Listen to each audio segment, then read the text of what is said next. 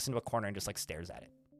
Like he gets stuck in a corner. Like he'll just kind of follow walls and he'll follow legs and like try and follow people. But like if he hits a corner, he'll get stuck. Like he doesn't know how to turn around and get out of it. But morning, Martin. Hello. Also, hi YouTube chat. I see you guys. It seems like we got enough people now. I worked at a recycling plant and one dump truck rolls up and a kitten runs out of the back under the axle covered in grease and runs up your legs screaming at me. Yeah. You put him in a box and named him Axel, so you got a free kitten? Do you still have Axel, or did you take him to, like, a shelter? That's adorable. For reference to anybody who missed the beginning of that story, it's a story about my parents' cat, who's still alive. He's currently 22, getting close to 23, and virtually immortal and extraordinarily stupid in his old age, but also still kind of adorable in an old cat way. He's still good for pets as long as you pat him on the head. If you pat him anywhere else, he bites you probably. But we should name one of the fortress cats Axel. It's a good dwarven fortress cat name. All right, chat room, let's play some Dwarf Fort. How about we do that?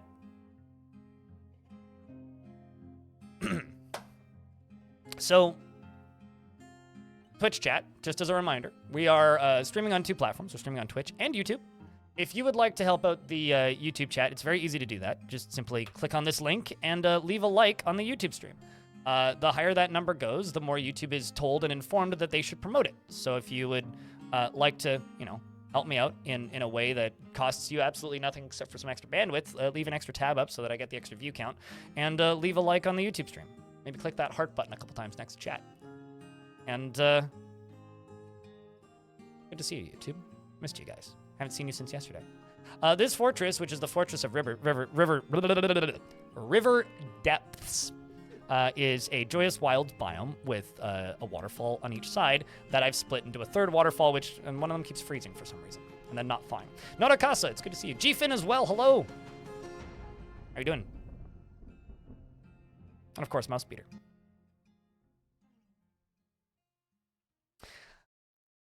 We were at the population cap, but I've raised it to 160. We have this little waterfall here, this little waterfall here, which is technically artificial, and this little waterfall here, which is natural. The fortress is slowly expanding and snaking its way around the waterfalls with ramps going up to the bedroom layer, which is also slowly expanding, and stuff. We have 2 metals on the map, or more specifically, 1 type of ore on the map, which is tetrahedrite. So we are limited to quite a bit of it, though. Limited to copper and silver. So we are using copper spears and silver warhammers and silver bolts. Those are going to be the weapons. We have 3 were creatures on the map, which I need to do something with. Currently, I haven't done anything with them. And I also need to expand the hospital again because currently part of it is clogged up with were creatures. As a defense against the were creatures, I put a goose on top of my side door, which hopefully will very quickly spot new were creatures if they show up again. So that's the hope. I didn't know you had COVID. Well, I'm glad that you can taste again. Hopefully your symptoms weren't too rough. We do have a tavern now. We didn't have a tavern for the first 3 years. I was starting to notice certain dwarves really wanted to make merry, so they now have a tavern. I was starting to feel a little bad. I'm also realizing I didn't put tables up here. Probably place those. I'm using more wood than I normally would. That sounded like a pun, but it wasn't intentional. We are, slowly expanding stuff. One of the things that I'm currently working on is I'm getting everybody chests, because I had almost no chests in the fort up until very recently. Also noticing a spot that needs a cabinet. There's quite a few named dwarves in the fort. We were doing the super limited naming initially, but now I'm back to the whenever there's a migrant wave, we're just doing the pick-me thing until I get tired of it. So currently the named dwarves are Aliastra, Amethyst, who's a were creature, Anaboth and Anander, as well as Bastet and Beef or Ian, and Big Bang A1, Black Flag Redneck, Black Gruel, Brahms, Chromois, and Commander Hops, as well as Darius Cardwin, Death Bagel, Elfie Bean, and Fallout Rain, as well as Gazoom and Geotrack and Good Charles, and Holsky and Honey Von Holler and Hunter Meyer, as well as Iron Pit and Izini and Jack Tool and Jelly Belly, Jezza, Juice the Name, K-Nord, Killer Spud, Clockworks, Lazy Man, Mako Darkfire, and Montycore, as well as Mouse Beater, and Napalm Sideburns, as well as Neezer, and Neurokeys, and Power Tools and Beer, who is now the Lord of the Vaginal Band. So, yeah. Prue Prue and Pun Intentional, as well as Ranger Rick, and Sage Bitey, who's also been bit and is a were creature, as well as Sanyi, and Shark Jumping Walrus, and Stingray, and Stoned Hobo, Talon Artho, Walnut Bag, and that's everybody in the fort currently.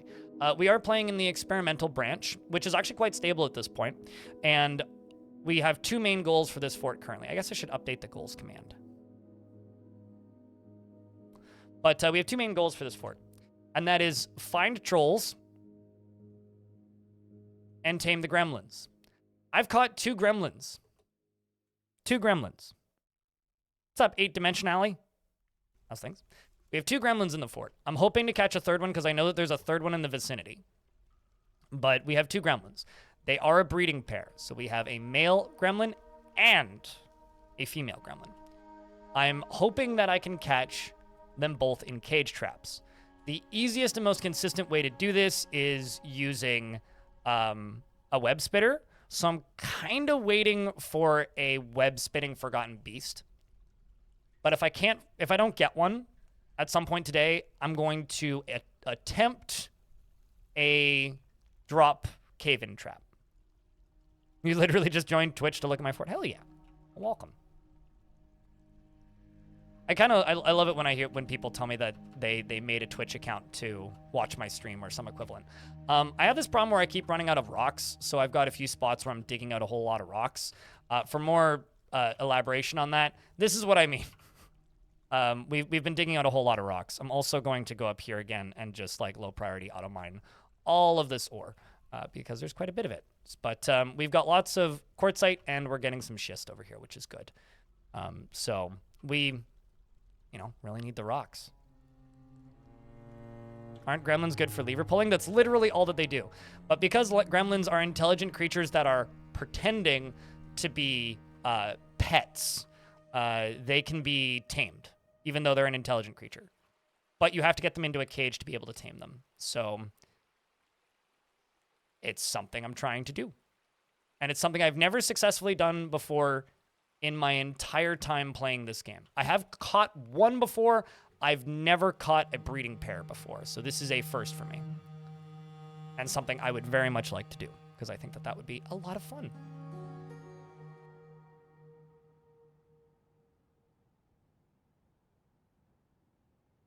You don't know how to trade them away?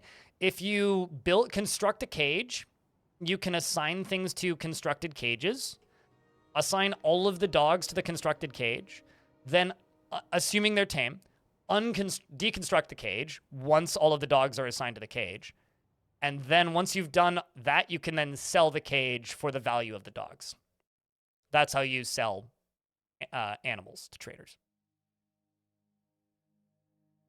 You have a DF question? What's your question, my ocean cat? But let's do a real quick fort tour since we're in here now. This is the surface, of which I would like it to look more fort-ish. Currently, it's mostly, as you can see, just a couple bridges. Gremlins can show up anywhere, any cavern layer. The problem is they usually die in the cavern layers before they get to your fort. Because they're not exactly strong, and they stealth, so if you have levers that are accessible from the caverns, they will try and sneak into your fort and pull the levers. That is their whole goal in life. They try and pull a lever. You started a new fort last night and you got a notification that a cave has been found. Ooh. So if you got a notification that a cave has been found, do you still have the notification up on the list? Or can you find it in here? Because if you can find it in the, historical things, if you click on this little arrow, it'll jump to the location where that thing happened. It doesn't have a go-to button. Interesting. Go to the world map. Is there a cave on the world map? That seems illegal, Radbug. In my mind, Gremlin is just the holiday version of a gremlin, which honestly checks out. Because I wonder if, because I'm not entirely sure what this means, Roush and Cat. It might be something on the overworld. You don't have it up right now? All right, look to see if it's on the overworld. Because you didn't see it when embarking. Yeah, no, that would make sense. I don't know what could expose that, though. I'll be honest, I've never had that happen. At least not outside of adventure mode. I've never seen that happen before, so that's something that's new to me. So, like I said, brief tour. This is the upper layer, and this is my lockdown zone. This is Joyous Wild, so I do have to be kind of careful about agitation, but I've seen so little agitation. I don't know, maybe they nerfed it too much. Maybe I've figured out how to just avoid it, but we have our farming kind of layer right here. This is the bedroom layer where all of the dwarves live and sleep, with the tavern in the middle of the bedroom layer. And then over here we have some temples, which are connected to the lower layer. Down here is the lower layer. In the center is where the military trains. We have our forge down here, which is connected to this waterfall, which provides some natural misting for the metalsmiths, as well as these bridges, which are underneath this waterfall, which also provides some natural misting. This is the artificial waterfall that I added. This one and this one are just part of World Gen. Although I have added some dams to lessen the water flow a little bit. Down in here, the main layer, we have our stone hauling or production area where we do all of our brickwork as well as some crafting work.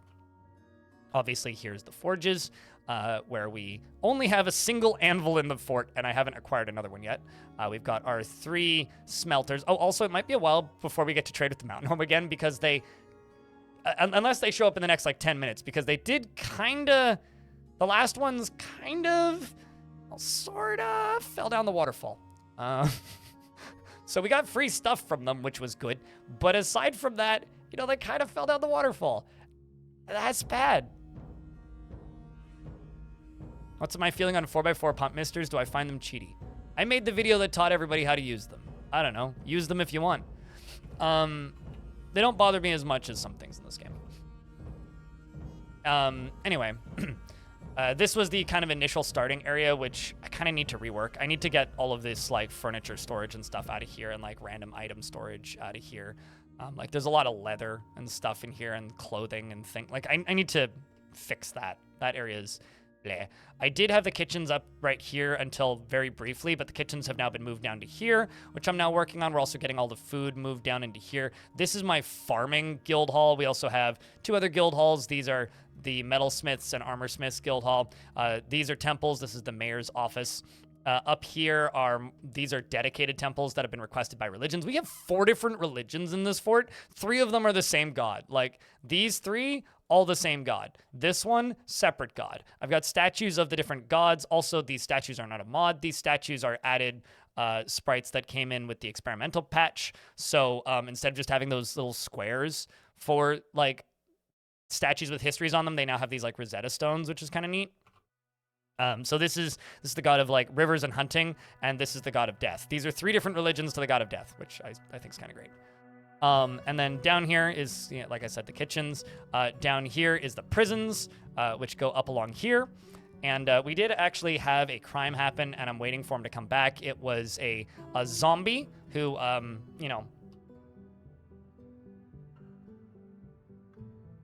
convinced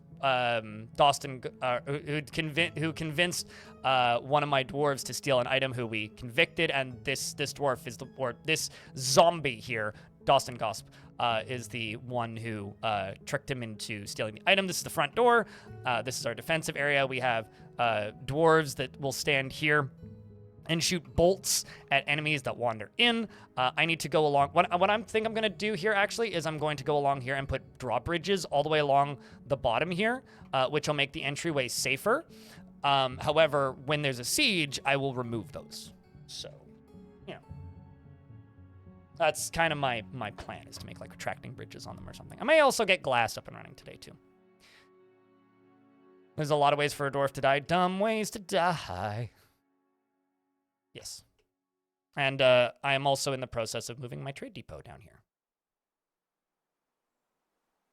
And probably putting a doorway right there. So let's do both of those things. You have food now? What's the food that you have acquired? So I think an ad break is about to hit.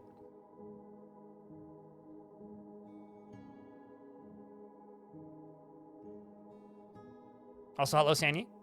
Omelet. Ooh. Secretarian violence update when? That's actually already a thing that happens in Legends mode. And the way Dwarf Fortress development kind of works, aimless, over on YouTube, is we get mechanics that are worked into Legends mode that sort of show up in Adventure mode, and then after that, they generally shift over to Fortress mode. It's kind of like a 3-step process during normal update cycles, but we haven't been in a normal update cycle in a very long time. So here's hoping we do get, like, it would be real fun to get a mandate saying, destroy this building. You know what I mean? And expel these 18 dwarves. That would be fun.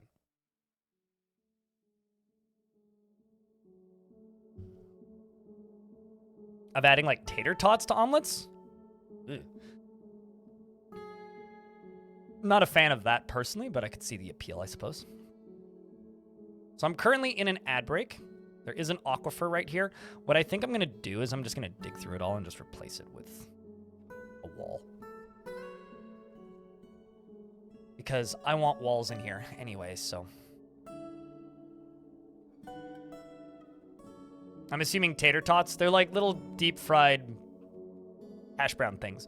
I've been told to read the thing from the Discord. If you would like to take part in the thing on the Discord, go to the add a word stories and add words to the stories so that and then make me read them every so often. Aggravated turtles hunt and devour multitudes of most tiny giants, fuzzy caterpillars, infighting, shrimp sauce, glazes, scrumptious shrimp fighting. Pizza needs hot ingredients to fully satisfy the reprobates in chat again. Exasperated intestines eventually cause liftoff from the ground using flatulence inherent in beans, fresh jello cubes. Creation pork chops cook. Deceitful apples all caught up. Or I can unpause the game. You have a mayor who's just cuckoo for statues? Honestly, jealous. That sounds awesome. Speaking of, I don't even know what my mayor wants right now. I can't export large gems. That's fine.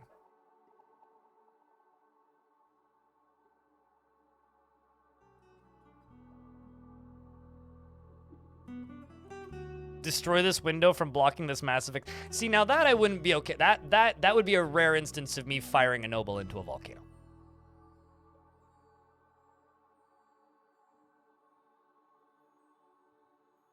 A very rare instance, because I don't really do that.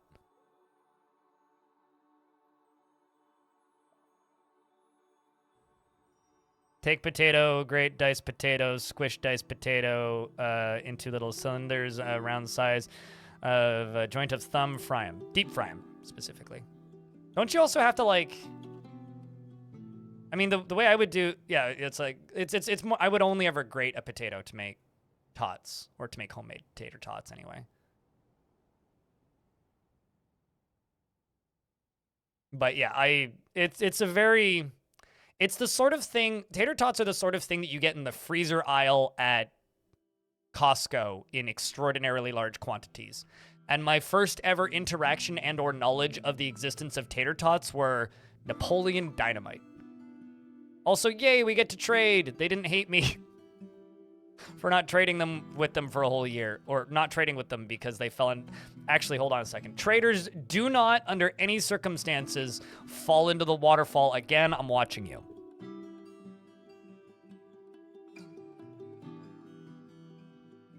No, I mean, mandates are a placeholder mechanic as kind of a idea for a future mechanic that never got expanded upon due to a multitude of reasons.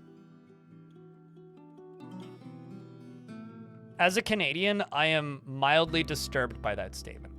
I'm not going to start a food war because I think food wars are stupid, but as a Canadian who's had proper poutine, that is mildly disturbing to me. I mean, sometimes you just gotta save a snack for later. You know, I remember almost nothing from Napoleon Dynamite, but I remember the tater tots bit. Give me some of your tots. Like, that's it. I've had like nicer tater tots in like as pub food.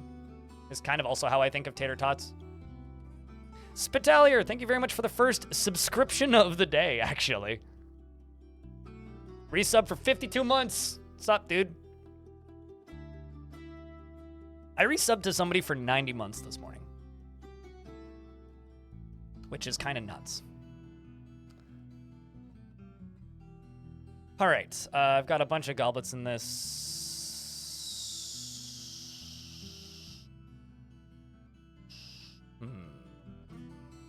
You know what? Yeah, I'm actually gonna sell this bin. Nope. Nope. Nope.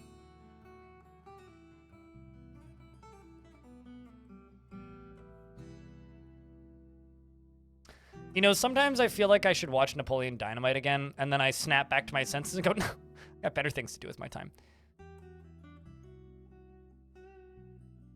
It was one of those movies that, like, I hated it when I watched it when I was younger, but as an adult now looking back on it, I go, maybe I kind of get it. I don't know.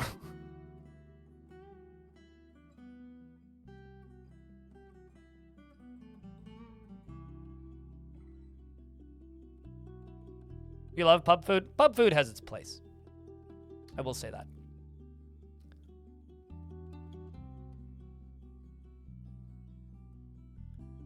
I'll see you later, 8-dimensionally.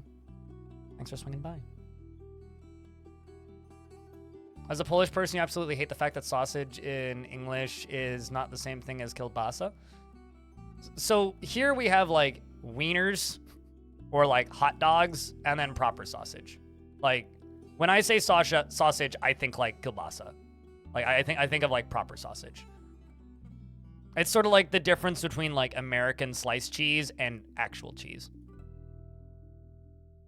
I mean, even American sliced cheese has its place, but I mean, salami is a different thing.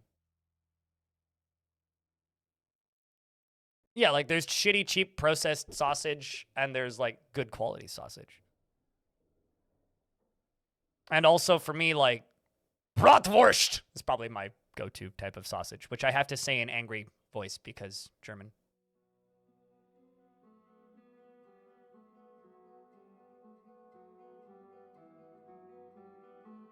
I would argue that shitty hot dogs have their place in that they, like, cost $1.50 for 6 of them.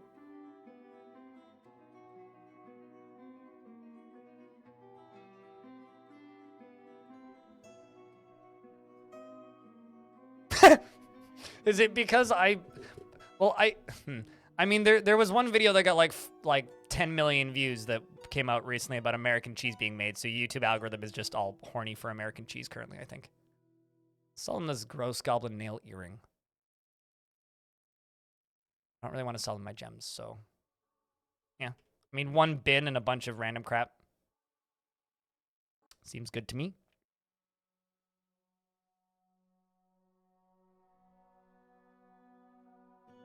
Is beautiful people asking about the weather. You know, I always go back to the class of German I took when I was younger. I can understand German. I can say certain German words. I can't speak German. Or I can, if someone speaks German at me, I can understand about 80% of what you're saying. I can like get by, basically. Holy shit! This is my favorite fortress I've ever played in.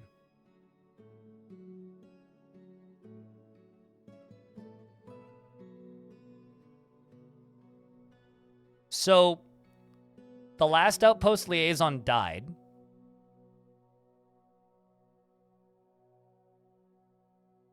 In the waterfall. So they appointed a new outpost liaison. Holy shit. Well, I mean, it wouldn't matter if I had a ton of dogs because he's a member of the faction.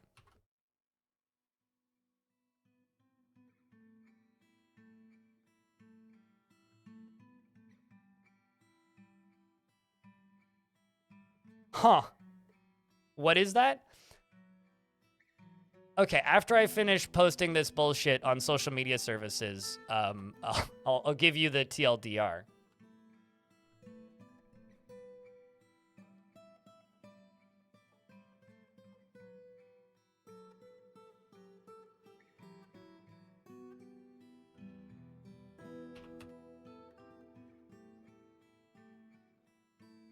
All right, so that is a Gorlak.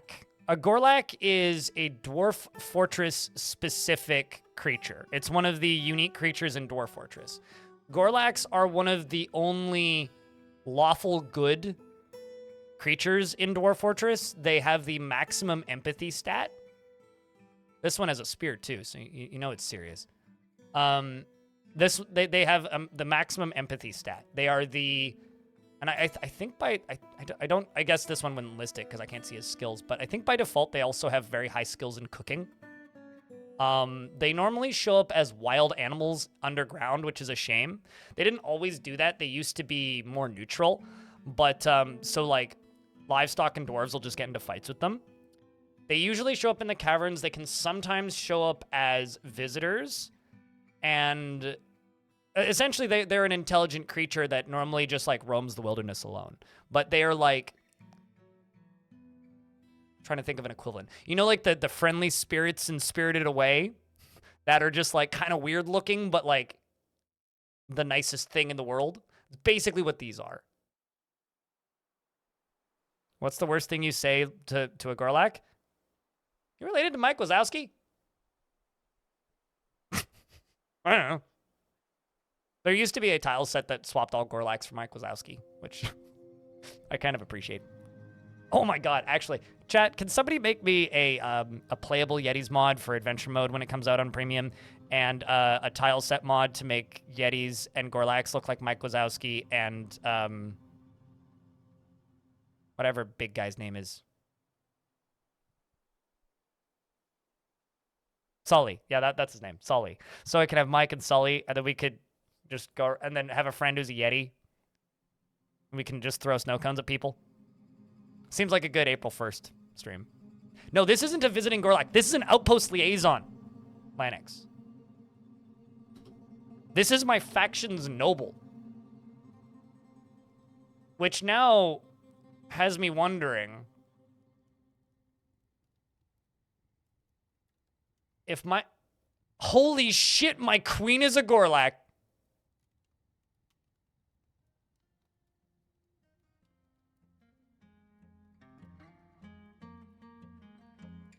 Whoa.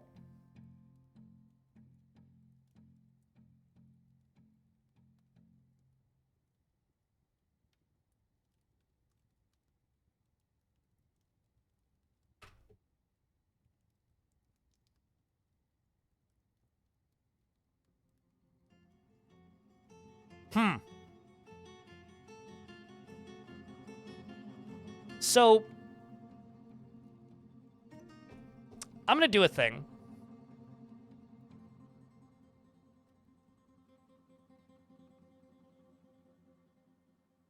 I always freak out when I do this. So I'm just going to confirm first.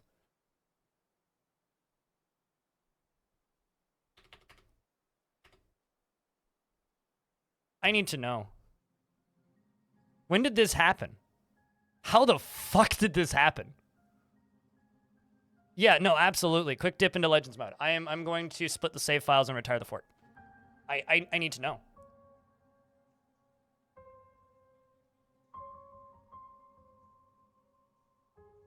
And the other thing I'm going to do is I'm going to zip the save file and upload it to Discord so you guys can go look at it.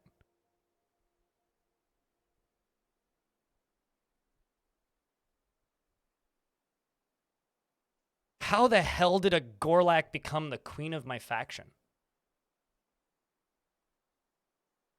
I will put it up in the save sharing room, by the way. Question: do you guys want me to zip and upload the save file with the fort still, or the won a cooking contest? God, it'd be even better if they won a foot race just because of how funny they look. I think elf kings are more common, actually. Like, elves becoming nobles of dwarves is a more likely thing. Gorlaks aren't immortal, I don't think. That's what I was thinking. You know, I wasn't planning on bringing this fortress to capital, but, like, I might have to now. Because then we would not have not one but 2 Gorlaks in the fort.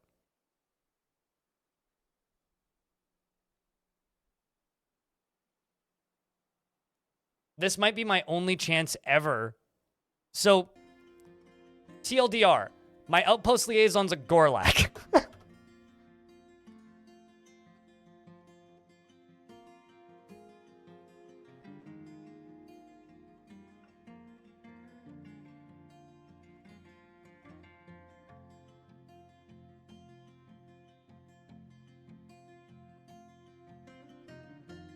And I need to figure out how the hell that happened. Because I don't think my queen was a Gorlak initially.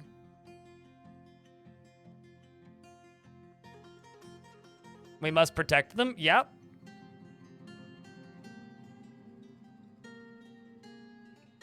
Produce hugs. Queen Gorlak demands empathy.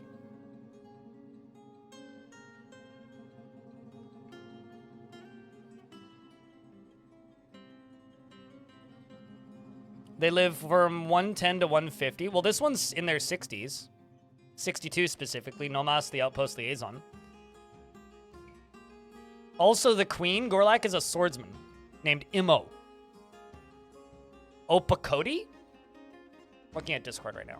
I posted the screenshot there. Everybody else seems to be dwarves, though.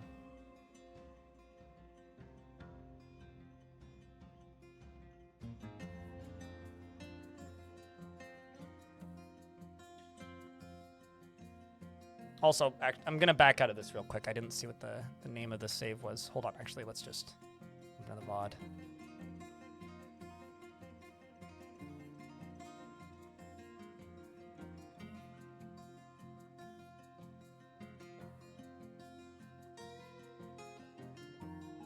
World Amon, the region 1. Okay.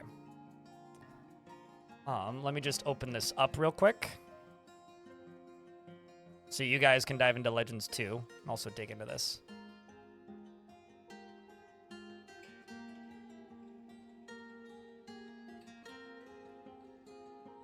Because I would have noticed this, like, yesterday. But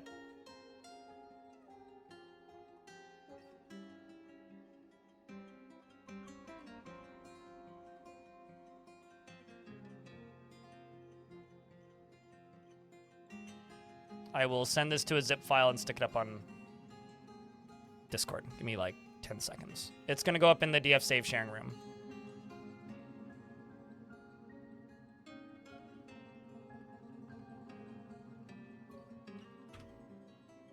You may need to retire the fort. I'm not exactly sure which one this is, but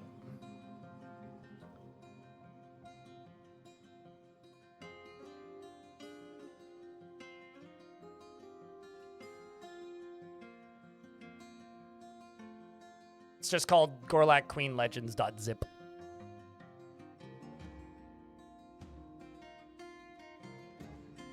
No, you shouldn't need to enable the beta to open it. But it is a world generated in the beta, meaning you'll have the new features. Or rather, you'll have creatures better. The goblins and stuff will be spawned correctly, although vampires won't be hidden. But yeah, no, you can load it. is the simple version. So IMO OPO CODI. IMO OPO female Gorlak, born in 147.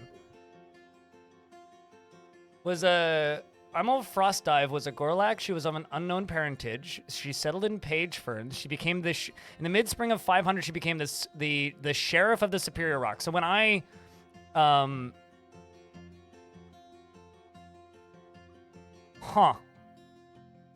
So settled in a place called Page Ferns, and that's it. I'm gonna...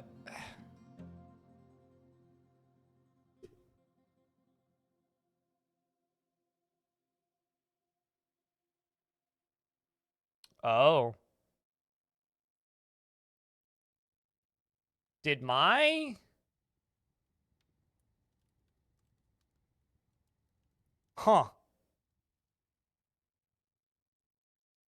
So in 503, Ray's ores got taken over by the Bronze Scorpion, which is a goblin civ that I'm at war with.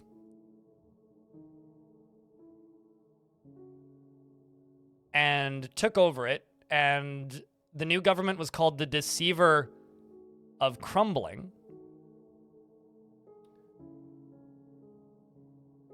And somehow... Like, okay, so this is the fight from previous, right? First off, there's a lot of elves in Ray's Ores, which was one of my factions, right? I'm sorry, what? The goblin clashed with 5,056 goblins in Ray's Ores. Okay. Okay, so let's scroll up to the top. The passionate cloisters of the Emerald Irons founded Ray's Ores. Ray's Ores held the Warhammer throwing competition, typical. So this is a dwarven... This is like a fortress of my faction, right? So it was taken over, and they put a Gorlak in charge?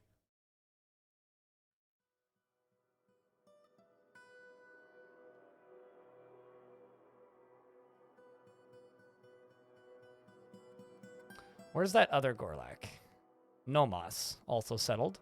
So there's two Gorlaks, Nomos and Imo.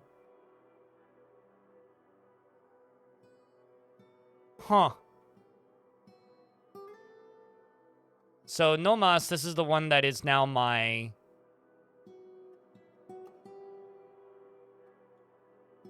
It is... No, I don't disagree with that, that it's the best choice. It's just like, why did this happen? Oh, hold on a second. Okay, so it was 503 that this all happened. And then they all started settling. So, like... So I guess they...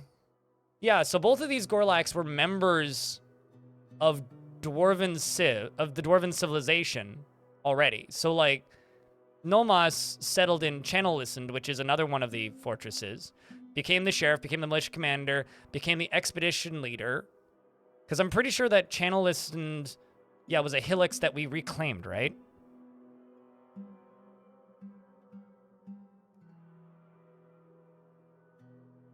Yeah, because they got attacked in the year 36 by the Bronze Scorpion, and the defenders were like, blah, blah, blah. Because it was routed, I'm pretty sure. Yeah, so it was struck down. The Tangled Plates of the... Yeah, so this place was reclaimed. I remember seeing this in the Overworld. This place was created by us, and we reclaimed it right when I embarked. And... So it was reclaimed, the Gorlak, this Gorlak here, and a yak bull. 2 yak bulls, or eventually. But literally just this Gorlak and one other dwarf live there after reclaiming it. So this Gorlak joined the faction and then settled here. My faction must be in a real bad time. Also, there's a Bronze Colossus here. Holy shit. Still alive. 35 notable kills, 18 others. Okay, so a Gorlak who was part of my faction voluntarily reclaimed a site by themselves with a yak, and that Gorlak became my outpost liaison. This has all happened after I've started this fortress, by the way. And who was the previous queen, I guess, is the next question. Because in 503, we got a new diplomat, general, baron. All of these characters are new. So who was the previous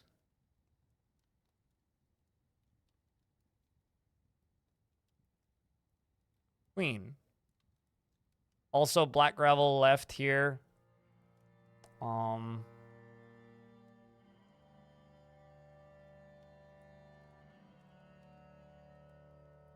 But yeah, no, we need to go to war. We need to stop these goblins, because these goblins are destroying the entirety of my faction. I'm very worried about the fact that that other Gorlak is,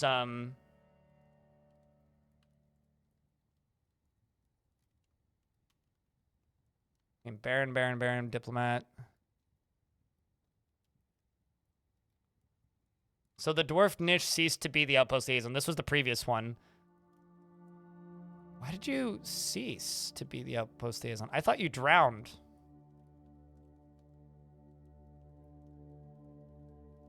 So Nish was my previous outpost liaison.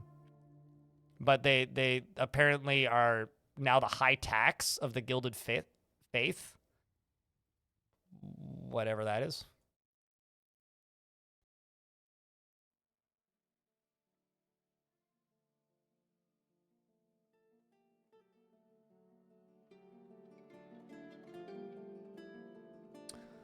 I wish I could search by queens.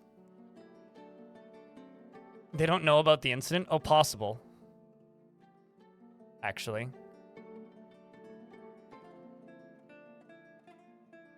But yeah, that's the question then.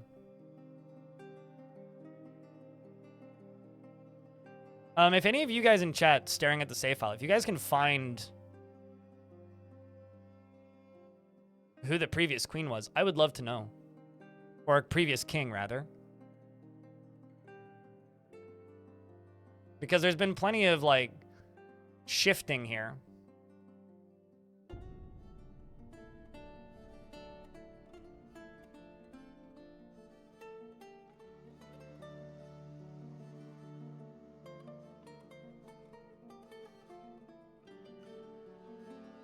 I'm just scanning here.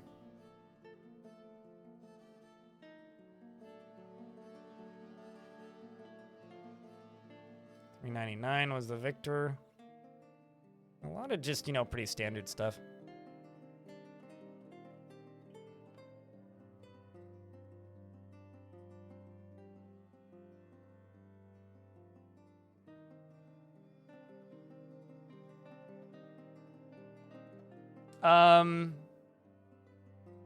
Yeah, Gorlaks can have kids if they have another Gorlak that they get married to, yes. So this dwarf, Olin, was the original queen, who died in 81 of old age. So 81. So there should be a new queen somewhere in the 80s.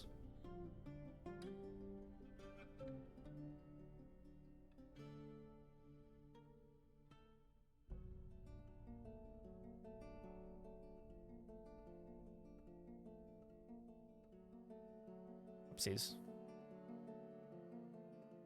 I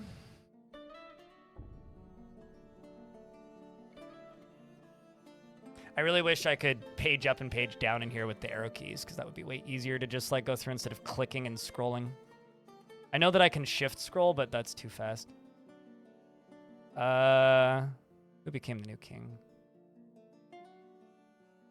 Okay, so the dwarf Stackhood became king. When did you die? 181.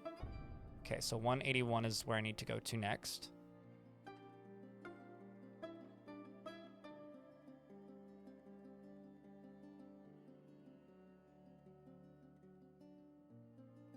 Wait, what did you ask? It's a bit of a random question. You're planning on having the majority of my fortress be between the cavern layer 1 and 2, about 10 layers of solid blocks in between them. Cool. What are the necessary rooms a fortress would have? Tavern, place to pray, place to pray, bedrooms, and crafting. Although nothing is mandatory. That is purely up to you. And yeah, I know that I am actually very distracted right now because I'm trying to find this stuff. So 181.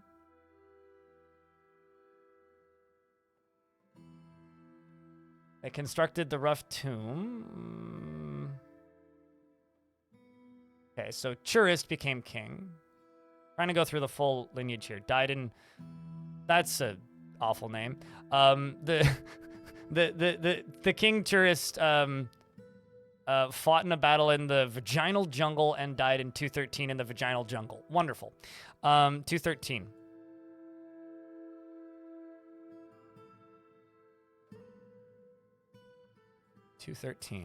Very unlucky year.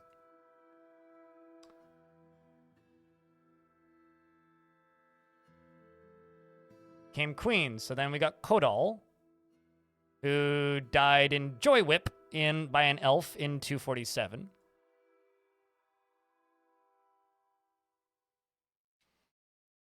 BRB for a sec. Alrighty. Some form of bookmarking. You know, honestly, once Putnam is finished making fort mode better, I want a bookmarks tab. I want search functionality. I want filtering. Rockcat, I think you know what's a mandatory room. Shit, what year was that? 240? The 280. I know I literally just said it, but... Oh, there it is, I think. There we go. Dwarf Ast became king, who died in 306, also fighting in Joy Whip.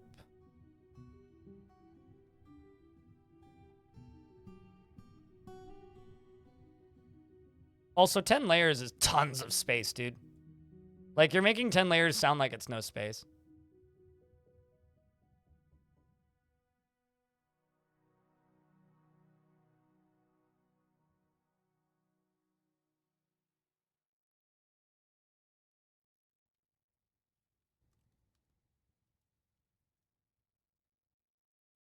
I think you already know the answer to that question. I'm very, like, I know that you know how to play this game. Like, you've been posting and you've been around here for a while. So I'm a little bit perplexed as to why you're asking me this. Like, I think you already know. Like, you're asking for confirmation. Exactly the rooms you think you need. If you're looking for ideas, I'm not the person to answer those questions.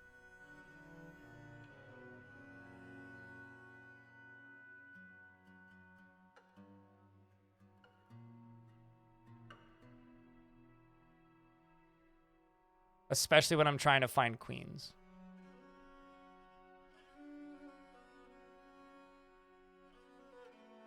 And also, I already answered that question anyway.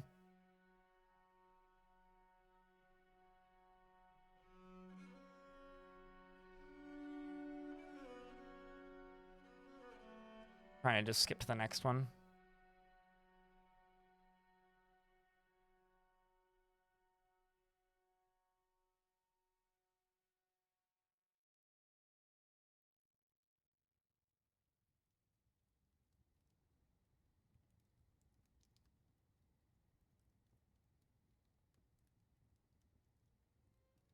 There's no such thing as being disruptive in my chat, really, unless you're just, like, spamming emotes for no reason.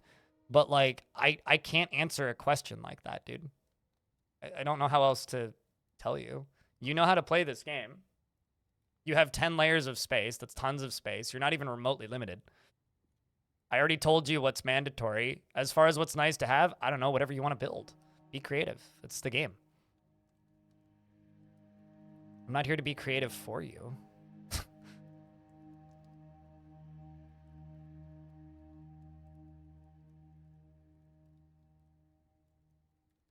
And what's funny is there's a dude in my fortress, this goblin, who's the leader of the guys that keep fighting with them. There we go. We got a new queen, Besmer in 452. who was struck down in 452 by Joy Whip. Became a queen and was struck down the same year. That's a very short-lived queen. Besmer became queen and then immediately died the same year.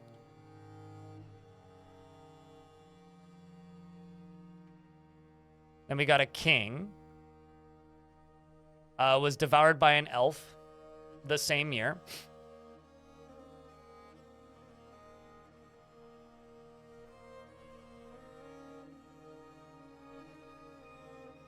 Being struck down by a leopard isn't too strange if you're at war with elves, which we are.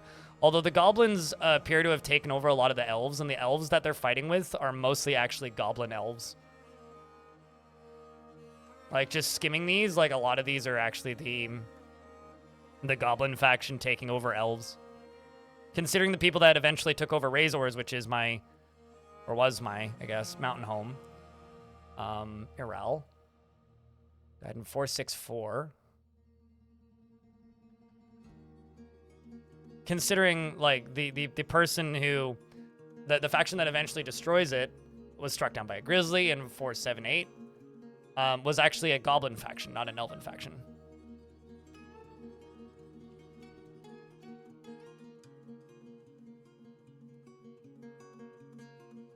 So Metob lasted till 479, was struck down by an elf. Jesus, man.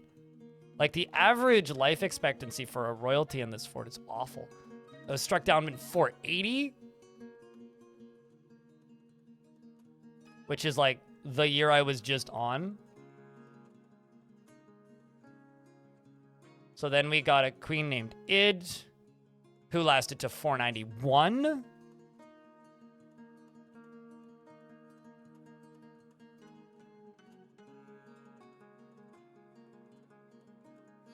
Then we got a king named Goden, who lasted until 503. So King Goden was struck down after clashing with 5,074 goblins. Slayed 8 of them.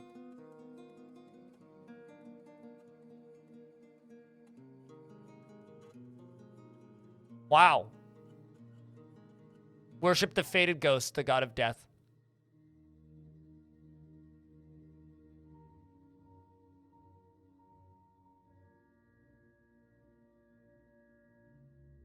Wow. You know, if adventure mode was in the game right now, you know what I would do, chat? I would start an adventurer, and I would venture into Rise Ores, where my Gorlak queen is currently living, and I would rescue them. I'd be like, you're gonna die, come with me. Or whatever.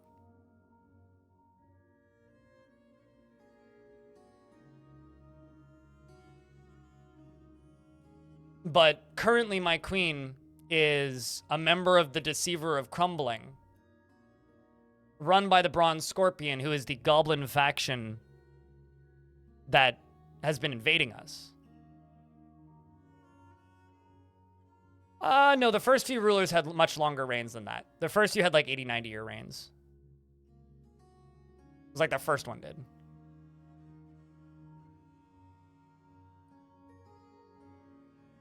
So if I attack Razors, I have a chance of killing my queen. But because adventure mode isn't in the game, I can't do it.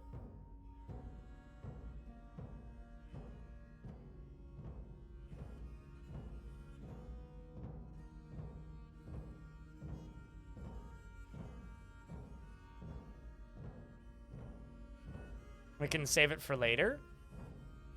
I'm not generating a new world. I literally wouldn't be able to touch this world for that whole time. Like, I would literally have to wait till April before doing anything in this world. Which, I'll be honest with you, I'm not really willing to do. I mean, I do have the manual save. Do you have a new side quest for the viewer? Sure. I mean, maybe with the split timeline, but I don't have the ability to do that.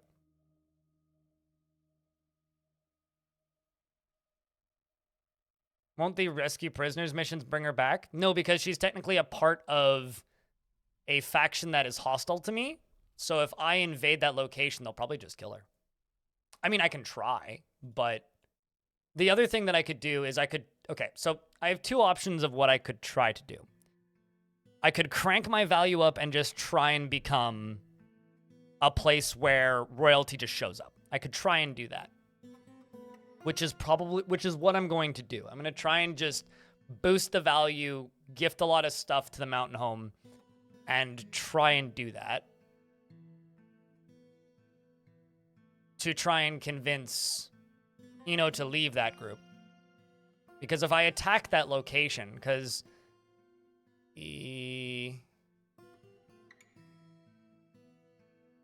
Hold on. Yeah, because... this is Razor's. This is where she is.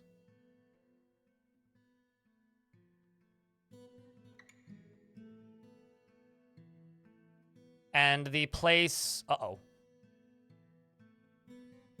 Here it is. Spikes mirrored. This is where the Gorlak is. She moved to the fort. No, totally. But basically it means I can't attack this location.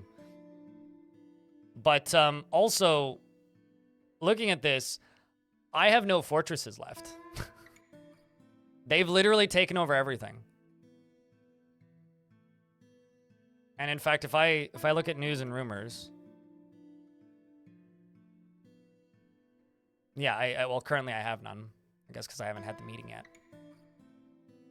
But yeah, I have no fortresses left in this area. Up here, however, we do have this one, Calling Met, which has less than 10 people in it, which we've recently reclaimed.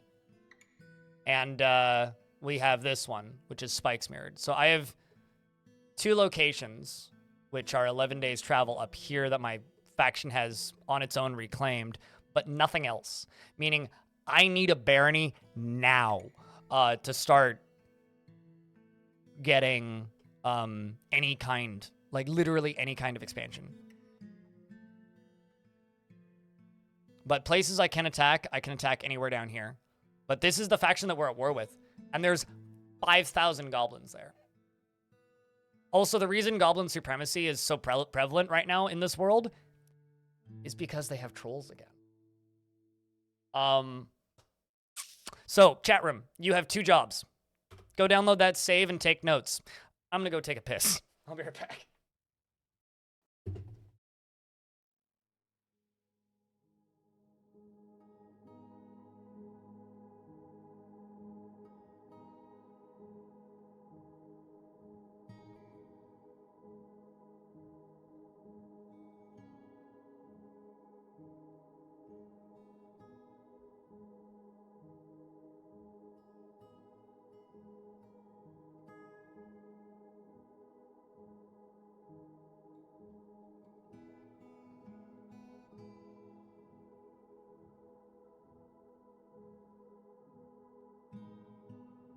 Even better, I'm going to make...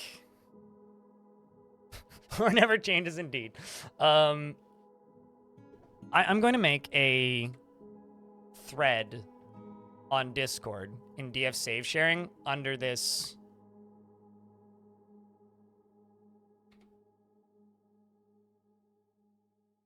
I've started a thread for DF save sharing underneath this save file. Post screenshots of things and legends in there. And let's try and build out this world a little bit.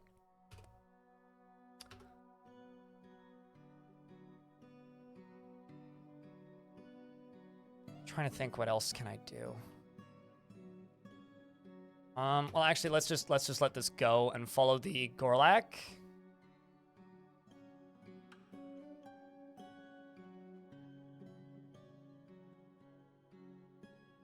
Oh, this is before the Gorlak arrived. I actually lost time.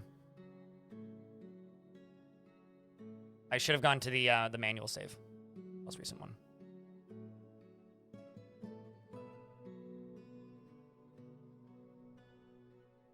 Yeah, the 15th.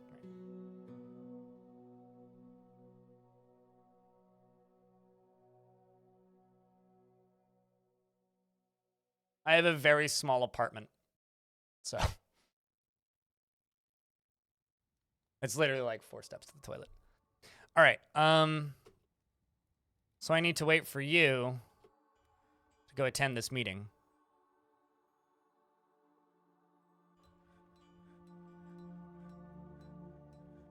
Slow to heal. I really wonder how the hell this happened.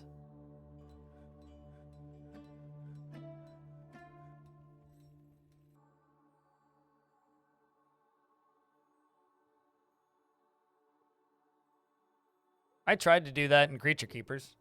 Didn't pull it off. Good luck.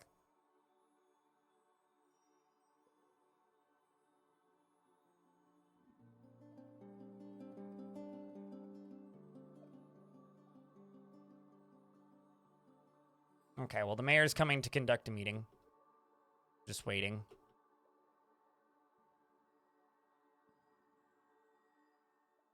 What are you doing? I like how Gorlak goes to the kitchen first. I mean, that's not something you need to admit. Play it as a city builder. Play it the way you want to play it. Single player game, man. Got a minor in custody? What happened? I must have traded something I wasn't supposed to trade. Gotta get snacks? Do that. I think it might be. What I'm kind of planning to do with Creature Keepers, once I decide for certain that it's complete, is release the save file. I like how they're having a meeting through a wall. That's funny. Is release the save file with the current status of it and also the very beginning of it embarked already. So that you guys can just have the save file, because it's such a cool embark, but it's gotten super laggy on my machine, and I'm not entirely certain I'm willing to go through the like 40-hour process of defeating hell on it anymore. I'm your outpost. Text is a weird color. I'm your outpost liaison. Let's discuss your situation. There's much to share. Yeah, no kidding. Tell me about it. Bring me anvils, please. Feel free to go over the documents. They need footwear and metal bars. Now let's check the world map again.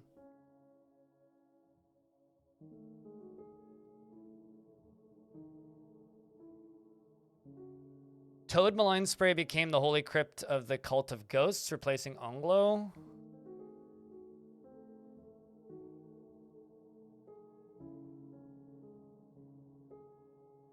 Razors was conquered by the bronze scorpion.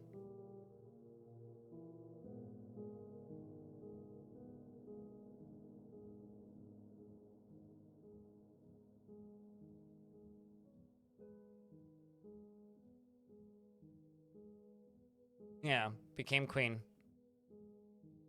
Replacing goat and light trades.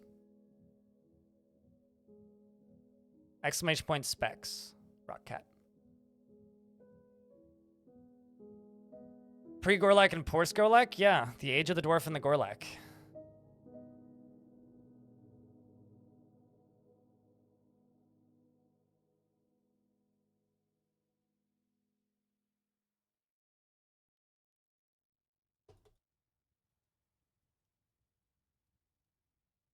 Actually, technically, the hard disk is now incorrect. I now have 20.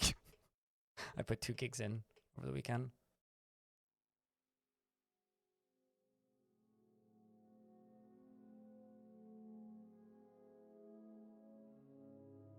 Okay, well, it's time to trade.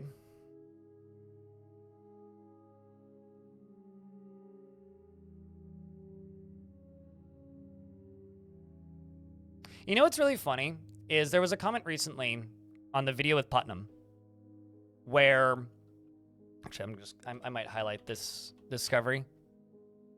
There was a comment recently on the video I put up with Putnam the other day, talking about how they said that it is virtually unacceptable for Dwarf Fortress to inevitably end up at 0 frames per second. And Putnam responded with all of the improvements that have been made, right? This was a comment that was left, right? And I added on to the comment of, it doesn't matter how No, my CPU is in there. It's the Ryzen 7. Ryzen 7 7800 X3D is my CPU. If it doesn't matter how much they optimize this game, because you can change the population, the size of map, everything in the settings, right? The more they optimize it, the more players push the population count. 2 years ago, in version 47, you would never hear a player talking about anything above like 160 to 200 population. In fact, like the most common question was, how do I turn down my population? Now it's just in the game, right? So it's a setting and you can see that setting. So people naturally think, I'm gonna push the population. I'm gonna make it bigger, make it bigger, make it bigger, make it bigger. It is impossible for them to actually optimize this game because whenever there is an optimization, it becomes normal for people to have more dwarves. And then they complain about the frame rates again, right? So people complain about frame rate death because of the because the game runs better than it did a year ago, which runs better than it did 2 years ago, which runs better than it did 5 years ago. But every time they optimize this game and make it run better, people add more dwarves. Exactly, Clairvoyant. So it's literally impossible for them to actually properly optimize this game because I get questions almost every day asking me, what is the highest population you've ever had? Which is a really silly question. It doesn't matter how much they optimize this game because every time they optimize it, I mean, they should keep optimizing it for clarity, but it doesn't matter how much they optimize it because every time they optimize it,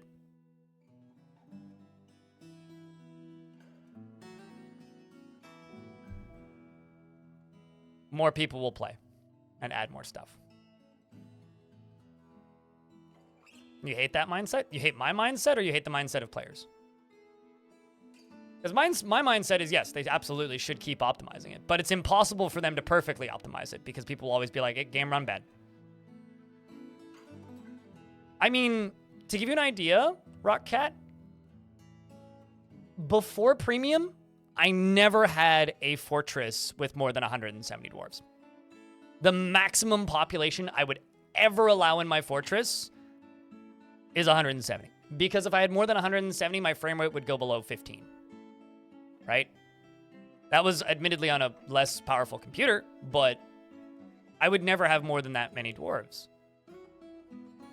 Since Premiums came out, the frame rate got a little better. I would crank it up to 200 consistently.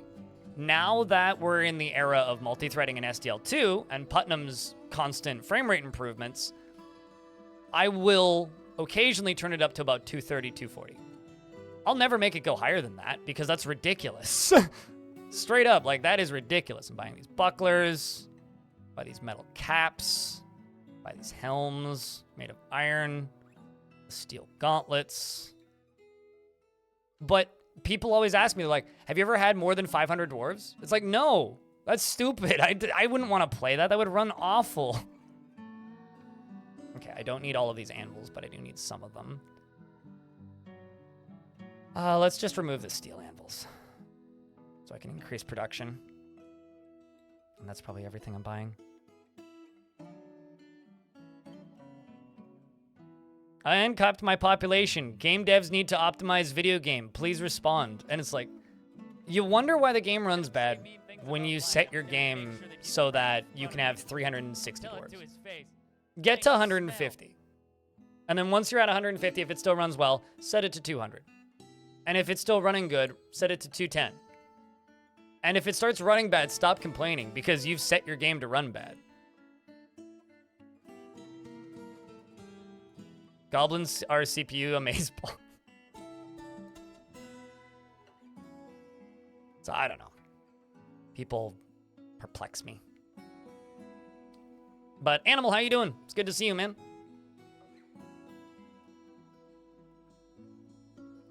People will always say that game needs optimization. The game runs like 100+% better than it did in version 47 right now. But people will still complain that the game needs to run better. So, I'm going to bring one less anvil. Trade all of this. And then I will bring them some gifts.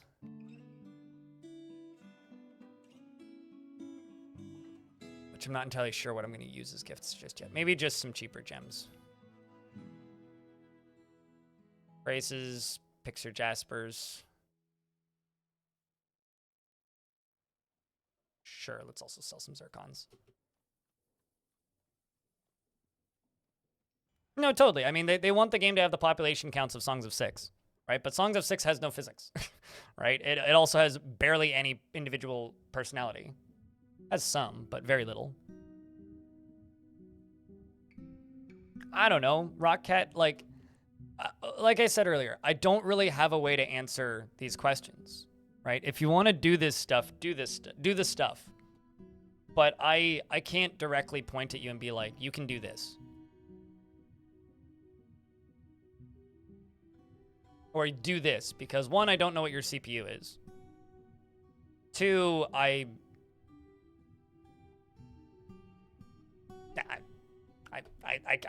can't help you.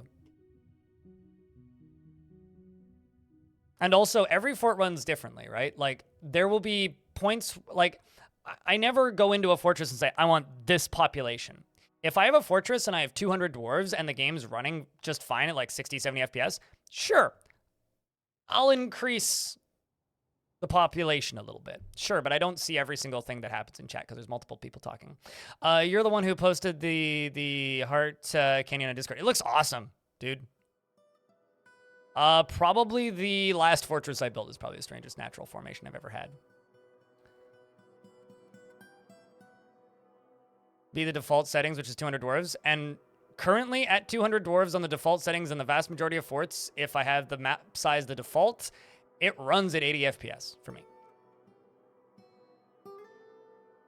And in fact, I could run it faster than that at the default settings.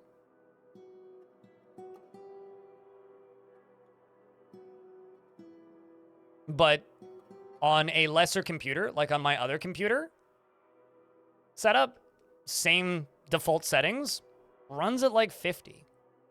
And I actually set that computer up over the weekend and tried it because I was curious.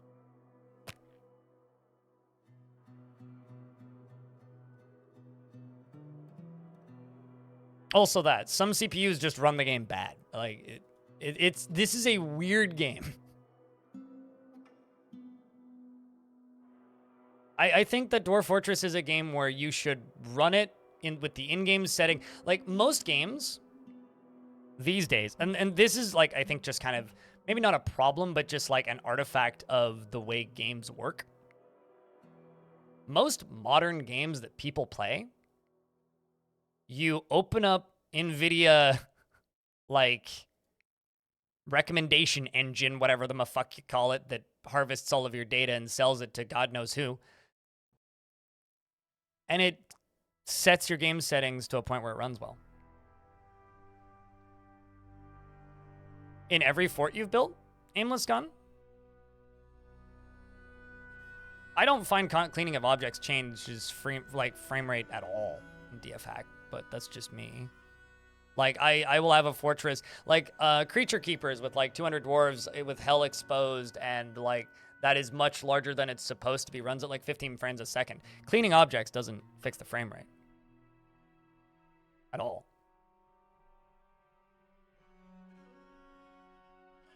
Except for Dwarf Fortress, because Dwarf Fortress doesn't benefit from that, right?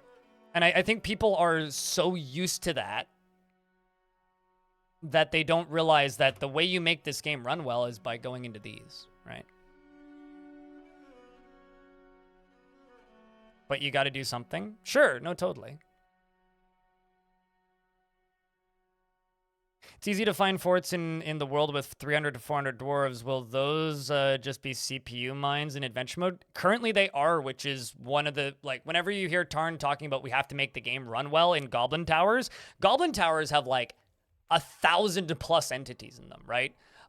Version 47, if you go into a large city, Dwarven forts run kind of fine because it is a turn-based game, right? Like,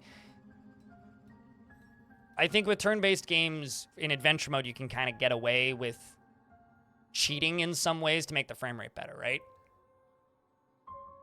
In Fortress mode,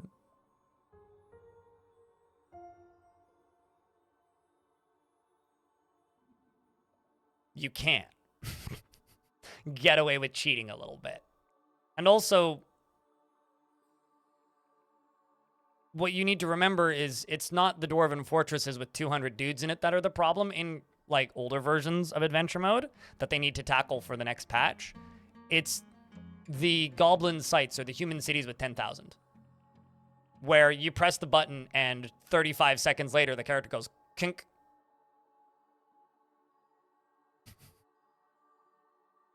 That's the problem. And it's been a problem.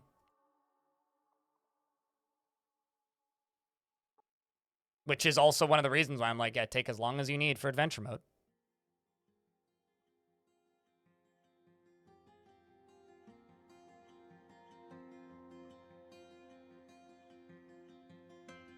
And when people complain that things are taking too long, I'm like, nah.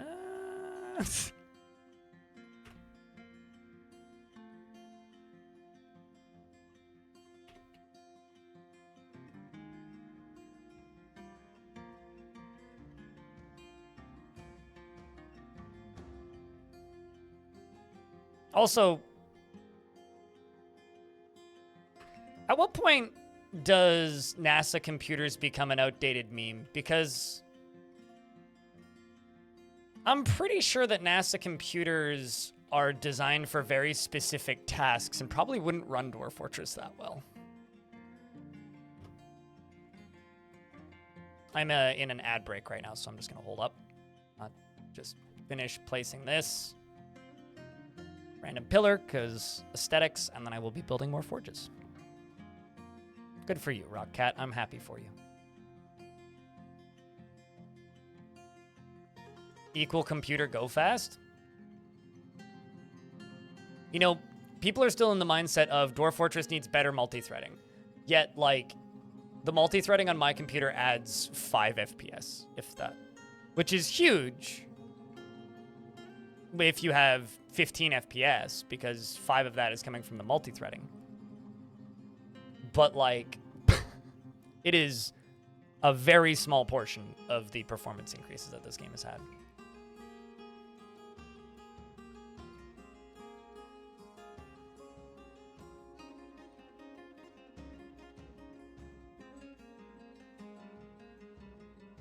I think you need to remember, JJ, that in 2007 Dwarf Fortress, which I had to play, and I actually did a stream of, you can go look at it on my YouTube channel. Back when Dwarf Fortress was 2D, 7 dwarves ran at about 15 frames a second. 7 dwarves. And the game was 2D.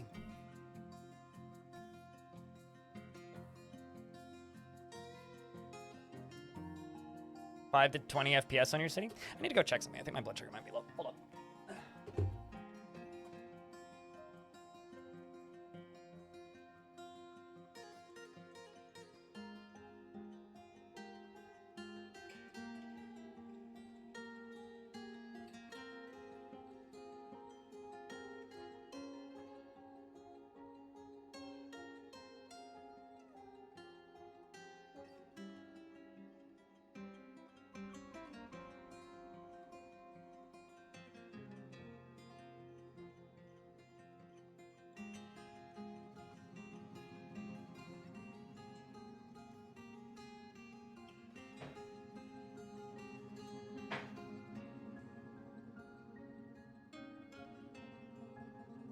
Turns out I am.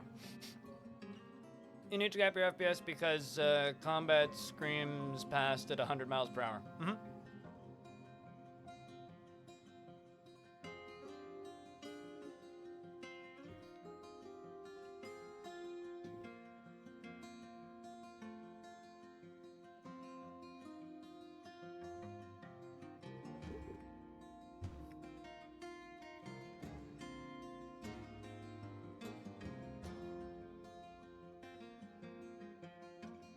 I find grids boring to look at. Making forts grids doesn't make the game run better at all. making the fort's grids doesn't really make the game more optimized. If you optimize your fort, you save microseconds that are barely noticeable, so what's the point? I don't like looking at grids. Grids are boring. So I make my forts patterns that aren't boring. There is no actual doctrine or logic or reason behind it. I just make shapes that look interesting based on the environment around what I'm currently building in. I make things that are aesthetically pleasing to me because I have to stare at them for hours and hours and hours. Your design doctrine should be you should make things that are aesthetically pleasing to you that you enjoy looking at. If you like looking at grids, make grids. If you like looking at boxes, make boxes. If you like looking at squares or rectangles, make squares or rectangles. If you like making, I don't know, everything shaped like dicks, make everything in your fort shaped like dicks.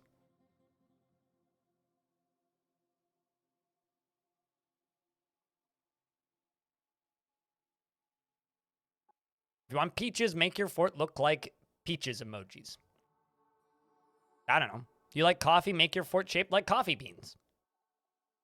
You could make your fortress rooms all shaped like Mario.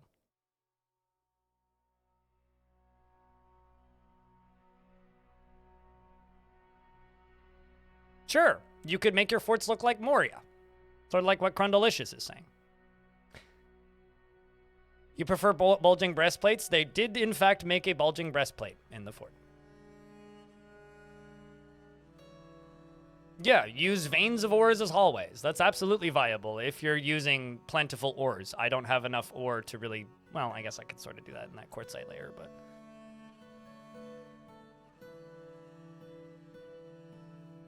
Exactly. Aimless gun. People look at my forts and they go, oh my god, your forts look so unique. Why is this? It's because I don't use fucking auto fort and DF hack like a lot of the metas came from, right?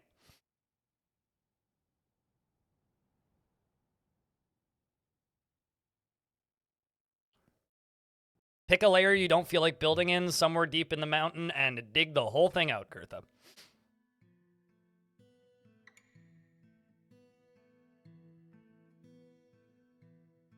Well, then why don't you do it and stop saying that you're planning on it? Stop planning and go do it, Rockcat.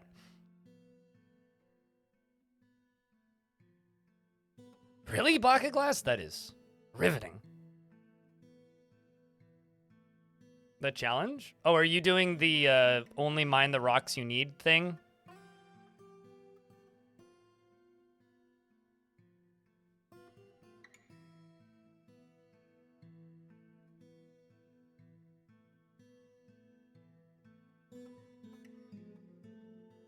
Speaking of dreams and old memes, just do it. Yeah, it's like Ranger Rick is speaking with experience.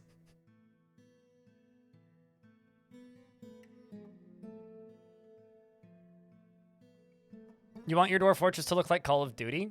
So only build fortresses that replicate the exact one-to-one layouts of Call of Duty maps. People have done it in Minecraft. You could probably do it in Dwarf Fort.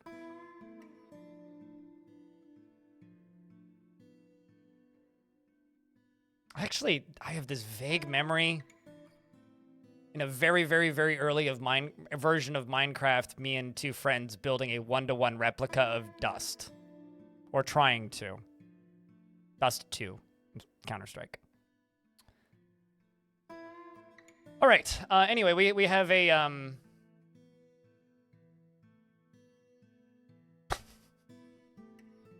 We have a migrant wave, so if you would like a dwarf in this fort, say pick me.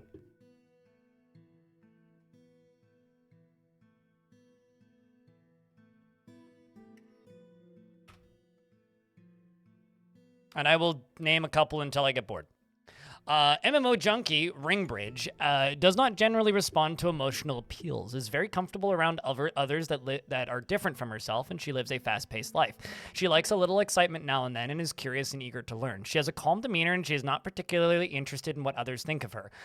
She occasionally overindulges and has little interest in joking around, prefers to present herself modestly, and generally acts impartially and is rarely moved to mercy. When she gets bored, she starts talking to inanimate objects and needs alcohol to get through the working day and does not mind being outdoors at least for a time. Dreams of crafting a masterwork someday and personally finds artwork boring and does not respect the law. And likes obsidian, pig iron, and honey yellow beryl and amber and naff fabric and cubes. Welcome to the fort. You're a novice axeman, but you dream of creating a great work of art. Stains artwork. But how do you... what? Okay. I talk to my plants. This isn't even a joke. It's just a statement. I do, in fact, do that. Holy spokes. Quick to love, quick to give up, poor intuition. Confident under pressure, easily falls in love or develops positive feelings. Has a noticeable lack of perseverance, finds this troubling. Since he values perseverance, generally is quite confident in his abilities when undertaking specific ventures, isn't particularly curious about the world, and is quite ambitious, and finds obligations confining, though he is conflicted by this for more than one reason. He is somewhat quarrelsome and is bothered by this since he values friendship, tenses up when he's nervous and needs alcohol to get through the working day. Dreams of creating a great work of art and personally views any show of emotion as offensive and greatly respects individuals that persevere through their trials and labors. And you're a member of the Gilded Faith. Hates art, wants to make art. You know a person or two like that. Ah, are you speaking for yourself? An adequate Hammerdorf, and has a kitten named Avus. Member of the Fellowship of Fate. Very quick to anger. This dwarf is now Odo Casa. If you already have a dwarf in this fort, please don't ask for another one.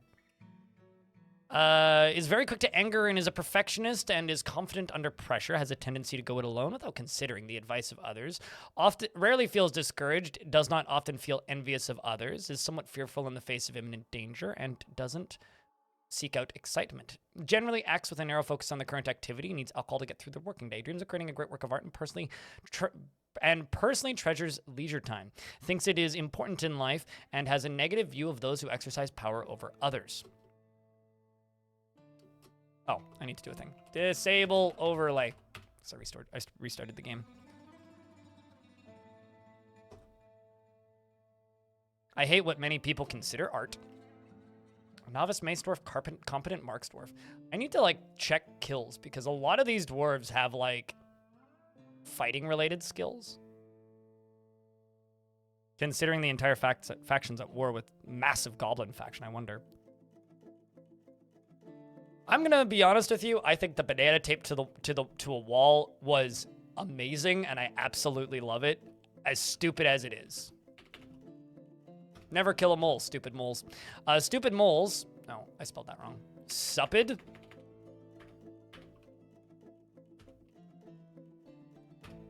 There we go. Stupid moles is not the type to fall in love or even develop positive feelings. Tends to consider what others think of her and has a greedy streak. Is quite ambitious and often feels discouraged. Is stubborn and is quite polite. Is slow to trust others and doesn't seek out excitement, and needs alcohol to get through the working day. Dreams of creating a great work of art and personally disregards tradition, considers craftsmanship to be relatively worthless.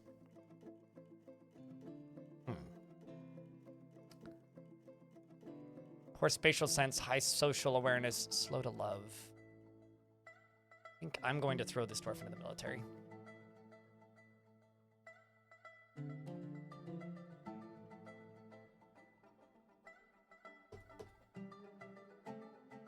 Next up, we have a peasant. This peasant is going to be Uzarsif.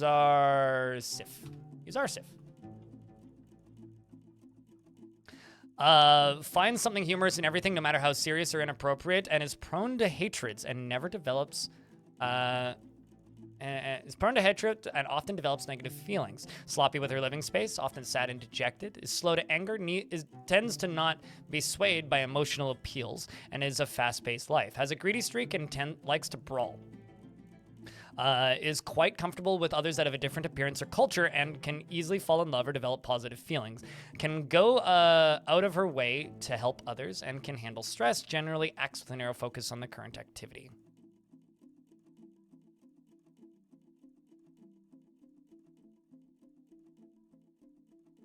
I have a ping on my Discord server that doesn't exist, and that's confusing.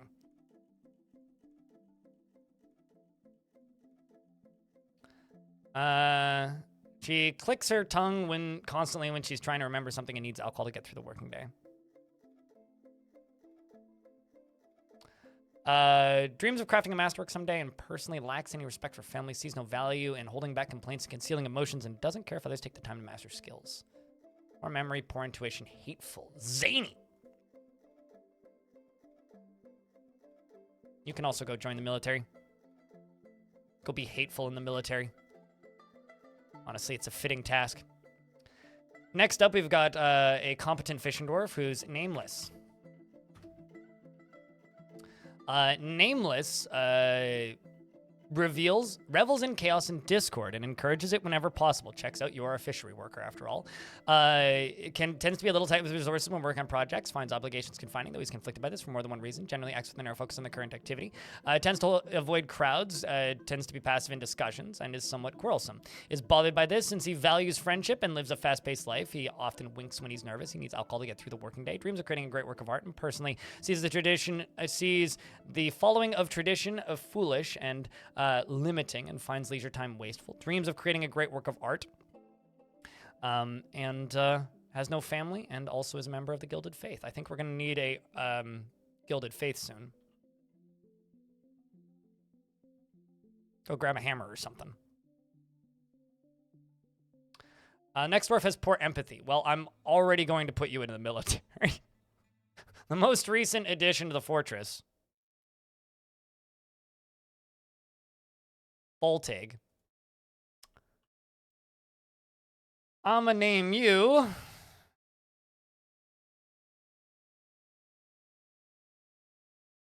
Halcyon Days, which is a really good name, by the way.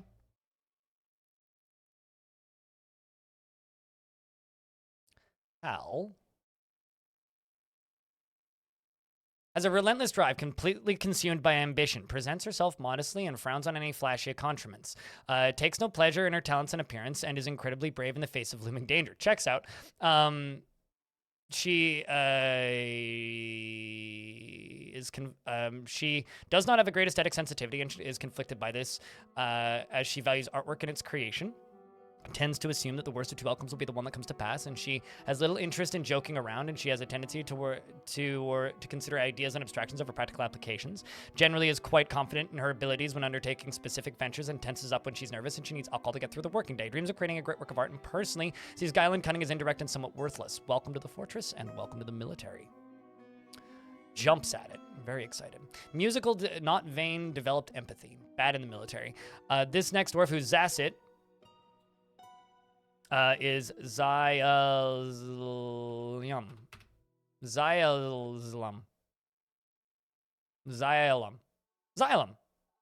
Asylum. There we go. Xylem does not tolerate differences in culture, lifestyle, or appearance, takes no pleasure in his talents and appearance, and feels strong urges and seeks short-term rewards.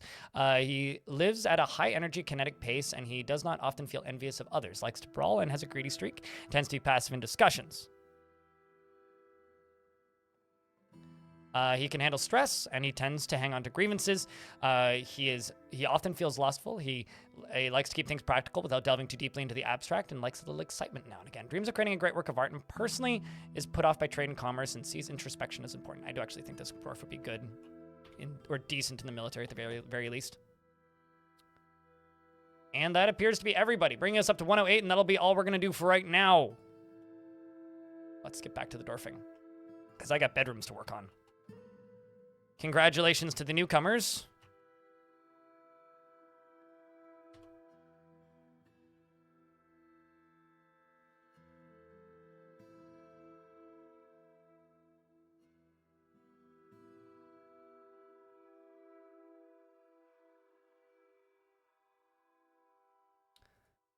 And I said I was going to need a new temple to the Gilded Faith, and turns out I'm right. Turns out I am correct.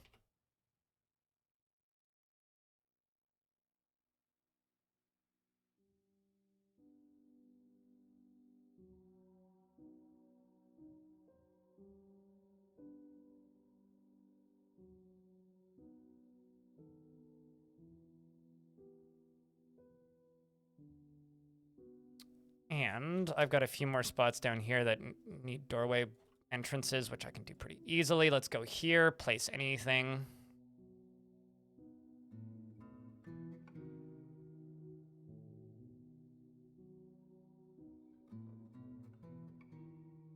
Have a good lunchy time, Alfie. The hyphen is what broke it. Holy spokes. You have a petition for a temple complex. Curious what this entails.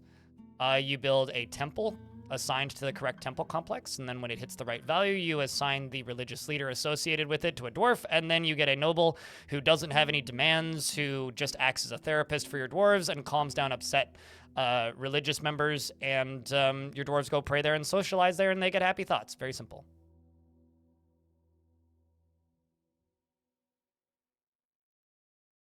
Am I making beds currently? No. Just make 80 beds. Mac and cheese, blended up some cauliflower flour, put it into the cheese sauce to sneak some vegetables in for the kiddo. I'm personally a real big fan of a layer of garlic and onion fried at the bottom of mac and cheese. And I'm also a real big fan of a little bit of seared broccoli on top.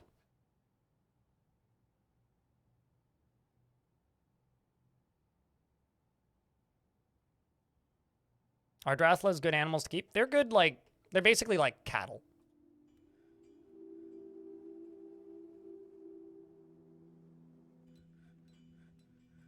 Yeah, seared broccoli on top, little bit of grated cheddar on top as well to just like brown on the top. Also very good. I'm going to assign all these bedrooms. Gives us an extra 15. The only reason I'm assigning them is so that I have an idea of how many more bedrooms I need to assign. So it gives me a clear idea, because I never know how many of them are married and how many of them are not. We are putting most of the bedrooms on one layer, so that actually makes this process rather easy.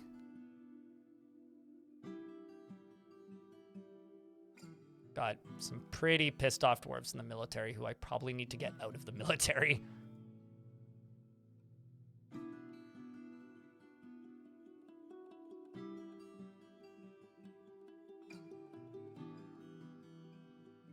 Okay, so let's check this squad.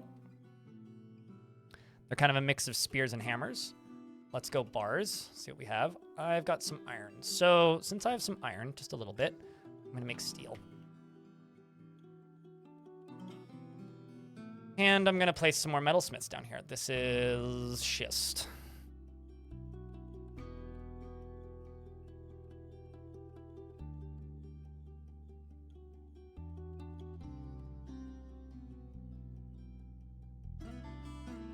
Is it possible to assign multiple bedrooms to one dwarf? Yes. Generally, that only ever happens with nobles, though. If they manually assign a bedroom, if you manually assign a dwarf 2 bedrooms, they can have 2. If you, sorry, blood sugar being low makes my brain not function so good. It's coming back up. I can feel it already, but like, bear with me for the next 15 minutes. If you manually assign a dwarf a bedroom, you can give them a second one. They won't claim 2. So essentially, if you have a noble, like a mayor, and you're like, oh, I need to give this mayor a better bedroom for the reasons of giving the mayor a better bedroom. If you give the mayor a better bedroom, then you have to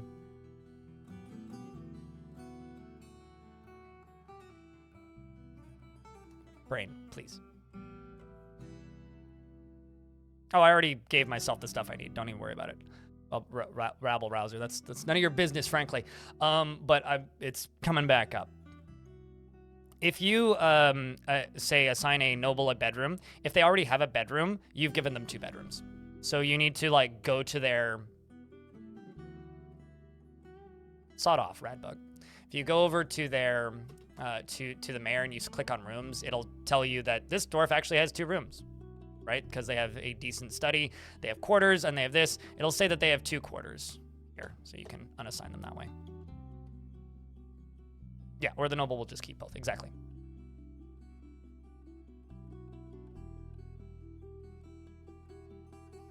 What happened to the queen? We have a queen that is a Gorlak who is in a goblin site. So I need to locate that goblin site is what I need to do. Or rather, I need to raise my value up so they leave the goblin site and come here because I would like that Gorlak queen.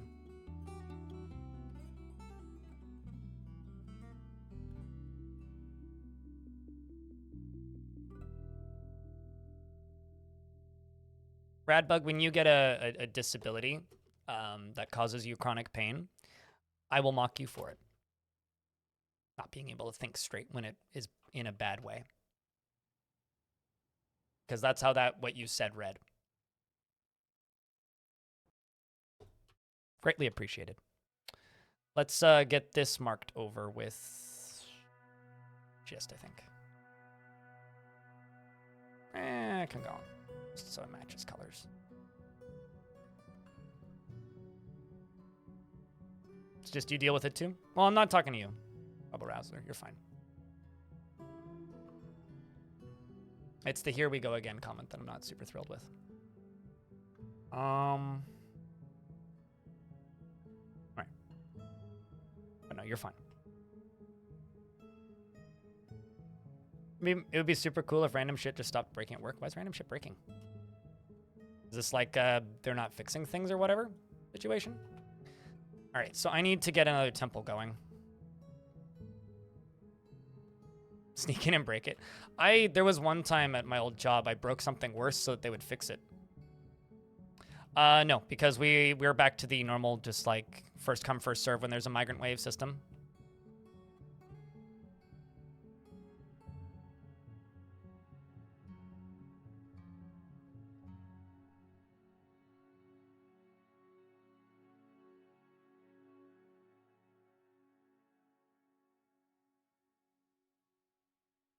It came across as you being like, oh, here we go. He's not thinking straight again. But also, you got to remember, I'm not thinking straight when I'm on this stuff. And it's never appreciated. So. But no, I did once at an old job break a bunch of stuff worse so that they would fix it. And got away with it. And they did fix it. So my plan worked and I got away with it. It was great.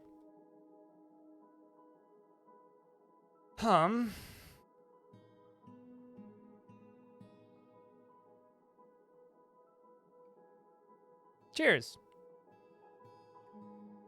I'm trying to like figure out how to pronounce your name. Omiya Rumasa?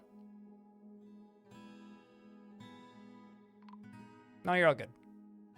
Appreciate the apology. We're just gonna work on that temple. Get that temple done, because that's something I have to get done stat, or they will get upset with me.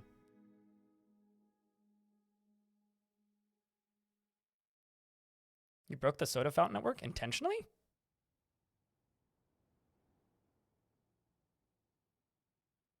You know, it's funny. Whenever I look at other people making stuff in Dwarf Fortress, I always feel like my stuff is ugly as hell in comparison. I think that's just kind of like, you know, we're all our own biggest critics, right?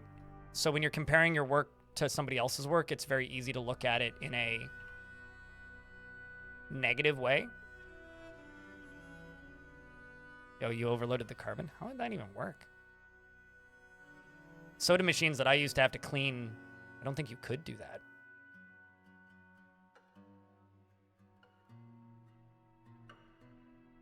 But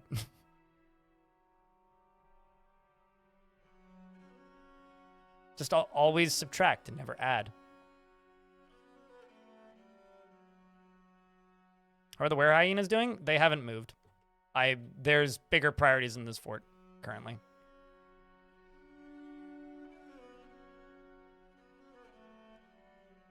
At some point, I'll have to get them better housing, but like, they just live there right now. Yeah, what happened when you overloaded it? I'm actually kind of curious. The last place I worked at when I first went in there, the soda machine, or I guess pop machine or whatever, when I started cleaning the serving side, it literally had hair on the inside of it because they didn't know how to clean it, and so nobody ever cleaned it. And now whenever I go into a place that has like a pop machine, if for whatever reason I am actually getting a drink from it, which I rarely do, I always pull the caps off to see if they've cleaned them before I do it. And if they haven't, then I inform them that they haven't cleaned it and I ask for a refund. I literally have only been to one place where it was actually properly cleaned. Because I don't trust them. It's like my own paranoia now. Because like the things where you push the glass against it and then like it pops back and then like the liquid just comes out, that spout screws off and pops down. It's pretty easy to do too. You just grab it and you pop it and it just clips out. Kind of like a medicine cap. Yeah, hair and mold strands. They're about yellow. Game's too hard? This game takes time.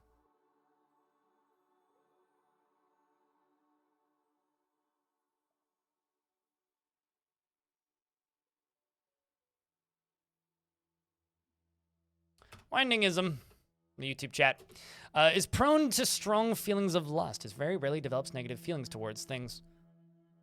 And is given to flights of fancy to the point of distraction. It tends to hang on to grievances and has a tendency towards forming deep and emotional bonds with others.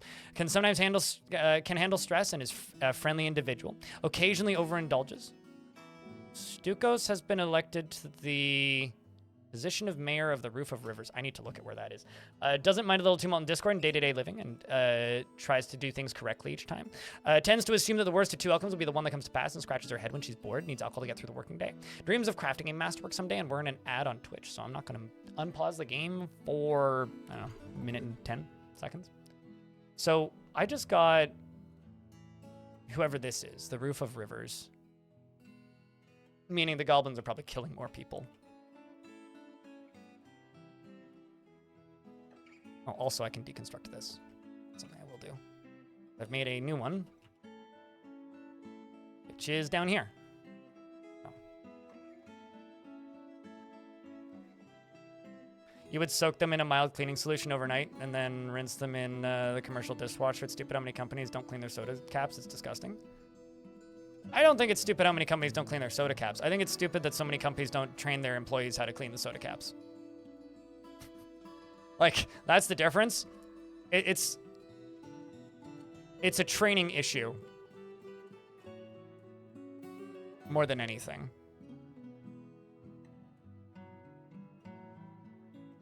Yeah, you legally have to be. Because all you need is, like, some inspector to walk in near and just be like, click, you're shut down. It's that simple. But yeah, this game isn't hard, Neb, in YouTube chat. This game is, it's obtuse and complex, kind of like JJ said in YouTube chat. It's a game where, the way I used to always describe it back in the day is it's not like learning a normal modern video game. It's like learning a board game, right? Normal modern video games, they teach you how to play the game from the ground up, generally. In Dwarf Fortress, you read the manual.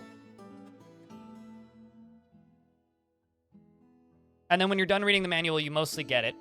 Or when you're done reading the basics of the manual, in this case, that would either be like reading the getting started guide on the wiki, or like watching a tutorial on YouTube or something by me or somebody else, or talking with a friend on how to play. Once you've made it through that process, you start playing. You're like number 69 on YouTube? Nice. Blazing Iceberg. You start playing, and then you learn a little bit. And your first playthrough, you screw up in a lot of ways, and then you realize you read the rules wrong. So you re-reference the wiki, and then you do it again. And then you just go again. And then you go again. And can that come across like difficulty? Absolutely. This game can be quite hard. But I don't think this game is necessarily a hard video game. So I do actually have some steel bars now. So I have 6. So let's queue up 6 steel spears.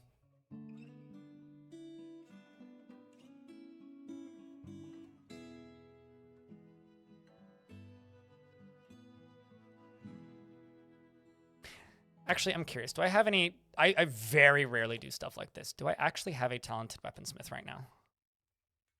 This is the steel one. Steel. Spear. Actually, no, I didn't want to do it that way. Let's do it this way.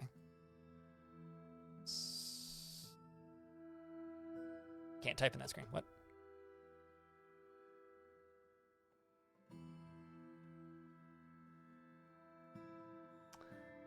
Seven. Oh, no, 6. That's what I have. And do I have a talented weaponsmith? I have an adept weaponsmith who's Prue. Grandmaster armorsmith. Lots of armorsmiths. Efficient weaponsmith. Metal crafters. Efficient weaponsmith. High master armorsmith. Legendary armorsmith. Okay.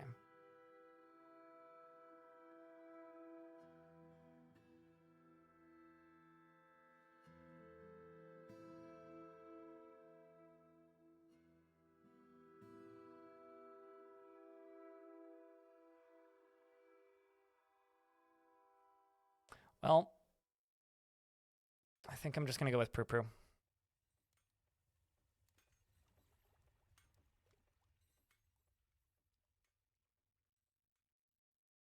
I usually generate worlds with less resources, and absolutely it does. The materials that you are able to trade for with your home civ and the materials that the other civilizations in the world have depend on what they have available in the sites that they're settled on. In the plentifulness that it is. That's a weird way to word that.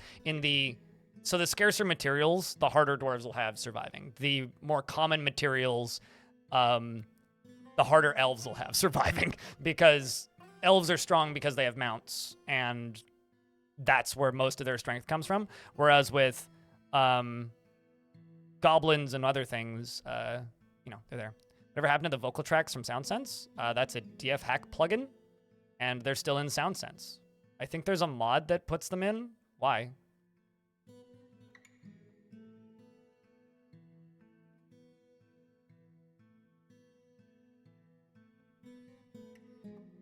Yes.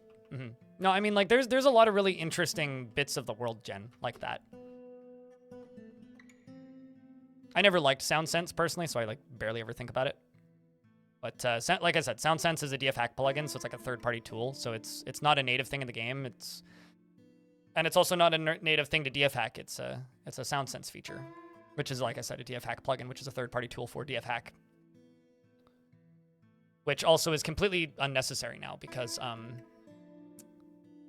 you can just mod the sounds in the game, in the vanilla game. So if you want those sounds back, you have to mod them back in. It's so interesting how that works, like how goblins needed cavern. That's cool. It explains why you never have issues with trading, because there's so many materials. Yeah, I don't... One of my biggest complaints about this version of the game, by that I mean version 50 plus, is that they made frequent minerals the default. Really bothers me. I have a series of this playthrough on YouTube. So on my YouTube channel, Blind Extras, I put up VODs. I try and do one per day. Part 1 of this fort went up this morning. Oh, I thought SoundSense was a DF hack plugin. Okay, I'm incorrect then. Crundalicious got you there. I never liked SoundSense. I always thought it sounded I always hated SoundSense because it was just like, to me, Dwarf Fortress was always a not serious but like kind of dark game, and SoundSense always just kind of felt like lull so random humor, and I never really liked that it just never fit for me. So the Girded Faith, actually I should have read that clearer, but Girded Faith worships which god? Because I would like to make some statues for it.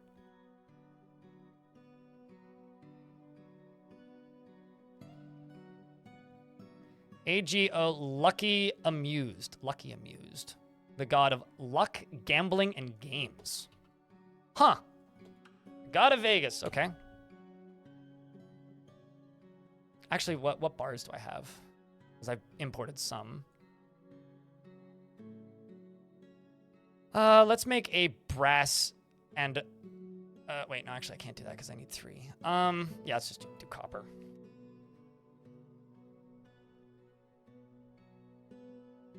Copper statue, let's make... we'll do 10. Of luck. There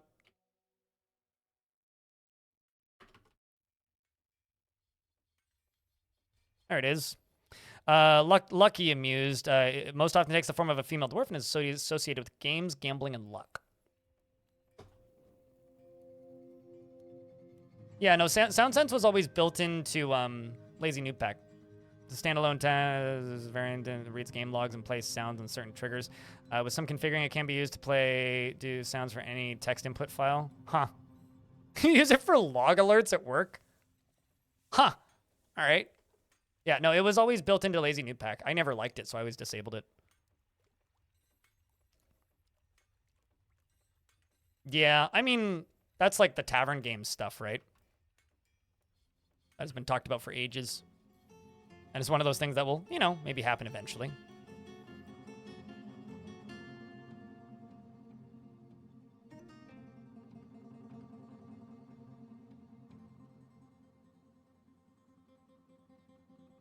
Throw more doors in.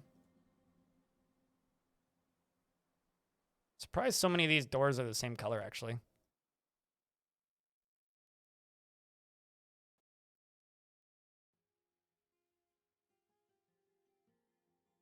Out of beds again. Multi-bedrooms. 11 more bedrooms. And we're going to go over here, and let's start throwing chests in. Because I queued up, I think it was like 80 or 90 chests or something.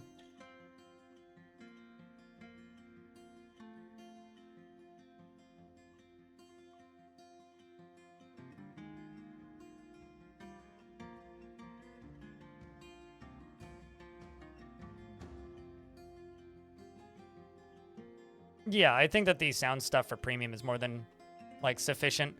And also, because, like, Dwarf Fortress has always had, like, a spatial audio.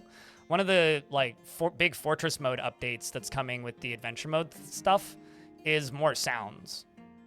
Tarn's talked about on, like, the interviews that I've done with him, things like doors opening, doors closing. I'm not 100% certain if that stuff is going to transfer one-to-one to Fortress mode, but we do know that we're getting, like, pretty large addition to the soundtrack alongside of adventure mode, which is, like, the whole adventure mode update to the soundtrack, which that is something I'm very excited about. Because who doesn't just want more music by these composers? Words. Composers. Because I know I do, so that is something I'm super keen for. You would probably go crazy. It made me go crazy in RimWorld, but it's something that would be very, like, important for adventure mode. Regardless. Because you need to hear doors opening and closing. And hearing doors opening and closing is better than just having what they had in the older versions, which is just like an icon appearing when there's a noise. Well, let's let all this stuff come in and get assigned. Let's assign more bedrooms. Good Charles, the armorer has been taken by a Fey mood. I will have to check in on that dwarf in a moment. Good lord. Such a large area. But I don't know. I would like more there are two completely unnecessary features for Dwarf Fortress that I would really like. The first one is, you know how they showed off the combat animations for adventure mode? Which is these guys. Which I realize that kind of looks dirty, but apparently they're going to have different colors based on the weapons, which is interesting. I would like to see some very simple animations for a dwarf working in a workshop. That is one thing I would love to see. Like, I don't need them to move smoothly from tile to tile, because like that, in a lot of cases, I don't think would look good in this game's engine, just period. That being said, I would love to see some very slight animations like that. Looks like a towel smacking. I mean, that's not what it looks like to me, but okay. Reminds you of Project Zomboid. He paid a professional studio to redo all of the sounds in the game. Really? I know very little about Project Zomboid's development, aside from that it like has a lot of very interesting similarities to the development of Dwarf Fortress. Project Zomboid is probably a game I would really like if I actually put the time into it, but the mechanics of that game are just so dull to me. It's more of a, by that I mean it's more of a game I think I would like academically if I put the time into learning about its development, rather.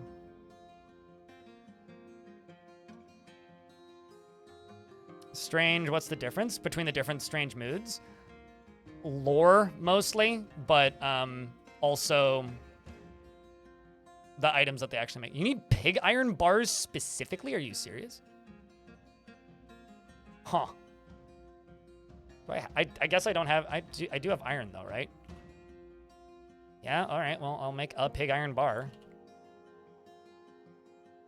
Hopefully you don't need more than one. Oh, I know what Project Zomboid is. Like, I'm well aware of it. I mean, I've played both CDDA. I hate it. And it's a good game. Don't let my opinions take away from your desires and likes. I don't like playing CDDA. I've also played Project Zomboid, and I find it pretty boring.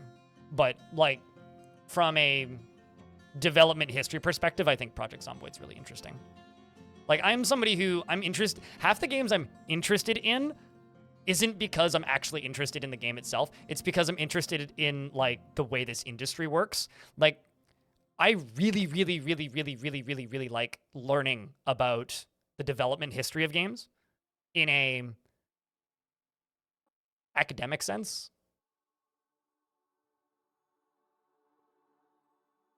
You had one dwarf because he basically wanted shell, but he never got a turtle. Yeah, I mean, like, I don't think I've ever had one specifically ask for pig iron, which is weird. Which actually makes me wonder, are you a fan of pig iron, good Charles? Personality, preferences. Yep, he likes pig iron. Well, he grabbed his pig iron. All right, let's see. You run off now?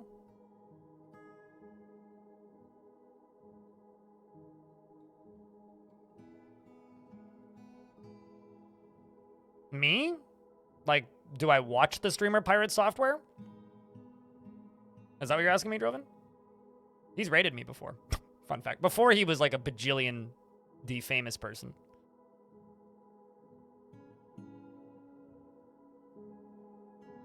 You're a code distributor for CDDA? No offense taken. Fair enough. It's just, it's not CDDA, it's me. I don't like open world survival crafting games, and that game is too much of an open world survival crafting game for me.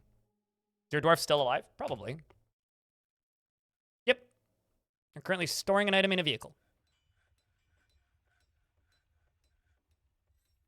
But yeah, no, I don't really watch Pirate Software, no.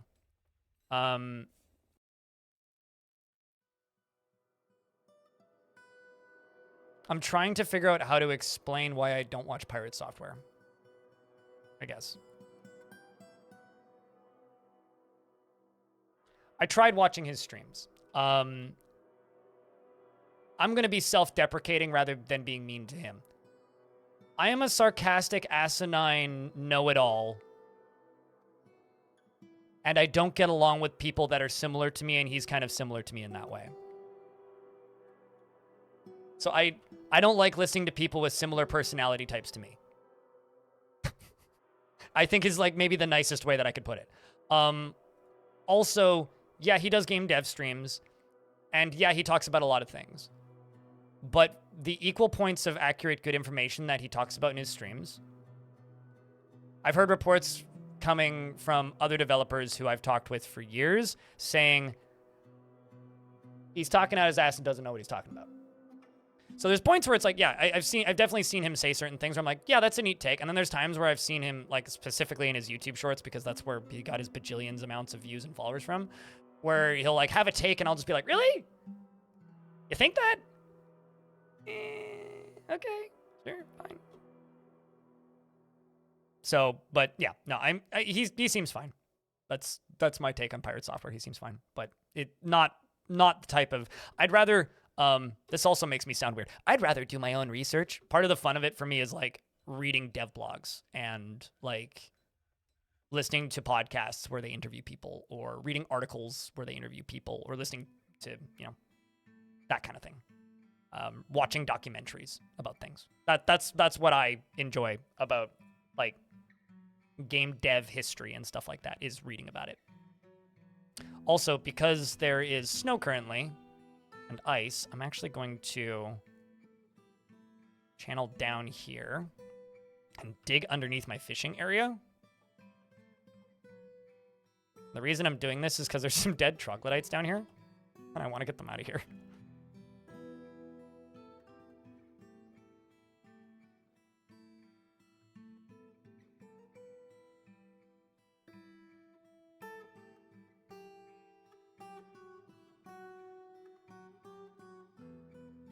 Seriously, I contemplated making you manually blink in CDDA at one point. You know, it's funny because part of the reason, like, I can tolerate open world survival crafting games, Rubber Rouser, in like the right context. If it's the right game with the right mechanics, with the right theme, I can tolerate it. Like, I do enjoy like Project Zomboid sometimes in co-op with friends. More as it like an RP, like let's RP a zombie survival movie instead of like actually playing the crafting portion of it. I do like that.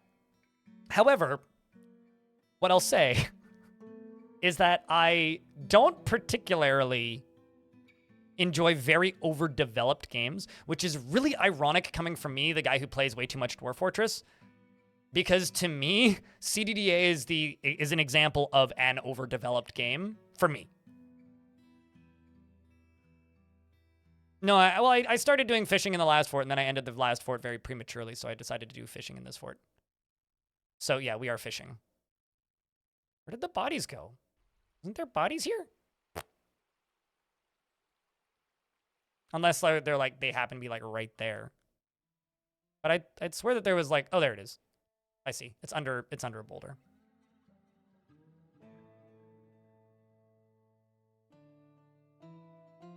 The void took the bodies? No, it's literally just underneath a boulder. It's already getting removed. There's the other one, yeah. All right, those ended up there very early on, and it was spooking my fisher dwarves, so this will sort them. Good Charles has begun the artifact, which is using pig iron bars. Okay, well. Good Charles has created a pig iron shield and claims it as a personal treasure. All right, well, Good Charles, since you've claimed it as a personal treasure, what I'm going to do is I'm going to go up here and I'm going to make a pedestal real quick. I'm going to prioritize that to maximum do it nowses. And I'm going to figure out where your bedroom is. That's your bedroom? Okay. It's easy to remember. Good Charles named it after himself. Good Charles is a pig iron shield. All craft store ship is of the highest quality. It is encircled with bands of tapered baguette cut claro opals, and this object menaces with spikes of pig iron, forgotten beast, leather, and red pyrup, and claro opal. On the item is an image of an icahedra in feather wood. On the item is an image of Nish, mansion granite, the dwarf, and dwarves in almond wood. Nish, mansion granite, is surrounded by the dwarf. The artwork relates to this ascension of the dwarf Nish to the position of Baron of the Emerald Irons in 403. On the item is an image of a squid in forgotten beast leather. What, name it after themselves and claim it as a personal treasure?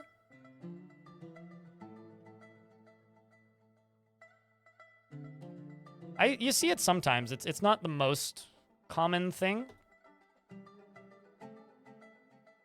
but you do see it sometimes.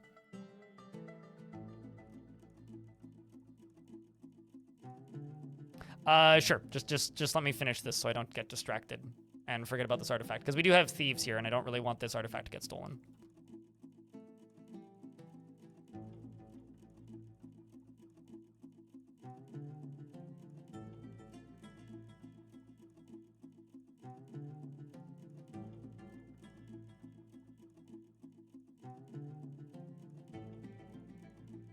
Does ZF track the Z level within Z level, example body under thing, or are they just in the same spot?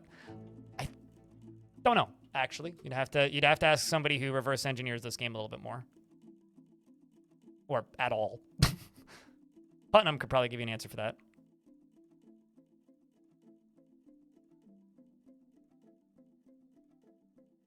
So I'm gonna, uh-oh. I've got a starving guinea pig over here. Hold on, let's go to the farming layer and put away animals that are starving.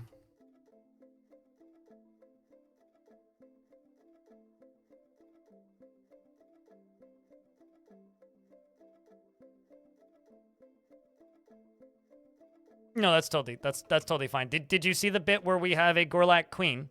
Telling Artho. Also, for anybody who wasn't here earlier, we have a queen as a Gorlak, and if you go to my Discord, there is, in the save sharing room, I uploaded this folder right here and made a thread. If you want to grab this world, download this right here, and go through Legends and help us find stuff, and screenshot stuff and stick it in there.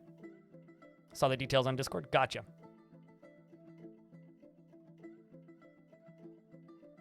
Saves questions for Q&A interview stream.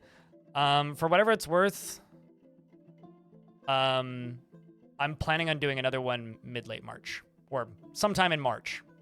I'll just put it that way. And then probably another one shortly after.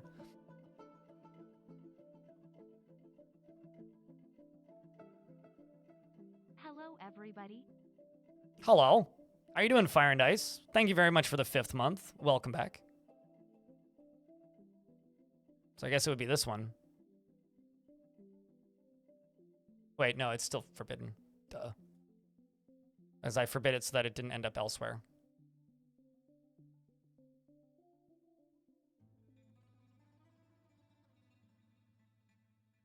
Because actually, I think that's the second pig iron shield we have, yeah. It's the second pig iron shield we have.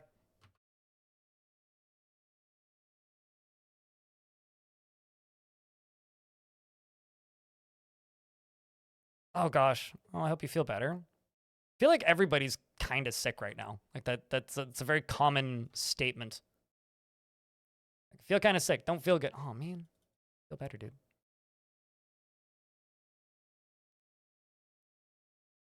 I'm gonna go top off my coffee. 2 seconds. Save screen anyway.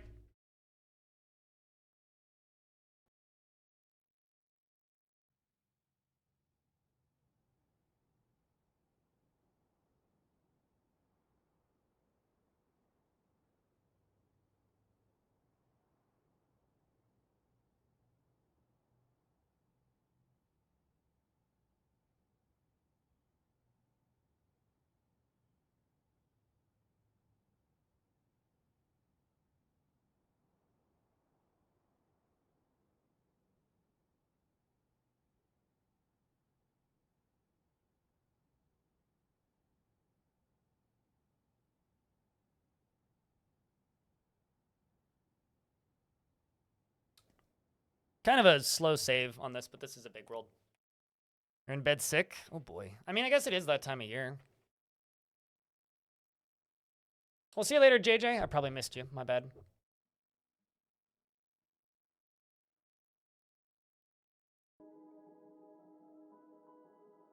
No, and also to elaborate on something from YouTube chat, I don't think we'll get opening and closing of door sounds in fort mode. What I do think we're going to get, though, is more, like, ambient talk. Like, this is me guessing, right? But based on what's been said, things like ambient talking sounds, if that makes any sense, or things like maybe workshop sounds when you are hovering over certain areas. Basically more spatial audio, because the game's engine has had the capability of implementing spatial audio for a very, very, very long time. They just haven't done it. But because they've never had an audio engineer working on the game, and when they started spinning up last March, so like a year ago now, basically, to work on adventure mode, one of the things they did was Kit Fox hired an audio engineer. So specifically to work on audio for adventure and fortress mode. And also, yeah, we're getting more soundtracks, so.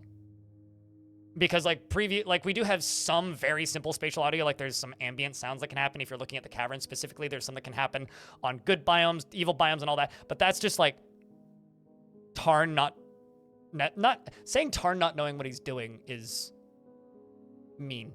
The bare minimum to have some there, because there you have the capability. Did you see the attack pixel art stuff they showed for adventure mode? Yes. If they will add those to Fortress mode, I did. And she said it's possible. And something that they have discussed. So currently you are meditating on fishing. You don't even have a bedroom yet. Or rather, do you? Oh, I see. You just need a nicer bedroom because you're the captain of the guard still. Yeah, you need a nicer bedroom. That's your current status. And you are... currently praying you want to fight and be with friends. You have no friends. I might put you into a squad.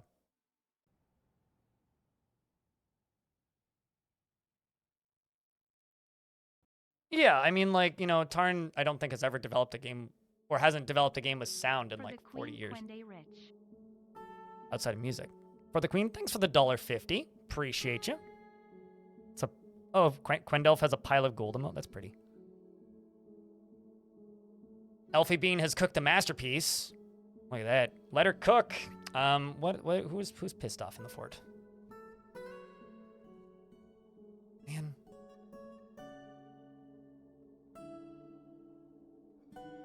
Okay, main squad, you guys are going to go on to monthly orders, and I'm going to edit monthly orders. Just keep stuff equipped. Copy, paste, paste, paste, paste, paste. Go. The world's tiniest tater tot. I don't know about that.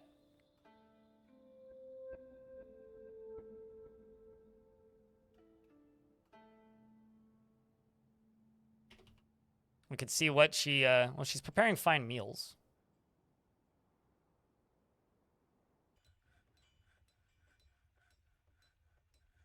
I mean, we can see what she cooks with the next one, because I missed that one. It's in one of these barrels, probably.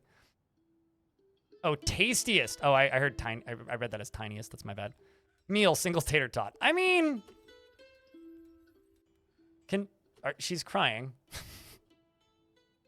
She's probably crying with feelings of joy. Oh no, she's lonely after being away from friends for too long. Well, that also checks out because she did go for lunch. So.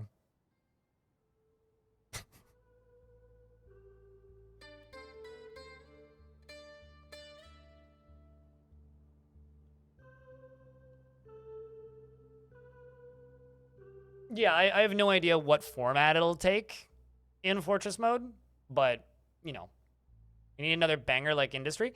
Just remember, in Adventure mode, you can literally, like, organize dances. I really, really hope that they make it so that when you organize a dance in Adventure mode, a specific song plays. Or, like, one of 3 songs play.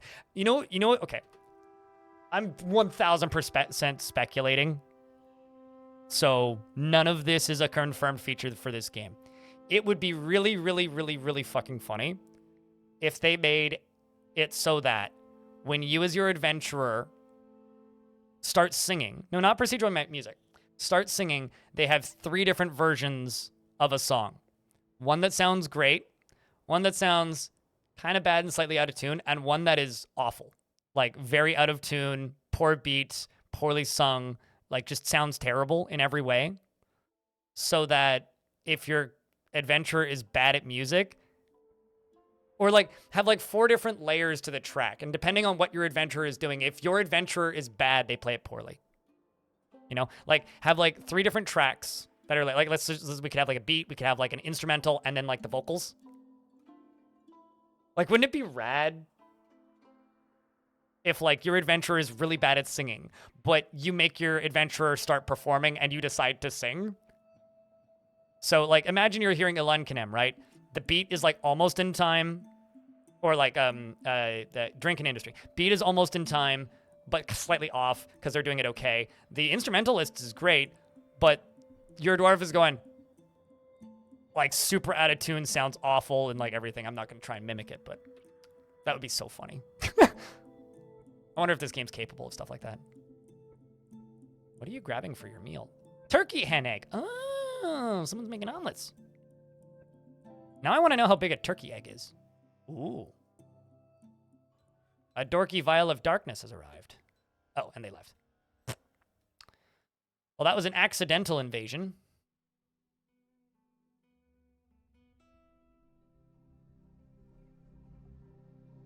Oh, hey, these buttons are back. These buttons were missing yesterday.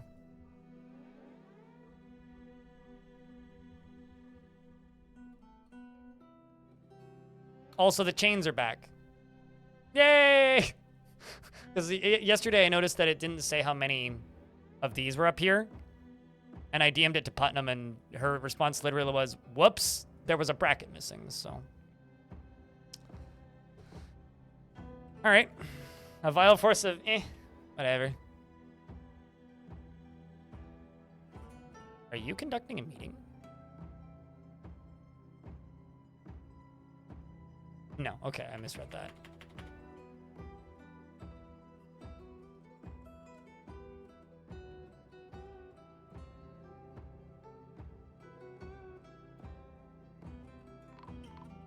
Ah. They did leave some child snatchers here, though.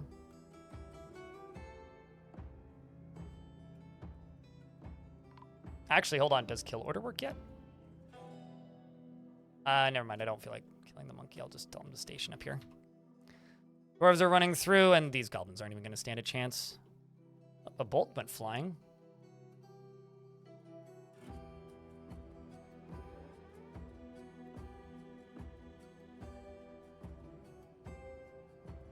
Also, people are like, we need more Vile Force of Darkness bangers. We need more, like, or we need more Drinking Industry bangers. We need more Vile Force of Darkness bangers, I think. Vile Force of we're here to take your people. Yeah. All right, well, let's specifically put this squad off duty for a little bit and give them a break because they need it. They've been training enough. This squad down here, these guys, Servish.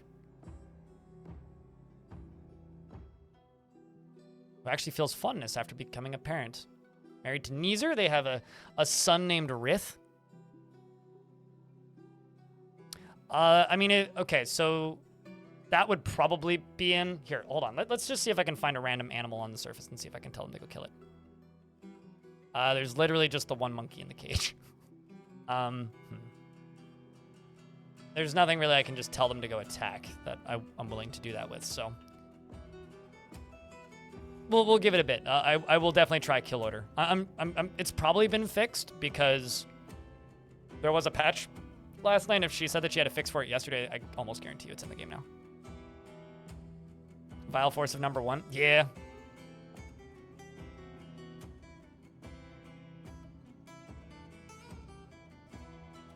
So, what's Prue up to?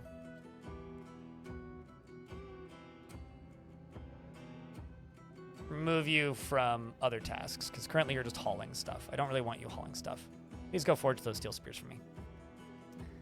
Because I do need to get my other squads to equip those.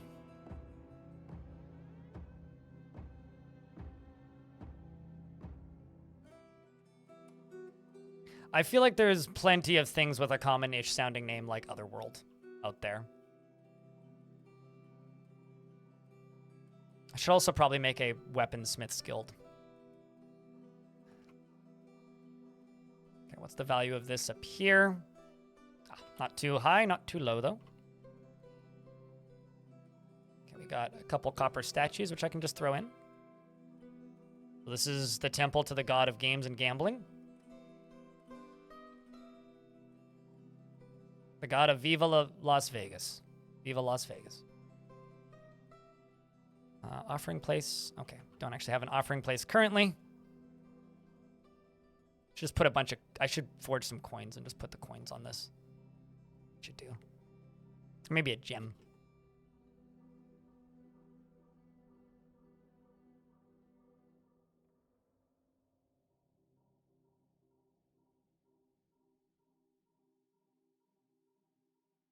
I will say, like, it's been a little bit since we've had like a super active series of rapid patches for Dwarf Fortress, and this kind of feels like the old days. Because what they would like, for those of you who missed the old days, there often was a period of time where a new patch would come out, and then everybody would be like, okay, how broken is it? And then it would be like 3 weeks of like Tarn putting out a patch like every 8 hours or so every day on the website, and then everybody would just go download it, and people would just like jump from stream to stream or like jump onto the subreddit or jump into Discord and be like, new patch is up, go check it. And that's kind of what this feels like right now. You miss the old days? Back in my day. Yeah, I mean, that's just the way of things, right? I do in some ways, but I also kind of don't in most others.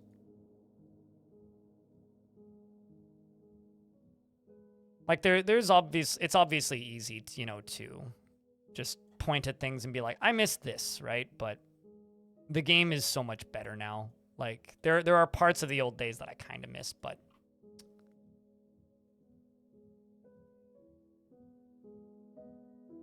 realistically, I don't miss it. To let them weaponize nostalgia. Yeah, I agree.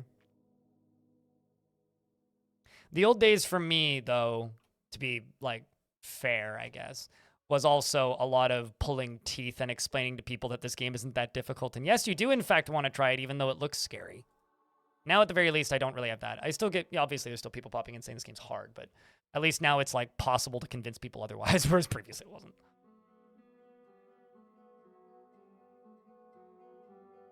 There is some busy area ambience in the game already. It's just very sparse. But yeah, no, I agree with that.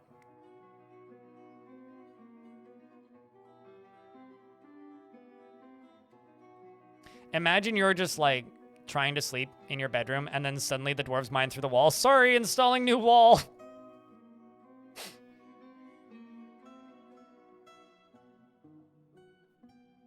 You know, I never played the versions of Dwarf Fortress that had the economy in it. I've just read about them.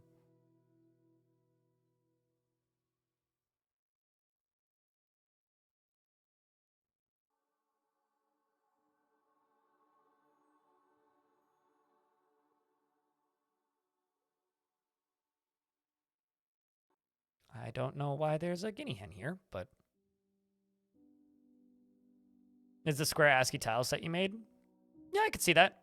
I mean, I didn't make one, but I got my artist to modify one, and I kind of missed that one. All right, Holy Silver. I usually give it to a named dwarf who isn't in the military, so ooh. Okay, actually, chat, who do we give it to? Who do we give the god of gambling to? Do we give it to Stupid Moles, do we give it to Nameless, or do we give it to Lazy Man, or Holy Spokes? Or Stingray? Those are all of our options.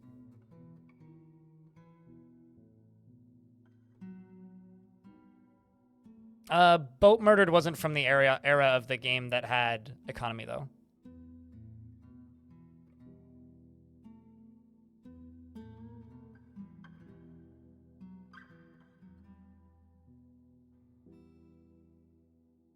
Elfie, you were making masterwork meals, which is funny because you were crying about missing your friends, and we were like, well, this checks out. She made a masterwork meal and also isn't in the stream, so she's sad about missing her friends. All of this checks out. Yeah, Boat Murders was pre-Z levels and pre-economy. Chat saying Stingray. All right, Stingray it is. Stingray it is. The Holy Silver. Well, that's satisfied.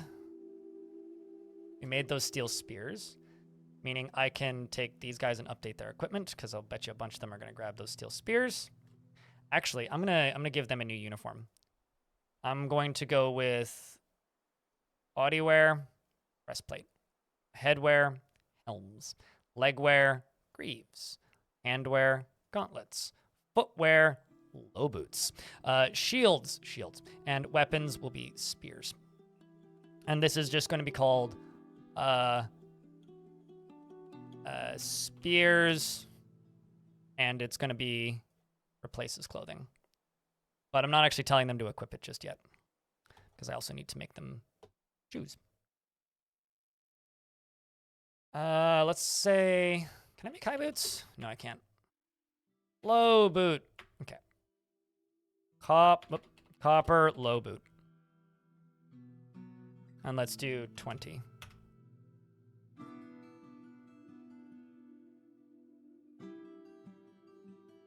She was crying after she made the meals, so I would assume the dishes did not taste like tears.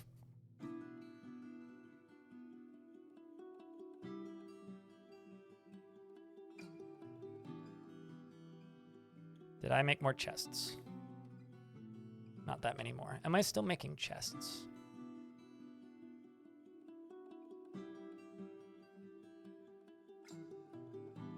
Nope. Let's just make 100 of them. Let's just make 100 of them.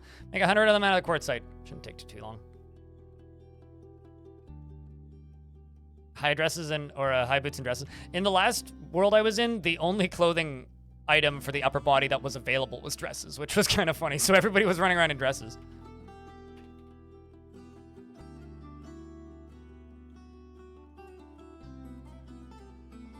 It's just like that zombie in a miniskirt that came by recently.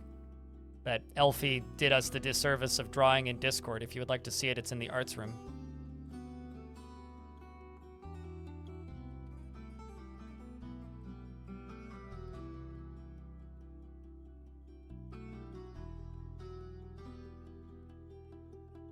Served with regret.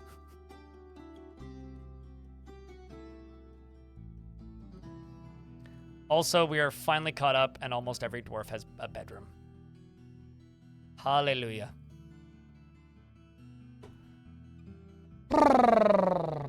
Hello, Skull Mop.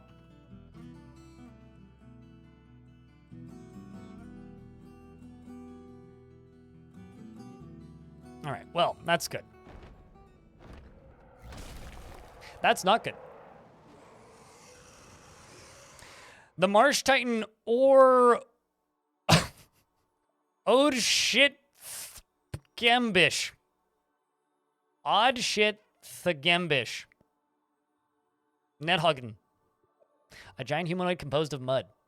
It has a stubby horn and a steer look about it. Beware its deadly spit. Well, that's not too bad. Where is this ugly motherfucker? The Lustful! Okay. It has 14 kills. It's killed plenty of dwarves and some goblins in the past.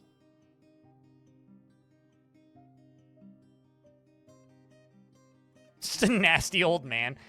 You know, can't deny it. Why are you stationed? Your squad wasn't stationed. Unintentional, are you okay?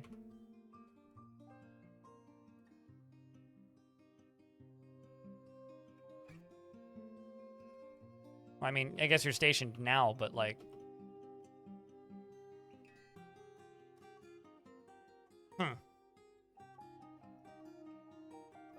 Why don't I use this as an opportunity to see if the kill order works?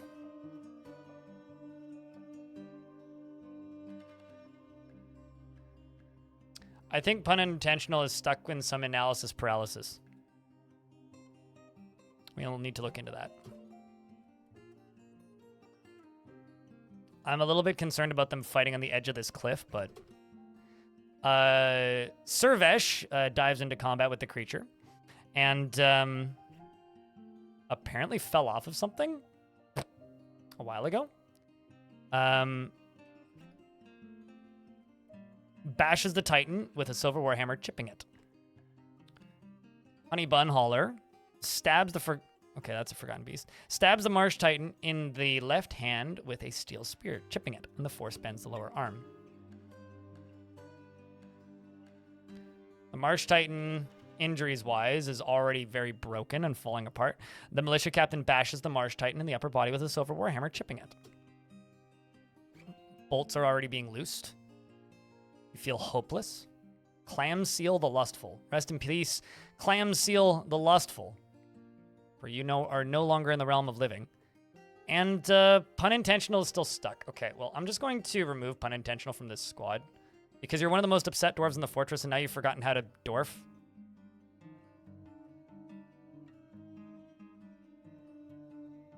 Still forgotten how to dwarf.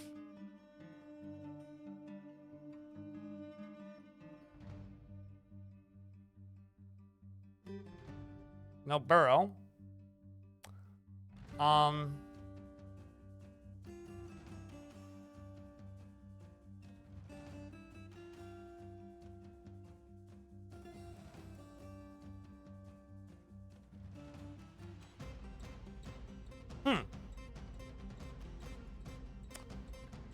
Odd.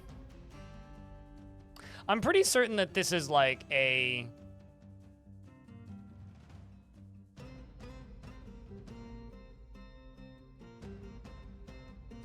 Okay, who's conducting a meeting? Anander. Okay, so I'm going to make an office right here. Assign Anander to it.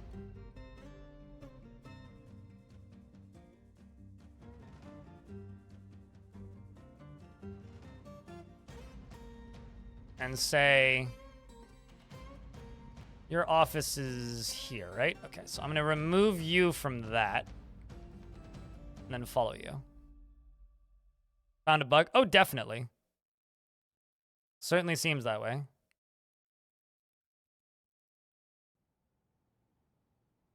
I may also have more than one. Okay, never mind. This dwarf's just going to go sleep.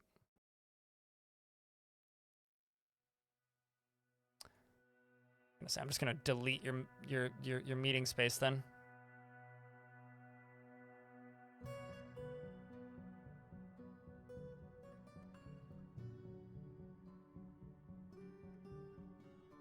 I don't really want to just like expel you. Oh, wait. Maybe I didn't find a bug. Huh. I don't think I found a bug. I think I spotted a criminal in the act. I'm pretty sure actually that's what's happening here. Hold on. Let's just reassign this to the mayor.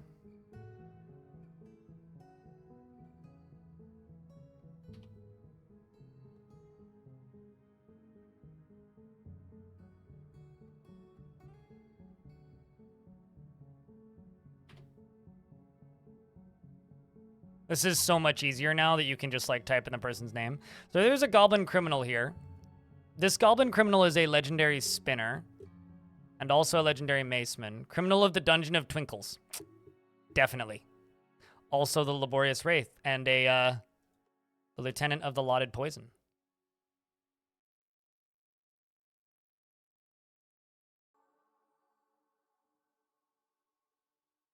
Go catch him. Come on. Although, that dwarf may still be stuck. Regardless, we've spotted a rat, so we'll interrogate him. Run, dwarf! Yeah, see, the goblin made it off the map, but we can now interrogate pun intentional. And this will probably break him out of whatever that I'm stuck, can't move, help thing is.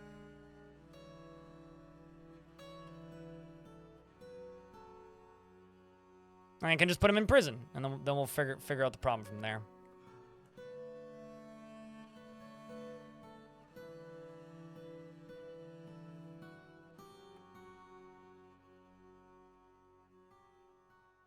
Tempted to make intimidating run, must have, oh, wow, misjudged the character. Well, I mean, that's not going to stop me from simply interrogating you a second time. Got to practice interrogating somehow. Also, pun intentional is functional again, so. Whammix wants you to post beers, chat. Also, hey, Whammix, hope you've been well.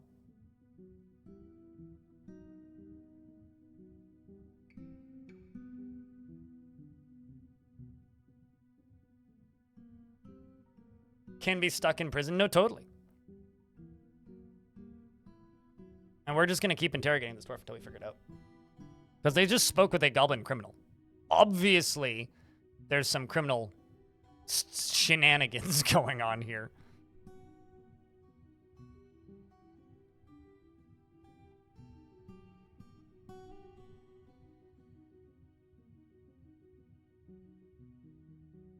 May have misjudged the subject's character. All right, well, let's try it again. I might just lock us in here.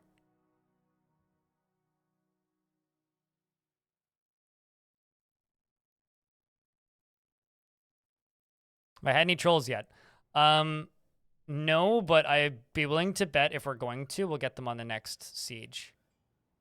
Oh, I see. Your sprite's just broken. You've already unequipped all of your armor. That's fine, though. All right,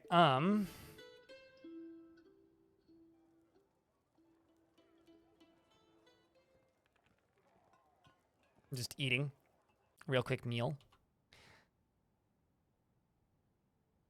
I think I'm just gonna put doors here and here.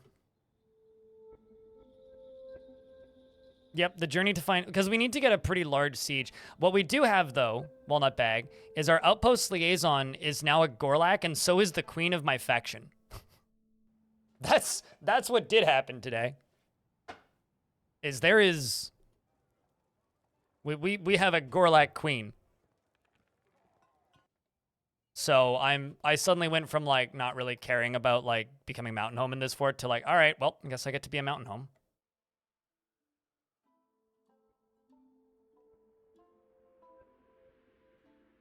Just out of nowhere, I love this game. Yeah, because, like, the previous nobles got killed. So we have to... If adventure mode was in this version of the game right now, I would immediately... go into adventure mode and just go try and convince the queen to come join us because they're in a dwarven fortress that is run by a goblin civ. Oh, come on. No new information. Oh, they complied.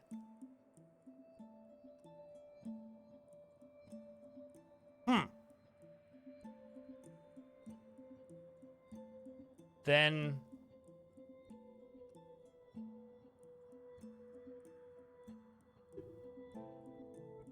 they aren't guilty.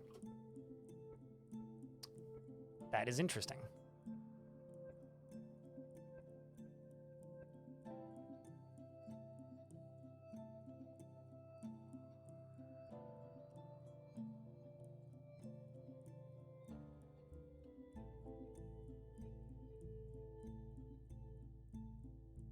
I'm seeing, like, some meetings happening in some mighty weird places.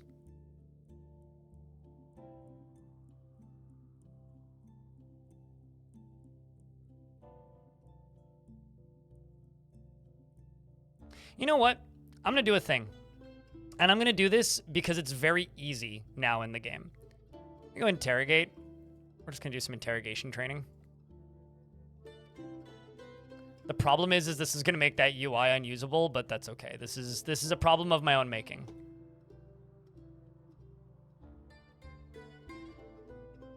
Speaking of UIs that need filtering, this screen. But something they're aware of.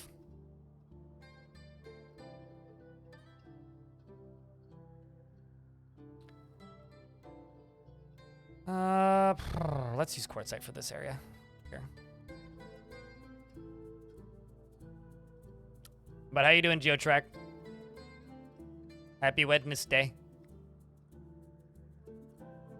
There is no specific guaranteed layout for any cavern layer. It depends on your world. So there is no layer that has no, like, guaranteed no vegetation. But you could have a cavern layer that has no vegetation. It's just something that you get sometimes, but it's not something that's guaranteed.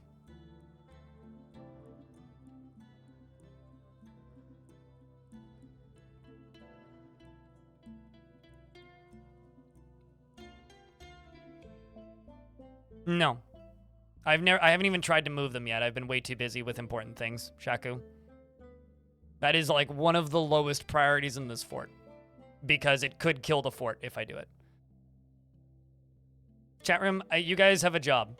Whenever somebody answers if I've seen trolls in a goblin siege, just say no, please. I'm getting tired of answering that question. I'm starting to feel like a broken record. And as somebody who likes records, they make me sad.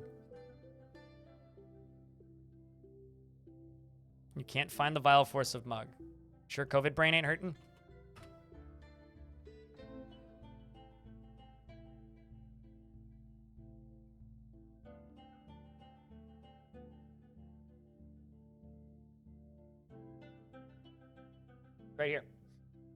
Second row. On the right.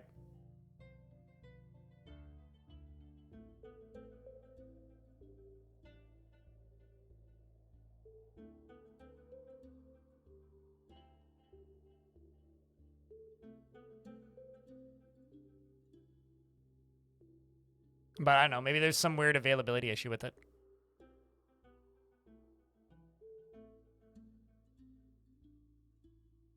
Quality practice. Ocean cat.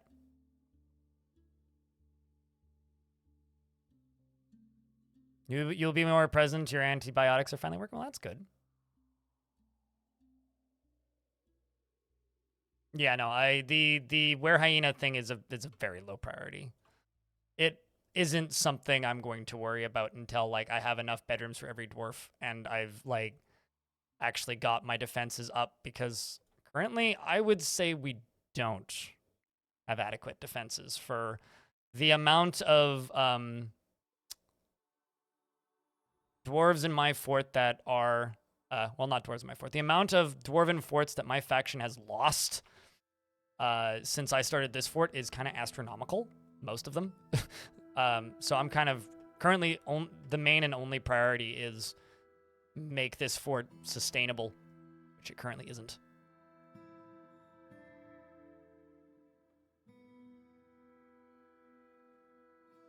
Oh, also, I uploaded this save to Discord.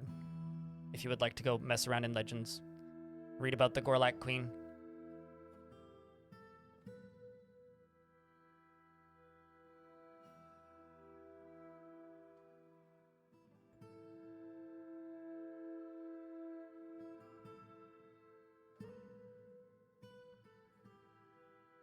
Also, we're in an ad break, so I'm just pausing. Depends on how you define trolls. I'll be honest, we haven't really had any in-chat trolls either. I got cranky for about 90 seconds, but that's about it.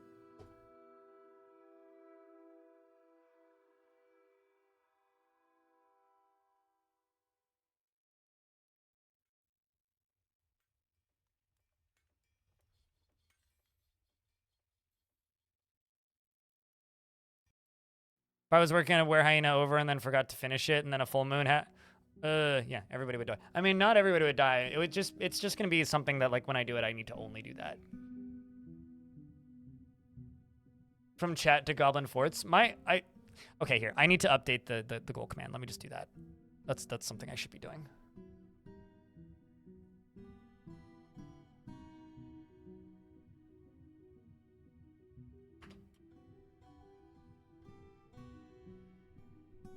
Because I think I might be done with creature keepers. Riverdepths, save the Gorlak. Is Gorlak with a C or a K? It's a K, right? Queen.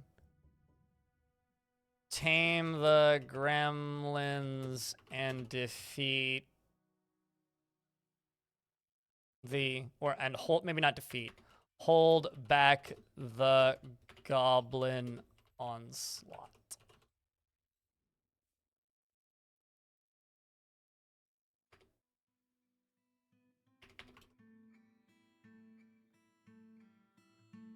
There you go. I've updated the goal command.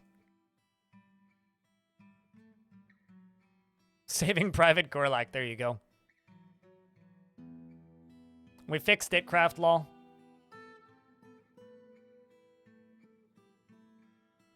You can try it now.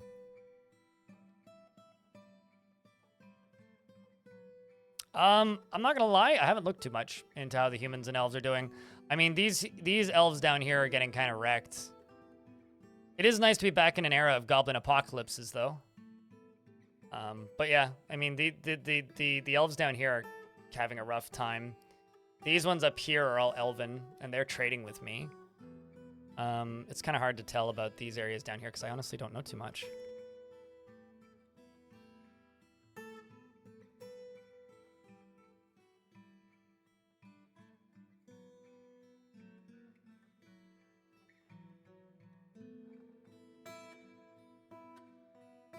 Absith became the mayor. Became the mayor of here, replacing that person. Name the mayor, replacing somebody with an elf name. I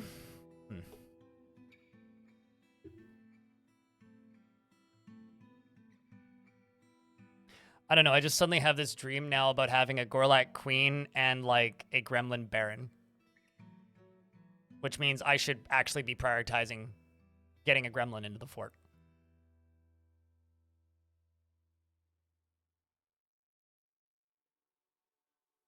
I need food storage items. Let's do rock pot. Let's do copper pot. Chat, copper barrels or copper pots? Not technically. They're one of those creatures where you have to use shenanigans to get them into cages. You can tame them if they are in cage traps.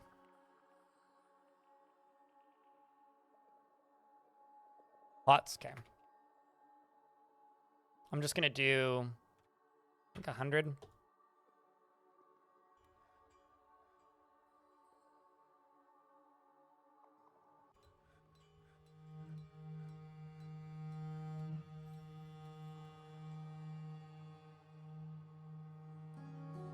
Which I think just take 1 bar per, because I've got like 7. I've got so much tetrahedrite. The tetrahedrite itself is not an issue currently.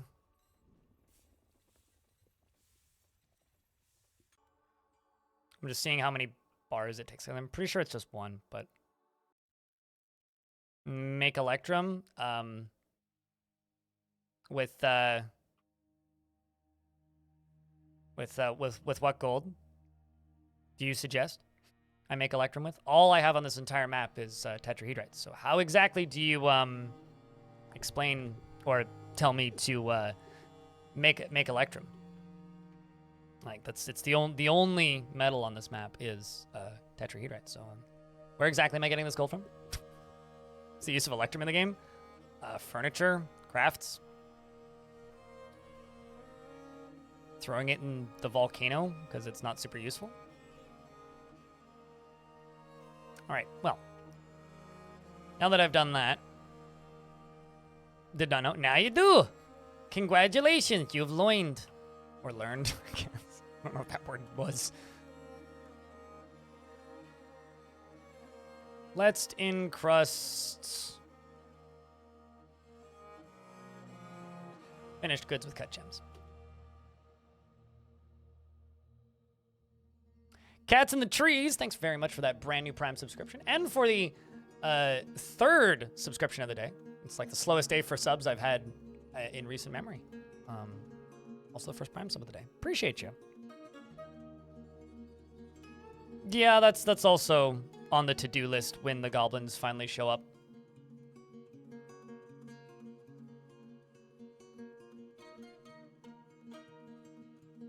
I like how this Monticore is just keeping his gear on.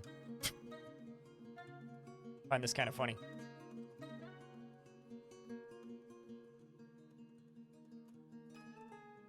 Although they might be swapping over to gear again.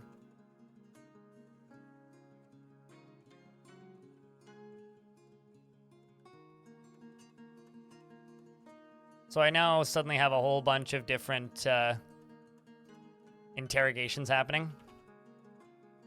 But ideally, what's happening here is you're getting better at Judge of Intent and Intimidating. Is what's happening here. So, being an adequate Intimidator and a better Judge of Intent. Does really like his job, though. The military equip metal flasks instead of water skins. Yes, they are the same item. I can also, like... Yeah, so they can use cloth water skins or they can use flasks. How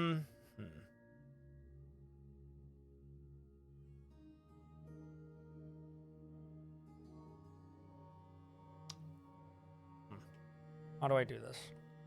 Let's do this gremlin first because it's easier. So what I'm going to do is I'm going to dig this. And in the middle of this, rather I'm going to do one layer up here. No. Never mind, gotta go the other way. Can't do it here.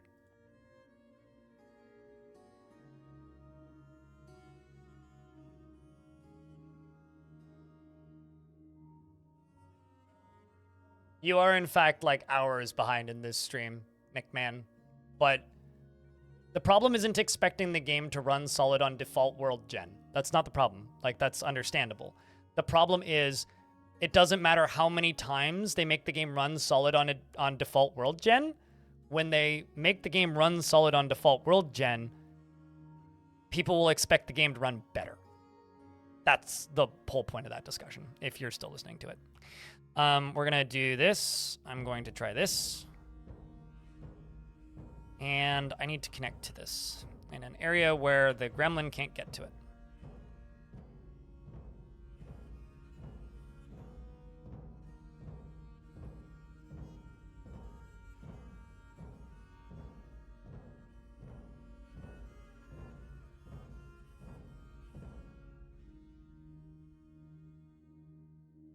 Oh, certainly. But I'd rather have the copper, currently. Once I'm satisfied with my military, then certainly.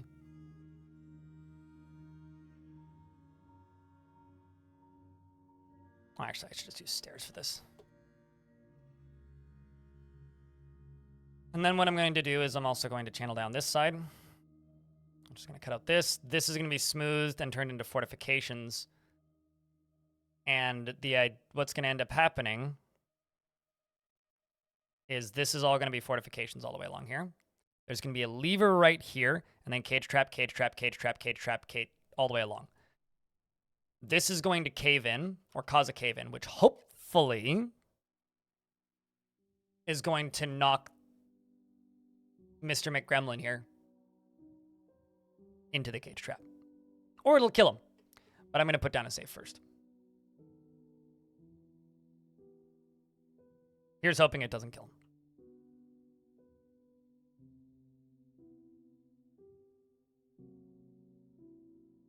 Metal flasks can be heavy as fuck. Really? I'll be honest, I've never looked at the weight of them. Although I should make actually some copper flasks.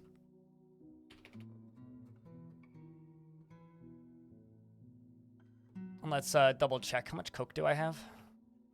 118. How much lignite is on the map? 18. Might need some more lignite pretty soon. But it's okay, there's tons of it.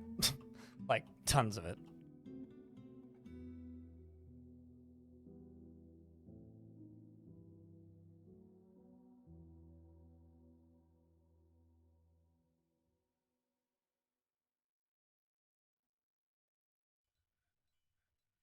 I've had dwarves die, like not die from burning because they, what's the word? Instead of dying from burning, the fire gets put out by. I've had dwarves not die from burning and instead have the fire put out by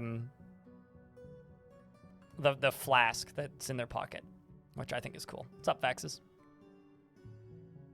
Like, that's one of my favorite things, is when they were burning, like on fire and dying, and then the fire gets put out by the flask in their pocket. Like, the flask basically evaporates, and then the evaporation is what saves their life.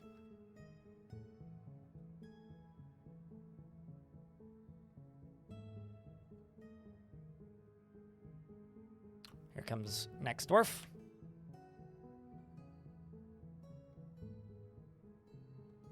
So I need to just make sure that I have enough cage traps for all this. So we're going to start the cage traps going first, because those are going to be the slowest things to construct.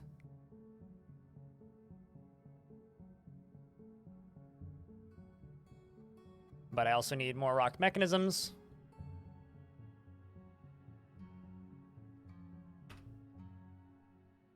Possibly also more cages. I need to actually look. But I need to have... The lever is going to be right here at the end. This is just going to be a wall. And then it's going to be a door here, which I'm going to lock. And then it's going to be a cage trap all the way along here. This is going to be a cave-in. It's just going to be a floor that's going to cave in. And hopefully this will work. And if it doesn't, then I still have a gremlin caught in here.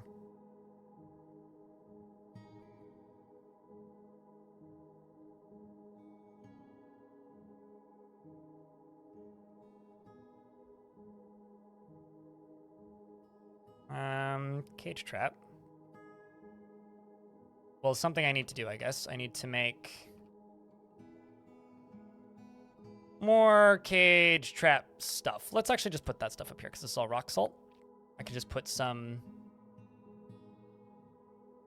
mechanic stuff up here. Because this was my kitchens previously, but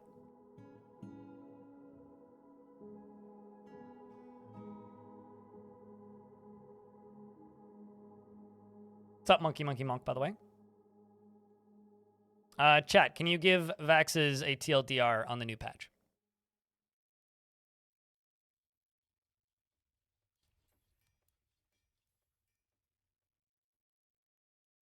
Here's hoping. You know, honestly, as long as we get Gremlin family, I don't really care if they're happy or not.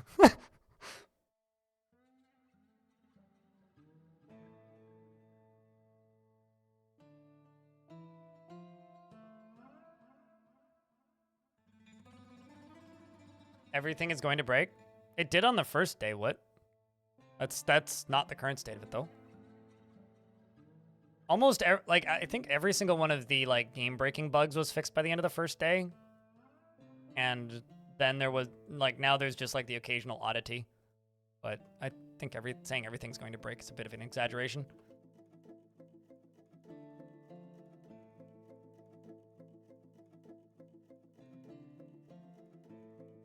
Want them to have their gear equipped. Nameless, do you have like a permanent injury or something? Huh.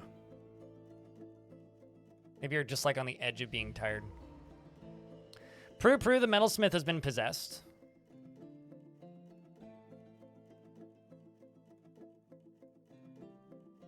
Strange Mood is stunned, is now going to go do the thing.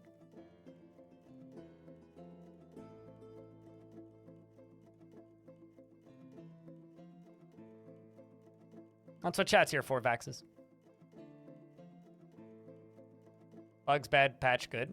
I mean, the bugs are pretty minimal at this point. Literally just grabs copper. Okay. I mean, like, if you insist.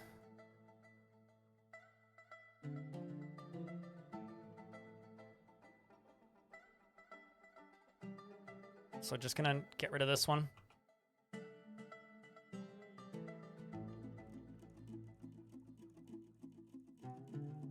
And I'll put some more over here.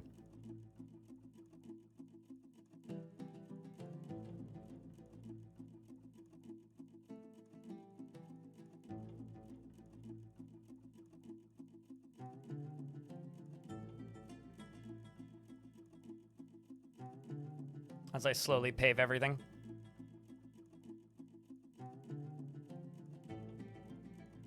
And did I manage to get the berry? This game doesn't move that quick, dude.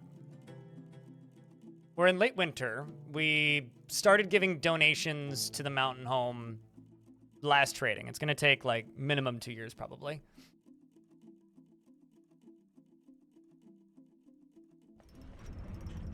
Oh, that's interesting. Prue the metalsmith has created a copper warhammer and offers it to the dutiful boulders and names it Orashastith. And it was just a possession, so we don't have a legendary weaponsmith. That's a bit of a shame.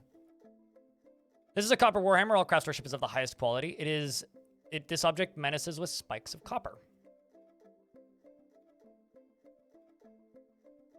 You know, actually, I'm gonna make this into a pedestal, and or make a pedestal, and I'm going to make it the image of the captain of the guard, because that just checks out, right?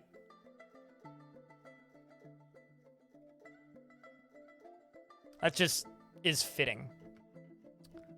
Do nobles want? I can't export large gems, that's fine.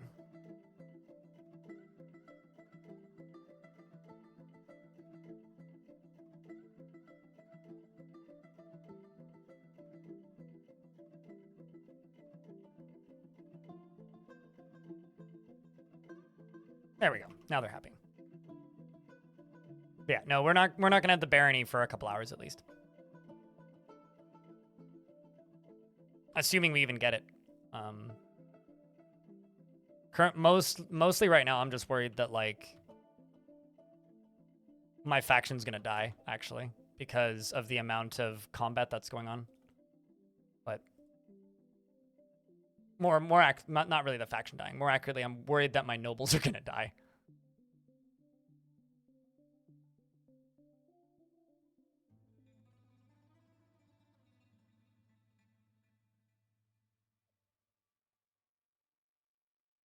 I don't really want to go along doing this.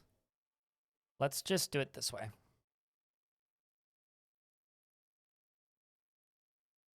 We did get one partial siege that immediately left upon sieging, so there was that. But we haven't seen any trolls either. The symbols of X. I'm not sure what you're referring to.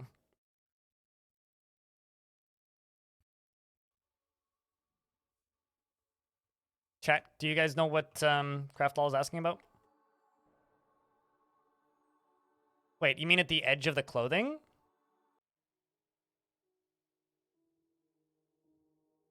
Symbols next to the captain of the guard. I, again, still don't know what you're talking about. Or king. Still don't know what you're talking about. Yeah, on item names, it's level of wear, but especially near nobles, I have no idea what you're talking about.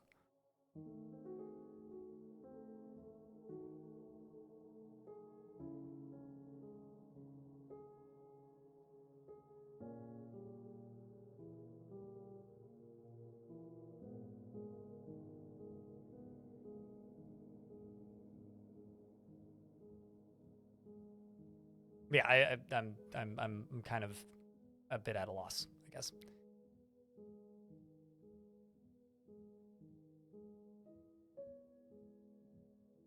Oh.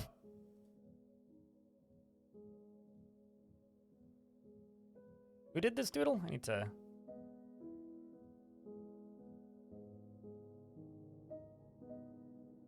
Okay, so we've got two doodles of the Gorlak Queen. Elfie. And Walnut.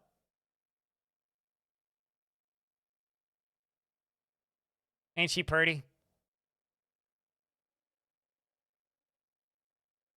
Which is kind of funny, because the one detail that I think you two are both missing, which can easily be added in. Queen's a swordsman.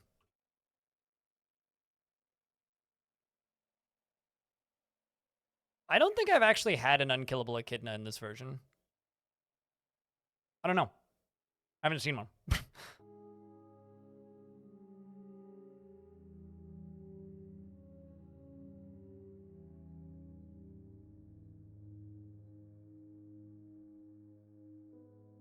They are the same picture. Spot the differences between these pictures. They are the same picture. You know, I've never really watched The Office. The only real context I have for The Office is memes related to The Office.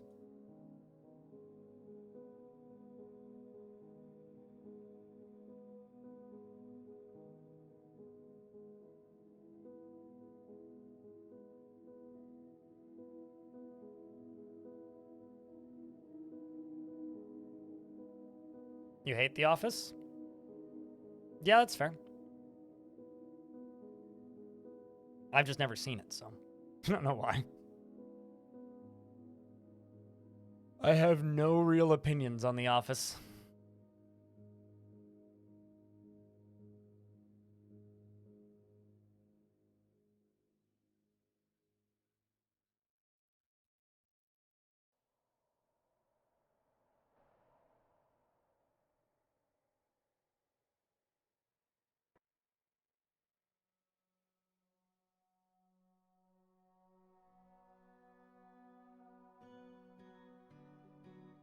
You make a refuse pile and remove everything but the wear from it.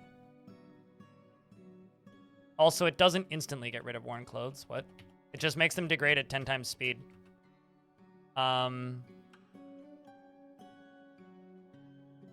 You make a refuse stockpile and you go nothing. And then you go into here and you go wear, footwear, handwear, headwear, legwear. Done. But it doesn't make them instantly disappear. They still take a couple weeks, sometimes months, but they degrade way faster. But the thing is, like, once they're at tattered, which is the double X on either side, they degrade way quicker.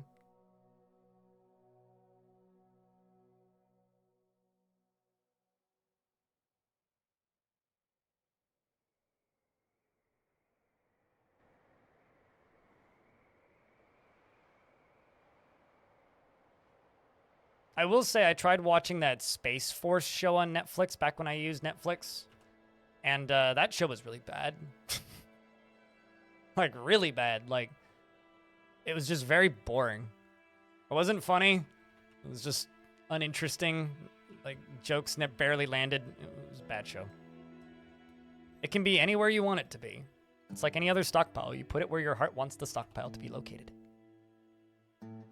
Outside, inside, probably not like in real life. Then the dwarves would have a hard time getting it there. But if your dwarves are able to drop their clothes off near you in real life, you may actually have found unlimited money. Start breaking them down into textiles and selling them to your local seamstress.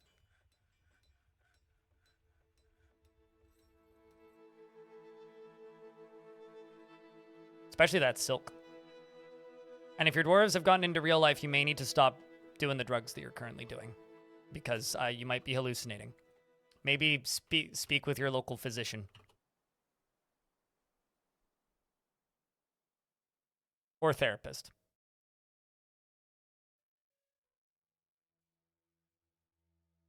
Or share the drugs. Yeah, maybe start selling the drugs. That might also be not a bad business opportunity.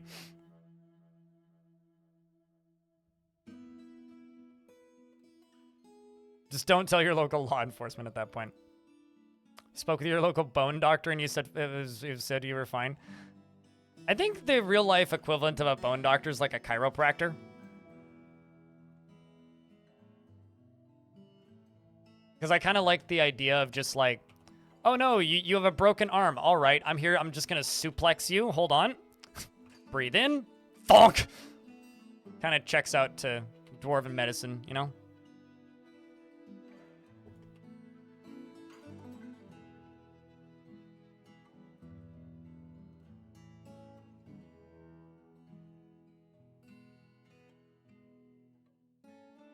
Export bans are generally for the duration of the existence of that dwarf in power.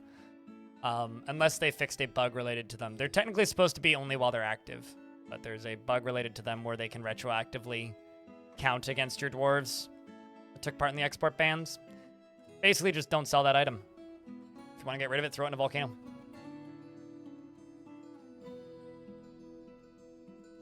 Bone doctors do treat you, though. And you know this, Hal. I've seen plenty of my dwarves die in my hospitals. I mean, I would argue that a chiropractor treats you painfully. They're not necessarily treating your injuries, but they are treating you.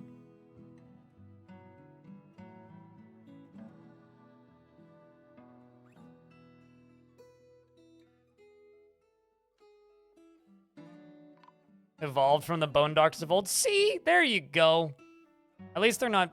The irony of that, though, is like... If I'm not mistaken... Store... Cancels put item in vehicle. Reason in custody. How many crimes have I discovered? I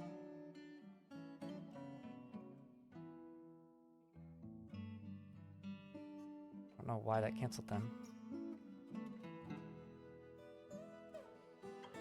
I would really like dwarfy barbers.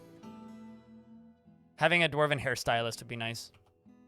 Dwarves that want to be extravagant could, like, you know, go be extravagant with their hair. Then dwarves could use, like, red root dye to, like, change their hair color. Okay, so now that I'm back down here, let's go to shenanigans. So if you're new to the game, none of what I'm doing down here is really going to make any sense. just a heads up.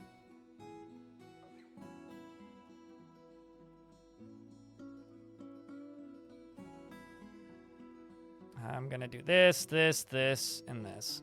So the theory behind this is that when you pull this lever, it's going to collapse this, which is gonna cause dust to come rushing into this room, which hopefully will cause the gremlin to fall into a cage trap. Blue-haired dwarves? Yeah! Then our dwarves will be able to post on Tumblr, and their steps towards escaping into the internet will be just a little bit closer. Is there a way to use minecarts as ambulances? Dwarves do not use minecarts as a form of transport, so the short, simple answer is no. If your dwarves are dying on the way to the hospital, your hospital is too far away from the places that you are fighting in.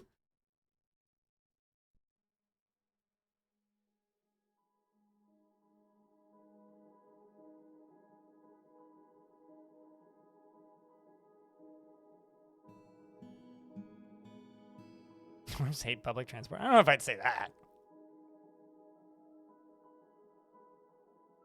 I mean, would you jump onto a conveyor belt going into an airplane? For the luggage? 'Cause that's kind of a closer analogy, I would say. Yes. I mean, I've also seen Toy Story. Well, I retract my statement then. I'm sorry for my inaccuracy. Sounds fun. It's more like, actually, here's the thing. We're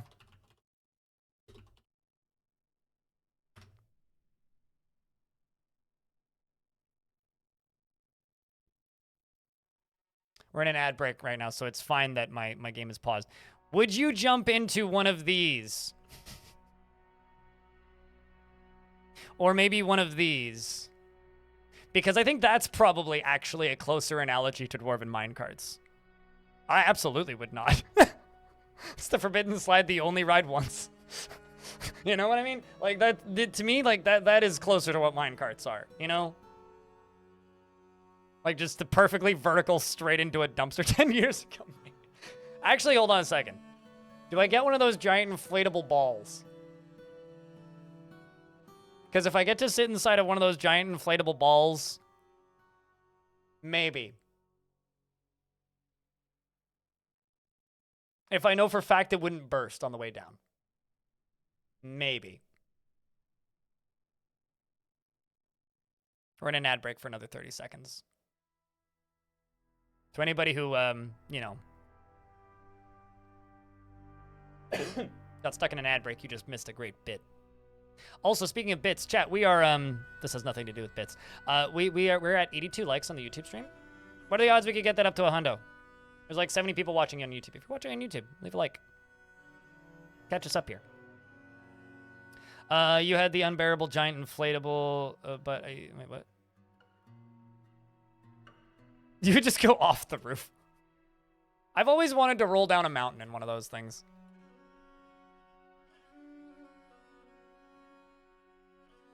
Can I ramp up on this? I guess not.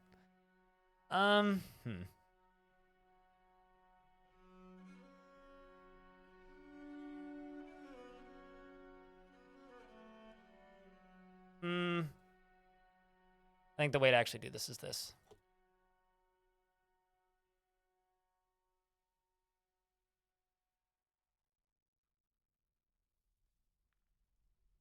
Why did this get suspended?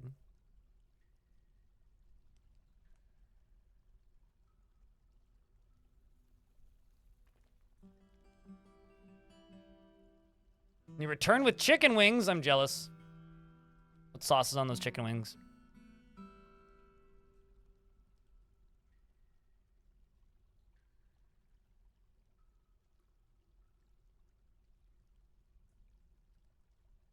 I'm gonna need to take another toilet break. My body's falling apart today, chat room.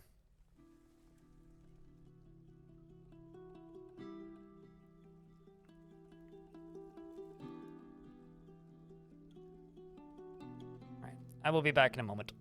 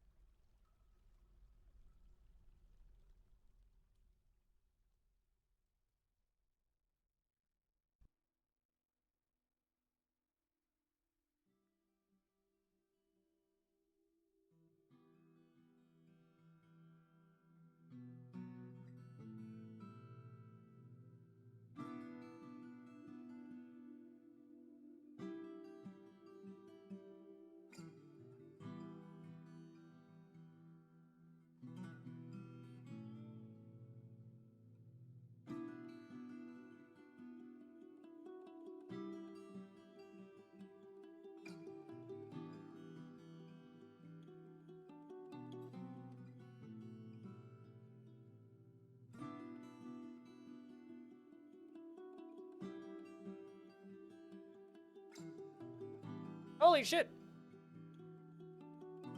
Those are the first gift subs of the day, Devil Dawn. Thank you very much for the 5-pack of gift subs. Greatly appreciate that. That means a lot. Huh? No.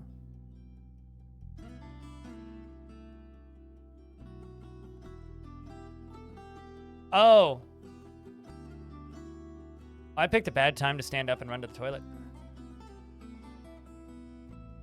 We just got attacked by agitated monkeys. Every alert is active, pretty much.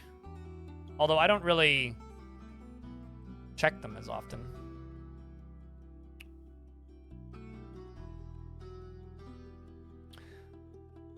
Well,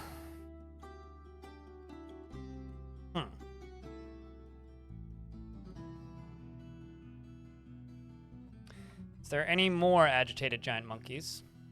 I was talking about the agitation earlier. I was like, man, I haven't had much agitation. Well, at the very least, it's, you know, giant monkeys and not a, you know, what's the word? Were-creature outbreak, because that's what it looked like initially. Aliastra was found dead and probably has been hauled off. I had to bet. Let's get a bunch more beds into here.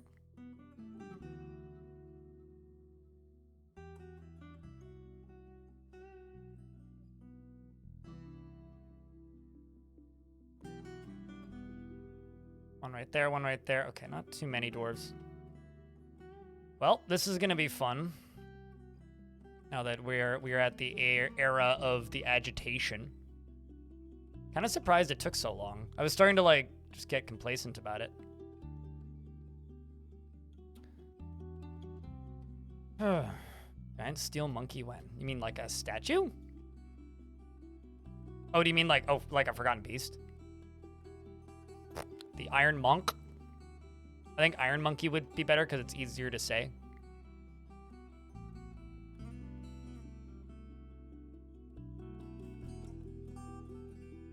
Starting to run low on tetrahedrite. Means I gotta get more. Means I gotta get more tetrahedrite. We also got plenty of lignite up there still, which is good. Fugloads of copper. Do I have a Marksdwarf squad? Yep. I need to make them more bolts, I think. I also need to add more dwarves to that Marksdwarf squad as well.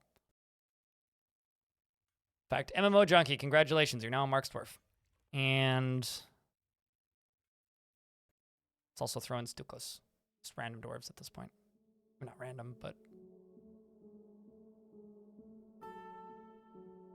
all these dwarves are already in the military. Let's throw in Rovad.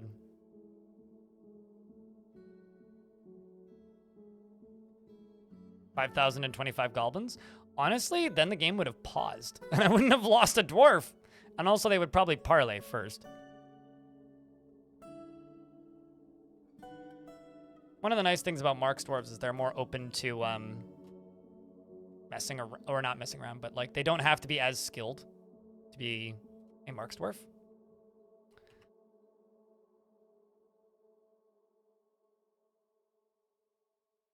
Let's just make some quivers.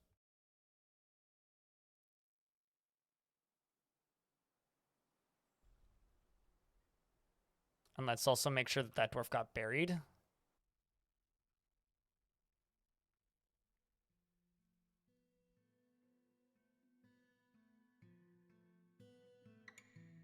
Yeah, okay. Did in fact get buried.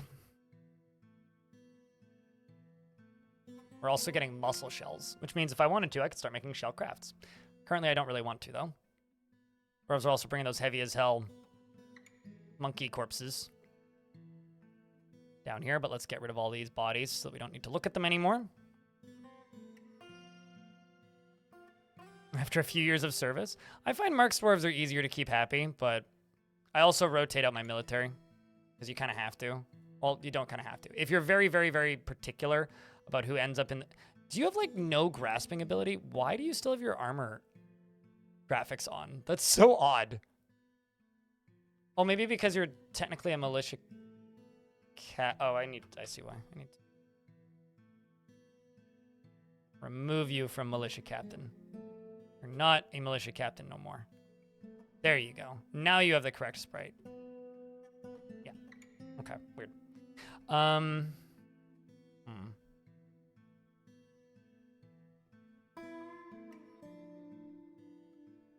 Like, I don't even know why some of these dwarves are pissed. Like, this dwarf's pissed. Probably for seeing a billion dead bodies. Wants to be around family, help somebody. Gets into an argument, wants to pray. All right, something that I've kind of low-key refused to do. I'm going to unassign what this temple is. Because this is currently a temple to the Cathedral of Dust. I'm just going to make this a no specific deity temple. I'm going to do that. I'm going to throw my extra statue in here. And I'm going to engrave the floor. The reason I'm doing this is because I'm seeing enough dwarves that want to pray to a deity that I don't have a temple to, that I'm just going to give it to them. I'm going to be nice to my dwarves. Oh, yeah. I generally have a pretty good irritation rate with my dwarves, I find.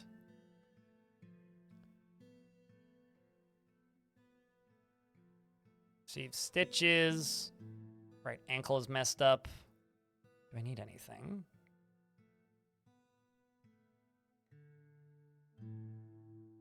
Just bring more stuff into the...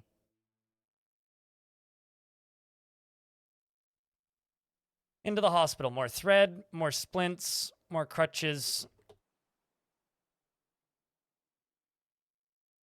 Wooden splint. Wooden crutch.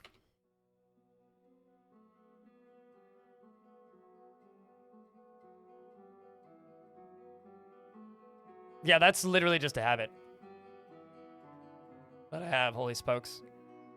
It's interesting that you're copying it, like the outlines. I don't know. Again, it's like I just make things that I think look nice. Some migrants have arrived. If people would like dwarves, give me a shout. Assuming you don't already have one. Finds the pursuit of knowledge deeply important.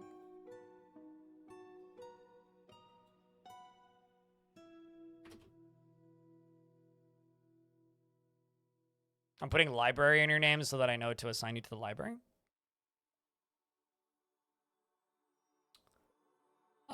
She is grateful when others help her out, and she tries to return favors. She has a tendency to go alone without considering the advice of others and tends to avoid any physical confrontations. Works to square this natural tendency with her respective martial prowess, and she is quite polite. She tends to be a bit stubborn in changing her mind about things, and she does not go out of her way to help others. She is not particularly ambitious, and she can handle stress. Sometimes acts with little determination and confidence. Dreams of creating a great work of art, and personally views the pursuit of knowledge as deeply important. Recover quickly, high kinesthetics. You'd be good in the military too, so I'm a little torn on this one. I think I might just throw you into the military for now. But put you into the library later.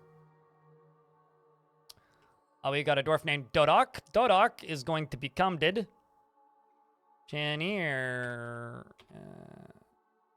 Alright. Dinara. It's given to rough and tumble brawling, even to the point of starting fights for no reason. Is a private to the point of unwilling to reveal even basic personal information about herself. She's always sad and dejected, and she is somewhat scatterbrained. She's quite ambitious, and she sometimes acts with without determination. She doesn't often experience strong cravings or urges, and she has an active imagination. She likes to keep things practical without delving too deeply into the abstract, and she has a tendency to go it alone without considering the advice of others. She's quite polite, and is not inherently proud of her talents, she's not, she is quite polite, and she's not particularly interested in what others think of her. She prefers to present herself modestly, and she takes offered help and gifts without feeling particularly grateful, and she has a greedy streak. She dreams of crafting a masterwork someday, and personally sees lying as an important means to an end, respects perseverance, and finds artwork boring, doesn't feel strongly about the law. Member of the Gilded Faith, and a novice potter, and a talented woodcutter. Good analytical ability, and you're a depression-prone private brawler. Saving private brawler. Next up, we have a waxworker named Vakar. Vakar is going to be Wiz the self-proclaimed god. Can neither confirm nor deny the actual I can aesthetic sense. Ooh, developed empathy. Trusting. 2 children and a spouse. Look at that. Deller and your 2 children and your pet ram, Besmer. How many gigabytes is in your RAM, do you think? He is ruled by irresistible cravings and urges, which is why he has a wife and 2 kids. Irresistible cravings and urges. He is very trusting. He is grounded in reality, and he doesn't tend to hold on to grievances.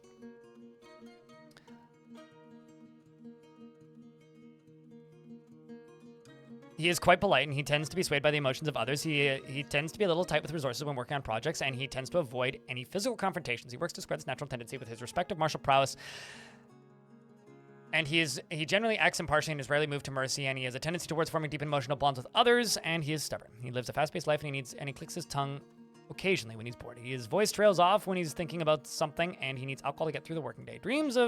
He doesn't dream of anything. Personally, he respects power. Probably dreams of obeying the great gremlin, then. Welcome to the fort. Your wife, Wiz the God, is Mighty Rhett. Mighty Rhett and Wiz the God are a happy couple. Mighty Rhett is a thrill seeker who disdains sacrifice, has low stamina, and recovers slowly. That disdains peace and hates perseverance. Novice surgeon, all right. Has a sum of patience and seeks out exciting and adventurous situations, is stingy with resources when working on projects, and refuses to expend any extra effort, is incredibly brave in the face of looming danger. Welcome to the military.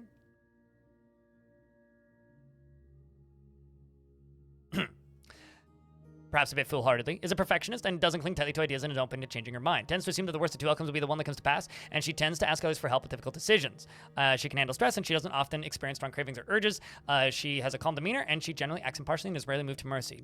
Begins to talk when she's nervous, and when she's thinking hard, she has a habit of licking her lips. She needs alcohol to get through the working day and does not mind being outdoors at least for a time. You know, I kind of want to throw both of you into the military. Wiz, you're going with her. Wiz the Waxy and Mighty Rhett. But your first kid shows up, who's 4.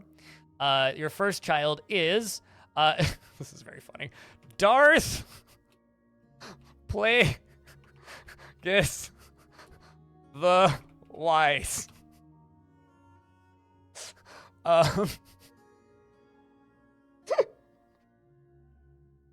Sorry. It's just very funny.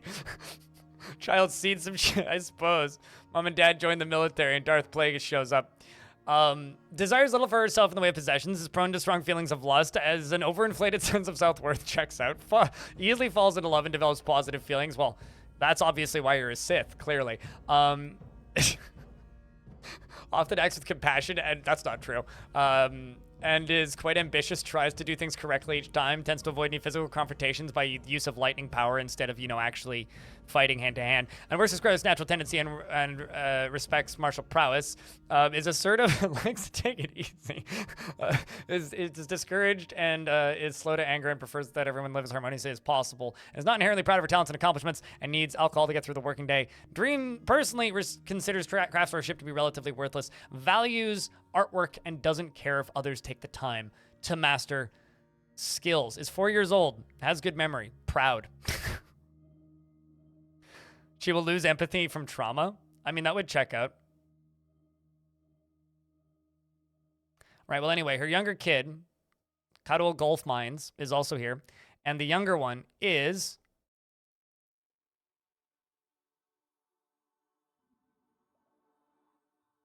from YouTube chat. Killjoy 20. Killjoy 20. Do not kill Joy. Joy is a lovely individual. Has a developed sense of optimism that... Wow. Here we go. She has such a developed sense of optimism that she will always assume that the best outcome will eventually occur no matter what. She rarely develops negative feelings towards things and is a very friendly individual. Always tries to say nice things and is very trusting. She's always tense and jittery, and she is slow to anger. She tries to avoid physical confrontations, and she tries to avoid any physical confrontations and works to square with natural tendency with her respect and martial prowess, just like her parents, and prefers that everyone lives as harmoniously as possible. Doesn't often feel envious of others and often feels lustful. Has a sense of duty and isn't given to flights of fancy. Does not have a great aesthetic sensitivity and is conflicted by this as she values artwork and its creation. She tends to make a small mess with her own possessions, and she likes a little excitement now and then and does not tend to hold on to grievances, and has a menacing stare when she's angry, like her sister. And she needs alcohol to get through the working day. Dreams of crafting a masterwork someday and personally sees artwork and merrymaking as a waste. That's very funny. Everything about this is very funny.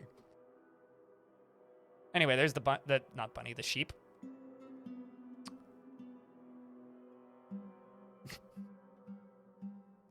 So that's everybody who's said pick me's. I think that's everyone. So if anybody else wants one, give me a holler. Cryptstare, yeah.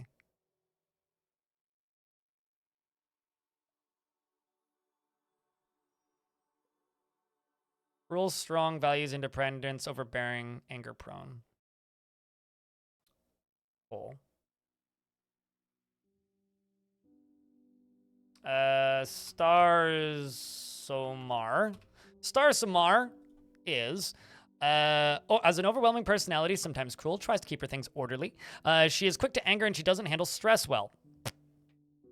Well, there goes my dreams of putting you in the military. Also, hello, Fregs. Welcome to the channel. Also, hi, Broken Spacebar. She finds obligations confining, and she's conflicted by this, and she believes in the importance of the rule of law.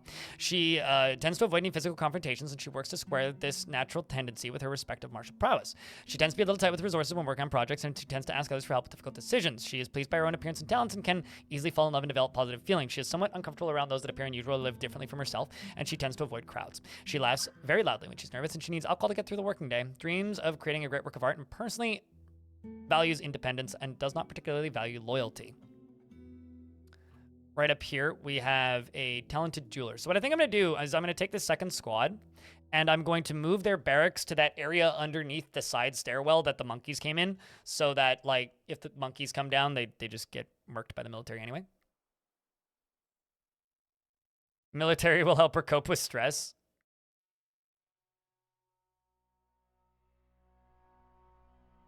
I was thinking more hammer energy, but we'll try it. This one here is Broken Space Bar.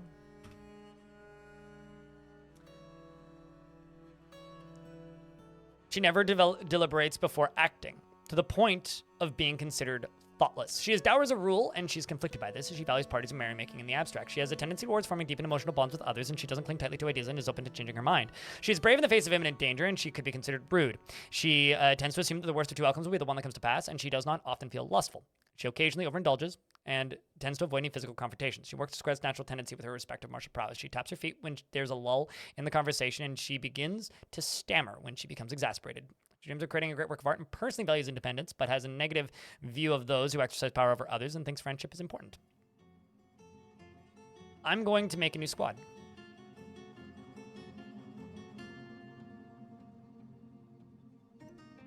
We're just going to go with metal armor.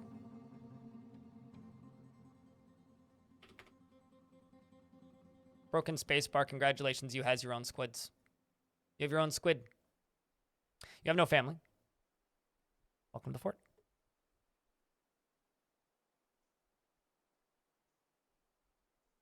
Next up is UGBPY _.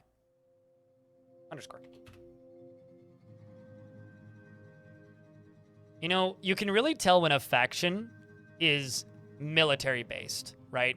When there's a lot of war going on, when literally every other migrant has some sort of skill with weapons. You're going into the military by good spatial sense, fearless, like already done. She is as avaricious as they come, obsessed with acquiring wealth, strongly prefers discussions and ideas of abstract concepts over handling specific practical issues, is brave in the face of imminent danger, and often acts with compassion. Thinks she is fairly important in the grand scheme of things, and she doesn't try to get things done perfectly. She tends to ask others for help with difficult decisions, and she could be considered rude. She is not particularly interested in what others think of her, and she has an active imagination. She is somewhat quarrelsome, and she's bothered by this, and she values friendship. She needs alcohol to get through the working day and doesn't mind being outdoors at least for a time. Dreams of crafting a masterwork someday.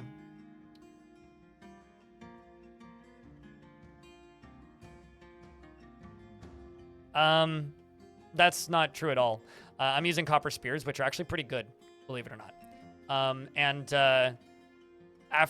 a dwarf ranger. Let's double check. I'm 99% sure you are. Yes. Ranger Rick is still alive one and very, very, very, very, very, very happy. So next up is Fregs. Green Fregs and Ham. Is prone to strong feelings of lust, can be very single-minded, not readily moved by art or natural beauty. Darkwall was, well, not only, well, Darkwall I think had, I can't remember what Darkwall had, but Darkwall I think had Galena, so I was going to be making Silver Warhammers. We are making Silver Warhammers, but I'm doing a combination of Silver Warhammers and Spears.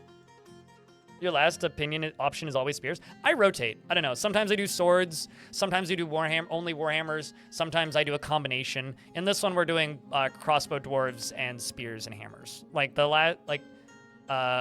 last fort I did was mostly swords, I think. She is prone to strong feelings of lust, and she can be very single-minded. Like Creature Keepers was mostly swords. She can be where was I? I'm gonna start over. Feelings of lust. She can be very single-minded, and she readily is moved by art or natural beauty, and she is conflicted by this as she values artwork and its creation. She is slow to trust others, and she doesn't handle stress well. She thinks she is fairly important in the grand scheme of things, and she is often cheerful. Occasionally overindulges and is often nervous. Can sometimes act without deliberation. Dreams of mastering a craft or work someday, and personally finds eloquence in our full speech off-putting, and doesn't think one way or another about leisure time. Also, I say mastering a craft or work someday often as like an intentional spoonerism. That is intentional. And you're a member of the Fated Faith, which is a group I already have a church for. So welcome to the fort. Speaking of forts and welcoming, we're going to welcome the next dwarf to the fort, who is... I think that's everybody who's asked for one. You normally go battle axe? Should you be using spears and hammers? I mean, different weapons kind of have their own specific niche, but honestly,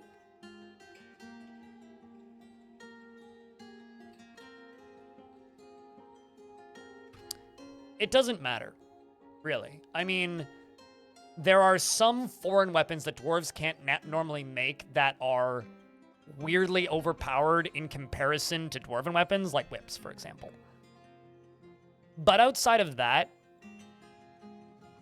there really isn't a bad weapon unless we're talking about, let's just say, adamantine warhammers, which just won't damage anything, right? Or like wooden weapons. Like, you shouldn't be using weapons that are made of wood. So what's up with this tree? Oh, I see. It's like growing over top of this other tree. That's kind of neat. So yeah, it's... Use what you want to be using. If you like using warhammers, use warhammers. If you want to use spears, use spears. If you want to use axes, use axes. But maybe, like, if you only have silver as, like, the... Because I think most people just play on, like, plentiful materials, right? Like, everybody... most people, I think, playing... I'm assuming. I'm assuming most people who play this game are playing with frequent resources, right? If you...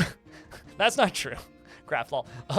If you are playing on a map that has frequent resources, you can use just about whatever you want, because you will always be able to get the optimal material for the thing that you want, right? Whereas if you're playing on sparse, you kind of just get what you get, right? Which is why I'm using copper armor, copper spears, because spear is pretty good, like, weight to sharpness ratio where theoretically stab damage would be all right. And also because spears get blunt damage as well, because they can bonk them with the, what's it called? The staff part of the spear. Copper isn't a bad material for spears. Steel's better, but copper isn't bad. It's not the worst thing. It would be better than a copper warhammer, as an example. So I could also be using short swords. Like, just pick, like, a weapon that you like, and that's decent for the material that you have, and roll with it. It's kind of that simple. The butt of the sword, sure. She has an utterly languid pace of lazy living, calm and slow, would never under any circumstances speak up or otherwise put forth her point of view in the discussion. She doesn't stick with things, even if minor difficulties arise, and is moved by art and natural beauty. Chat room? We found a millennial.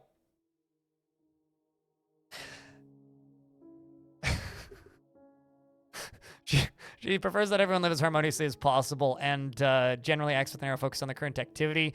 Generally finds herself to be quite hopeful about the future. Never mind, not a millennial. Not a millennial. And needs alcohol to get through the working day. Maybe a millennial. Likes working outdoors and only grumbles mildly at bad weather. Dreams of creating a great work of art and personally believes the idea of war is utterly repellent, would have peace at all costs. Thinks that working hard is an abject idiocy and values knowledge. I am going to put the library note on you.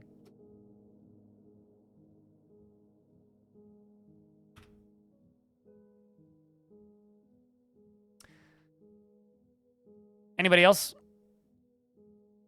Merchants will be leaving soon. That's fine. This is a big migrant wave. Stop being so hopeful about the future, you boomer.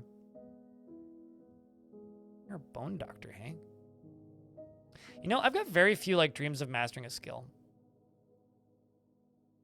which I think is interesting.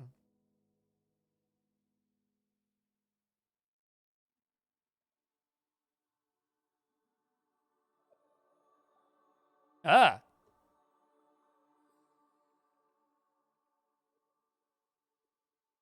How do we feel about necromancy, chat?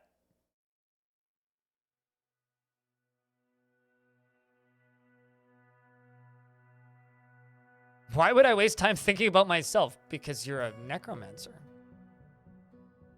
We love recycling.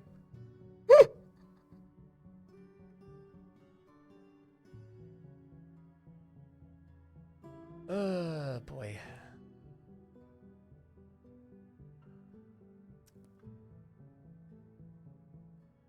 Aim before zombie Gorlak queen.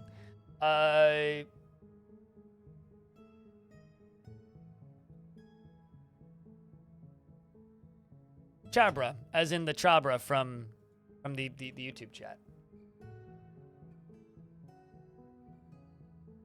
You know, just stop over in YouTube. Whenever I read your name and it says just stop, I always think you're telling me to stop, and I always want to respond, stop what?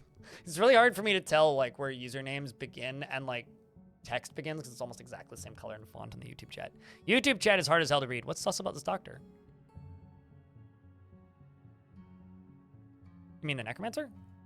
Chabra never fails to seek out the most stressful and even dangerous situations. Feels strong urges and seeks short-term rewards and can be very happy and optimistic. Doesn't stick with things even if minor difficulties arise and is quite ambitious. Is slow to anger and is grateful when others help her out. She tries to return favors and she likes to keep things practical without delving too deeply into the abstract. She doesn't mind a little a little tumult and discord in day-to-day living and is conflicted by this. She values harmony as an intellectual concept, and she sometimes acts with little determination and confidence and does not go out of her way to help others and is not inherently proud of her talents and accomplishments. Needs alcohol to get through the working day. Dreams of crafting a masterwork someday and personally would have the world operate in complete harmony with at least a bit of strife or disorder. Is a firm believer in the value of tradition and is somewhat put off by trade and commerce.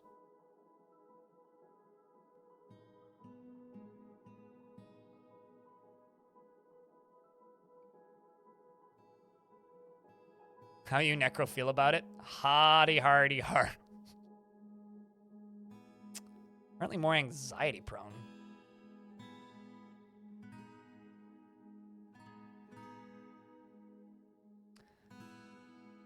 Though she is troubled by this, by her own nature, she prefers discord and debate at a base level. Does anybody have the world downloaded?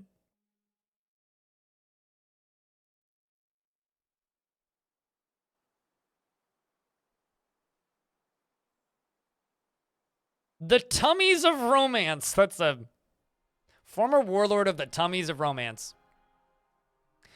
Because I'd say look up Tun. Look this dwarf up. Curious if they've done anything interesting. And if you get anything interesting, stick it in the thread on Discord if possible.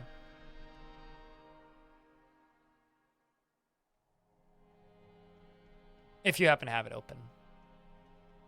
The Doom of Focus, the Routed Poisons. The Knowing Doctrines. Joined Unions of Dabbling, which I think is a human group.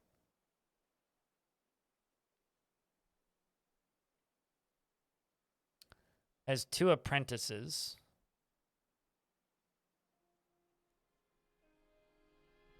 Lots of goblin names in your family? High Master Thrower.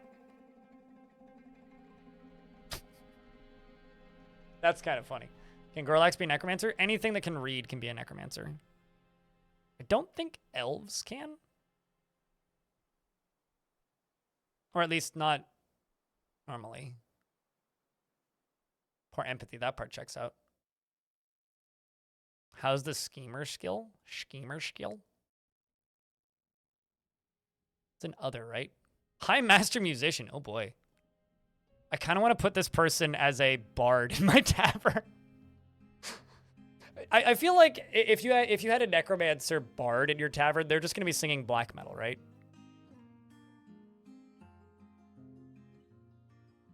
I've never used LinkedIn before, so I don't even know what LinkedIn looks like.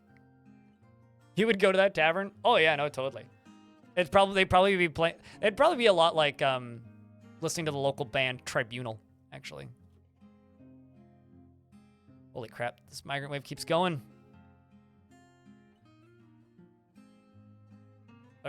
We were at 108 when this started, so we're in like the mid-20s. Okay, well. I need to see how many more bedrooms I need now. Yep.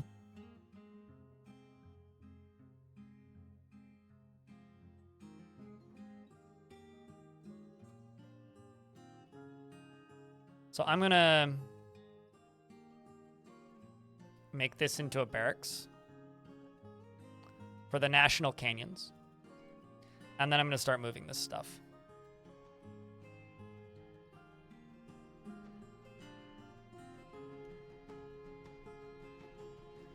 I'm going to go over here, and I'm going to place a jeweler's shop over here. Jeweler's shop's going to be made out of quartzite, because obviously the jeweler's shop has to be pink. Clearly. It's the most logical thing I've said all day. Already got other craft store shops, and I need a woodworker's shop, which I think I'm just going to stick in here. Because we're actually getting agitation as well. I'm going to make probably a infinite stockpile for it, for wood.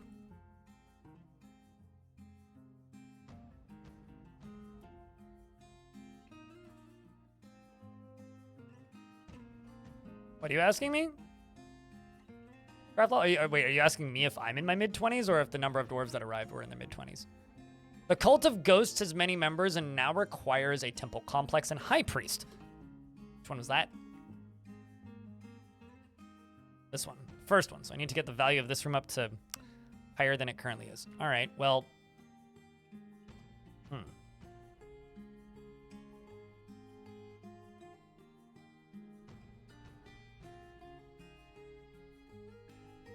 I was going to make this into the were creature area, but I think I'm just going to not do that. I'm going to deconstruct those. And this will be the temple complex. I have a little walkway that goes up here. And a big old space up here. So we'll just like expand the size of it quite a bit. Maybe make it into a dining hall. Could be cool.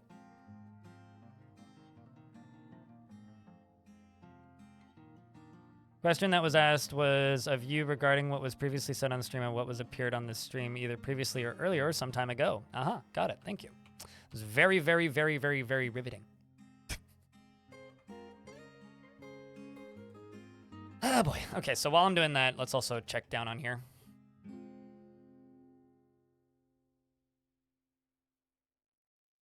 Cage, cage, cage. Oh, I know. I am well aware of what I was reading while I was reading it. Those all have cages. You are connected to this. I'm gonna lock this door. Let's add everybody to the burrow. Let's see if I can catch a gremlin. So this is not being held up by anything. It's just sitting there on top of this, which is connected to this. How about this then? Because they're actually, I'm gonna just interrogate them. We'll just make things easy. Ton. Where are you? There you are. They're probably lying about their name then.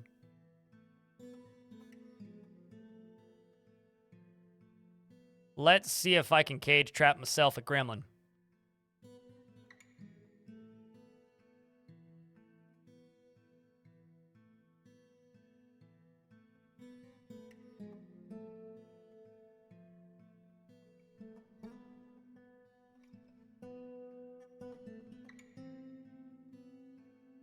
Okay. Here comes Gremlin. No. No, they won't. But I can just interrogate them. So like you see, Gremlins are cage avoid, or trap avoid. Shit. Man, I fucked up.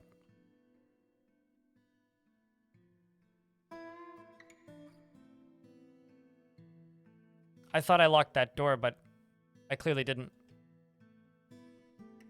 It can't get back into the caverns, though.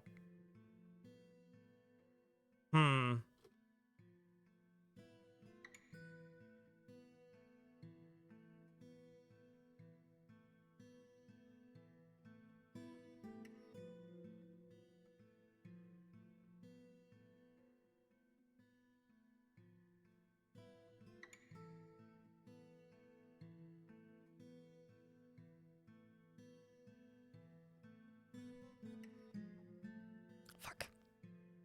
So close. Gremlin really just unlocked that door. Suppose. All right, well, I have to lock it in the fort.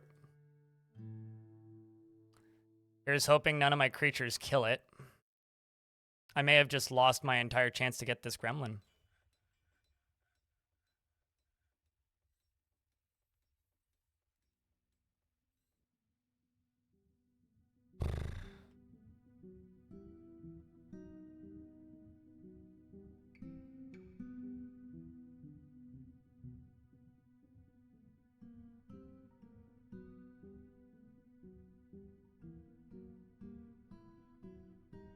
Can they open locked doors? No, I just didn't lock the door. That was me fucking up. That was not the gremlin, that was me fucking up.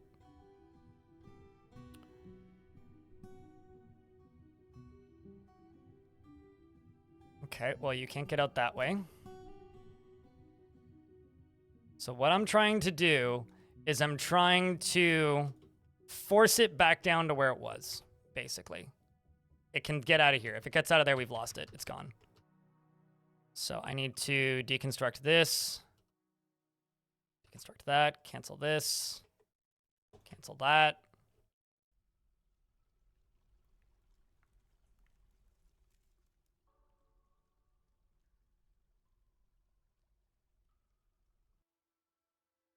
Yes. Okay. So I've currently got it locked in the fort.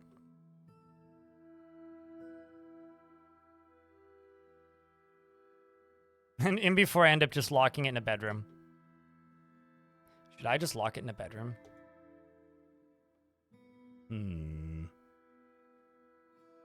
I can't actually, because it's technically an intruder. So I need to wait until it does a full lap around the fort and goes back down to where it was. It's basically what we need to do right now. But no, I didn't lock the door. I thought I clicked it, but I guess I didn't. The door wasn't locked. You can go check the VOD if you want. Proper bed and clothes would tame it faster. God, if that said a gremlin has grown to become a cat, I would laugh my ass off. Okay. I'm just very worried my military is going to kill it. You know, I'm actually just going to do a thing. I'm going to quick save. Gremlins are intelligent creatures that are pretending to be pets. So they're like, they're a goblin or a human or they can speak. They are an intelligent creature. But using some wild glitches in the game that have been in the game for like 15 years, you can cage trap them and tame them, which is what I'm trying to do. However, I fucked up because I forgot to lock a door. So yeah.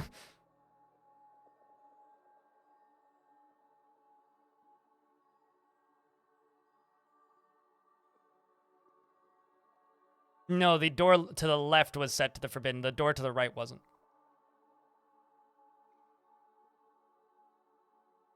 Thanks, Trog.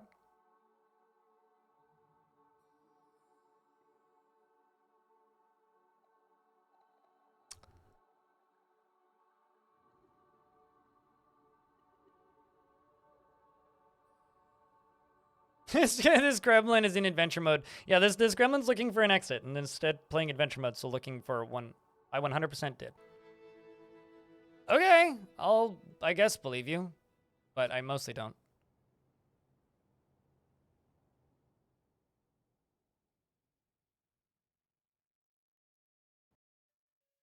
It suddenly started sprinting. Why is that?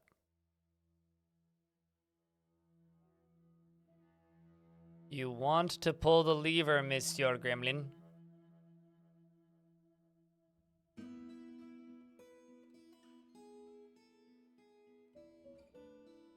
Oh, I see another. I know of another problem. Oh, probably can't climb out of that. Probably can't. Probably can't.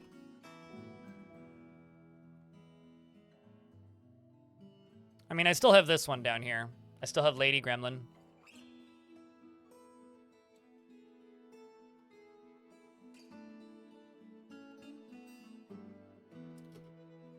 Whew, I wasn't sure if the military would kill it. I guess not. Also, I've just decided I'm going to do a thing for safety's sake.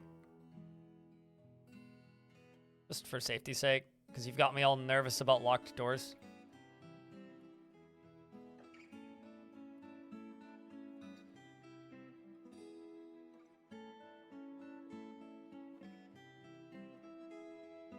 Oh, I see the problem. Oh,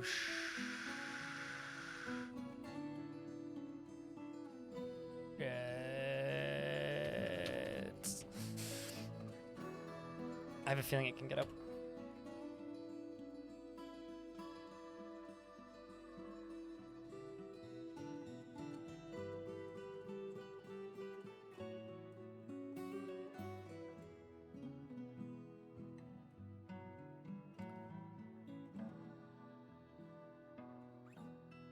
Block it off? I mean...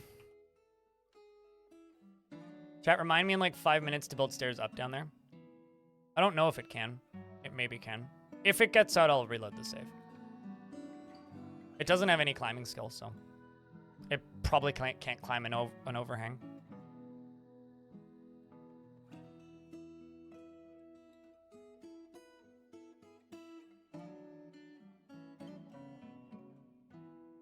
So now we just have a random wild gremlin running around forbidding my doors.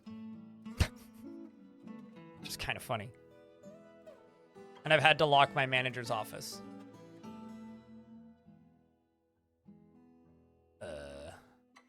Great. I have to make 2 temple complexes. Not 1, 2. So I'm going to pause the game real quick, and I'm just going to jump up here. And I'm going to jump up here.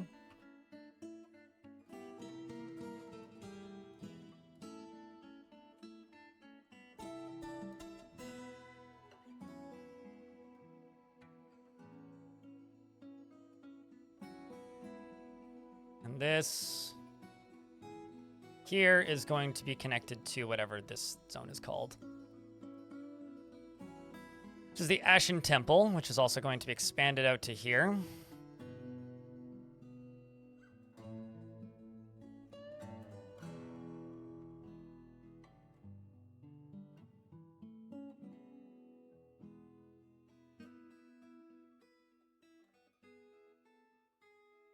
Okay.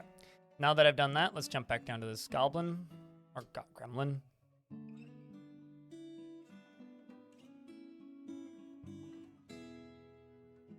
Which one? The S?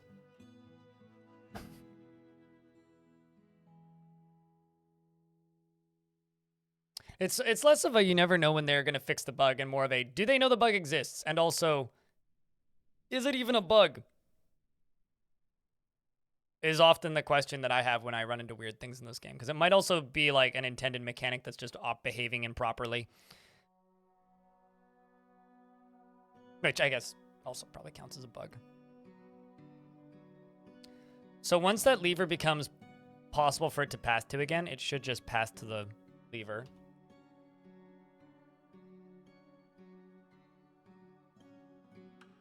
Okay, so now I've done this.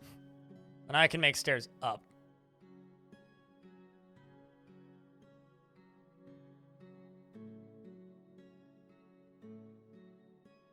Okay, it can't get out. But neither can my dwarves. So, like, this isn't exactly what I would describe as optimal. Because it can't get out, but my dwarves also can't get out. Yeah, I screwed up.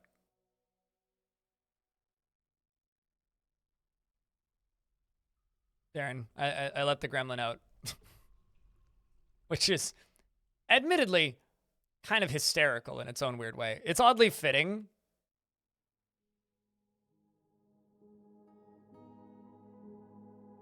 I mean, sort of, yeah. Okay. I'm more just worried that I've got dwarves stuck outside.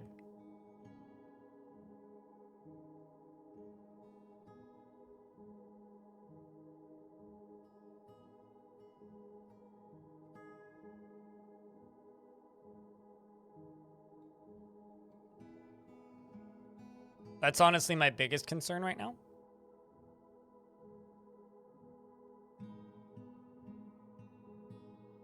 I could try and dig another gremlin catch spot down here, which should probably be fine.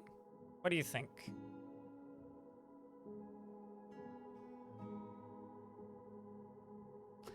I think we'll try and catch a different gremlin. So I'm going to dig this here. Actually going to jump up to here, and I'm going to do something else.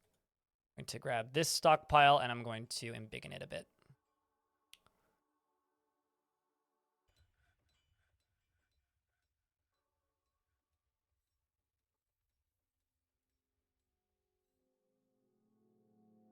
Mo gremlins, mo better. I mean, more gremlin twaps, mo better. At the very least.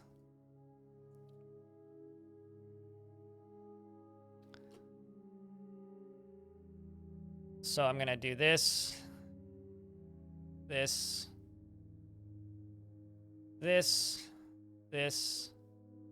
and this. I'm gonna widen this a little bit.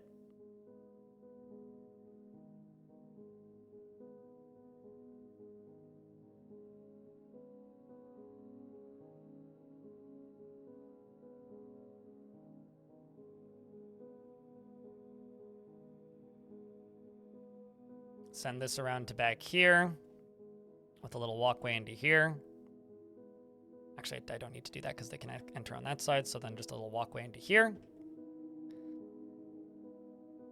And Gremlin is exploring still. I mean, there is a chance the Gremlin goes back down and pulls the lever elsewhere while I'm building this.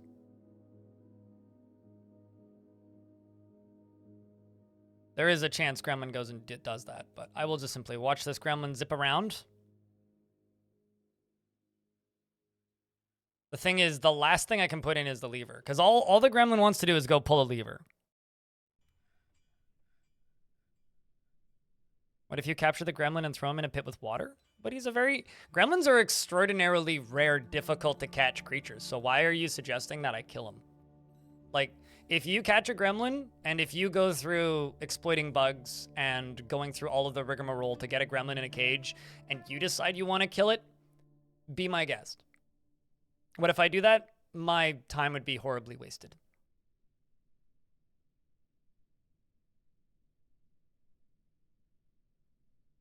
Woof, way over my head, rubber rouser, but is also a straight up suggestion of kill the Gremlin, which is, like I said, a very difficult and hard thing to find. Not a super common thing to find.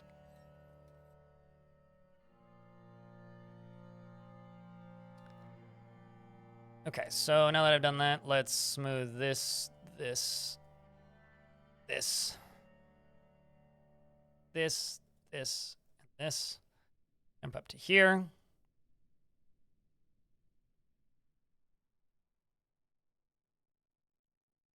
And they are just silly little fellas because they can kill your whole fort if you have like a lever connected to the wrong thing in the wrong place. It's sort of like the same way as Sock can kill your fort by having a lever in a bad place. If you have a lever in a bad place, a single gremlin can kill your whole fort.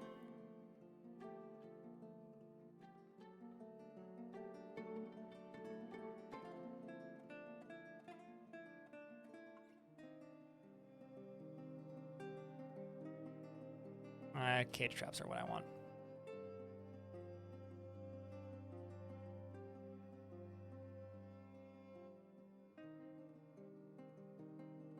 I need more mechanisms and probably more cage traps. Wooden cage trap. Although I need a carpenter shop. And, fuck. Actually, no, I'm okay. Most of the wood's on the surface, so I need copper cage traps. Let's just do 30. And rock mechanisms, let's do another 50 of those. Pretty much, yeah. Like let's just say you have a lever that like sets lava to pour somewhere and they pull it at the wrong time. That could total your fort.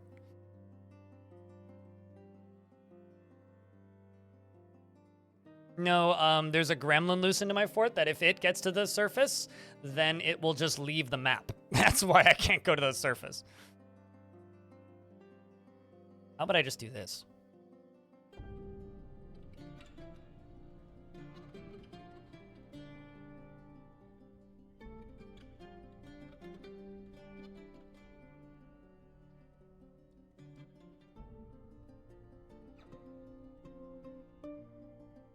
Well, I mean, if you're talking about the movie Gremlins, it's... Yeah, sure, but... That's not how they work in Dwarf Fort, though. I'm very literal when I'm stressed. Saw my building designations? Probably.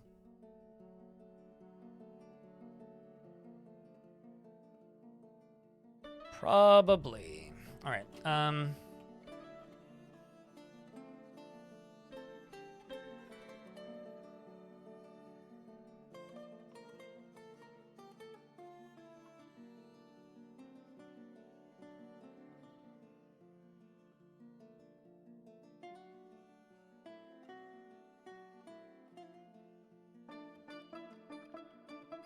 Those are pressure plates.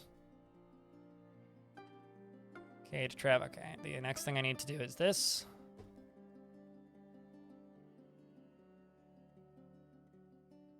There's nothing terrible nor awful about them. They're just simply very rare and hard to catch. But they can pull levers. Like, I don't know how else to explain this. I've kind of said, I feel like I'm a broken record right now. Gremlins can pull levers. That's why they're so terrible and awful. Because they walk into your fort and they pull a lever. Right? And if it's a lever that for some reason you really do not want pulled, that could be very bad.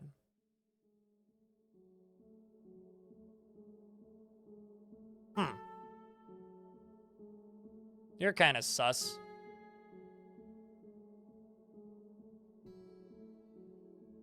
Former ringleader, eh? Former members of a bunch of groups. Huh. And you just killed it? Don't feel bad for killing a gremlin. Like, they are evil. Like, they are evil entities in Dwarf Fortress. They can also kill your fort.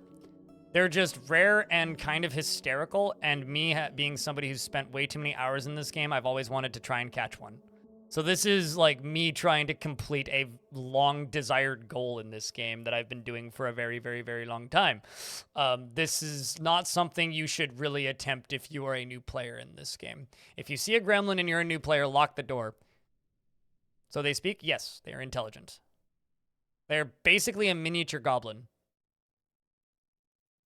What's their use once tamed? Absolutely nothing. I don't even think they can do jobs.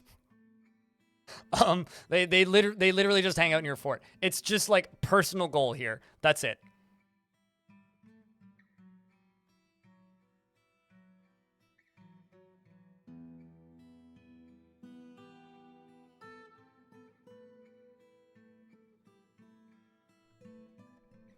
The problem is going to be connecting this to a lever.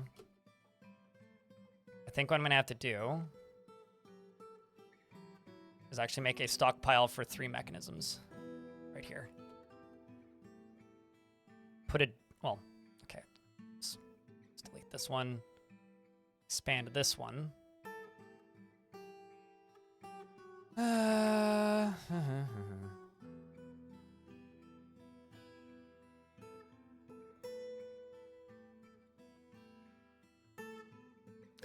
Put a door here.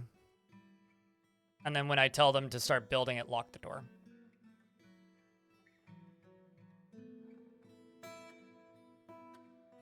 Look at you, exploratory little weirdo. Yeah, none of these even have cages in them.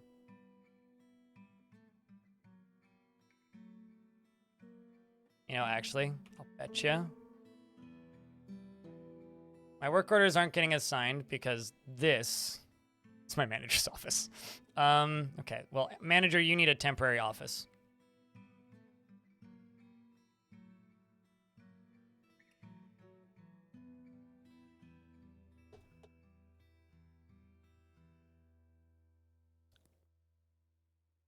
Yeah, no, the Gremlins are kind of just a meme in this game, to a degree. My name is Greg, so I don't want to name the Gremlin after me. Also, this is a lady Gremlin. Oh, sorry, never mind. This is the male Gremlin. We do also have a lady Gremlin. Long story short, I want to breed Gremlins. That's literally my entire goal here, is to get the 2 of them into a room together. And because they're intelligent and they're technically like, as you can see, they have like thoughts here. You never, Shanira. Because they are intelligent creatures, you can, like, they'll petition to join your fort when you tame them. So it could be like, you could have a Gremlin Baron, theoretically.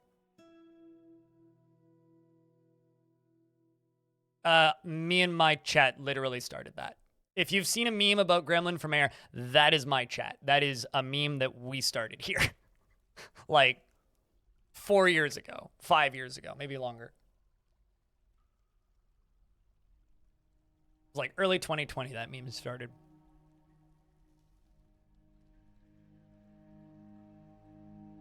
The Goblin from Mayor shirt? Yep. Don't have a Gremlin from Mayor shirt, but we do have a Goblin Mayor shirt. Would I vote for him? Damn right.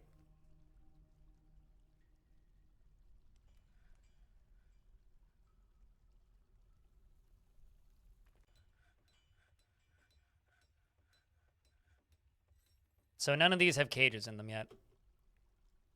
Which is mildly annoying.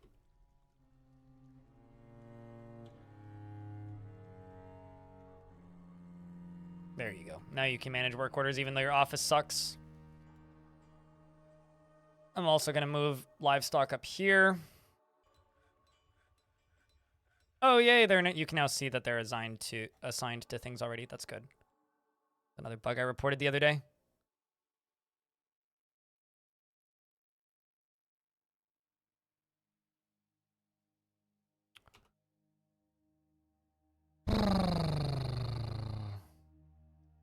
Okay, well, because that gremlin can't get out, what I can do is I can get this one into the other one.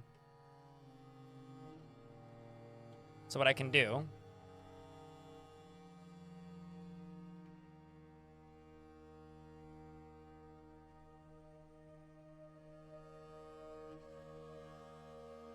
This is gonna look like a mess.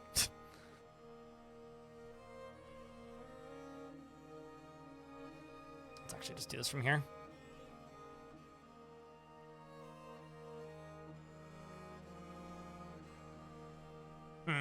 No, let's actually just do stairs.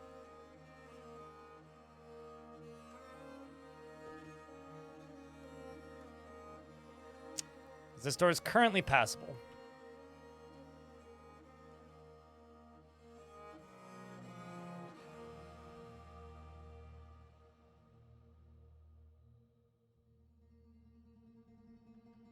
We just need a troll captain of the guard and a necromancer dungeon master. And an elven mayor. And it's total chaos. Refuses to elaborate.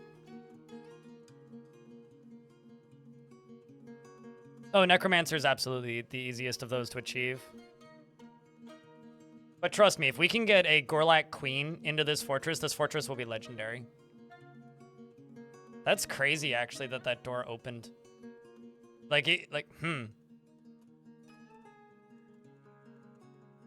Weird. Apparently the door was actually locked. That's crazy.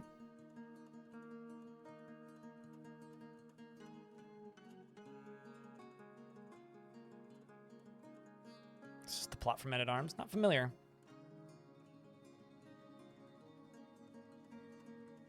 If they're forced to chop down a tree, apparently they get a negative thought about it, but I've never actually seen it myself. Rebel Rouser.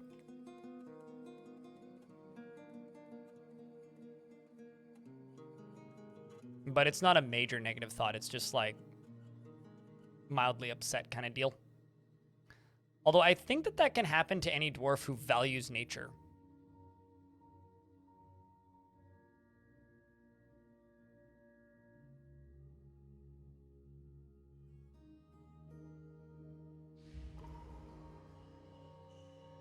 A lot of random bullshit on Steam today. Oh, wow. I was gonna say, there's like 3 dwarves in that bed. Whole family hanging out.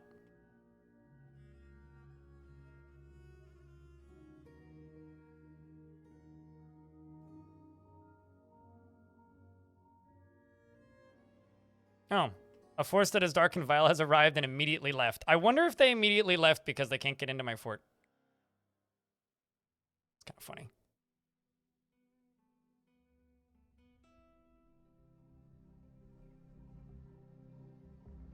I mean, I've always said that politics would go better if everybody was stoned, so just bring the weed gummies and I'm sure things will go just fine.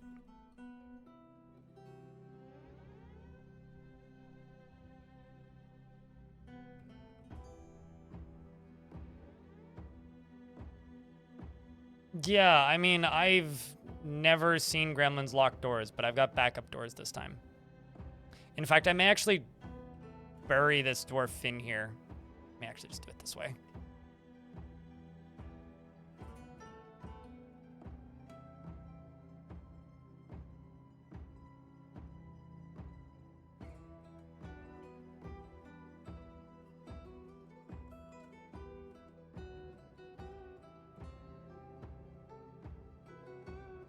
Watch a bunch of my own dwarves get stuck in this.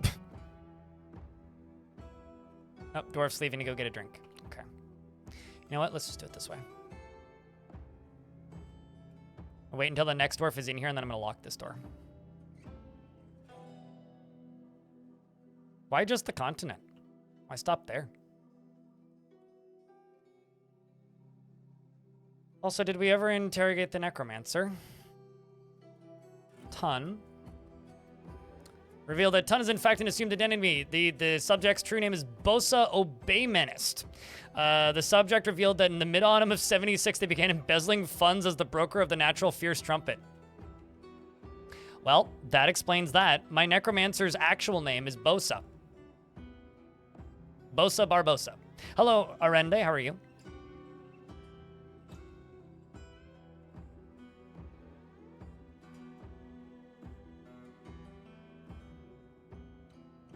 So once these 2 dwarves are through here, put him as broker, but then he'll embezzle my fund.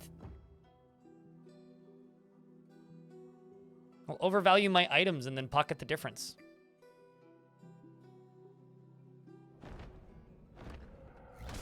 That's mildly annoying. Forgotten Beast Arumi has come. Gigantic, scaly click beetle. It has a curling trunk and a bloated body. Beware its poison gases. Well, it can't get to me, and I really can't get to it, and I got gremlins to worry about, so we're just going to let it do its thing for a little bit, and we'll maybe worry about it later. Yes, I'm aware I'm locking this dwarf in here.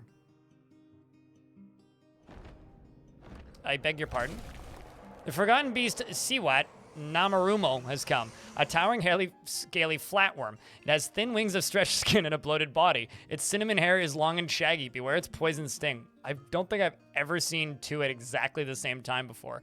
This one must have been on the map for a while because of the angle it came in from.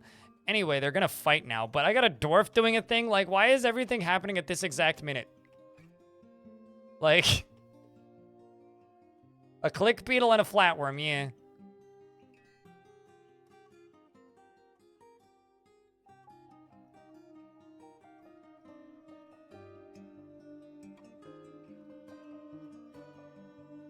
Also, there's a artifact happening too.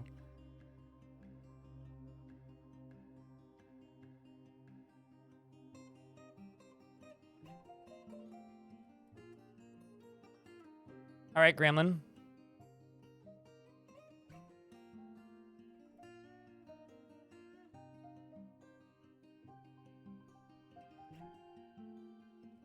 Okay, there you go. Gremlin moving.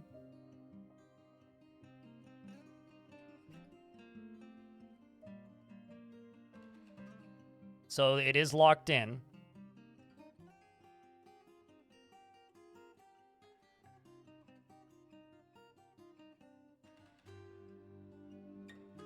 Oh, you're going for the wrong lever. Okay.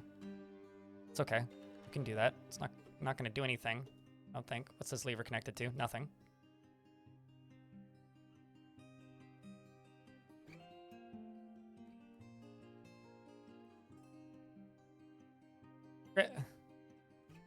Gremlin.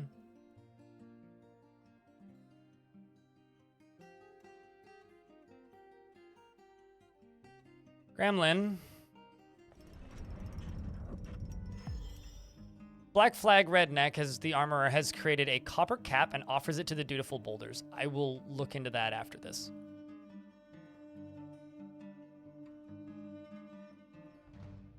Everything, Yosarf, is what you've missed. Come on, pull the lever. You know you wanna.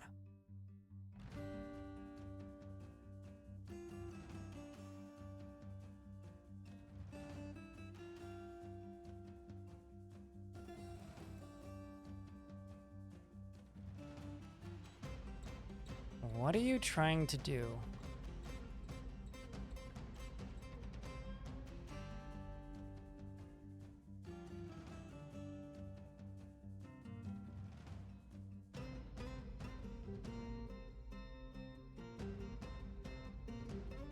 Maybe before these gremlins are actually smarter than me.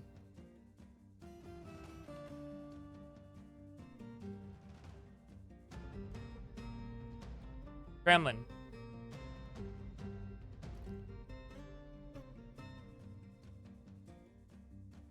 Here's what I'm gonna do. Dwarf, you have one job. Don't lock yourself in. God damn it. All right. Let's try this again. Let's try this a second time, Dwarf. I was gonna try and forbid that, but this will work.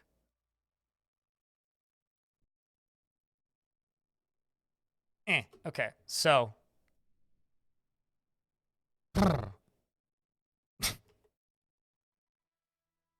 Before I do this, let's also wall this off.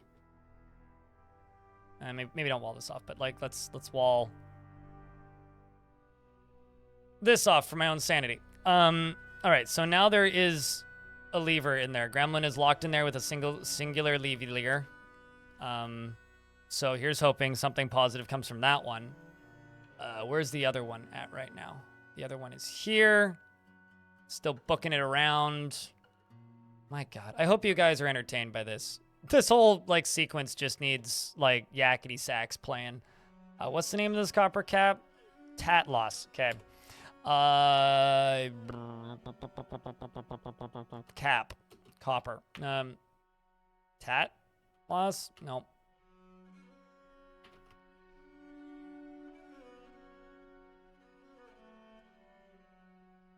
Apparently I have this thing.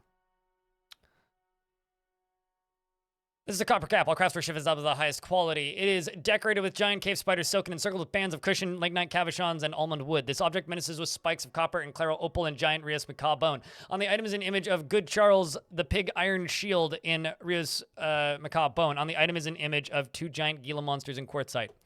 And you can hear the faint noises of King Gizzard and the Lizard fans off in the distance.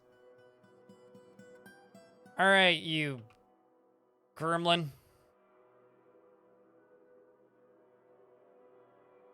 Okay, well, I need to wait for all of these to have cage traps in them.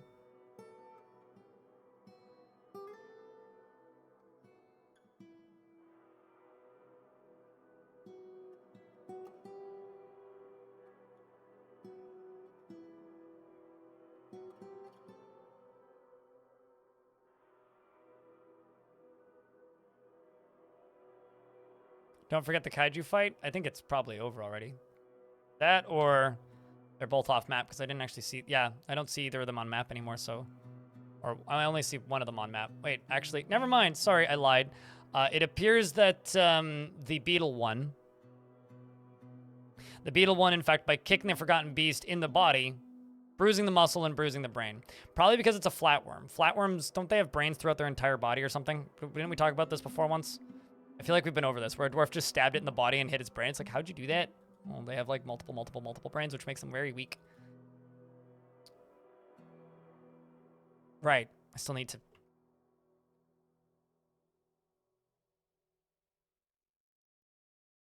There's too many things I need to do right now. Just too many. Just too many things. Okay, we'll make the upper floor pink.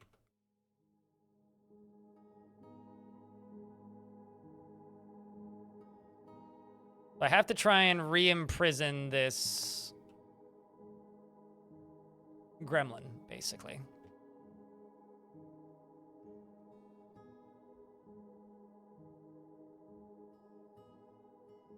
So you're a DF noob, right? So you self-described DF noob. When you've been playing a game for tens of thousands of hours, logic ceases to matter and thing that you've never done before becomes priority. I am beyond that point. Thing I've never done before is absolute priority. I will burn this entire fortress to the ground to catch this gremlin.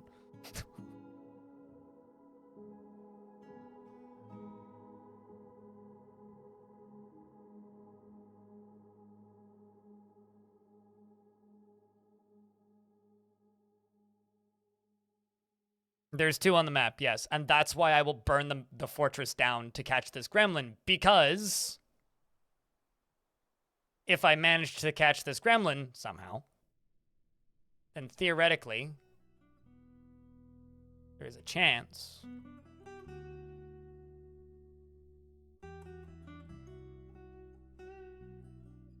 I could have baby gremlins. But even this gremlin is like now refusing to move, so if I know.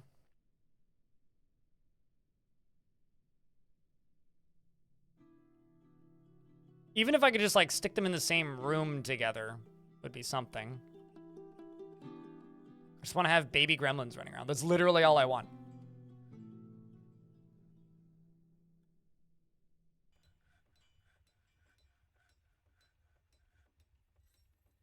I've seen so little South Park in my life. I've literally just seen the South Park movie. That is it. It's the only South Park thing I've ever seen. So the ones with the dark backgrounds don't have cages in them yet. The ones with the, like, colored backgrounds do.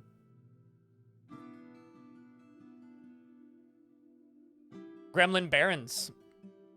Who doesn't want a line of Gremlin Barony? Who doesn't want that?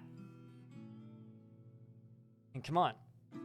Also, this doesn't happen very often. We have exactly 27,500 followers. It's a very round number. Now, if we could just hit 900 subscribers again, that would be pretty rad, but...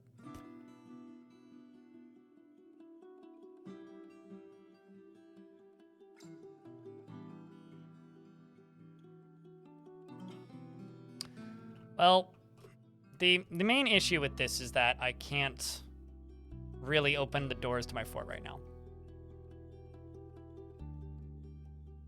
I really need to catch you somewhere.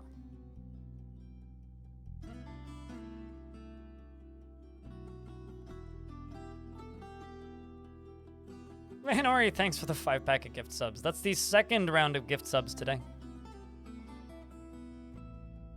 It's been one of those quiet days, you know? Thank you. Means a lot.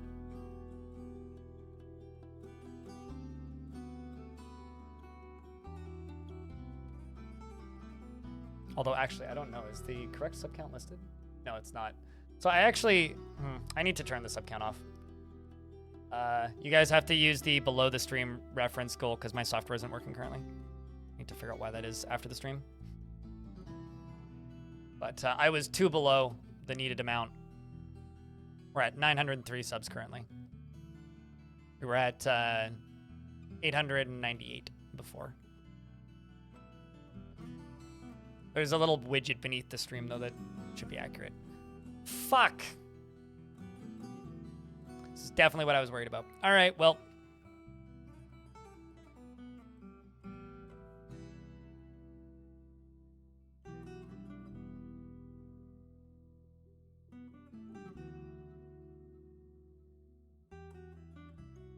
The one beneath the stream does. The one on stream said 889, which was wrong. But the one beneath the stream is Twitch specific, which is correct.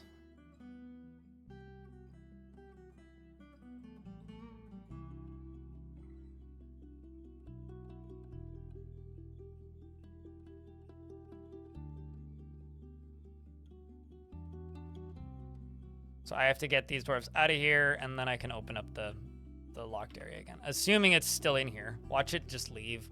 As I start building like a lock onto this thing, it just leaves.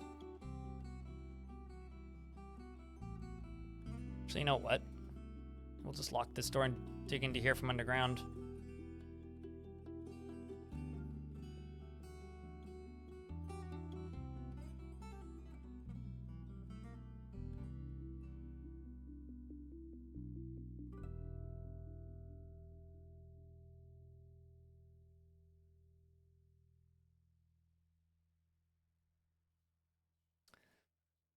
Bruh.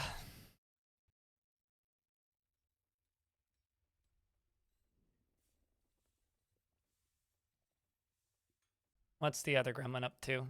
Probably hasn't moved.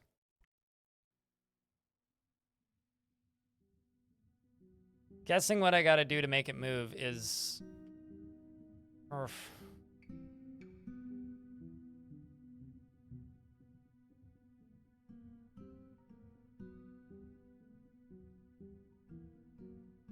I don't know in what way you're looking for them to change, but this patch makes them do this. You can do multi-layers. I don't know exactly what changes you're looking for, though.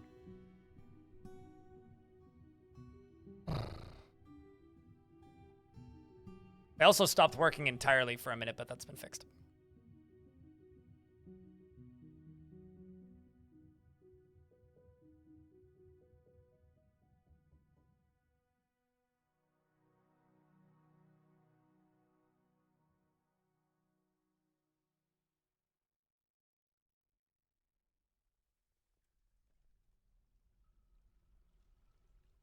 Where Gremlin at?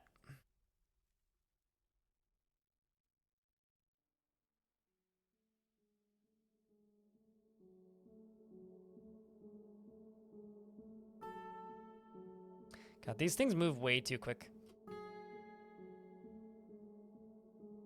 Where gremlins? I mean, that would just be a, like, I'm sure a gremlin could probably become a rare creature if they got bit. Just one page? I'm pretty sure it's just full XML dump. Why?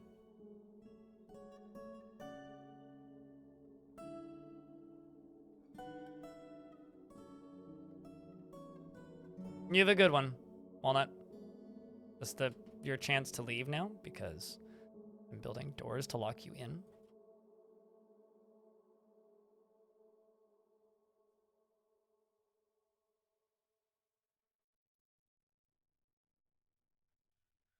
Am I going crazy, or did my population just go down by 1?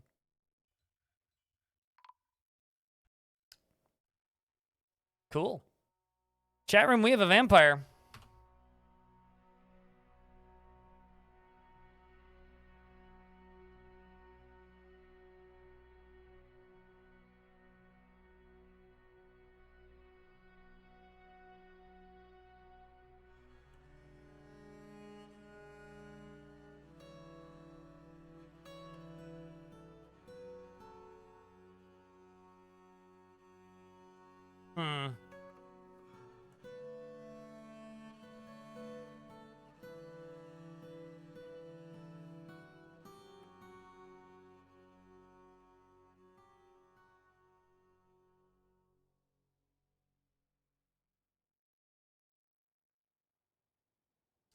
So where was Lorbam found dead? Right here. Skimming around to see if there's anybody who's currently going through trauma.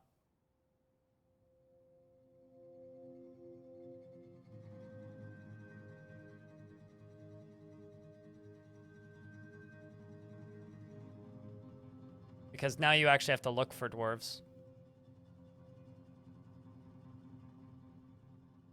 Or vampires.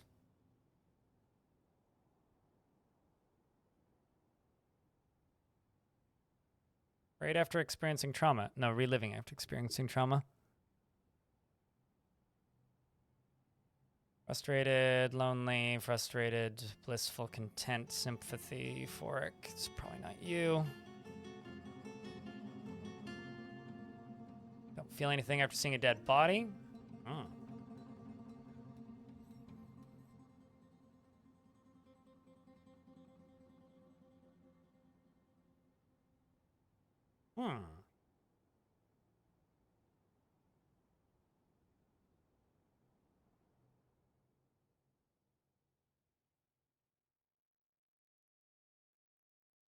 Warson probably is the one that you're thinking of.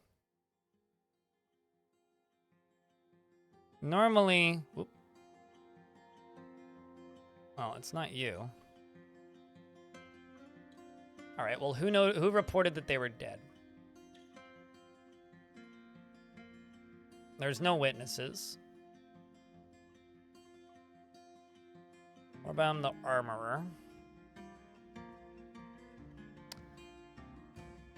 I'm gonna interview you again. I'm kind of just like taking a gamble right here to try and find this vampire. After being unable to practice craft. Actually, you know what? Let's look at you. Oh. It's the it's the necromancer. I can tell you this for fact. Horrified after seeing Locum die. Locum died. You saw them die. You now are listed as 0 kill. Well, found you.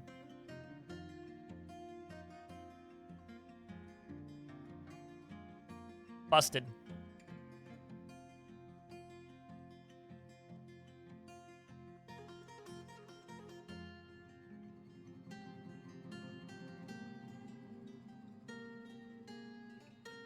Who saw Locum die? Yeah, really. What's funny is they didn't even like have the balls to turn them into a zombie. Wouldn't that be funny if there was just like a zombie of Locum walking around the fort and we already killed them?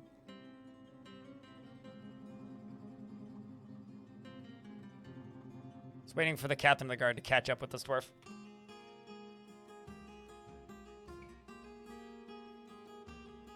Okay, well that's gonna take a minute. Let's just, while we're waiting for that, go all the way down. Actually, let's just go to where that gremlin is, the lower one. Okay, so you're still in here. Let's turn on the burrow. Just wait for all the dwarves to leave here.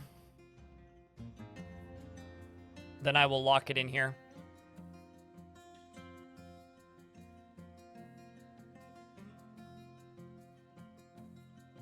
Then once there's... Oh, for fuck's sake. Sorry.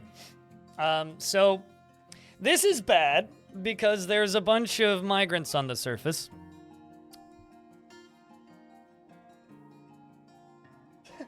Dwarf Fortress is being very Dwarf Fortress right now. Oh dear, indeed. Yes. Also, adequate crossbowmen. This So let's see. In the last like 20 minutes or 30 minutes, I accidentally released a gremlin into our fortress. I got attacked by 2 forgotten beasts, one of which is dead now. We got a migrant wave after sealing the fortress off, so I'm trying to release them. My necromancer turns out to be a vampire, and now there's a fucking weredeer on the surface. I'm gonna go get a sandwich. And talk amongst yourselves. I'll be back in like a minute.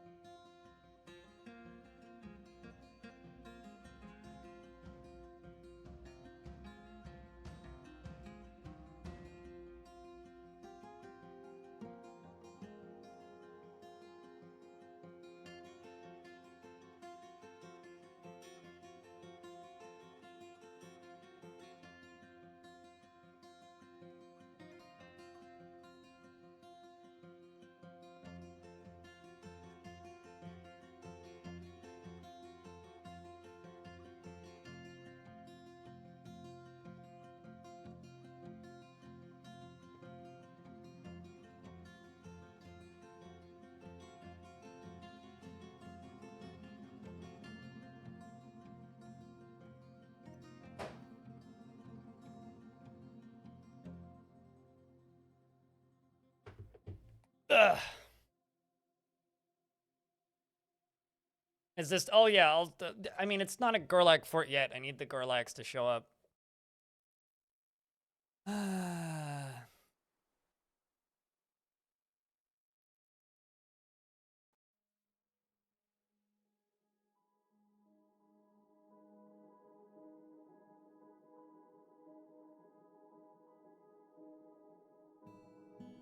I mean, this fort is literally infested with gremlins. That is true.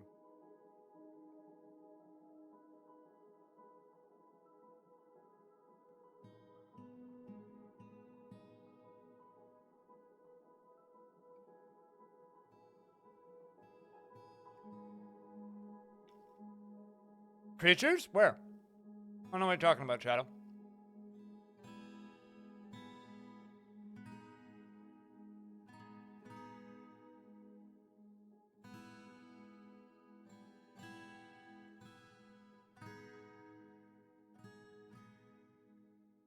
Mm-hmm. This is very true. Stone. You fucking donkey! That's a deer. Not a donkey. Shark.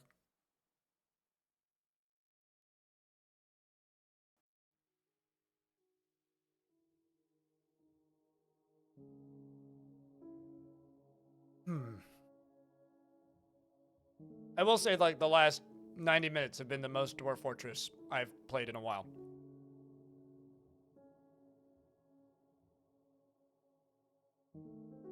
Open all doors. Abandoned ship or so. P. Not yet. It's being an ass.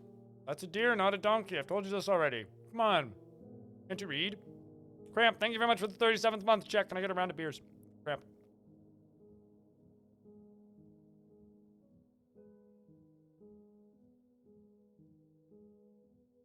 I don't want to talk about it, Ranger.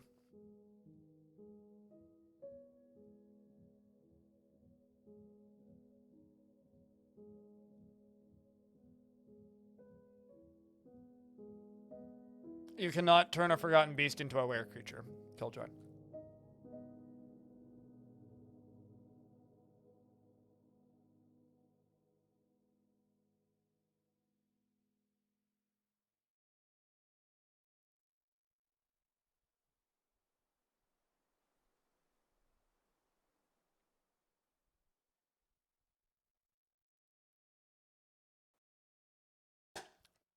you turn a vampire into were-deer? I don't know. I don't think you can have multiple god curses.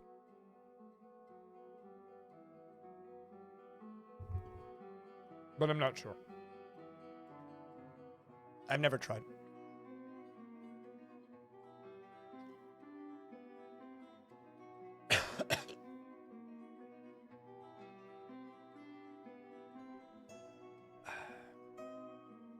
All right, let's see how many of my migrants this thing kills. Most of them, I assume.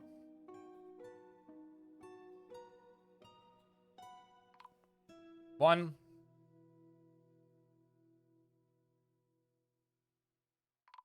Two. Three. 4. 5. Every single one of them. Oh, hey, it's a goblin.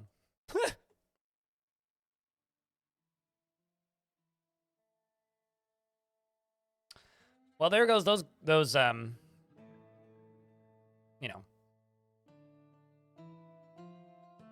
migrants that I was hoping to get. The goose just saw some shit, though. Bring out your dead. Yep. All right, where did that gremlin go? This one. Okay, you're still all the way back in here, waiting for all of these dwarves to get out of here.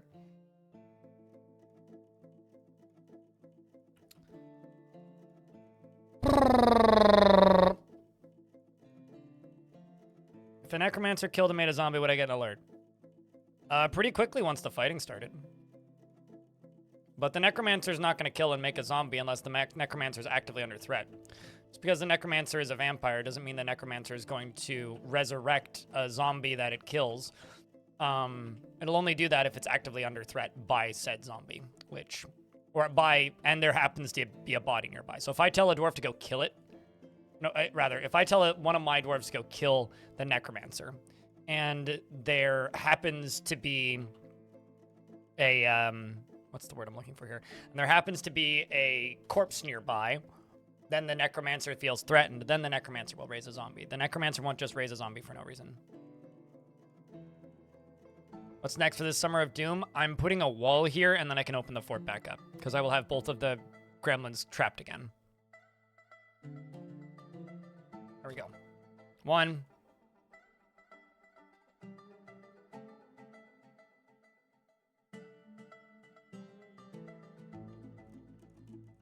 Who currently is still running around. What happens when you put a necromancer in the military? You have a necromancer in the military. I mean, what I think you are actually asking isn't what happens when you put a necromancer in the military. What you're actually asking is what happens when you put a necromancer in the military and then they fight something. What happens when you put a necromancer in the military and then they fight something is there's a fight that takes place, right? And then anything that visibly dies in front of the necromancer while the necromancer is in combat can be rezzed as either a friendly or unfriendly zombie. This usually causes quite a bit of lag. But also, on top of quite a bit of lag, it can also cause both advantages and disadvantages to your side, because suddenly it's a 3-way fight, usually. Because there is neutral zombies that'll fight both, there are zombies that'll just fight you, and then there's zombies that'll join the enemy. And you kind of have to deal with that. Usually just equals a lot of lag and usually isn't worth it. All right, so now that I've done all of that, I probably need to, I really need to expand my burrow. My burrow doesn't have the upper layer at all.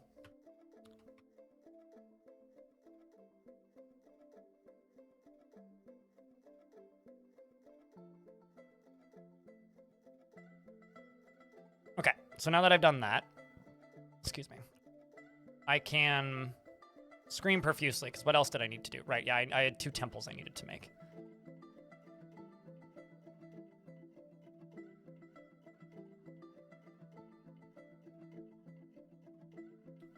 This one also needs to be an upgraded temple, so let's just start working on these. Let's just get these done, and then I'll figure out where I'm going from here.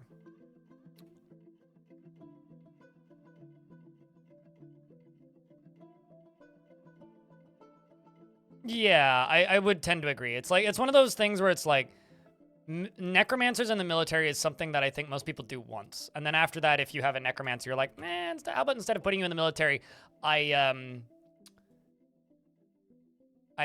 instead of putting you in the military, how about instead we just, how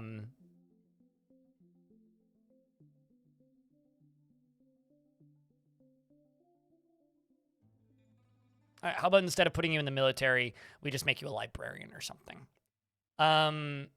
Although I have had some success about having like military / zombie necromancer squads. The fights get really laggy is the main issue. Okay, so this dwarf here, my captain of the guard, Telenartho, meets with the necromancer, Tun, once again, who's actually named Bosa, and he's met with the subject and appealed to the subject's belief in the truth. And the subject valued honesty despite being intellectually stubborn and confessed to the murder. Unfortunately, no new information was revealed. Confessed to the murder. Okay, so does that means I can convict you, right?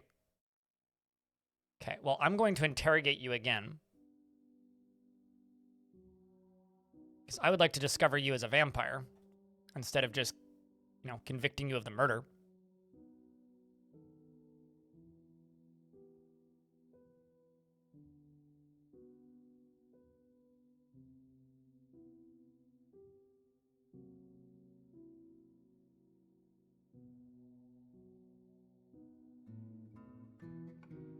Let's unsuspend this.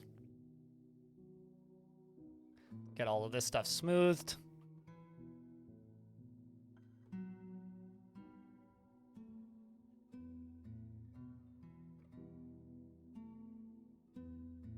Let's get a big old set of tables. Oh, I kind of ran out of chairs, but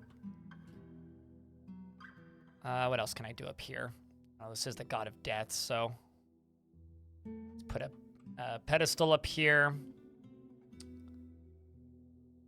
I might actually put that cap up here.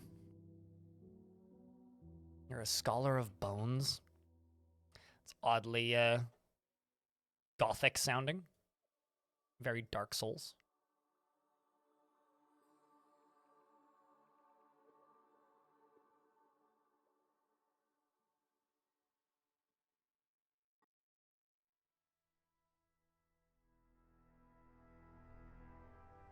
Okay, so have I interrogated you another time yet? Yes, I have. Appealed to subject's belief in cooperation. The subject believed in cooperation, confessed to the murder. No new information was revealed. All right, well, I guess I just have to convict you then. See what your punishment is.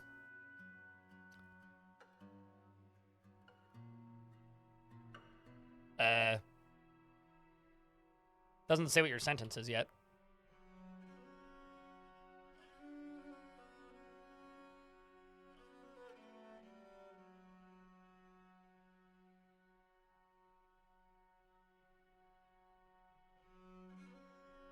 What?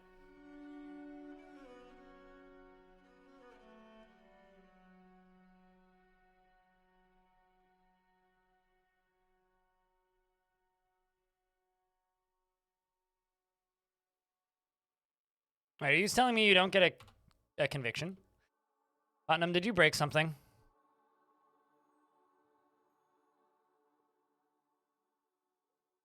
Okay, it is there. Convicts. Doesn't say what your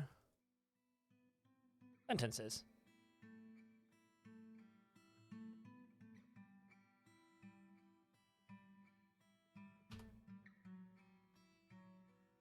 Why? Because Cooler is on vacation, or was on vacation up until a very brief period of time ago. And I ain't gonna make a man quit his vacation. And we were limited to a very, very, very low number of animated emotes up until halfway through Cooler's vacation. So that's why we don't have an animated skeleton. And also because I don't really want an animated dancing skeleton, to be honest with you. I'd rather have more animated dwarves.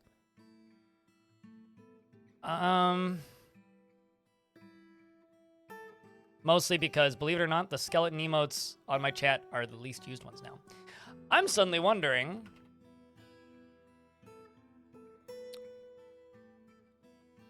If there's an issue, Dwarf's getting convicted of crimes right now.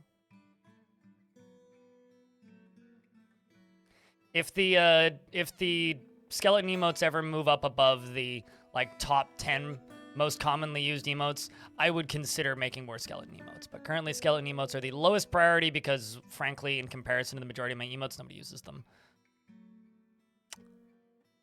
All right, well, I have a lot of animals I gotta butcher. And it seems like murder isn't a sentence that gets a conviction right now. I'm not entirely sure as to why that is, but it certainly seems to be the case, and I'm mildly disturbed by this.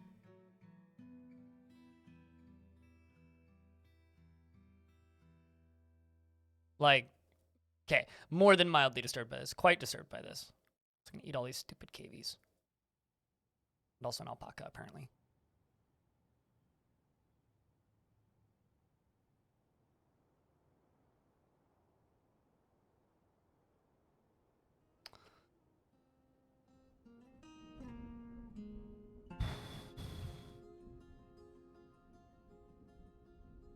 This isn't a... Okay, so let me just be completely honest with you. Suited, the ethics of a civilization don't change regardless of who's currently running it. And also we have a Gorlak in charge of it right now. Not a goblin, a Gorlak, which would imply more ethically normal stuff. I think I'm just going to expel this dwarf. I think that this is a bug, actually.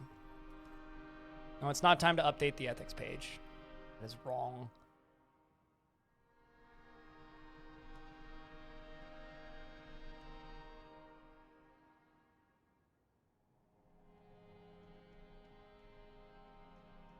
I'm actually thinking that none of the sentences I've convicted... It's too late. I've already done the conviction. Chat room, is anybody else playing on the experimental branch? Try convicting somebody of a crime. I'm actually going to test this right now. Because I do have I have a cold case that I can try. I don't think crimes that the player convicts actually get a conviction, because I just had a dwarf admit to murder, who's a necromancer and also a vampire, apparently. So I just had a dwarf admit to murder and not get a conviction for it, even though I convicted them. Maybe it's just a UI bug? It doesn't matter what the bug is. The fact is I didn't get a conviction.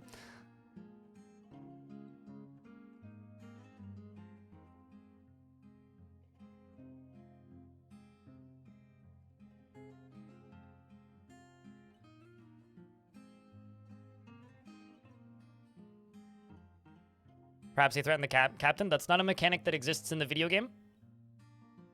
So I mean, if we're headcanon, we could absolutely say that he threatened the captain, or she threatened the captain. But otherwise, you just gotta trust him. Did I manage to catch the gremlin? No, but they are sealed off in their own sections of the forts. I've sealed them off. They have not been caught. Yeah, this is a lady dwarf. So. Let's find out. Let's convict this dwarf of a crime they didn't commit.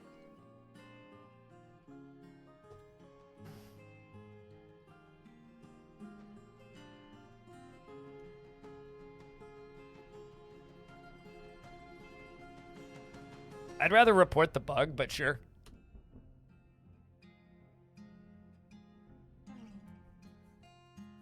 Okay, so conviction is working.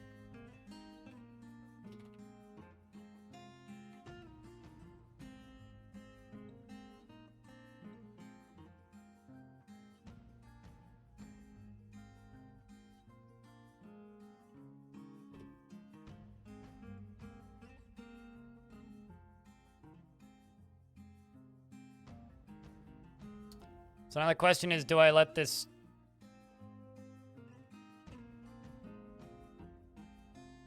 I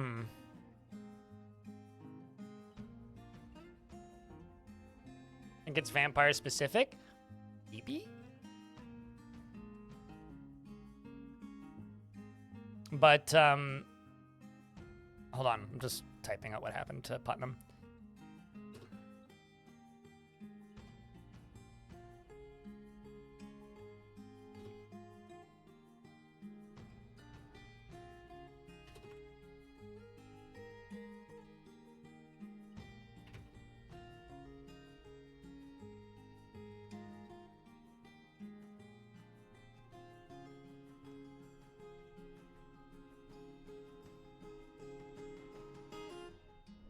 No, they're supposed to get a conviction. Like they were listed, so they were listed as a convict, but didn't actually get a crime associated with them. No, their confession's supposed to make them red, actually. Not blue. Suited. Red. Zombies are blue. Necromancers are purple. Vampires are red. Sorry, but like this, I've been playing this game for too long. Yeah, this happened as well in 50.11. Weird.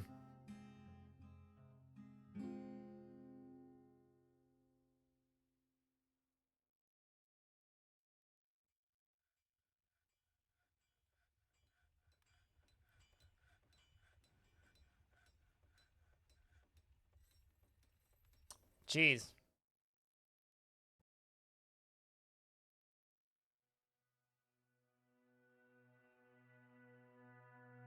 Did they fix what?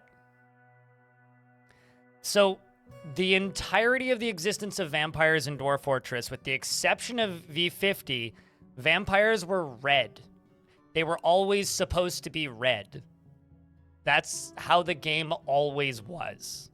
In version 50, they bugged out in two ways. They looked like zombies, which is blue, which is wrong. They were never supposed to be blue, and they were never supposed to look blue. They were always supposed to be red, okay? So they ceased being red and looked like zombies, okay? So they looked like intelligent undead in version 50. That was the bug. What they're supposed to look like is normal-ass dwarves. This one just happens to be a necromancer, so it's an oddity. But they're supposed to look like a normal dwarf that when they get accused of crimes and admit to murder, they become red. It's the way it was always in the past. And also for like the brief second where they were feeding, they would become red. So nothing was fixed in V50. They were broken in V50. I don't know how else to explain this. People like overthink and overcomplicate this. Anyway, I'm locking this dude in here. You're staying in here forever. Also, the UI doesn't show the sentence length.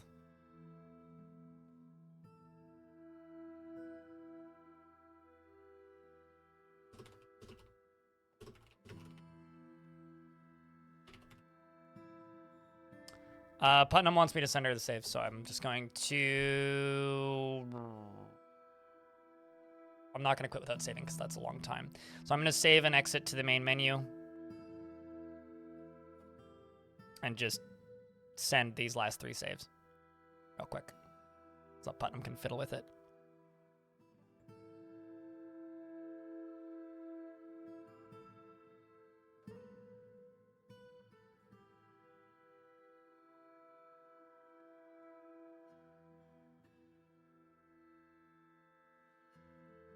So current in the region 1 and then the last 3. Zip all this stuff. Done.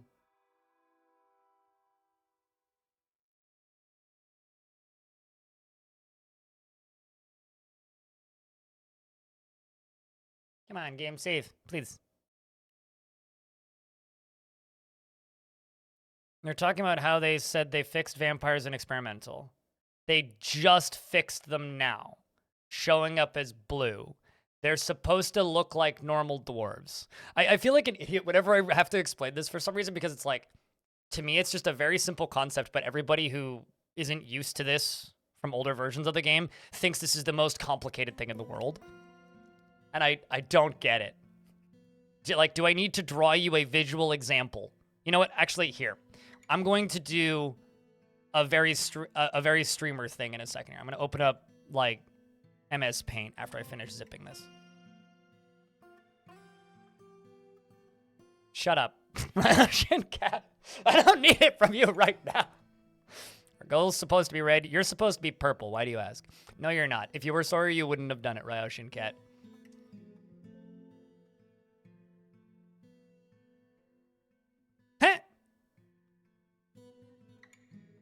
Sorry, I just discovered something funny. Okay.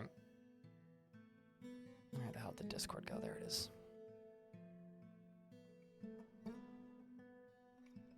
Files are too powerful. Son of a... Chat, I'm like about to just throw all my shit out the window and go take a nap.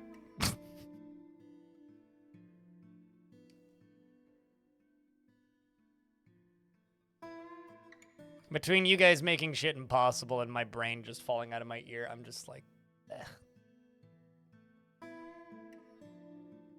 New fort here. This is, we're not starting a new fort. I had to zip a thing.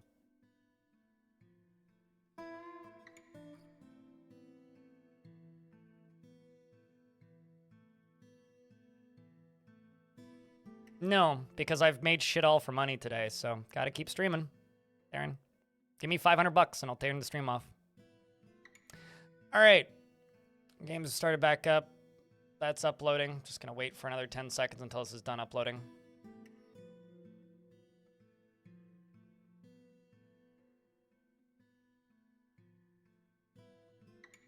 But have a good night, John. Snooze good. I don't need rest. I need chat to stop being brain dead. That's what I need. All right. Share copy link.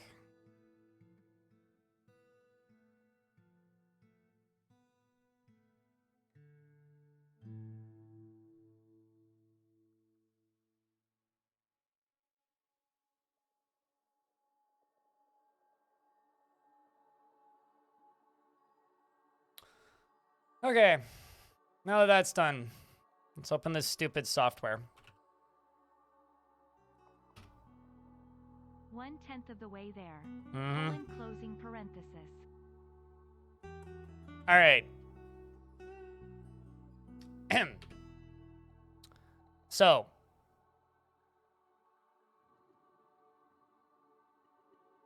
I was thinking that would increase the font size. Nope. 72. Why is this so fucking tiny? There we go. Okay. So we had V47. Okay. Then here we have V50.01. Then we have V50.12 beta. Okay. Now I can zoom out this shit and I can expand this over here. And I can expand this way so stuff works again. Okay. Now, here, for you incapable of understanding basic information, folks, vampires were... You know, we'll do this with actual paint brushes just for comedy's sake. Okay. So, vampires were normal dwarf until they commit crime and eat somebody, and then they become red dwarf while eating somebody. Once they are convicted of said crime, they permanently become red dwarf. Okay? Or whatever race they were. V50.1, they were always blue. Right? They were always blue in V50.11. Doesn't matter if they've eaten somebody, doesn't matter if they've convicted crimes, they were always blue, all right? Then over here in the V50.12 beta, they are now supposed to be normal dwarf. And then when they kill thing, they become red briefly. And then when you convict them of or once they admit to murder, they become red dwarf. Do you understand now? Clip that and share it to anybody else who doesn't understand, because I'm tired of explaining this.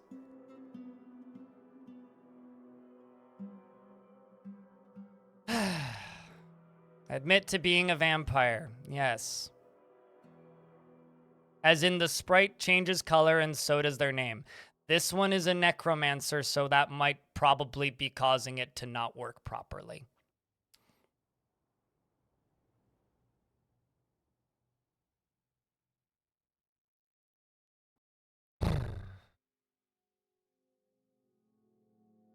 I don't know who that is, Montycore.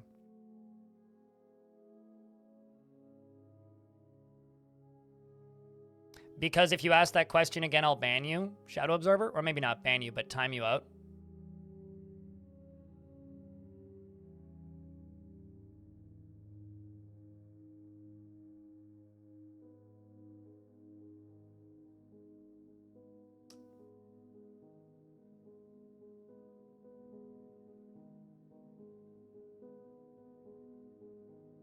Because Shadow Absorber is just making jokes, that's why.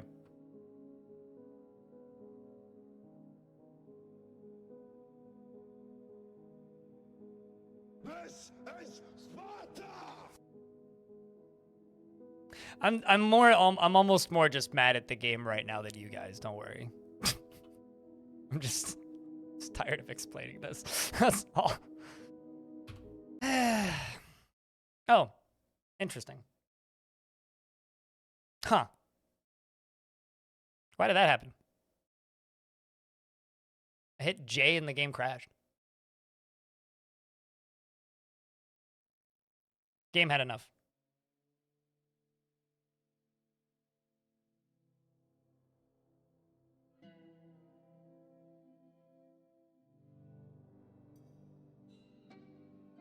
Let's see if I hit J again, if the game crashes again. That time it worked.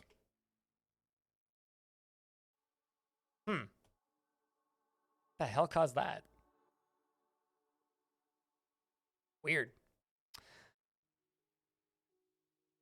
All right, well, I'm just going to continue. Well, actually, I can't because I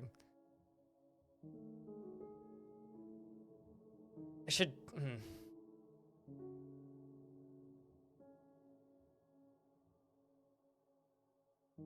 What date was this? Second of granite or second? Okay, let's go back to this one.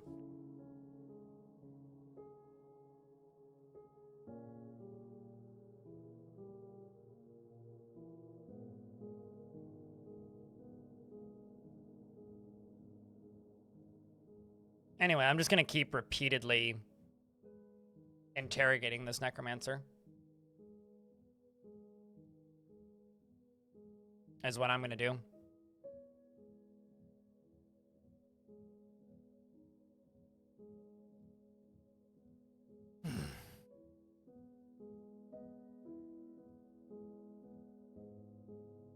Anyway, apologies for the mild salt, but the game's thrown a lot at me recently, and having to explain the same thing on repeat for 90 minutes, plus also trying to catch multiple gremlins and shit, while hysterical, can be very, very, very, very, very bother-inducing for my brain. So we're mostly through it now, from what I can tell. Here's hoping. I don't even know if that's accessible, but if it is, let's put it there.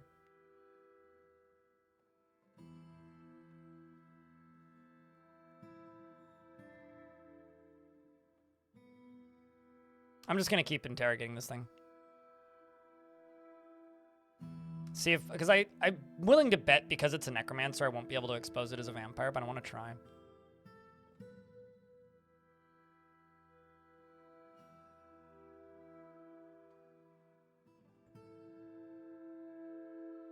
They don't have any family, I don't think. Well, they do, but none that are here. I like how he's... It's a kindred spirit with Tel and Artho now, which is funny. Because they've spent so much time talking. They've just, become best friends. All right, I can lock this door now. Actually, where's that gremlin? Should probably double check, make sure they're both in the right spot. You are down here, still moving, okay. And you, other gremlin, haven't moved. Well, that's unfortunate. I need to fiddle with this gremlin in a little bit. This necromancer's getting pissed. I don't blame them.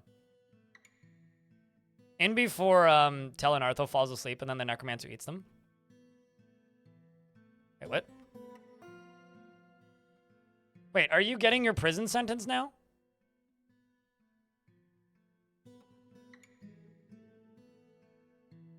Okay, maybe it is working. The hell? I don't understand. What? Because you were just interrogating. Huh.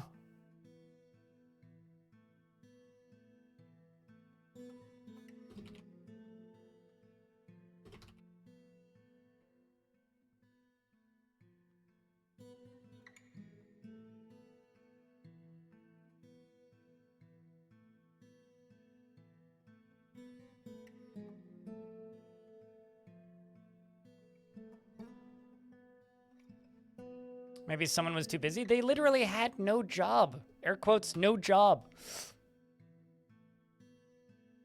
I'm gonna keep interrogating them though. There's nothing else you can do.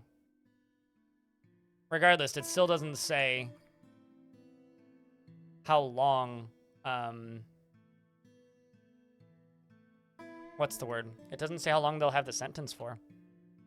That's still a missing piece of UI, if nothing else.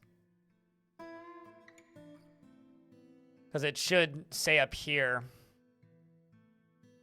how long they've been in prison for. Or how long they're going to be in prison for.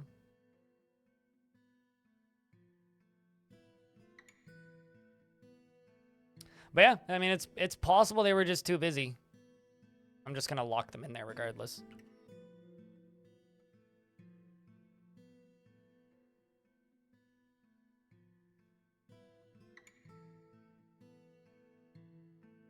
This is bizarre.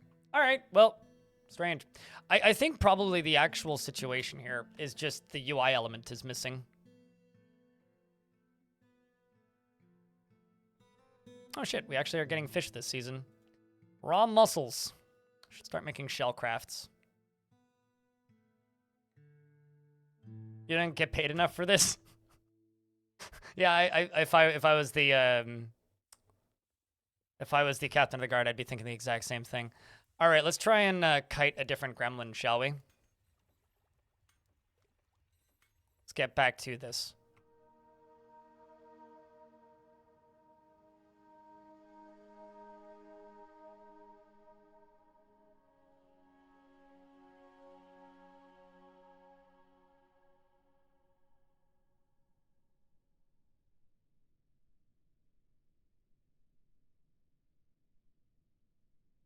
No, because it says that they were completely drained of blood. So, no, it's not possible that they committed murder and didn't actually feed because, well, they committed murder and did, in fact, eat them.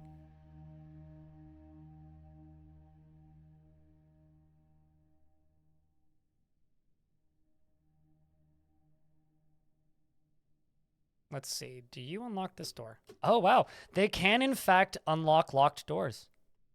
That is insane. Then why didn't they unlock the locked doors earlier? Wow. You sneaky little son of a bitch. That is fascinating. I just learned something about gremlins.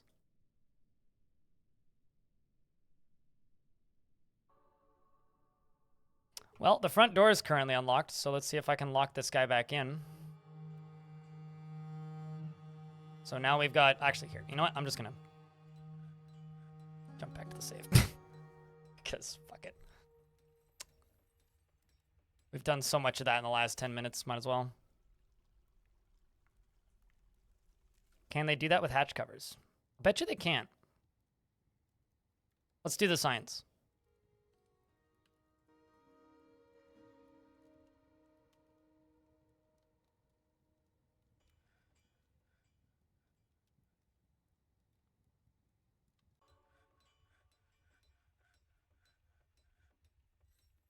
Which timeline is this?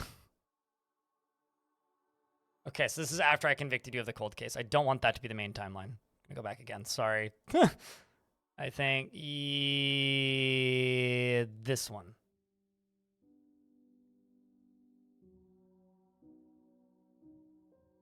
True, it might be. Yeah, you're right. It might be a directional thing.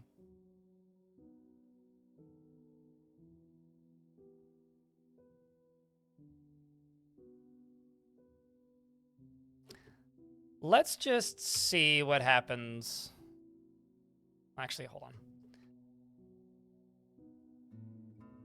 Let's go down to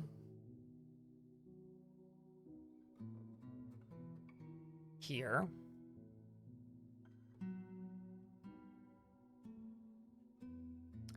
Dig up right here.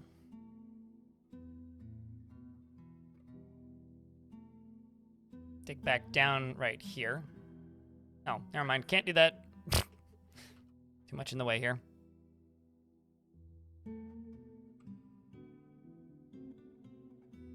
Yeah, we'll do it this way.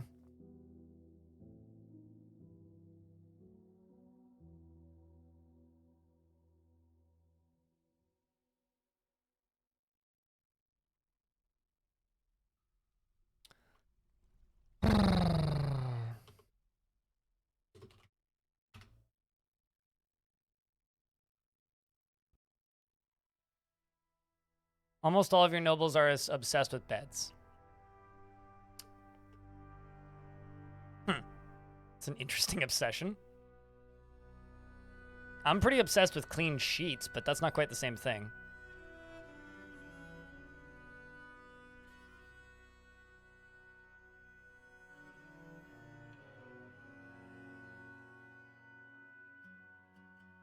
Let's see if Gremlins can unlock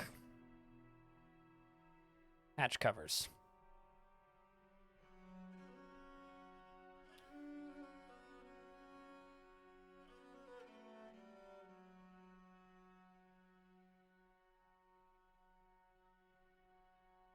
Okay, so now you're in prison. Ah, boy. I feel like I'm losing it a little bit currently.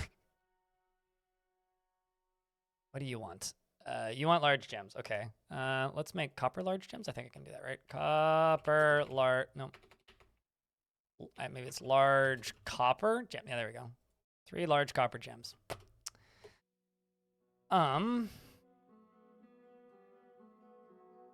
This dwarf's running around picking up equipment. Someone needs a new shirt from the looks of things.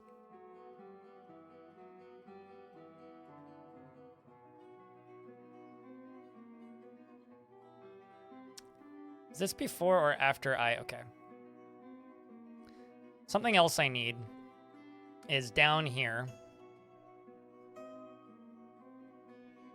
Down here, I need to actually hook this up to a lever so I can lock down the fort in case. Oh, actually, no, never mind. I mean, this is currently still blocked off. I should unblock this.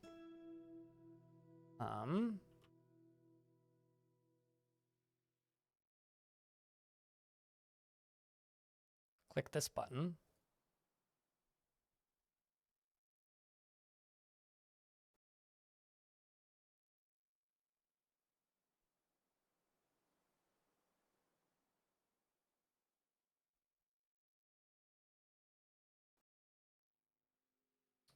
Because usually things that can topple stuff can't go up a layer, and usually, like, it's likely directional, but we'll find out in a moment.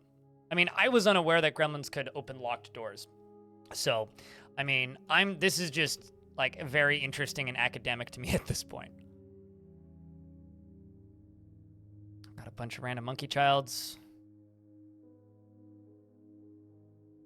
Let's go to creatures. Okay, stuff's getting slaughtered. That's good. Let's also check my farmers. Okay, because those are my butchers as well. Oy vey. You know, I just realized I haven't heard a single dance or party in this fort just yet.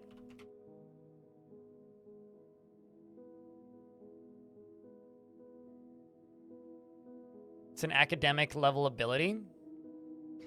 My parents' cat, when he was younger, could unlock a certain type of door. He figured out how to, like, jump onto the side of the wall and, like, slide down it. They are mischief makers? Yes. Which also means they'll probably be obnoxious as all hell to have in a fort, but, you know. So while the dwarves are doing... Oh, right. It's taken by intruder. Of course it is. Of course it is. Well... We'll just do that manually then. We're into late summer and I need to trade soon. So I think I'm just going to not fiddle with the gremlins for a minute until we're done trading.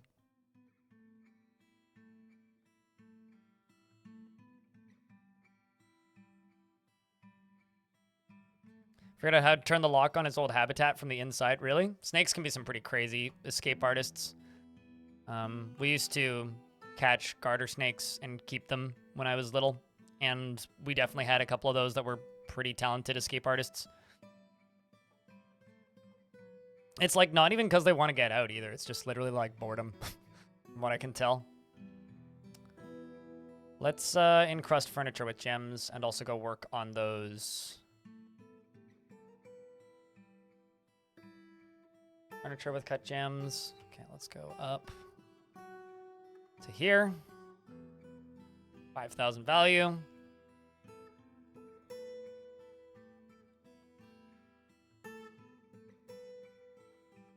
I was also in the process of making a carpentry area, and that never happened.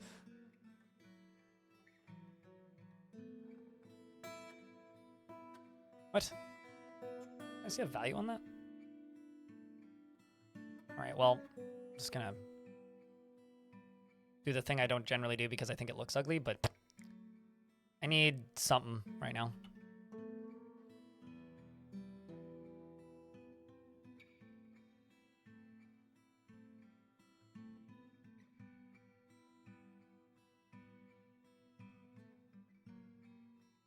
So now that I've done that, I also need to do this.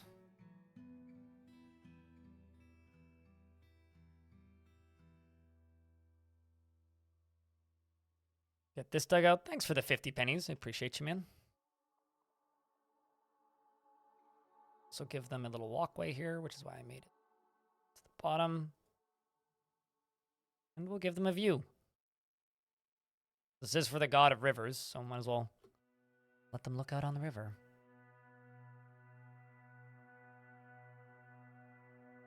Yes, this is the world with the Queen Gorlak. Our necromancer. Our outpost liaison is also a Gorlak. Okay, so I'm gonna drop down a layer here. Go over to this side. Place a mechanism. Mechanism. The last of me biddies, for you, fellow friend of Gorlak's.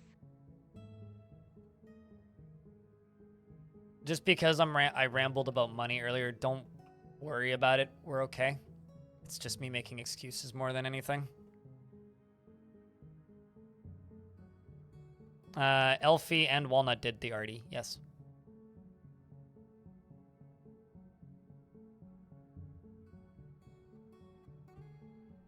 I've got two well, I accidentally let one gremlin out into my fort. I don't know if you were here for that, Clockworks.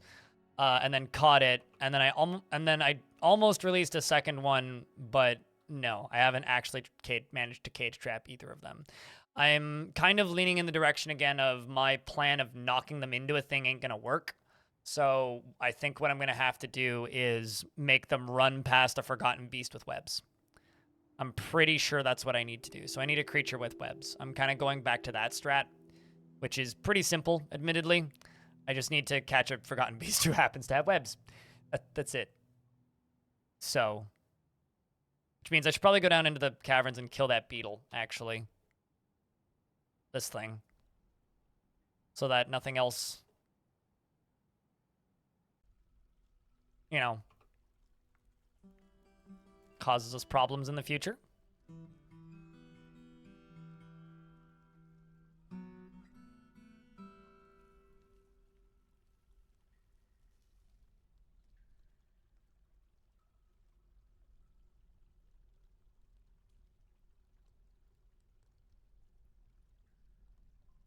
No problem.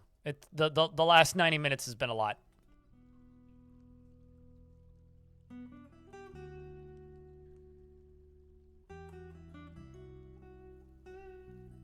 So I've got one gremlin in this area who's just kind of running around. Like right here. This gremlin.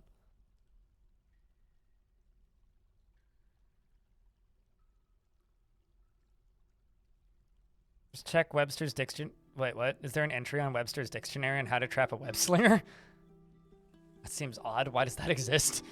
So I've got this gremlin just running around in this layer, and then the other one is stuck right here. Because we've learned that they can unlock locked doors. But now I need to find out if they can unlock locked hatches. So, one thing at a time, doing the sciences. It's a very complex scientific study, shall we say.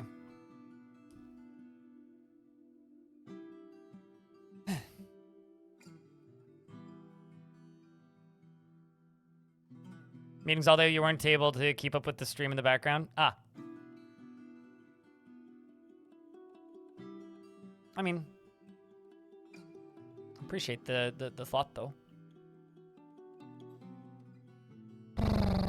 What was I doing?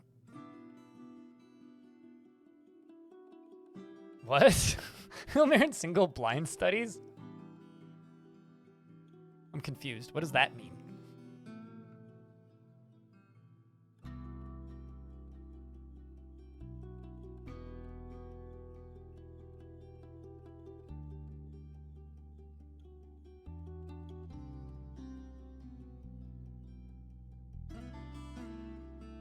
Holy burial? It's a religious. It's so the most popular religion, I guess, in this world is or at least for this faction is a is the god of death.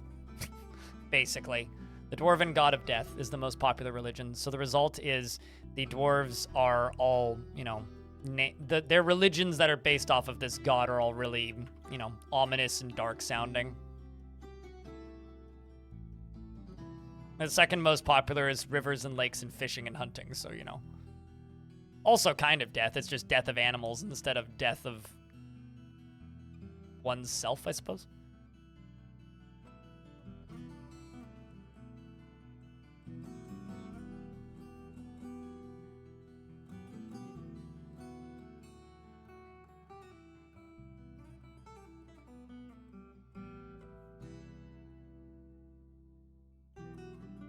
There are a lot of necromancers? Oh, there's plenty of necromancers in this world.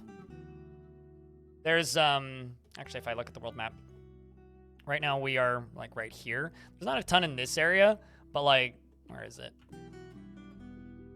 This area is just, like, completely full of, like, Necrotower, Necrotower, Necrotower.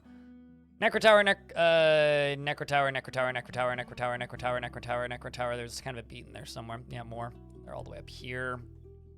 There's a ton down here. Some up here. Ooh, imagine settling on this volcano. The Wall of Admiration. Fighting against those necros could be fun. Yeah, no, they're just kind of everywhere. Firebolt throwback. Yeah, sort of. Firebolt was a fun fort. Okay, so here's hoping we get to trade again. And here's hoping they offer me... When you got your cat from the pound, it escaped from the box while you were in the car and you named him Houdini. It's really fun when you can tell that there's somebody who's very far behind in the YouTube chat. Because that's like, sounds like it's talking about a conversation that we had like 5-6 hours ago. Ish. Or like way back at the beginning when the stream started, but...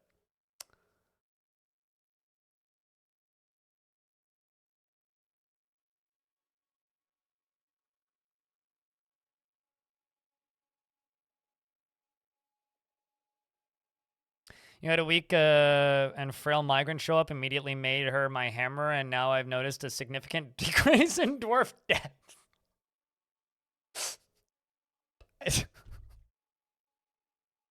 I appreciate... Seems logical, yeah. Weak and frail dwarf. How's she like her new gig? The important questions, you know?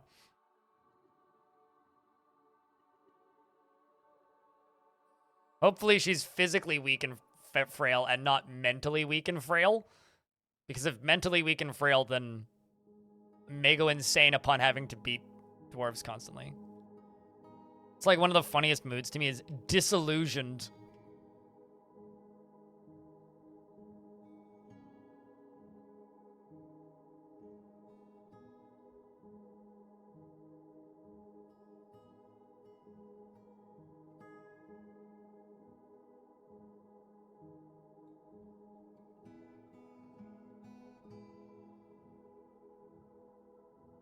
One was the Fated Grave. The Fated Dusk. The Fated Ghost. That's what we... This one. Although it doesn't need to be that. I'm just making it into that. This is Igor Raptor or whatever.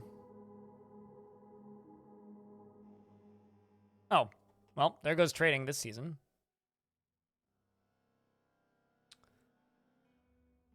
Time to lock the dwarves inside.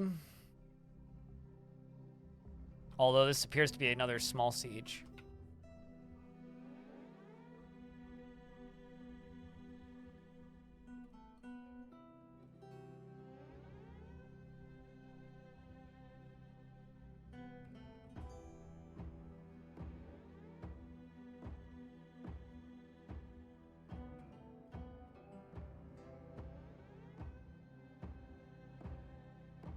This part checks out. All right, sweet. So I'm going to tell my Mark's dwarves to go stand here. And then all of my other squads to go stand right here. And let's just double check something. Can I get a big Vile Force of Darkness? Are the goblins trolling us? God, I hope so. I need to make more bolts. Unrelated. Oh, actually, this will probably help. Let's also make silver bolts. Let's make 40. I'm also going to need more coal or lignite pretty soon. Okay, so this is a snatcher group. Oh, geez, did I close the front door? I don't think I did. Nope, I did not. Okay, sweet. These haven't been passed just yet. I can just do this.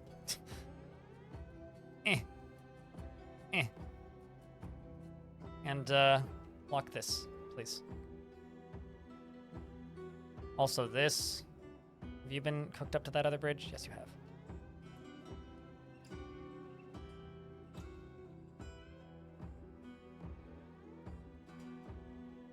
Okay, so a bunch of goblin thieves did actually make it into my fort. But it's okay. Wait, hold on a second. What? How'd you get this far in?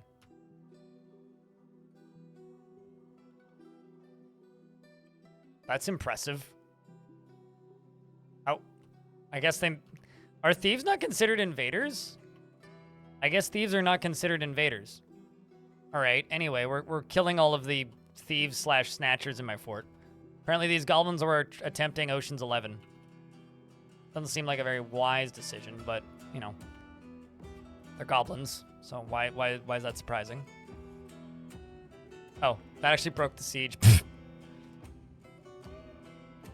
The goblins are, in fact, trolling us. Is the guard goose dead? No? I don't think. No. Security Honk is still, in fact, alive.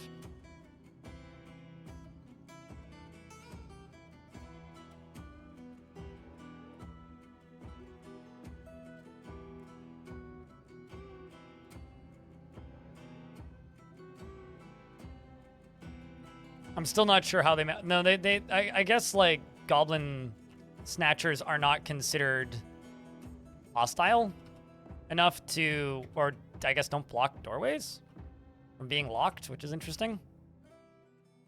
Kind of assumed that... I always assumed that they would, but they certainly didn't.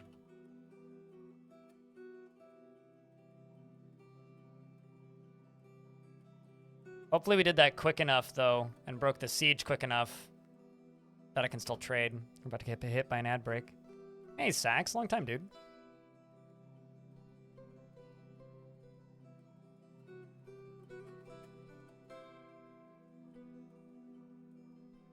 Sometimes people are behind in streams. That's okay, Alfie. That's how YouTube's designed. Nothing wrong with people working it that way.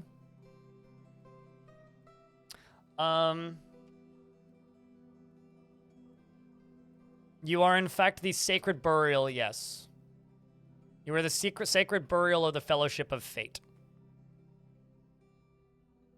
Currently, you're constructing a building, actually. And you feel constant joy remembering the creation of the temple for the Fellowship of Fate. I'm going to go place a bunch of statues, but that's about it. Never mind. Can't actually place statues yet.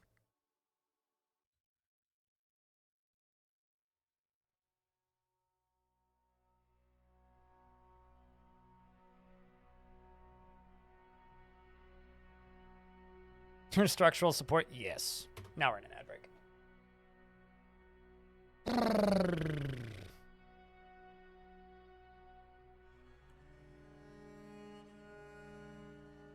So aside from like a very brief spat of overwhelming salt today, today's been pretty great.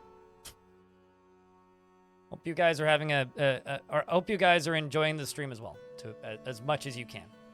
Good news, the YouTube stream is up to 99 likes, which is very, very good.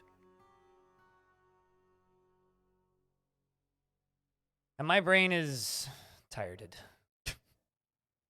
I just made the mistake of checking my email. Good God.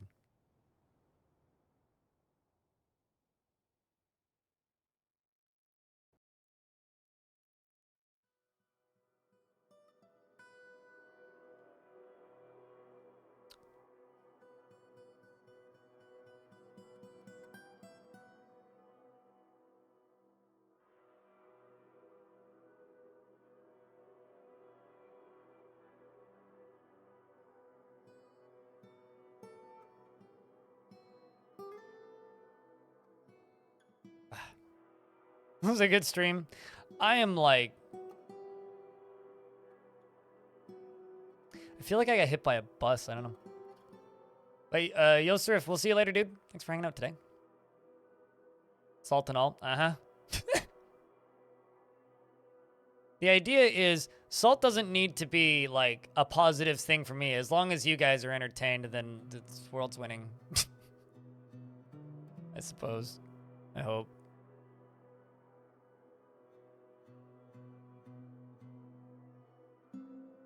All right, that should be done. Make silver statue. There we go. That's what I wanted to see. Glum after getting into an argument. You want abstract thinking. I really need to make a library. All right, chat room. If I don't start doing it immediately, remind me 2 things when I'm done with these 2 temples. There's a lot of rock salt in this fort. I'm not actively mining rock salt, though, I don't think. You guys have two things to remind me to do. I need to make a library, and I need to make more bedrooms. It's the post... Yeah, true. It's the post-adrenaline crash. But I had a sandwich. That should reinvigorate me. At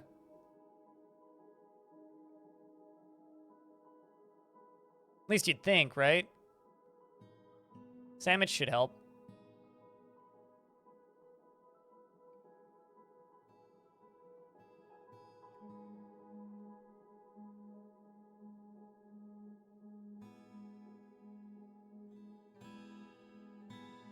Also need to finish making the...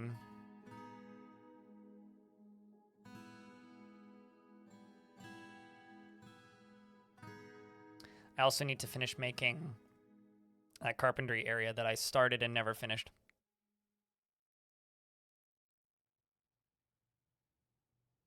Just use the limestone because it's closest.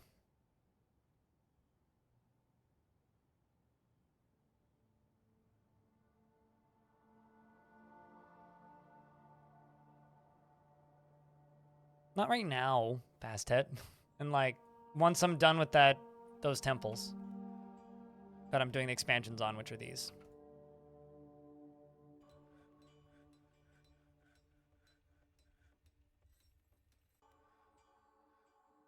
Your level 4 Esper just got lost and you plopped into a 7x7 room full of like 25 snapjaws. Huh. I mean, if that's like mid-game, you just laugh at them and then they all turn into red paste, but if that's early game, then because you said level 4, yeah, that's terrifying.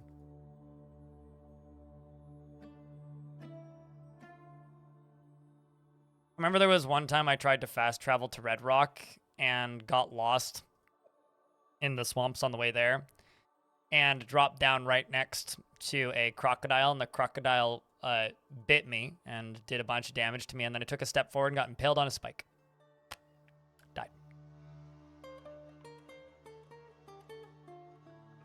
So I had like half my health left, and I took 2 steps forward and died. It was like a 90-second long run. What's up, Bahatome? How's thing? What happened? What is wrong with that Pikachu?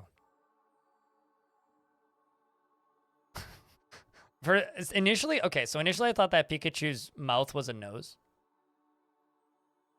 That's what it looked like to me initially.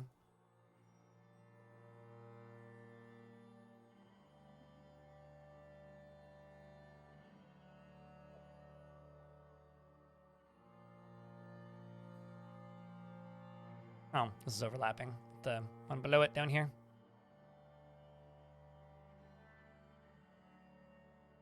Now it's no longer overlapping. So what's the name of the zone down here? This one. The Temple of Hooves. It's a weird name. Bunch of bronies, let me tell you.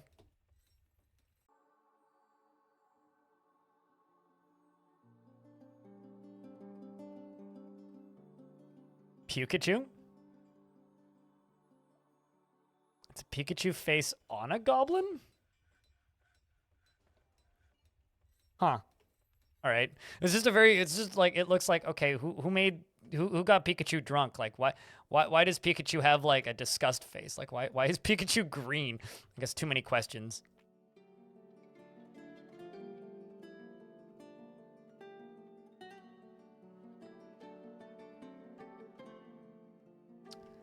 All right, Dwarf, did you have to... Okay, sweet. We get to trade. Dwarf, did you have to choose to stand directly on a tile that needs to be finished? Like, this dwarf decided to stand right here to meditate. Geotrack, you have to stand right there. Like, of all of the places you could stand in this entire temple, you had to choose that one. There you go. Now I can finish this.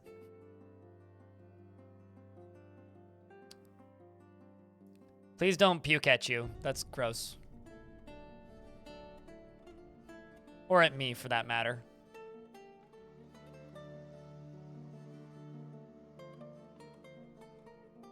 I will wait a moment before we trade.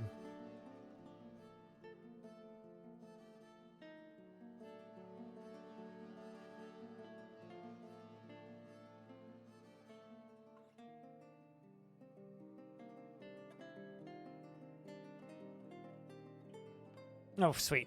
We do still... It's still the same outpost liaison.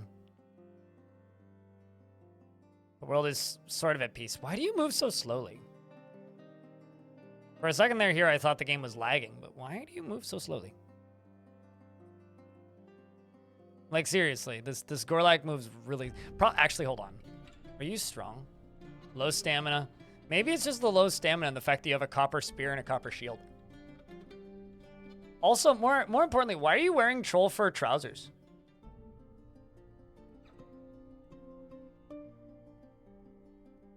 I'm starting to think that these Gorlaks in charge of my faction are actually like goblin spies.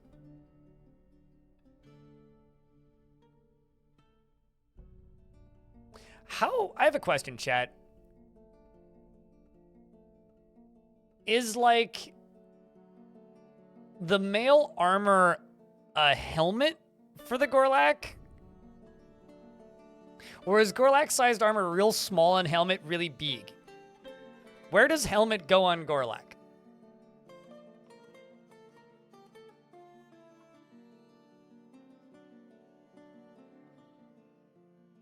I'm staring at this Gorlak and I'm starting to gain questions. Like, Gorlaks are awesome, but like, where is this Gorlak putting it? Yeet. The shirt. Does it go up over the back of its head? And if it were wearing a helm, where would the helm go? Are they smaller or bigger than a dwarf? That's a good question. Hobo, how are you? You've missed a lot of salt today. Oh, geez, the wiki very heavily zoomed in. Gorlak. Also, I would like to remind everybody, baby Gorlak look like this. That's baby Gorlak. That's slightly less baby Gorlak. Like they go Mr. Potato Head, Derpy Potato Head, Gorlak. But how big is a Gorlak? They're slightly smaller than a dwarf, 50,000 centimeters cubed.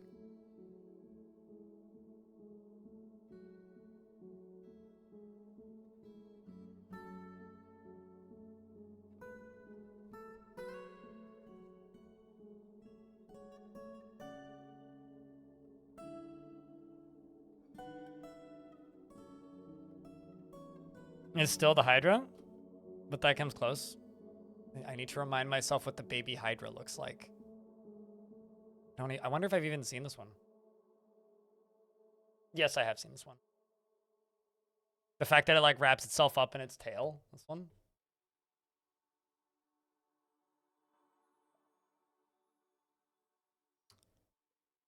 "50,000 centimeters cubed is the size of a Gorlak. Not tall, just cubed.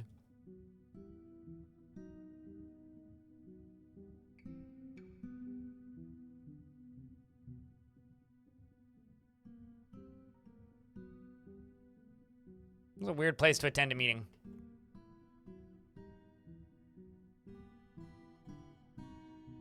Almost there value-wise. I've just got to get a couple more of these statues in here.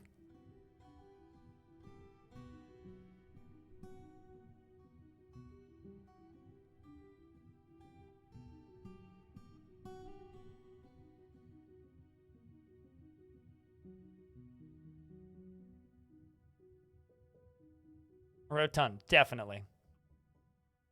Oh, it's sitting in an... I thought it was like a tail wrapped around it. I didn't realize it was sitting in an eggshell. That is kind of adorable. Dang it. I need webs, not dust. Webs, not dust. God damn it. I need webs, not dust. Okay. So if Gorlak was made out of water, it would only be 50 liters of water. Sure.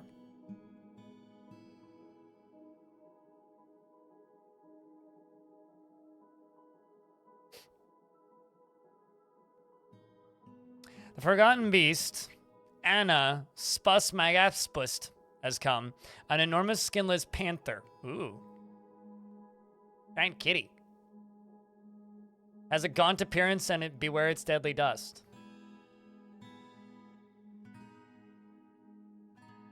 That or... There's... Also, more importantly, where did it go? I could try something else. So there's two things I can do. There's a lot of cobwebs in this cavern lair. Oh, did it walk off the map immediately? I guess so. Oh, wait. Oh, I see.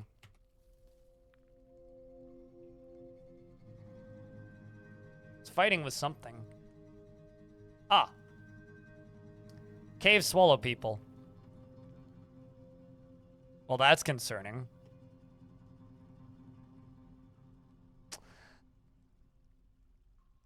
Huh. Well, you know what I should do? I should probably hollow this out and turn it into a battle tower. What do you think? Although that would be a massive waste of bolts.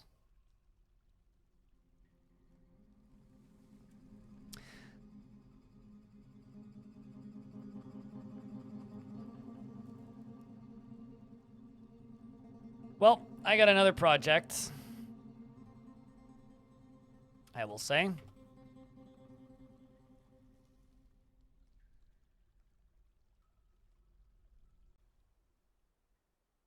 What?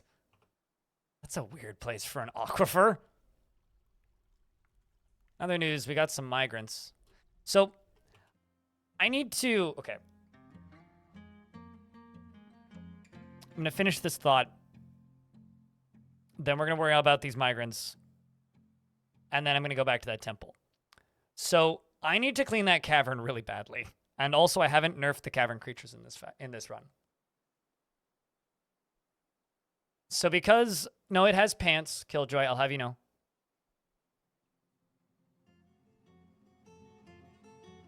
I'm going to finish this thought first. The other way I could try and catch the gremlins is that cavern layer, the first one. There could be hundreds down there. You are very correct. Is that cavern layer is full of cobwebs. Meaning, if I can clean the cavern layer, I could build a tunnel through it, put cage traps in the tunnel, and just simply wait until the cage traps have cobwebs on them, which is just a matter of time if I build on that layer. Does anybody want a dwarf?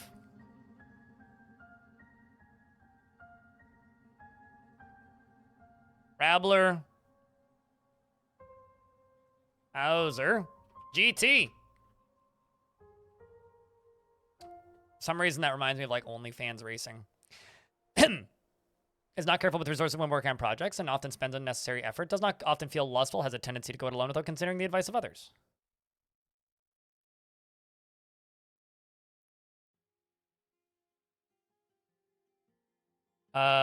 She has little interest in joking around and doesn't seek out excitement and isn't particularly ambitious and is quite comfortable with others that have a different appearance or culture and tends to avoid crowds and does not easily hate or develop negative feelings. Is quick to anger. Dreams of crafting a masterwork someday. Personally finds sacrifice to be the height of folly. Sees perseverance in the face of adversity, bullheaded and foolish, and does not respect the law and views loyalty unfavorably and doesn't really value merrymaking. High Master Lie Maker. You disdain the law and you have a developed sense of empathy.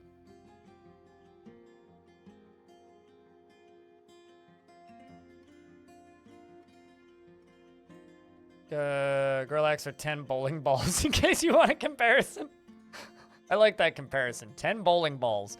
Because, you know, I played, what was it, Clay Fighter, where they're just spheres? Chat, what was the fighting game? Okay, this is going to be like an oddly specific thing to state, but I'm sure somebody here can help me do this. What was the name of the fighting game that was like in the, like, I want to say Dreamcast era? It could have been earlier, where it was like early polygonal and your characters were made of balls. Like they were sphericals. They were spherical. Is it Clay Fighter on the NES? Clay Fighter NES.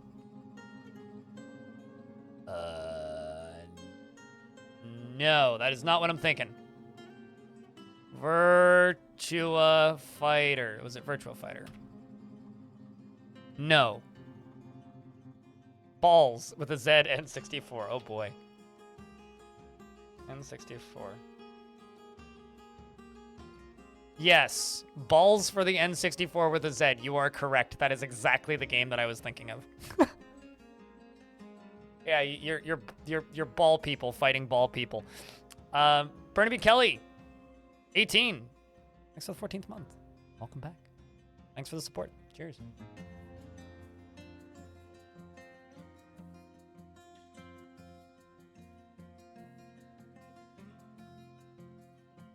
With a Z, thank you very much. Also, I lost my place in chat, so. Hubbity bubbity. This is Cramp.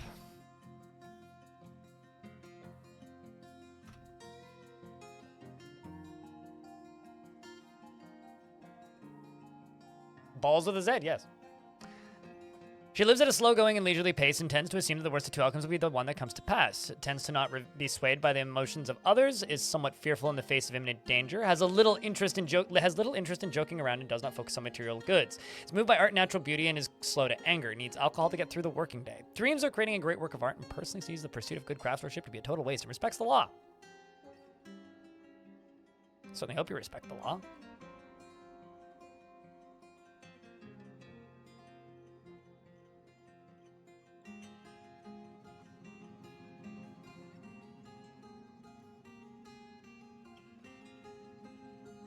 If you put your original copy books on pedestals, will Scribe still copy them? No, because once they're on pedestals, they are not accessible by other people.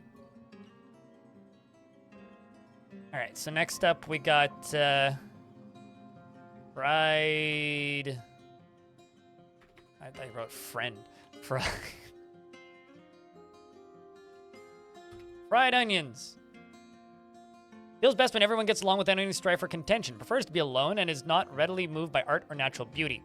She is conflicted by this as she values artwork and its creation. She is very humble, and she is grateful when others help her out, and she tries to return favors. She always acts impartially and is rarely moved to mercy, and she Dislikes those that seek to acquire power over others and tends to consider what others think of her.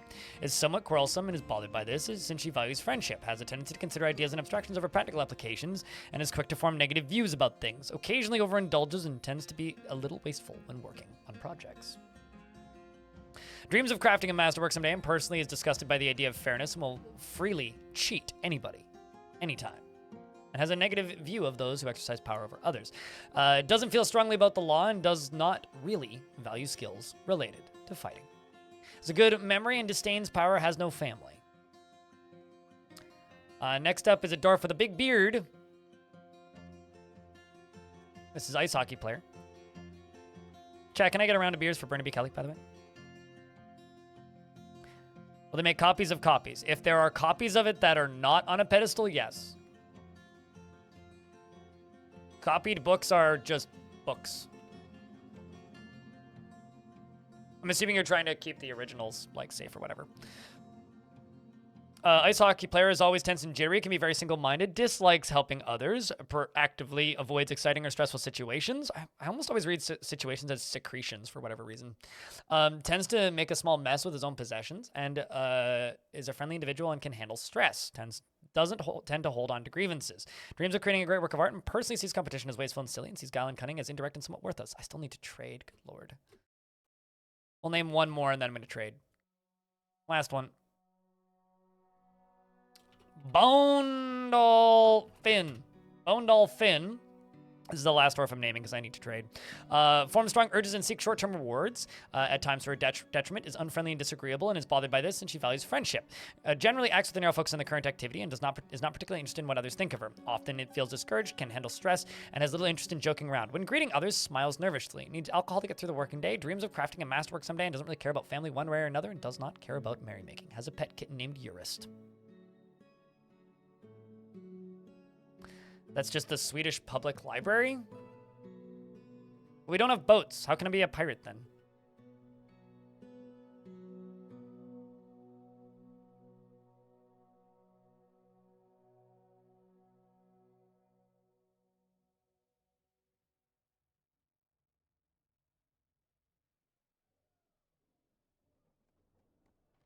Oh, I was looking for that totem. Like, seriously, I was looking for that totem.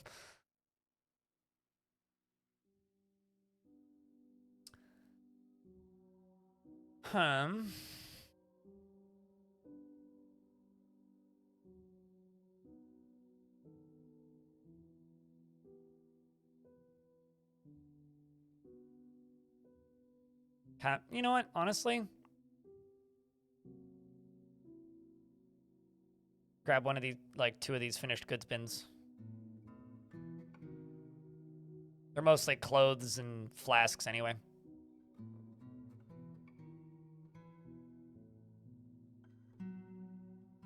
Give out copies of their book. How would you return them? Also, isn't that just stealing books?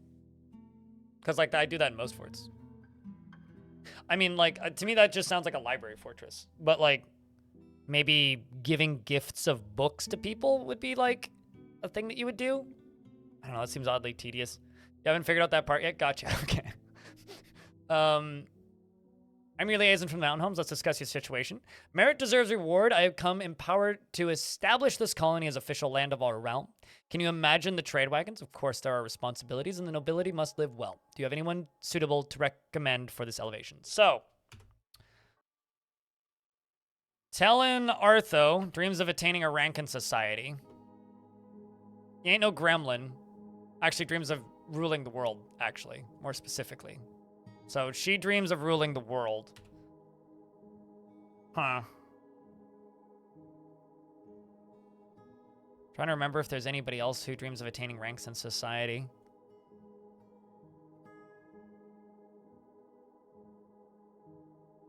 Is a perfect fit, but that would be for, like, Queen. Did Ranger Rick dream of that? Can't remember. No, Masterwork someday. Maybe in a previous world.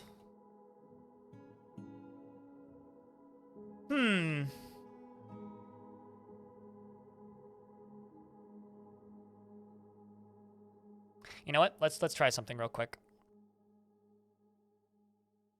Before I try something, I'm actually going to do this. Bonk. Seems like they figured out how to fish in the last 90 seconds.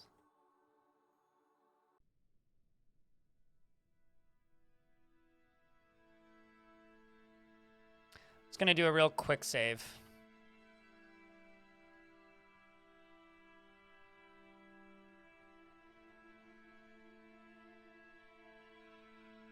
Oh, yeah, no, I agree.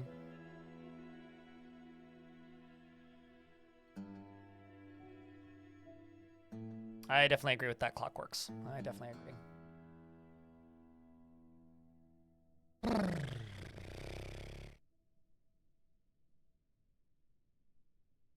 You know, every now and again, I have a day where I feel like I took double my meds, but I certainly didn't. It's like, it's weird. Brain is just operating on overdrive today.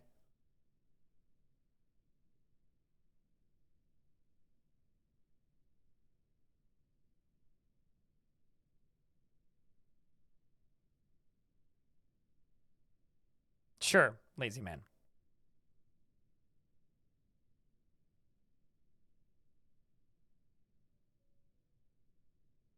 Thank you, Giraffe. Better than a day when it feels like you've not taken your meds in a week or so? Having never experienced that, I don't know what that would feel like. All right.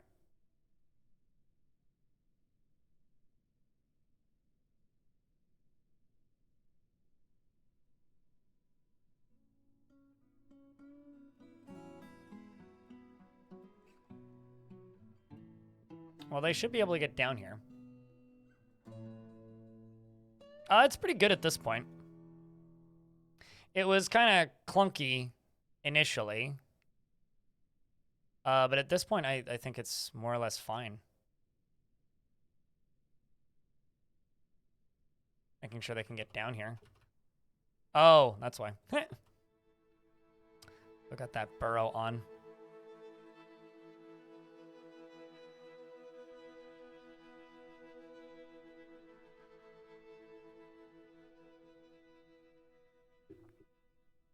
Yeah, it seems. From what I can tell, it's like once every three weeks or so. Okay. Huh? Oh, not the section of cavern I wanted to have collapse. Well, that's a shame. But a section of cavern has collapsed. That happens almost every year.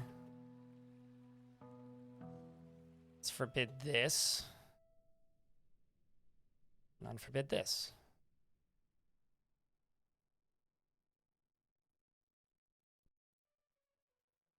Unforbid this. Here you come. And let's forbid this.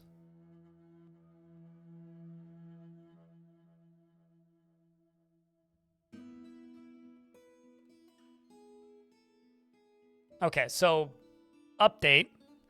Gremlins cannot break through locked traps.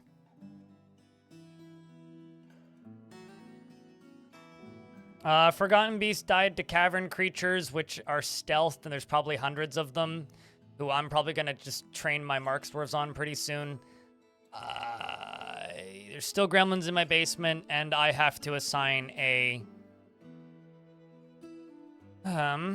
This gremlin refuses to pull a lever, which is vexing. And I have to trade. And I also have to finish doing this. It's also really funny. Either my memory is really bad, or this update has a new text color, or I have different text color for this person. Oh yeah, Gremlin Contraptions is what you're looking at this exact moment. This is a weird color. Isn't it normally like white, not light blue? I'm assuming it's light blue because it's a Crundle, but or not because it's a Gorlak.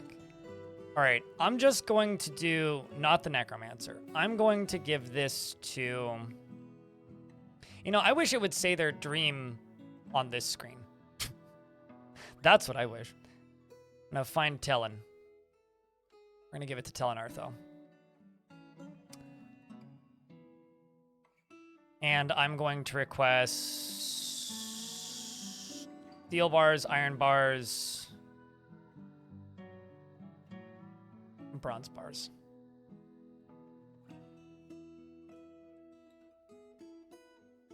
It's probably because of the Gorlak thing.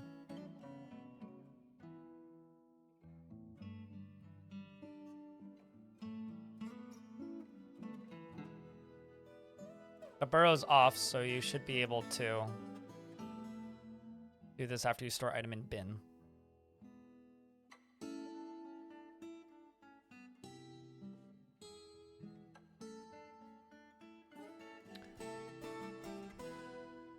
Like, I think it's normally yellow text. Actually, I'm pretty sure it's normally yellow text, and blue text is the color of doing a job. It's got to be like... Or the only reason you really like Dwarf Therapist anymore? Yeah, that's fair.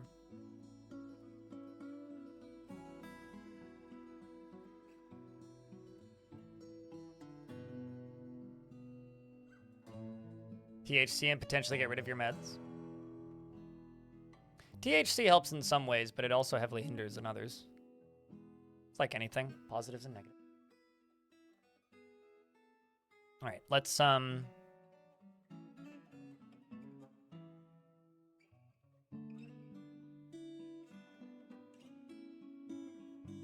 there you go. You're coming to trade. That's what I need.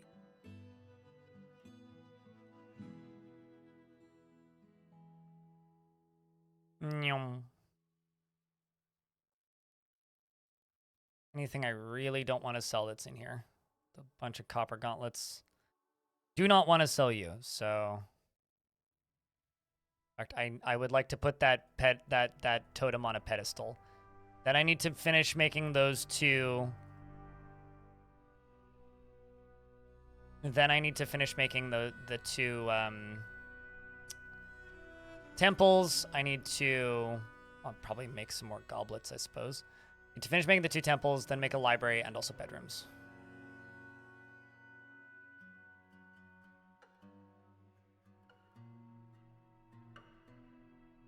That is a very fancy conglomerate mug.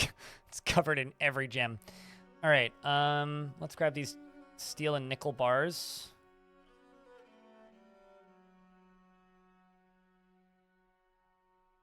Buy the iron spear and the steel spear. Steel mail shirt. They can't trade because this shit's too heavy as well.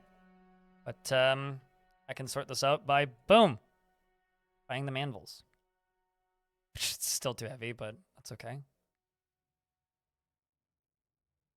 Okay, well, instead of that, what do you have here? I see you have a water buffalo. How about this? Doink. There we go. Done. Bought the water buffalo. Problem solved. Let's buy the cheap anvils.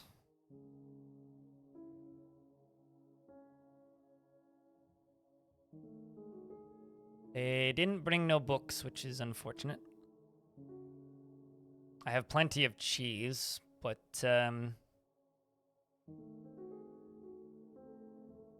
buy the fish and the meat, leaves and fruit. Buy the capers as well. The other leaves and fruit, the other leaves and fruit, the other leaves and fruit. Buy the random threads. And then cheese until we're out of value. All right, done. Great. And I keep my Forgotten Skull totem.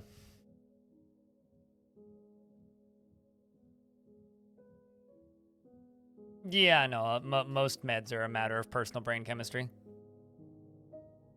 All right, well, we're about to get a Baron. So I got to do that as well.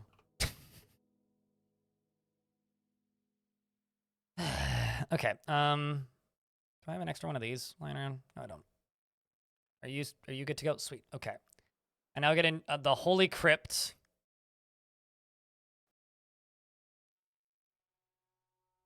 Actually, before I do that, I'm going to remove Sage Bitey from the first tomb.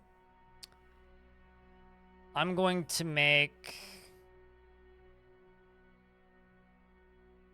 pun intended, the religious figure of this group because I need to figure out some way of stopping that dwarf from being upset. Maybe that'll help. And the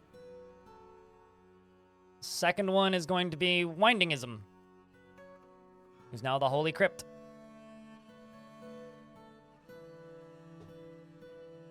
So that one's done. Let's check this one. So this is the Bud Faith of Vegetation, who, if I'm not mistaken, worships that god. Actually, I can just literally check this. What god do you worship? Iger Rezerzot Didish. Iger? Is that how you write that?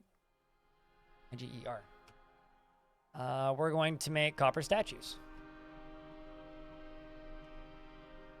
And we'll just make 15. Iger. Raptor Moist. Right, how could I forget? Of course.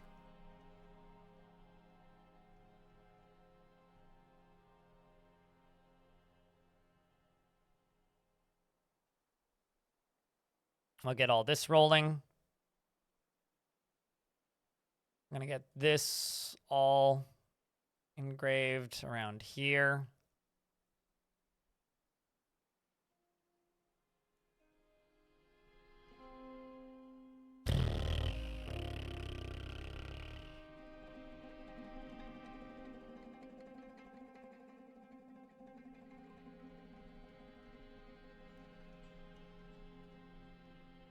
Merchants have headed off back on their journeys.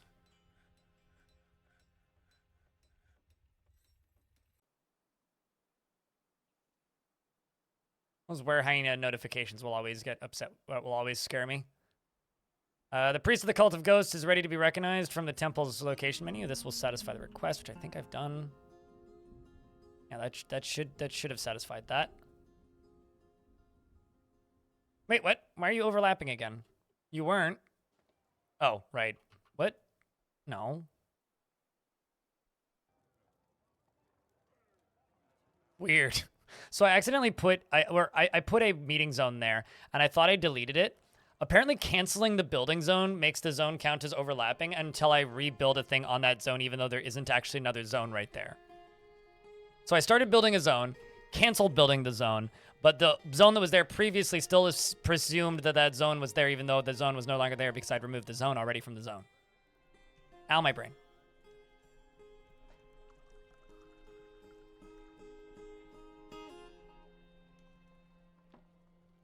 Bug? I don't even know if that one's worth reporting. I mean, if you want to clip it, I'll send it to Platinum and we can work on it, but I don't think that's high priority. It's more of like a weird annoyance. Correct me if I'm wrong, isn't a pizzone a pizza calzone that you buy from Pizza Hut? Or is my brain like imagining the existence of this? I just realized this is shaped like a fish. Oddly fitting. I'm all right, Bob. Little odd mood today, but you know, I'm all right.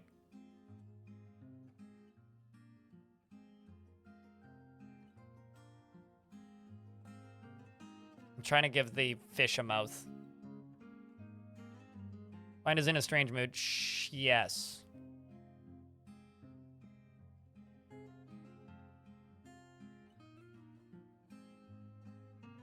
Now it's got a mouth. And that's its bottom fin.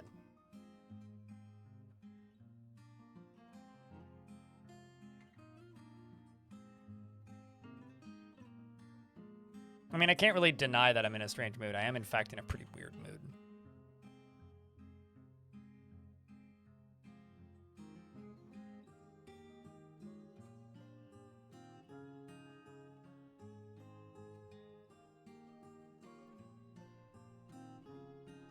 There's also a donkey in the hallway. Unrelated to most other things.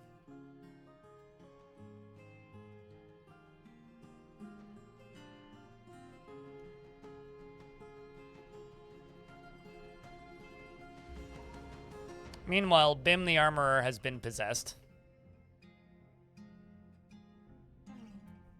Whoa. Bim the Armorer, are you breaking my frame rate?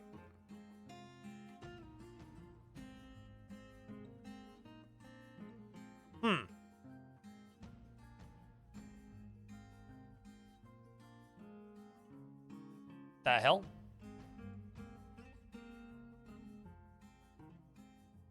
Recover wounded? Excuse me? Who's wounded?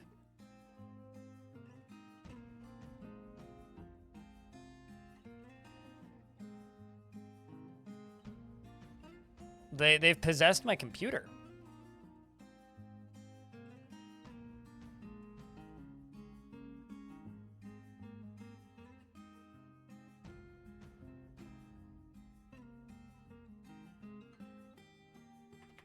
So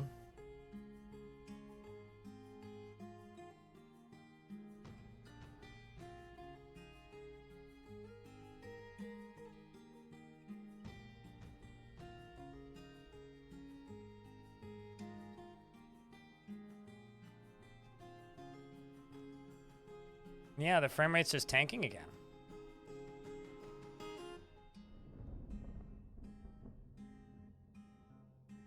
Goes down to like 4 FPS. Training accident? Nah, I mean, those aren't possible currently. Oh.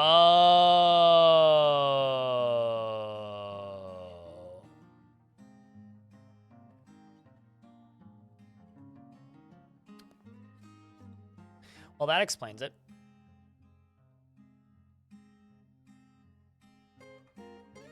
Chat, I need you guys to me to do a favor. I could look it up myself, but I'm too lazy. Could somebody please tell me when the next full moon is? It's currently the 24th of Sandstone.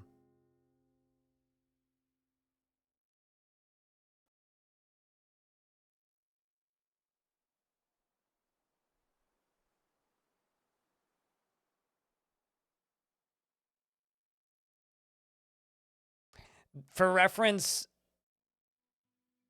this is a were creature. No, it's a were creature in a strange mood. The 8th of Timber.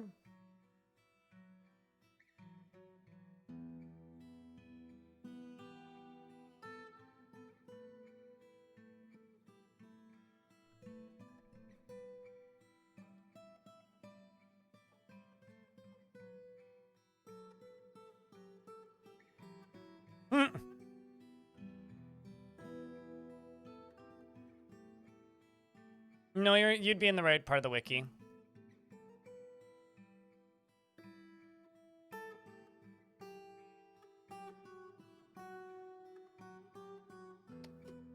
Well, this is gonna take a while for them to deconstruct this.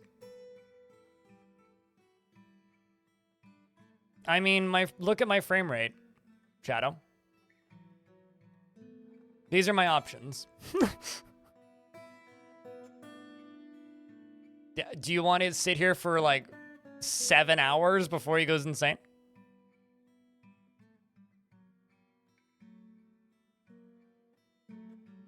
What, Rhino? What sound effects would you like in Fortress mode? I'm not sure what you're referring to. Frames per second?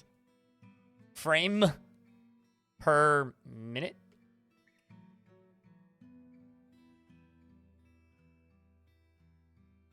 Oh, we got the dramatic slowdown.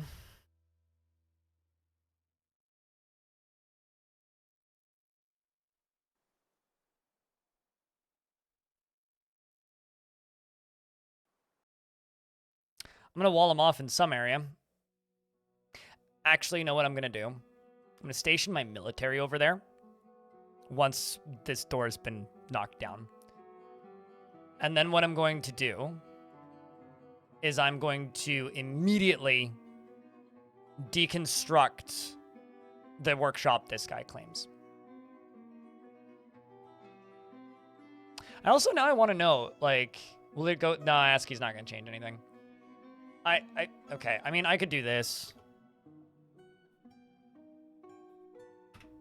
This will speed it up. This is a dev tool, which essentially allows dwarves to move at like 30 times normal speed.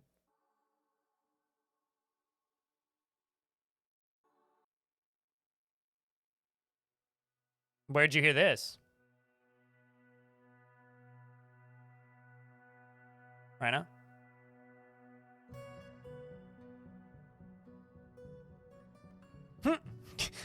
Dwarf's gone already. Fast dwarf 0. Okay, so this is the dwarf.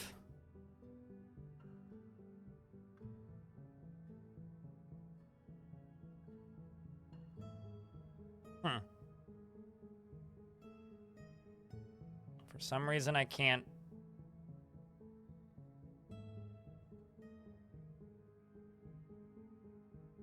Do anything.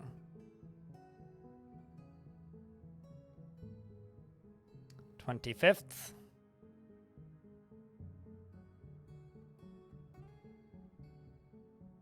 Twenty-sixth.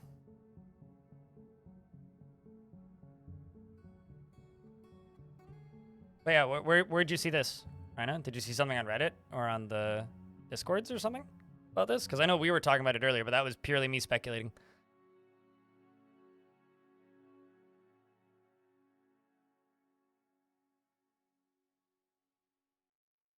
I am terrified right now.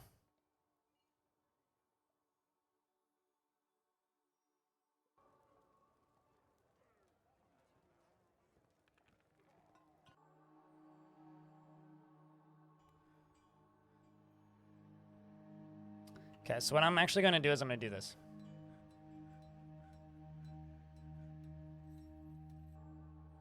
I'm going to kill this dwarf.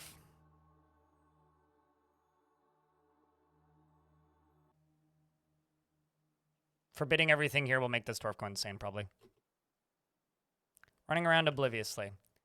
So now, the problem is, because you're running around obliviously, dumping all your clothing everywhere. Oh, what? Why didn't you go back in there? Come on. Just go back in there. Go back into your nice little hidey hole. So I can lock... perfect. That works. Okay, now we just lock you in here until... until, you know, you die. That's totally fine. Easy peasy. Works for me. Where's my marks dwarves? I'm just going to go tell them to stand right here. Because I don't know if the were creature... fights with people while it's stumbling around obliviously. Will they die ever? That's a good question. This is why I'm hoping I can just like shoot bolts at it when it becomes a were creature in a few days. I was hoping it would just go berserk, but...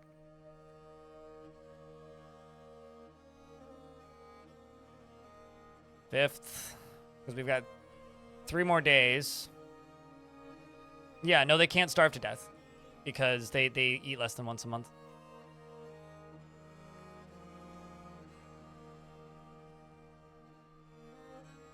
Sixth. This is real-time science, chat room.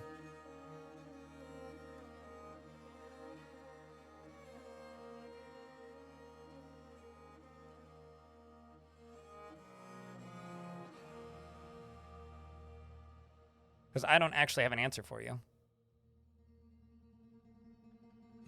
Right about now. Nope. Right now? Nope. Right now. Okay. Right now. Okay. Never mind. Not the 8th. It's the 9th, maybe? It's almost full moon anyway. There we go. Okay, so they do in fact still fight. While they are, or rather, my dwarves will shoot at it while it's a were creature regardless. So they're turning it into a pincushion as quickly as they can. Some real good training for my dwarves, in fact. I mean, improved my archery. That was satisfying. Well, I mean, it's some easy, you know, training opportunities. And it has bled to death. Easy enough.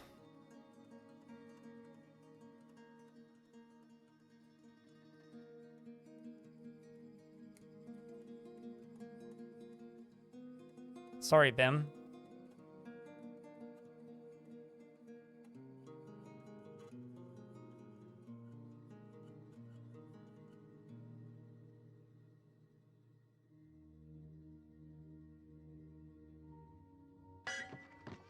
Might reset insanity.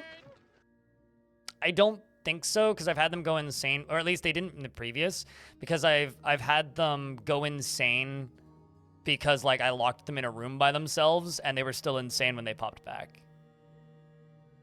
So I don't think so. All right, well, I gotta finish this. Let's see, is this good to go? 72,000.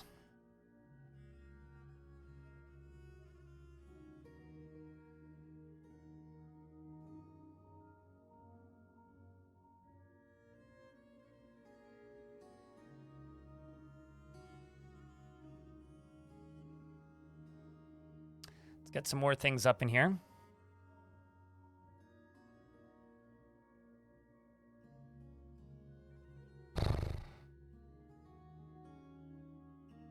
A rubber room with rats, and the rats made me crazy. Crazy? I was crazy one. A rubber room with rats. Seems like a bad place to get locked, shall we say.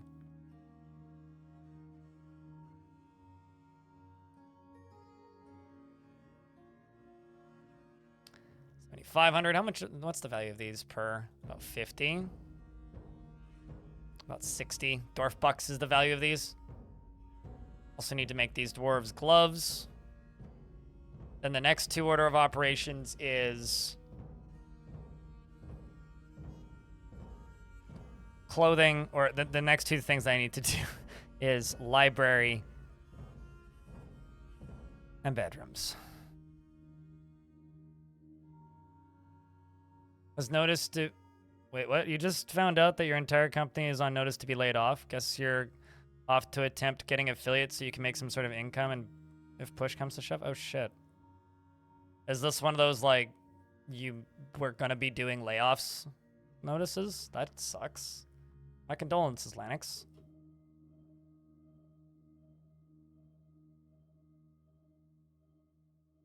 I mean, I'll tell you this. It's hard to make money doing this.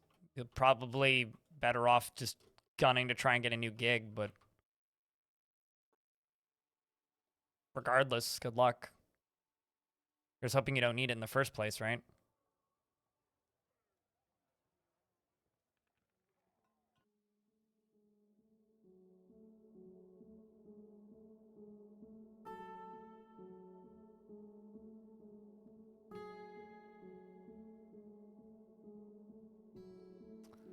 And Bastet, you have a good night.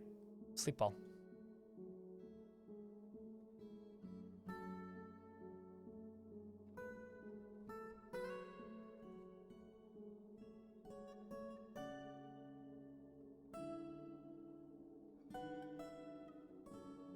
That's not going to happen. At least it's 2 weeks, and it's a 60-day notice to layoffs. Oh, that's even worse.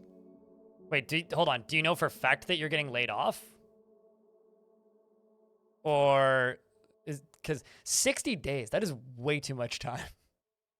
It's like enough time to like sit down and contemplate your life's decisions. You don't know a damn thing? That blows.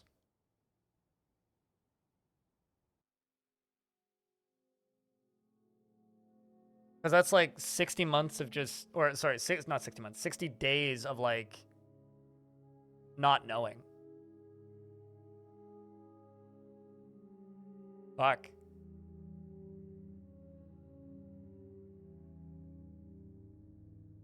Like, I would rather not know and then like the week before be told, by the way, you're getting laid off in like 3 days. That's far too much lead up.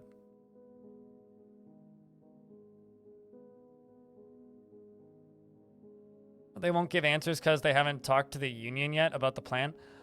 Oh, okay. That makes a bit more sense. I'm just so used to like layoffs being, just strictly corporate with no union intervention. At least you have a union. But still, hopefully you get a good severance package if you do, if worst comes to worst.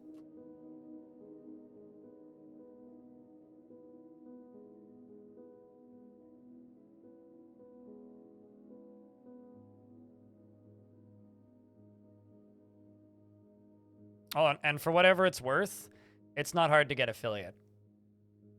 So chat room, Lanix needs nine followers on Twitch. Streams Dwarf, I think. I don't know if you stream Dwarf. I know you play Dwarf, but there you go. Click the link or click the button up at the top. Go get that affiliate. There's more than 20 times that number.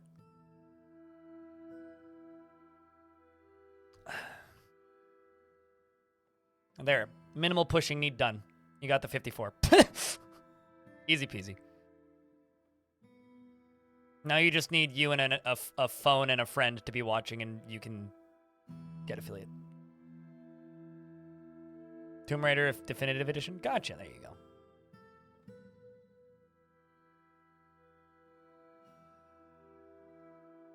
The Flashes of Waiting.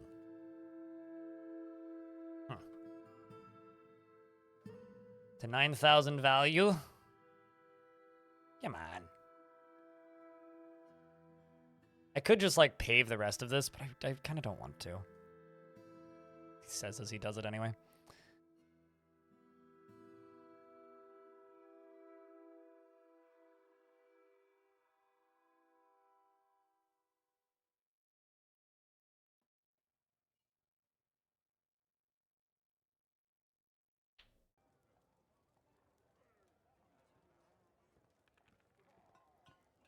Five months of hell.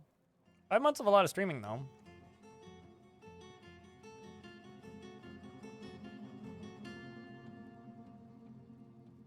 But you did benefit from a good severance package. You know, it's funny. I've never... well, maybe not funny, but... It's something that I can't fully comprehend, because in my entire life, I guess I've been fortunate enough to never be laid off from anything.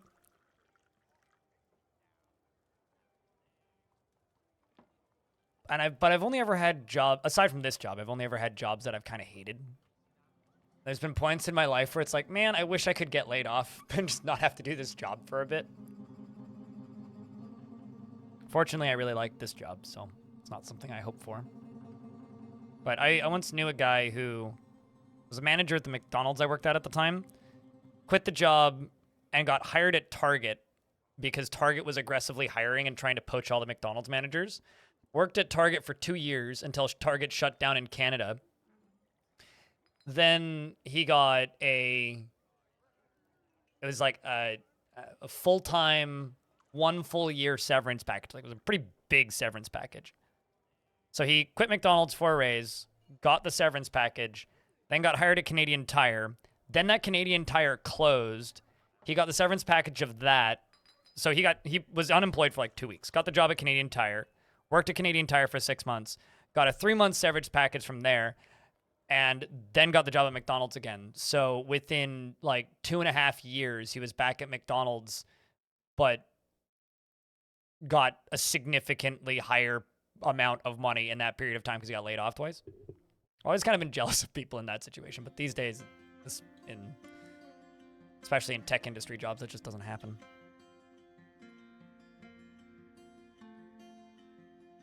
You're picky as hell. At least you have the ability to be picky, right? Like, that's like the best possible situation for that, right? Sup, Star Wanders? Managers at Buc-ee's make $30 an hour. Yeah, but Buc-ee's are all in the middle of goddamn nowhere. You have to live in the middle of goddamn nowhere. All right, so Big Bang A1 is now the first wing, and the Holy Earth is now going to be... Stoned Hobo is now the Holy Earth.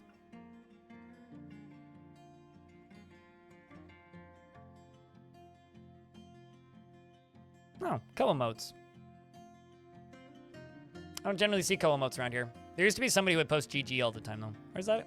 No, they're not GG. The good vibes emote that Ko has.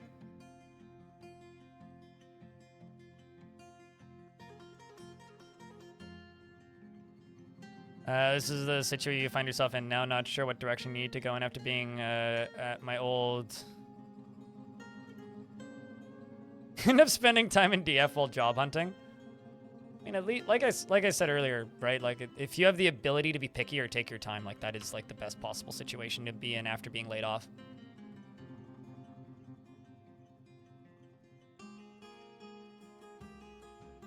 Hey, Putnam's almost fixed the missing line of text that says that Dwarf, or that where it doesn't say how long a character's gonna be in prison for. And Putnam's almost fixed that from the looks of things.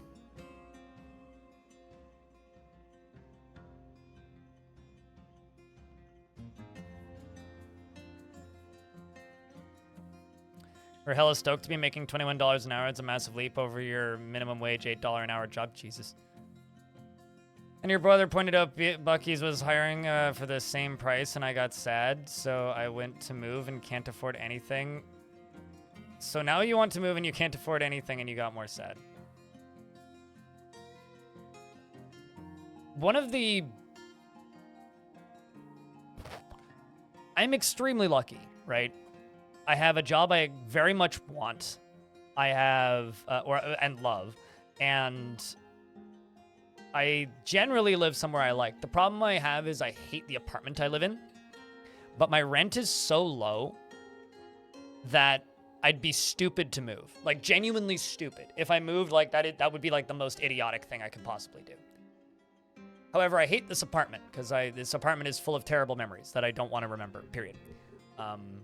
And I don't make enough to pay rent anywhere else. Like, I basically, where I live, in the part of town where I live, you need a household income of like $125,000 to rent.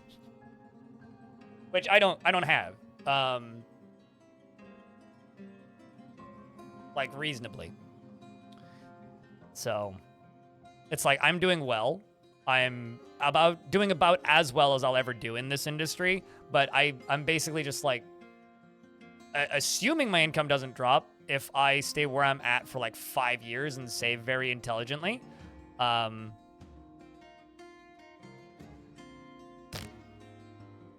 maybe I can move out in 5 years. I'll answer those last two questions right after I turn the grow lights off in my closet. Hold on a second. I don't want to hurt my tomatoes.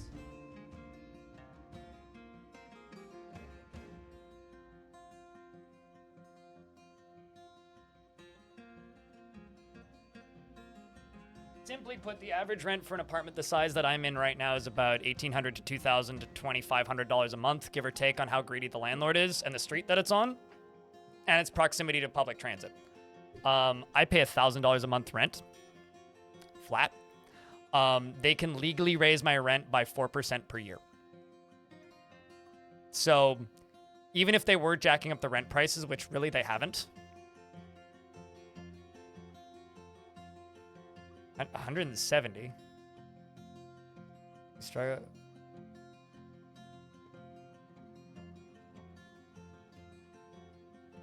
$170 in rent? Oh, $170,000. Okay, I was gonna say what? What's up, Stratager? But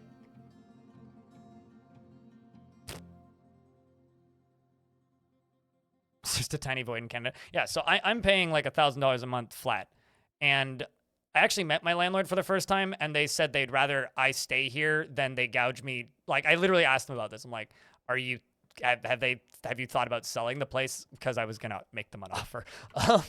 But and they were like, no, we don't want to sell. And I also asked them if they were if they were planning to continue raising the rent, and they said that they thought that the legal minimum that they can raise it by, or maximum that they can raise it by, which is like 4.5%, is unfair and gouging. So they're going to stick to, well, they said they will. They'll stick to the 2%, which is what it was previously, the legal limit. And before that was the legal limit, they almost never raised my rent. Like, they didn't raise my rent for like 6 years. So, like, I have weirdly nice landlords. So I'm just, like I said, I'd be stupid to move. I just don't like living here is the problem.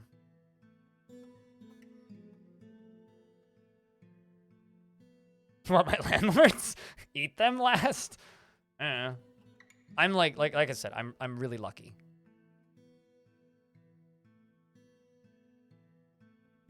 But I just hate living here. So it's like a personal problem.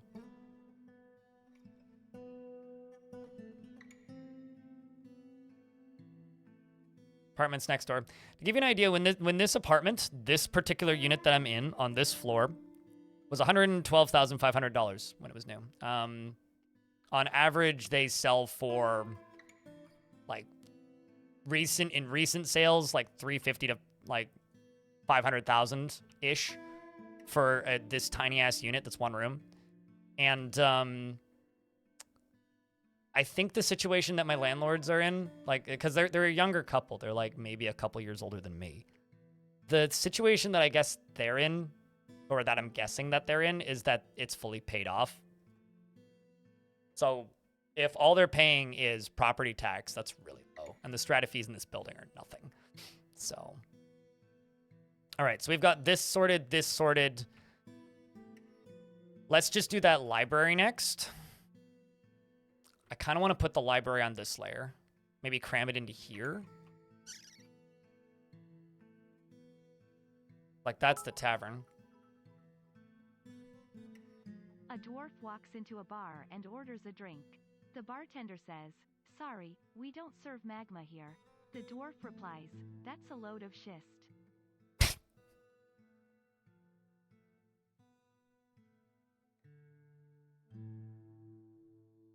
I tried really hard to not read that while it was reading it out. Subsidized housing and all that jazz. Canada has some benefits, but we're not quite that levels. Can I ask what country Crundalicious? But no, I mean, my goal is basically literally don't do anything fun for the next couple of years and then buy an apartment and take a mortgage. That's my goal. And hopefully keep this content thing going well enough, and hopefully the market crashes so I don't have to bankrupt myself with the mortgage. Austria. Okay, yeah, there you go.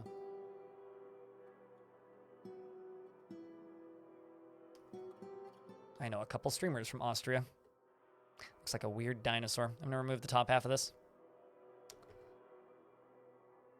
This is gonna be my library.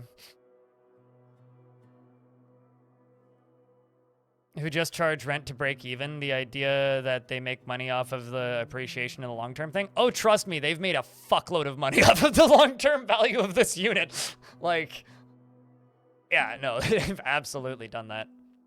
But I'm almost certain that they're making money. If they've paid this unit off, they're making money off of me. I can tell you that for fact. They're not making a huge amount. And I am a very clean person that doesn't destroy the place, that pays the rent on time. What was kind of funny also was when they walked into my unit, because I literally met them for the first time in 10 years the other week. When they walked in, it was literally a, wow, this is the cleanest one we've seen all day. This is literally the first thing he said, because it was a couple, husband and wife, right? It's literally the first thing he said was, wow, this is the cleanest one I've seen all day. So I don't know how many they went to, but geez.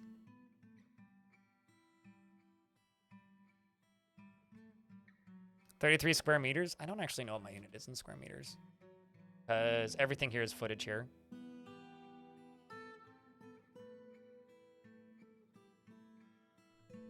But, you know, this is always one of those,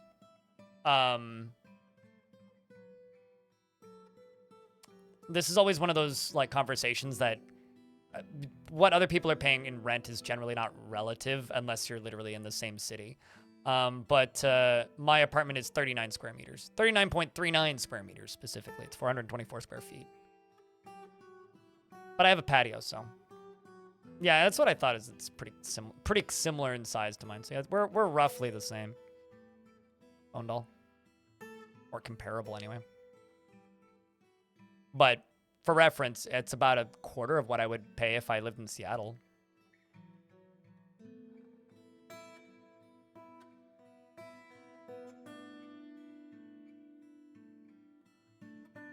550, 14 US, I would assume then. That's like 30% more. What room am I making? I'm making a library, and then we're gonna get back to bedrooms. Because I've seen a lot of dwarves that want to learn something, think abstractly and all that jazz, and it's like, I should really just make a library. And I'm also kind of thinking about seeing if I can lock the necromancer vampire into a section by themselves in here to just study. If I could throw choirs in with them, they can write books.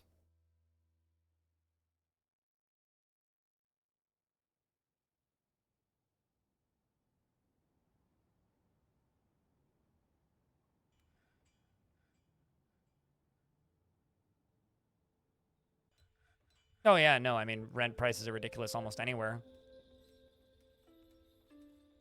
One of the choices that I made in my life that anger me more than any is that I moved out when I did. If I stayed living with my parents for like an extra 6 months, I would have bought a unit because because at the time, like, interest rates were very, very good. And I only needed about another $2,000 to have enough to be able to put a pretty heavy down deposit down onto something. But I ended up moving in with my girlfriend at the time because she wanted to move out. So we were like, all right, well, we'll rent somewhere temporarily. And then, I don't know, rest is history. I've been renting ever since. Shit hit the fan. There was a lawsuit. Other things happened. It was... It's exhausting. Life. Mostly. It's like, anyways, yada yada, things happened, and 8 months later I was homeless. It's actually like the short version of that story.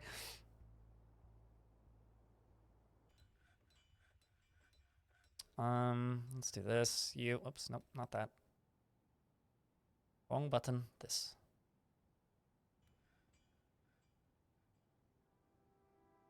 I knew somebody a while ago who lived in London who ended up working from Prague and flying into work every day and working 3 10-hour shifts a week instead of full time, or 3 10-hour shifts instead of 4 8s, because it was cheaper for him to fly into work and live in Prague downtown in like a really nice apartment than it was for him to live in London.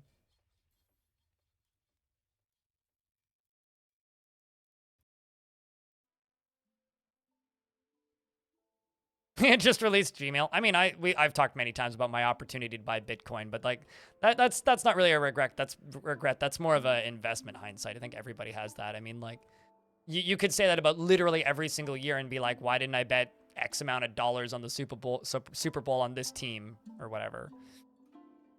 Like you could literally say that about every single year to a degree.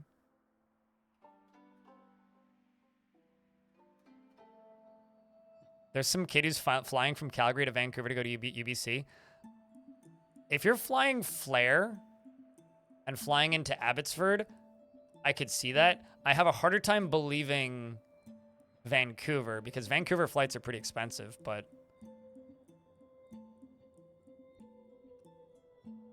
works out to be cheaper. I believe it. I would rather live in a hostel personally because the commuting times would suck. Oh yeah, I know a couple people through the internet who spent Bitcoin on pizza.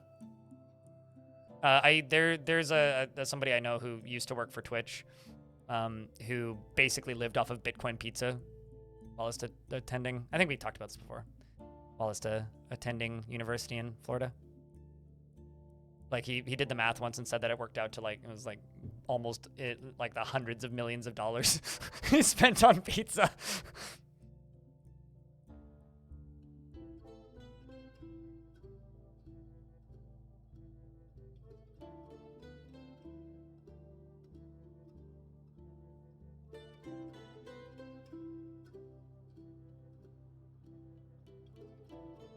Let's just slaughter a bunch of these animals.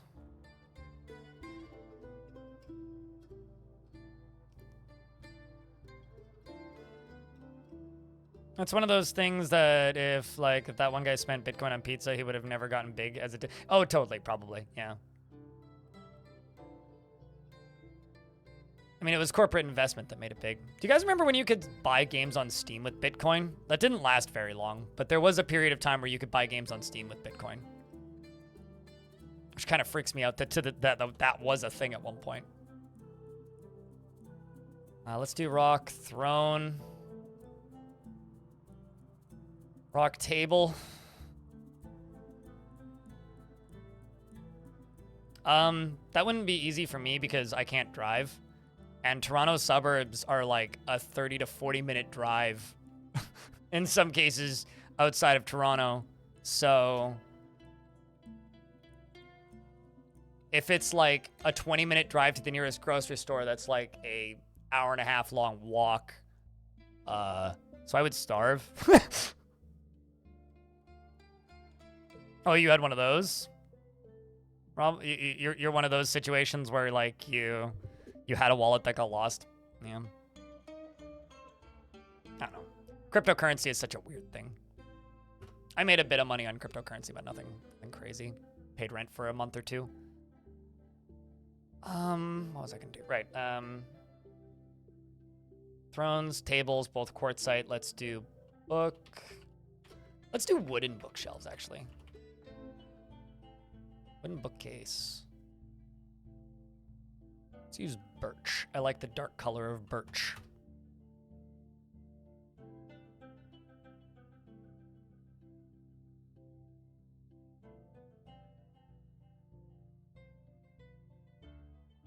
It doesn't matter. I ain't moving to Toronto. I also kind of have a hard time believing you, but I'll take your word for it.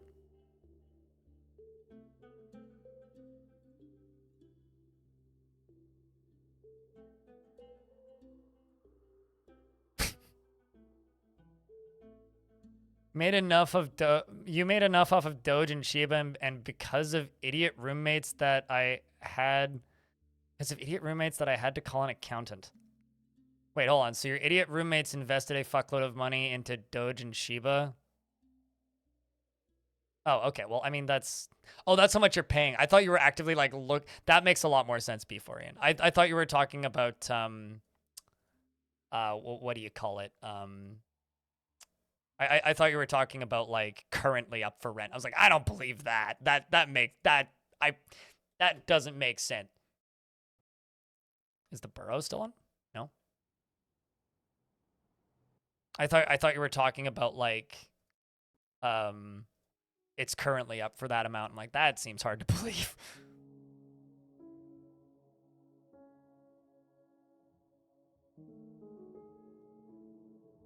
But why do you ask, Bundle? Oof, Clockworks.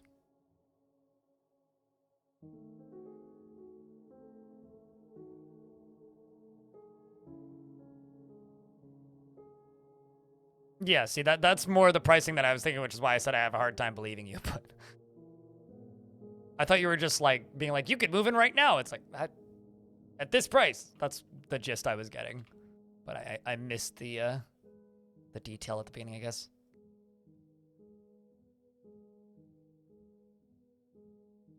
I almost, speaking of places, I almost started like seriously considering flying out to Nova Scotia and like looking at some houses at one point in time. But the reality is I want to be close to my family. My family all lives here, so I don't need to give my mom a heart attack by moving away. My little sister going to Quebec for years was enough.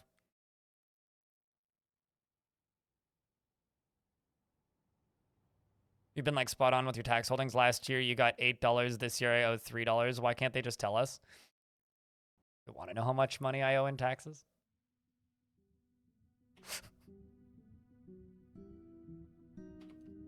If you get any kind of refund, oh boy. You're a lucky son. What they tell you? Oh yeah, no, they tell me.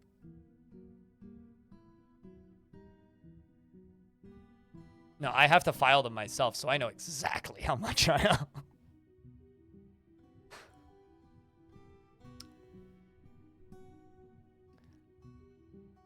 You're allowed to have incorrect opinions in my chat beforehand. I would rather live somewhere that taxes me more and gives me more utilities and benefits.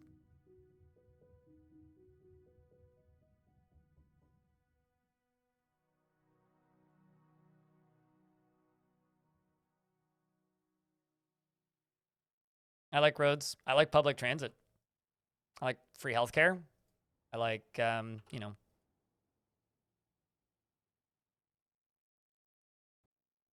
I like sidewalks, bike lanes.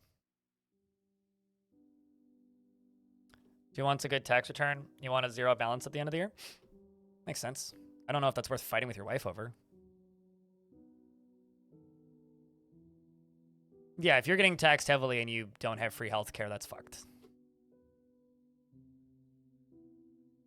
But, like, I would still be paying off the debt from the time I got hospitalized in 2020 if I lived in the States. Or I would have just had to, like, say fucking go into bankruptcy, one of the two.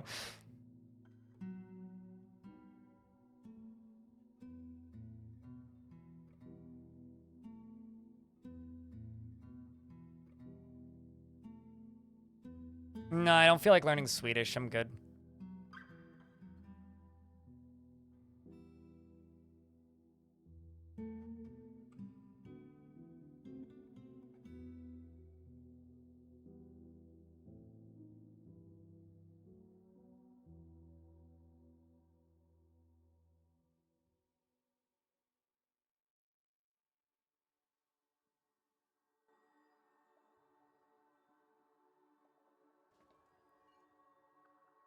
You don't want to get a big return that just means that you gave the government tax-free money. I would argue that, like, yeah, you're correct, Death Bagel. You want a nil. You want zero balance owing, zero return.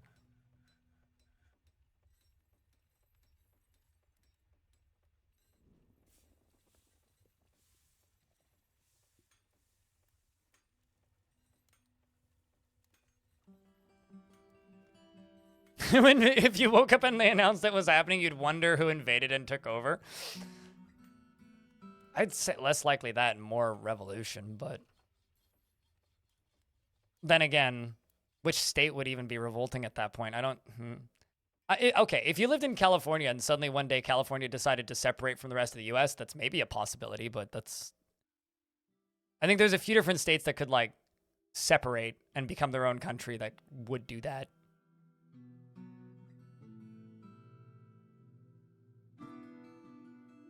You asking me that, Bone Doll?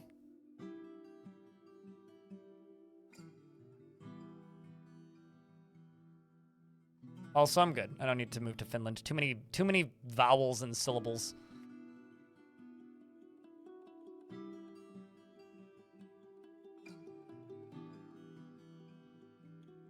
Can I talk about Texas yet? What about Texas?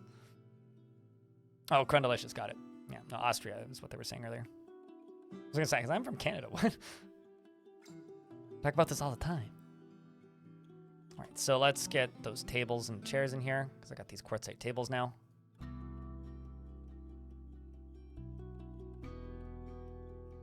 I'm also gonna put I don't know. Actually, maybe I won't put a dining hall in here.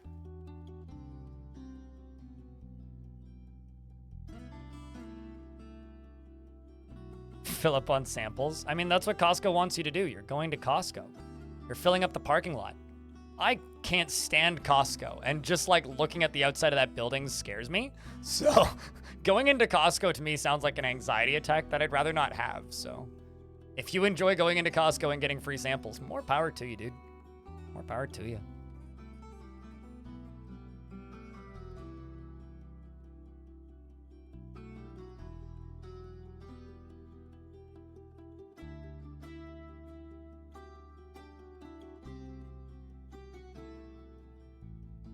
Also, now that I actually think about it, wouldn't that require a Costco membership?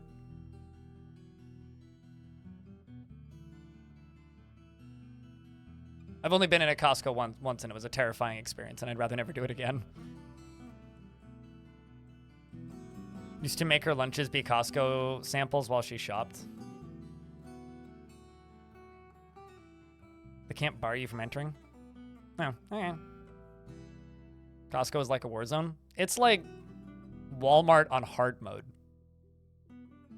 All right. Let's do this all the way over to here. To here.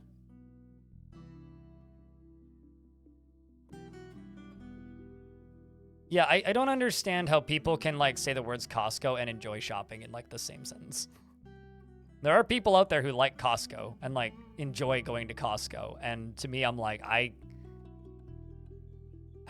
don't generally think of myself as somebody with social anxiety. However, Costco makes me think I have social anxiety. Ooh, the Mechanical Treasury, that's a good name.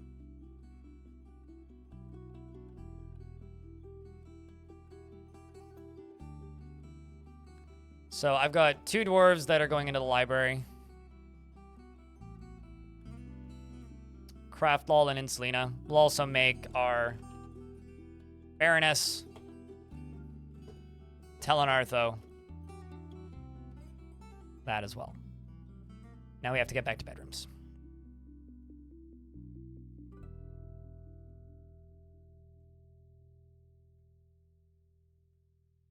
I might think about gem windows in the future. I'd have to cut more gems, but it's possible. Need spears and large... Okay. What?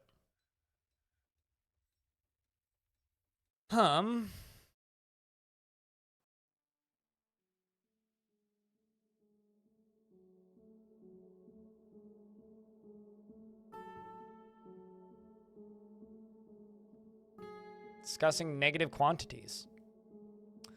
Already at it. Yeah, you were elevated to Baron because you dream of ruling the world, which I won't be able to actually give you, but likely. But I've allowed you to move towards that goal.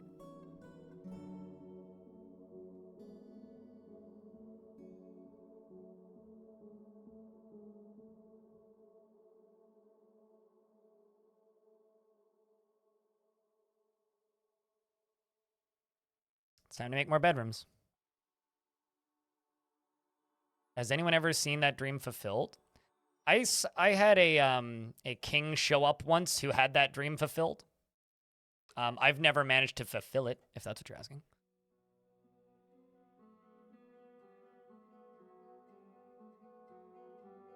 I've managed to get rank in society done, because that just requires, like, Duke or Baron, basically.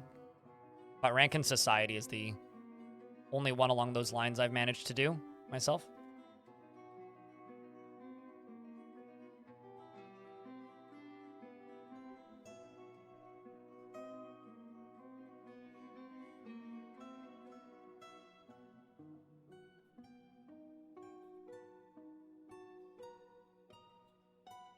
You have like 55 pewter flasks in the workshop and none of your military will go grab them?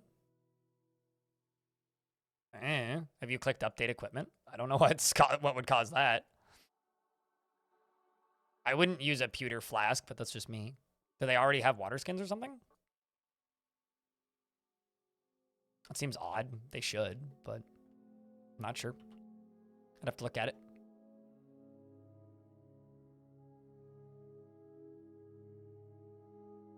Imagine getting a migrant that dreams to rule the world and then the dream achieved message afterwards. You'd literally would have to make them into the king.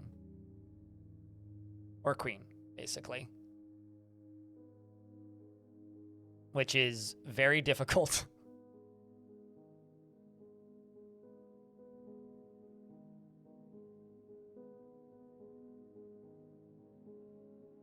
And extraordinarily time consuming. From lead as a matter of principle. I mean, if it works.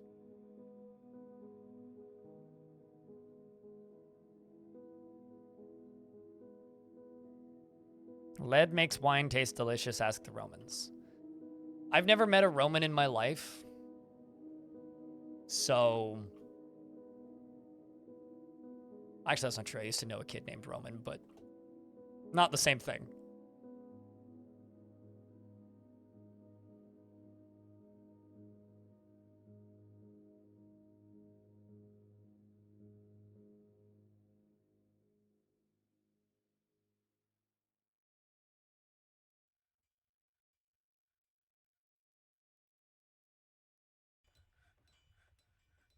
Although much more recently, my like I was talking about yesterday, my parents have my grandmother's Irish beer mugs, which are made of lead. So they must have thought it made beer taste delicious in like, I don't know, the early 1900s. Probably not even that long ago. 40s, 50s, probably.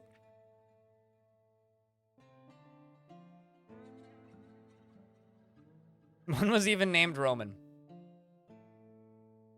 You know, I don't think I've ever actually met anybody who told me to my face that they were from Italy. So,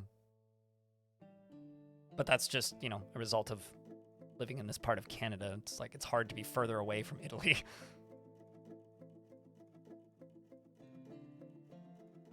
That old Pyrex stuff had lead paint, really? Oh, there's a Garfield mug that has lead in it. Okay.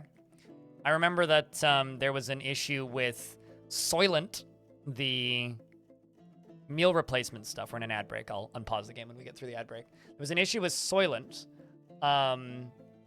where it had, like, they were making it with something that had lead in it, and there was a percentage of lead that made it not allowed to be sold in Canada for a good year or something there.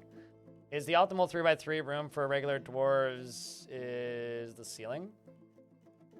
I can't. I mean, I don't even think 3x3s are necessarily optimal. They're really, as long as you have a, like, enough space for a bed, a cabinet, and a chest, like, dwarves are generally happy. You know, I know nothing about Stanley Cups aside from them suddenly going viral on TikTok and then hearing people talking about it with no context for any reason, and then me going, huh?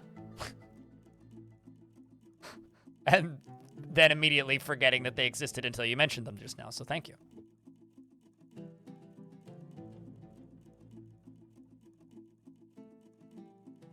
Yeah, no, I mean, it is a brand of, like, really large tumbler. Makes you hate them on principle. They're just a mom blogging / TikTok trend. No, not Tumblr. A tumbler is like a type of, like, drink beverage holder. Drink beverage holder? I'm good at English today. Cup did a do marketing. Yes.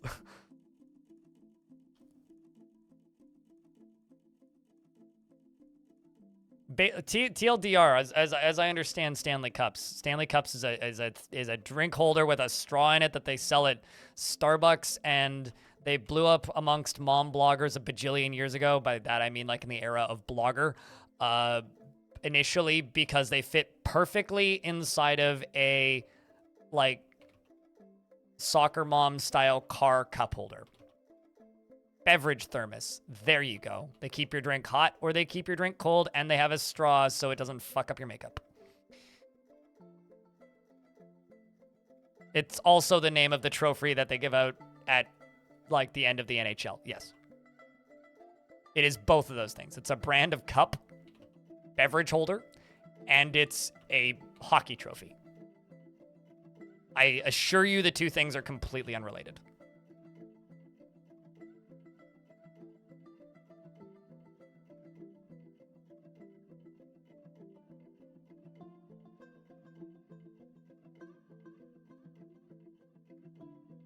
No. Although that might be a thing that I would consider, that no is to Montecore, by the way. That might be something that I would consider doing if I decided to be a branding sellout channel, but I refuse to do that. I'd much rather, like, subsist off of tips and complain about how I'll never afford a place to live around here. It's too much work. I'm not going to give them free marketing.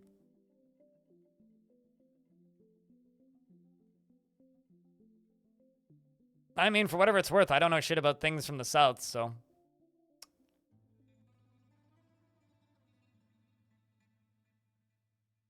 Attaboy.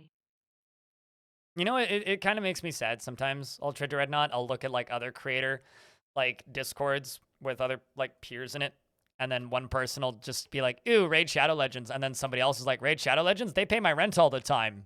Eyeballs emoji, and it's like, oh my god. Two kinds of people. And Although usually the people who are like super excited about the Raid Shadow Legends sponsorships then get weirdly mad when like their chat doesn't keep them funded through the dry spells when there's no marketing money being spent. But you know, oh, look at that. I need empty food container again. That's fine. Let's get rid of that for now.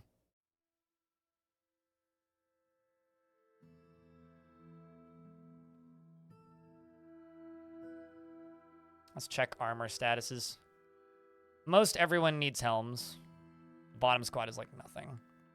Okay, so let's make 10, 20 copper helms, let's say.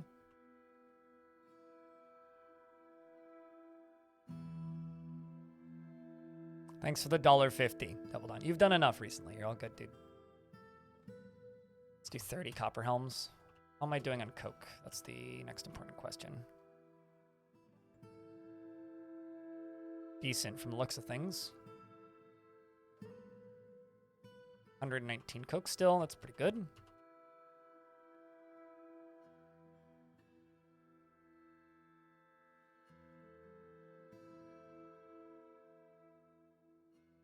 I know this area has quite a bit of coal in it. Same with this area up here, so I'll also just queue up this.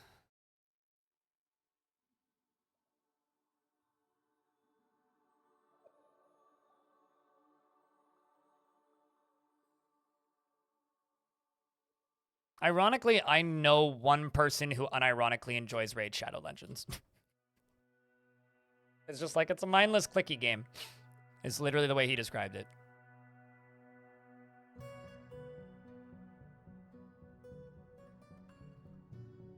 You pretty much make YouTube content for funsies. Do know what would sell, but it's not being interested in being recognized as a YouTuber and more like making pointless content for entertainment. I mean, that's where this industry came from, right?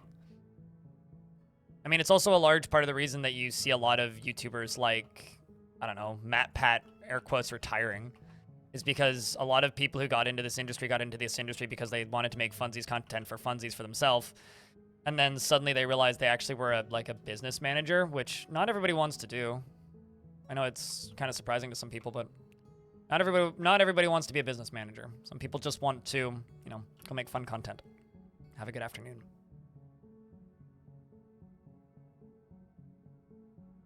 Well, that wouldn't surprise me, Ravioli.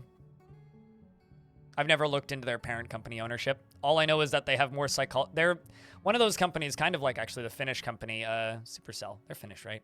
Ooh, I might be wrong there. But they're kind of like Supercell in that they have more like psychiatrists and social engineering people working for their studio than actual developers. Like the majority of their staff is just like people figuring out how to like social engineer their game into making as much money as possible and not people actually making a good video game. Which is one of the reasons like I don't like gacha games, but I almost want to defend things like Genshin Impact and whatnot because at least they're like, you know, decent video games. You've worked for two different YouTubers. They suck as businessmen. I mean, that cap is in a weird place. So I don't know how seriously to take that statement, but like, it doesn't surprise me.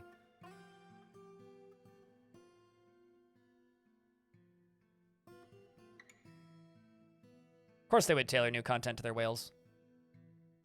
Which is why, chat room, I am here to announce that I have a new mug design launching tomorrow. No, I don't actually, but... Don't we all, though? To a degree. Doesn't everybody tailor, like, the new product to the people that they know will buy it? Like, that's just kind of a given.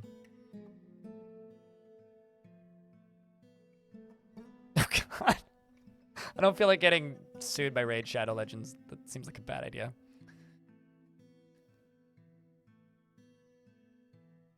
That Vile mug is sweet, though. It is my cash cow, or one of them. Not really. But I did pay a couple months rent with it last year, which is kind of crazy.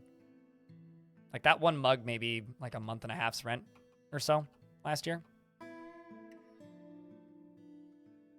Not so much this year, but this year's only getting started, so who knows? Who knows what'll happen? Trying to get all of this coal out of here. That kind of looks cool. I might just leave that as is. There's, yeah. Quite a bit of coal along the bottom here.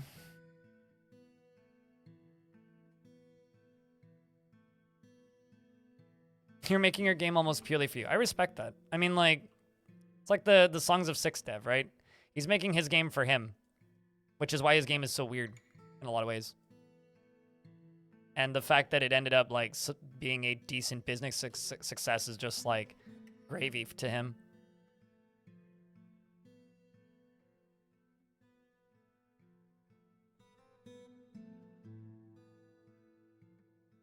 Part of the reason I'm digging along here is there's coal all the way along the bottom of that. Okay, so now that I've done that, let's jump back over to bedrooms and get all this stuff done. Something I should start doing is just attacking those goblins. Let's attack those goblins, chat. What do you think? I need rock doors.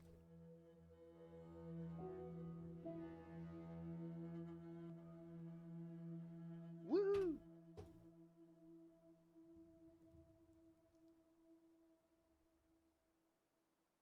Goblin pits of malice faces. Holy shit. Let's attack this Hillix. The stupid tick of dimpling. Reason we're going after the Hillix is because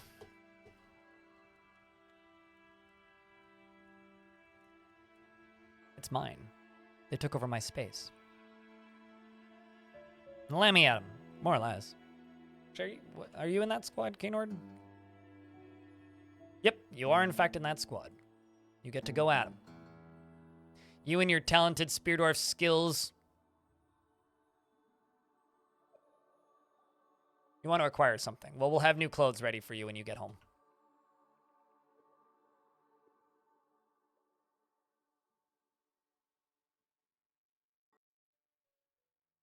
Let's do cloth cap. Cloth shirt. Cloth dress. Cloth glove. Cloth shoe. Cloth trousers. Cloth skirt. Okay, can't make skirt shirt. Did I already queue up shirts? I can't remember. Yeah, it was the first thing I did. And cloth sock, I think. And then let's do 140 of each. You know, let's also do yarn hoods.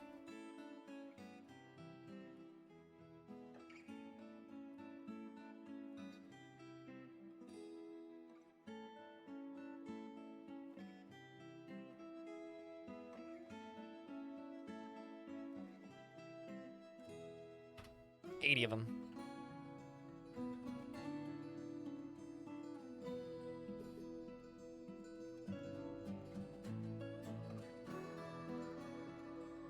And there we go. Got that coke up and going again. Just like we need it. All right, let's get you to make a minecart. And let's start getting these logs underground. Or not underground, but into a smaller space.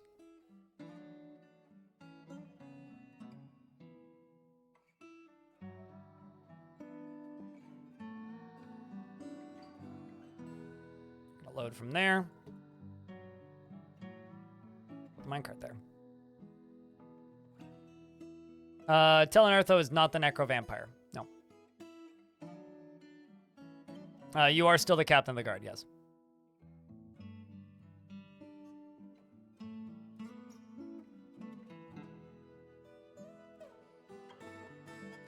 Let's start filling this stack pile up.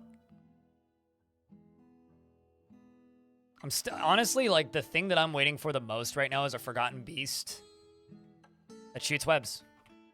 That is the thing that I am waiting for the most currently. It's just a forgotten beast that shoots webs. Once we get a forgotten beast that shoots webs, I will be able to actually, hopefully, hopefully catch those gremlins.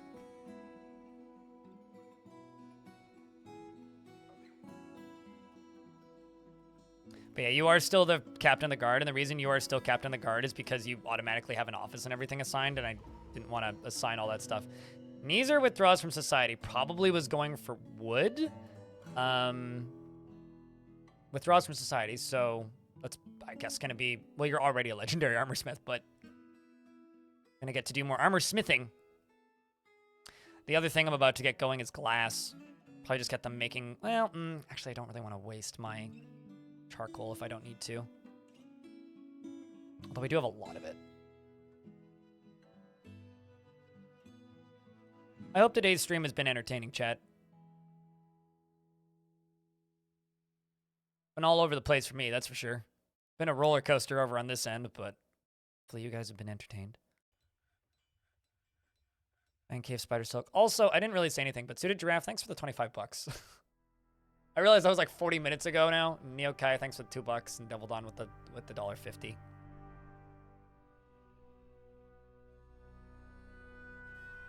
You did not know about the infinite loot stack? There's a video on how to do it. They're called quantum stockpiles.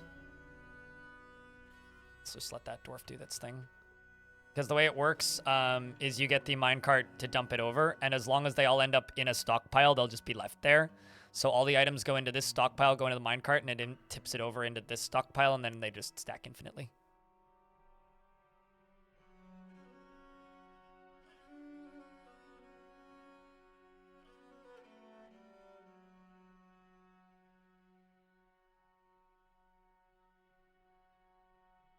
Why is there a raven in my fort?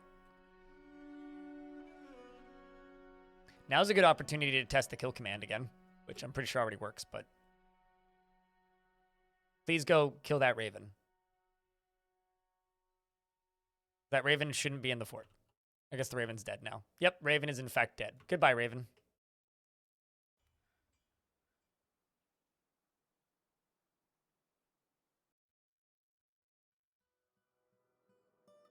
No. Pack smack. They're one of those things where it was a bug initially, but it's just been accepted as a mechanic at this point. At least that's what the developers have said. They're like, oh yeah, no, that's a mechanic at this point. Because I think if they ever did remove it, there would be... It would be war if they ever did remove it. Actually, I'm gonna try something. Is there cobwebs down here? No, not really. Is there cobwebs... up?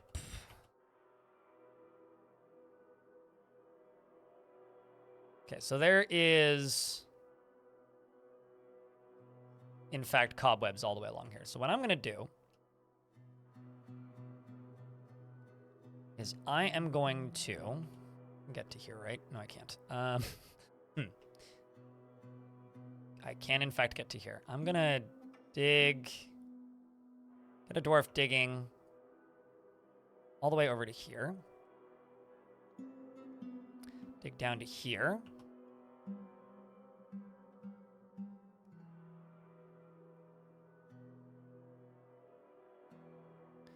Then what I'm going to do is I'm going to say, okay, take a ramp up right here and dig across here, down to here, dig over to here, dig across there. And I am going to smooth a bunch of this. But the goal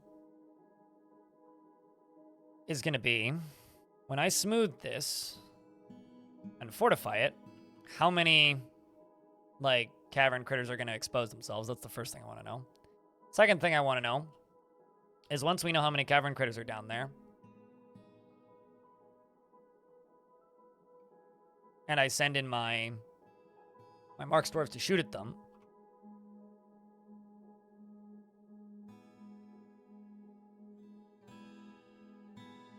can I use those cobwebs eventually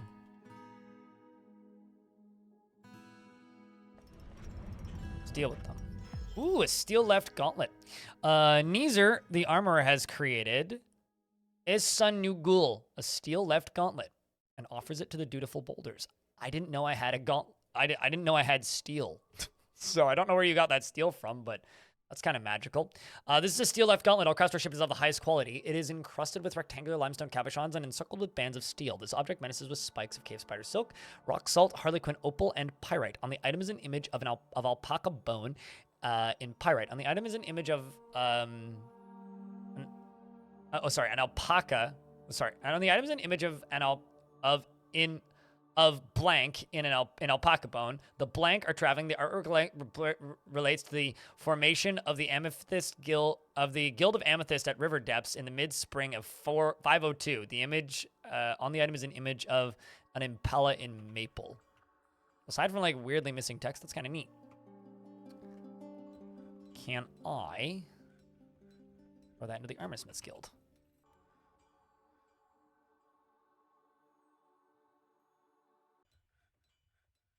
Stole the steel? He stealed it. I mean, I could see the argument.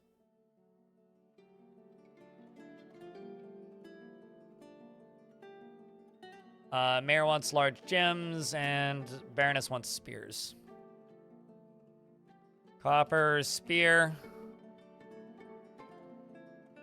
Large copper gem. 1. And 1. I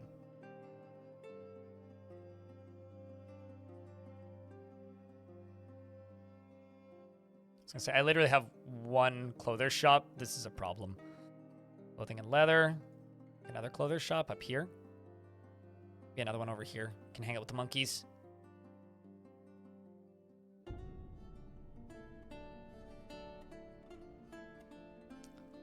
Okay, so let's say KV. Slaughter every single KV I can. Geld the other 2. Rabbit? No rabbits. What else do I have that I don't need?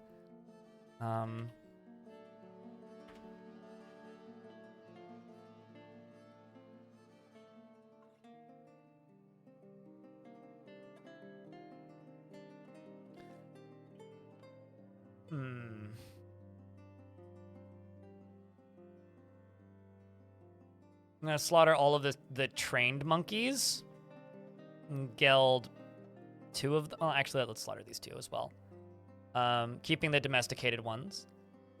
I'm going to... What else can I do?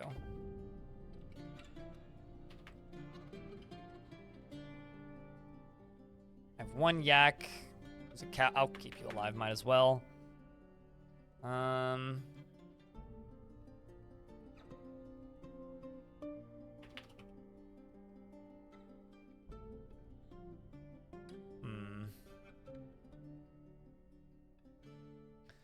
I think I'm going to slaughter all but 2 of my adult reindeer.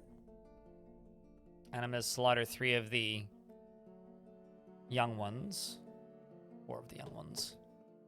Just trying to cull the animal populations a little bit.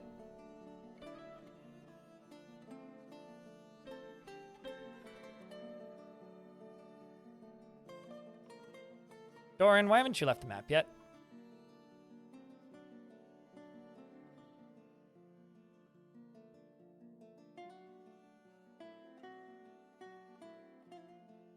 What are you doing, Doran?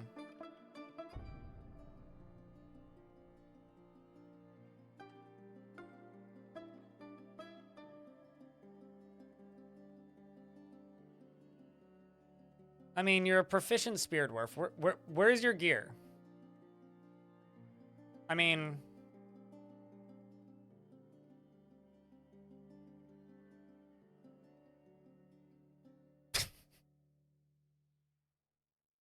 That's not even your pet.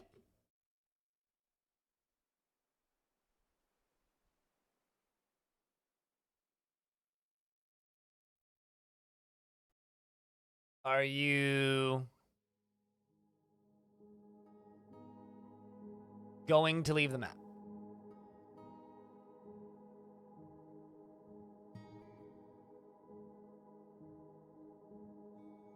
Are you? Ever? I realize you're supposed to have weapons and you don't. Chat, I have a question. Do I boot this dwarf out of the squad? Or do I just keep staring at them? Booting them out of the squad would fix this.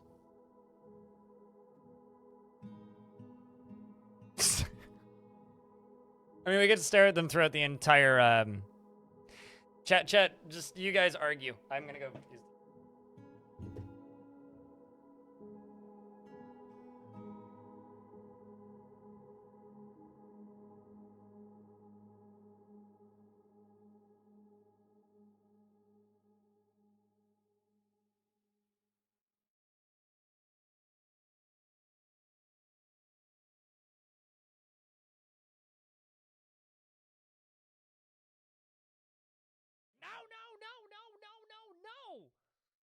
No! No!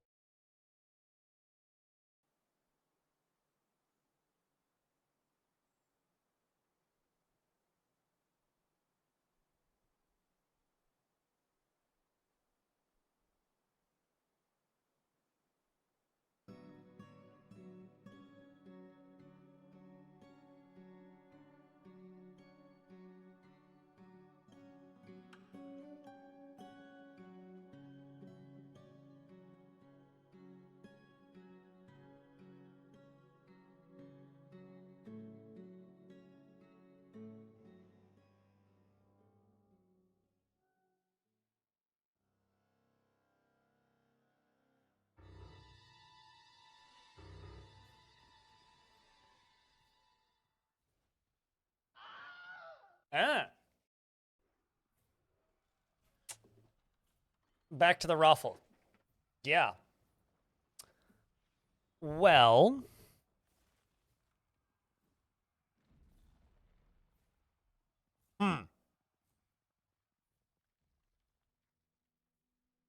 Oh, wait, what?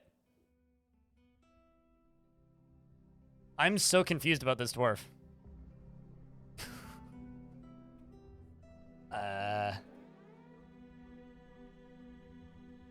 Well, they left immediately.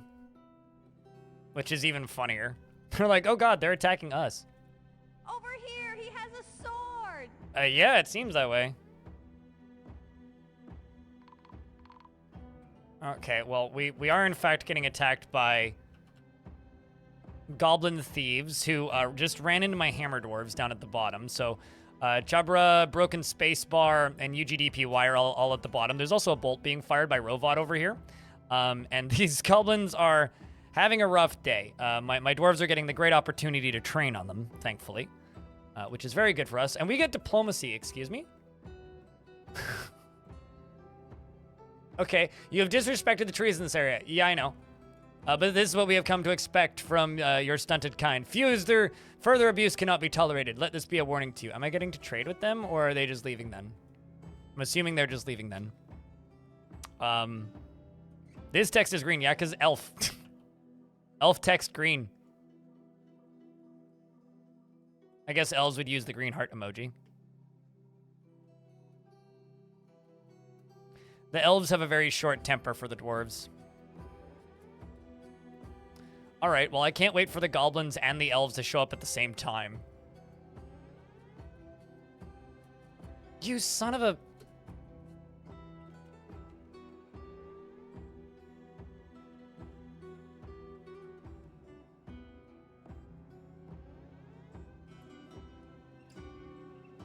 What are you doing, dwarf?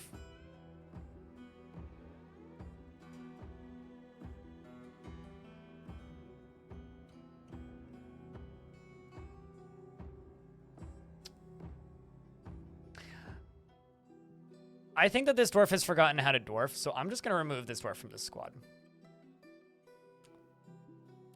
And then I'm just going to put them into this squad.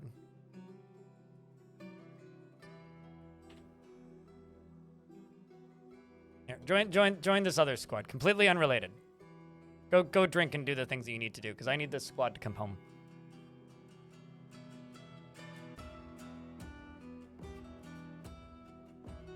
Extreme violence and hatred? I don't know about hatred, but violence, yes. Hatred seems a little extreme to me. Currently, the only violence is going out against my monkeys.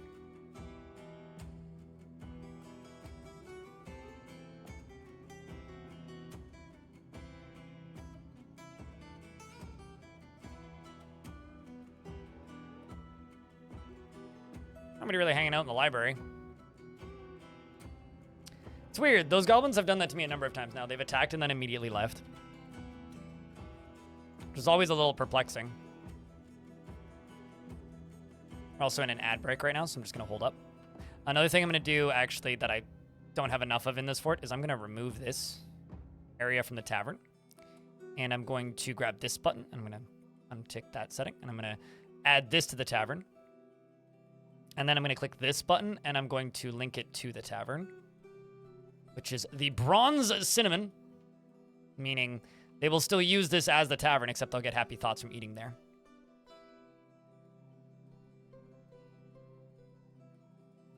Oh my god, I forgot that that was my rules command. I haven't seen that in ages. I wouldn't mind a battle of three armies. One of the best things ever in this game is when you have, like, goblins attacking and then elves appear out of nowhere. Like, nobody expects the Spanish Inquisition, but Elves Edition.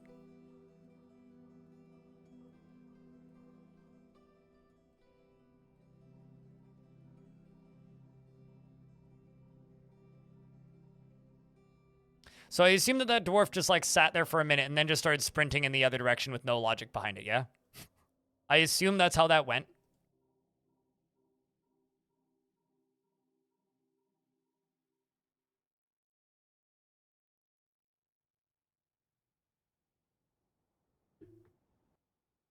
Nobody expects an elvish intervention. I would actually beg to differ. I think everybody expects it. The second you start chopping down trees en masse, the elves are just an inevitability. Like, it's not even a matter of, like, expecting them. It's just like, well, gonna happen at some point. Not like I really have a choice. They're going to attack me. I mean, I knew that they were going to attack me when I started, like, mass chopping down trees on the surface. It's kind of not really avoidable at that point. As soon as I got up, really. Wow.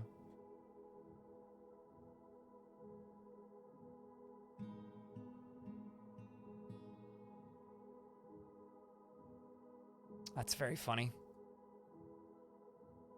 Dwarf was just waiting until I wasn't looking. That's the reality of this.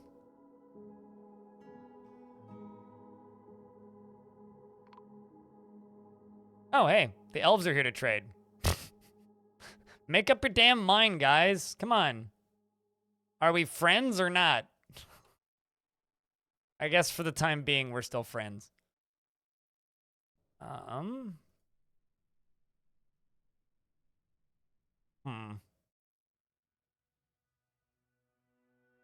Although maybe I just won't trade with them.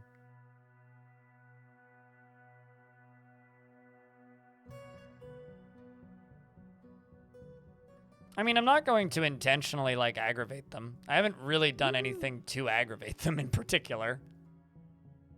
Just trying to think, what could I actually sell them that I don't need? Sell them some of these. I need stuff that isn't particularly heavy is the problem. Sell some giant cave spider silk cloth.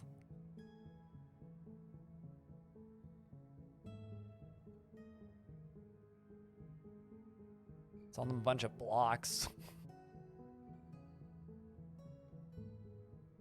The idea of selling them anvils would be kind of funny because, like, watching them leave with anvils that they can't do anything with is kind of hysterical to me, but...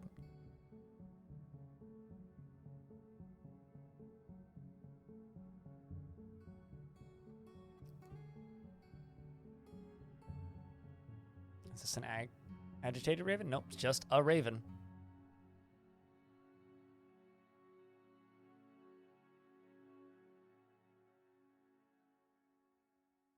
You know, it's kind of like, oh.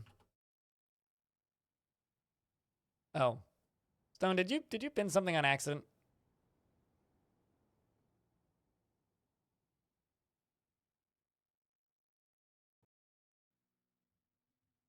It's all good. I unpinned it. I mean, I did that on accident in Bell's chat once. I didn't trade with the elves last season, so. You were looking at your eyes. Ah, it's all good.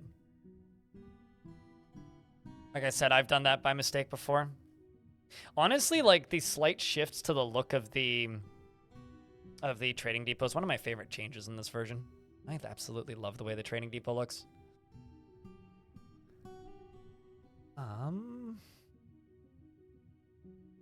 They bring any fun animals? They brought Big Bird. They brought Large Burb, which I need to trade more with them to be able to buy. Brought a giant crow.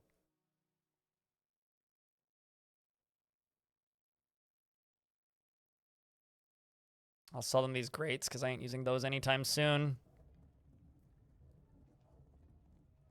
I'll sell them some mechanisms.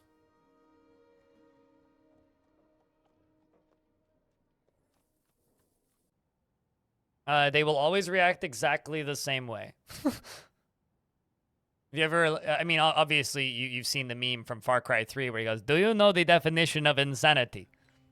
You.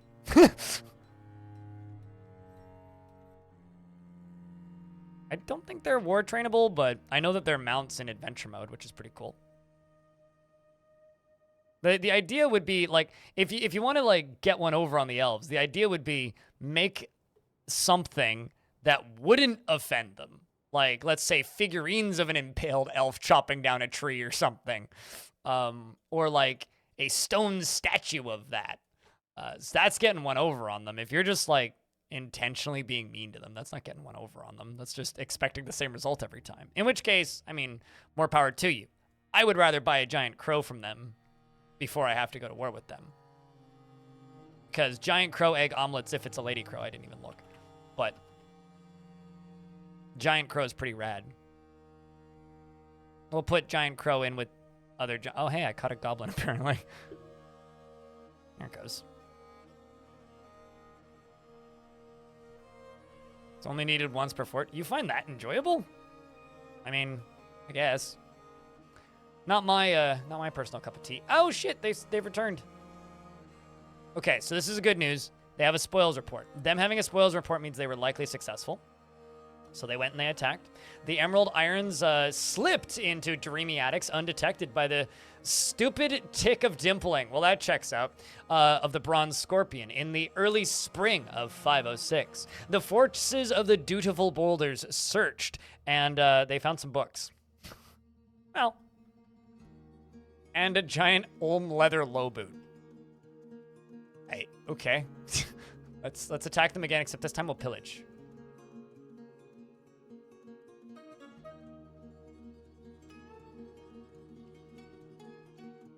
Big Bang is too busy stripping, apparently, to go back out. This is a risky place to walk during early spring there, Dwarf.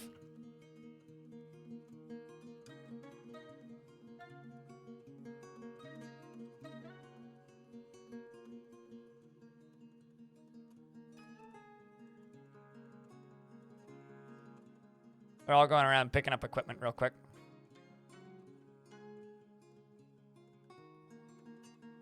At least it's pretty quick.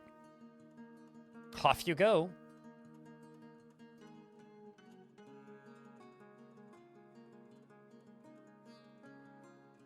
You can quickly make a rock... If you can quickly make a rock statue of the Elven Shredder, you can... Yeah, exactly. See, like, that's the way to truly get it over on them. I like to try and stay friends with them as much as possible, because it's like a fun little mini game. But, yeah, it is generally an inevitability if you're chopping down a lot of trees. It's like, see how long you can skirt the rules type game? Are you for real, Dwarf? Come on. Dwarf, please.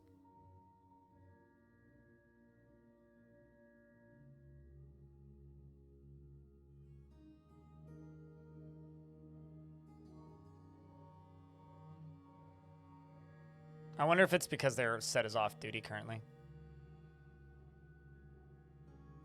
But grr.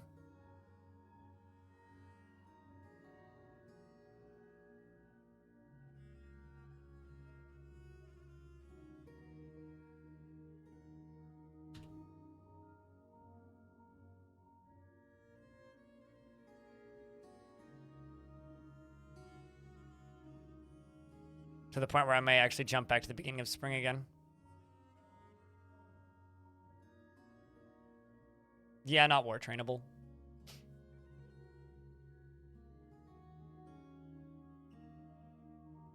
But it is a lady giant crow, which means I'm actually going to move it over here. So I can use the nest box. Why are you afraid after... Oh, probably because they're literally watching all their friends get butchered right there. It's probably got something to do with it. Oh, wait, what? Holy shit, they already returned? I'm so confused. They didn't even all get there, though. Dwarf Onul led the attack, and the defenders were led by the Goblin of Fifi. In the early spring of 506, the Goblin with the elvish name outmatched the Dwarf, and the defenders had a strong positional advantage. Oh, that's not good. Stukos was Stukos' eyelid was knocked out, and they came back. That's not right. Them leaving it without the whole squad? That is bizarre.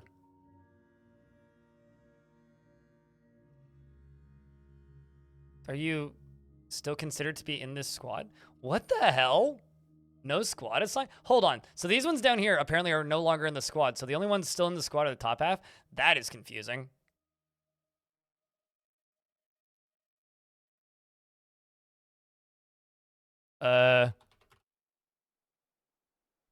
Yeah, something weird's going on.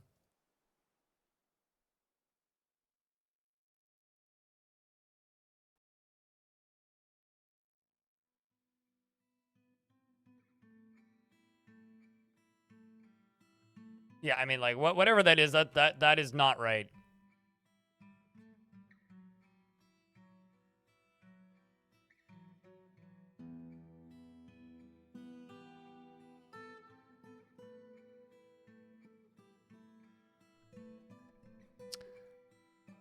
Well, something's broken. They appear to be... Yeah, they're all equipping stuff now. At least Stukos just lost an eyelid. Nothing worse. That's bizarre, man. What the hell?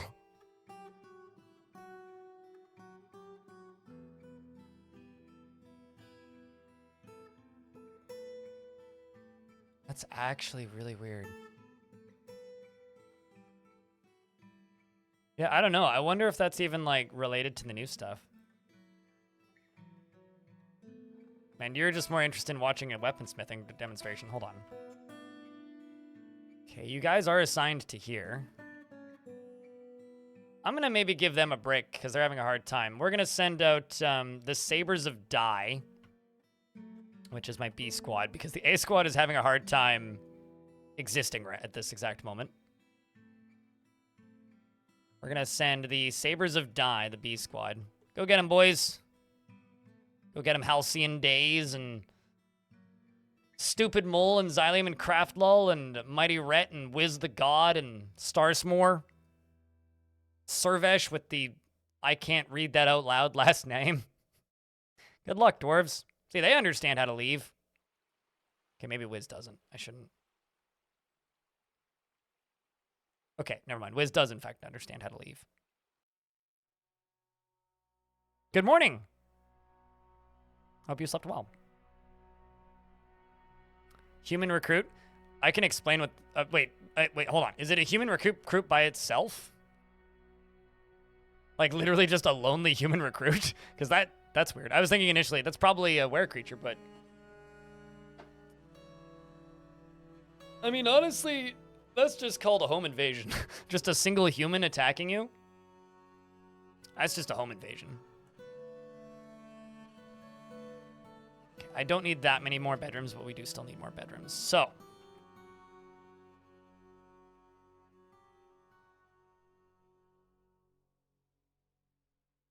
Actually, another thing that I gotta do is I gotta go down to here.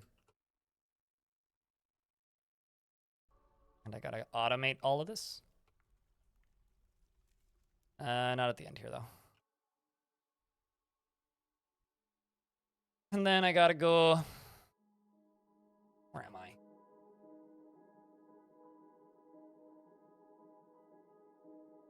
single human. Sounds like whoever you're fighting against, whatever civ it is, they are really running out of soldiers. They ain't sending their best anymore. I guess I'll put it that way. There was one time, well, actually not one time, but Long Death, which was the fortress that I kept alive for 400 years.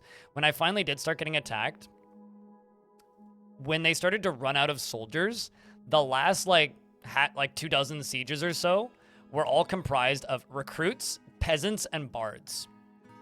Eventually, they started sending scholars at me to attack me, which is funny. It's like they literally ran out of soldiers. And then also ran out of population after they ran out of soldiers.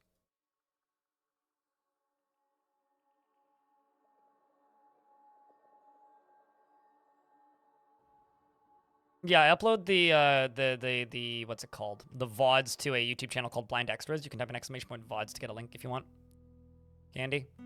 I stopped uploading them to the main channel because people started complaining around last June, and I started getting people unsubscribing kind of en masse whenever I would upload VODs. So I was just kind of like, well, let's try this. So I do that now. Probably in the long term, it's actually cost me quite a bit more money, but the YouTube channel is more stable because of it, so.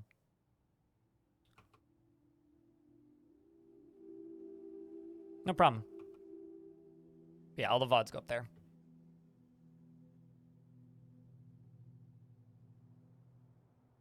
Hello, Silk Dragon. How are you?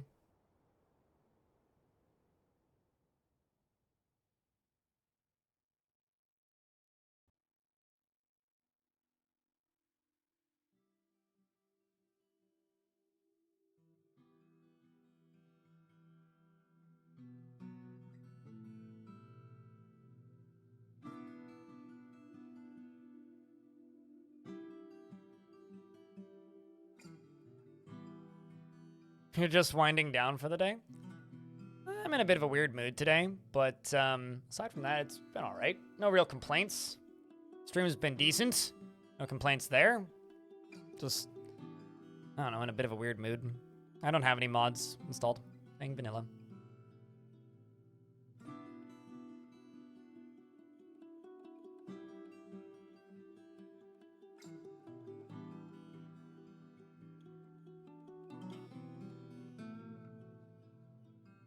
Thank you, Chris.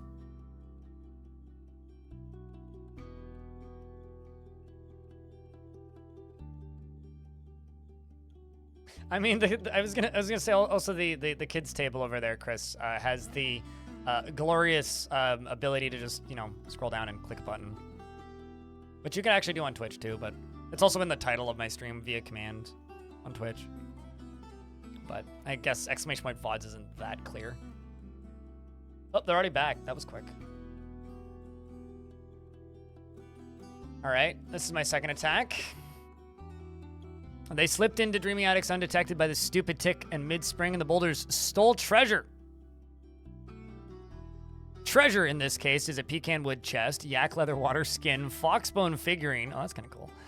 Sandstone throne, an iron buckler, and a steel toy axe. You couldn't grab, like, a real axe. You had to get the toy one. So one of these dwarves must have a kid.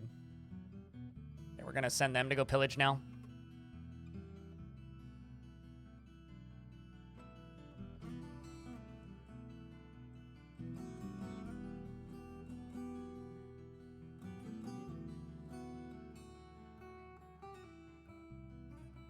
What floor did I just use? Pretty sure I used the wrong thing. Yeah, I used silver instead of borax.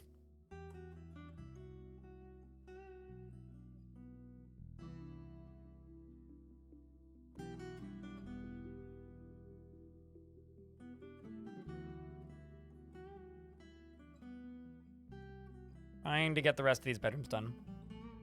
Strange mood? Not quite. Like elevated, easily agitated is maybe a better way of describing my mood today.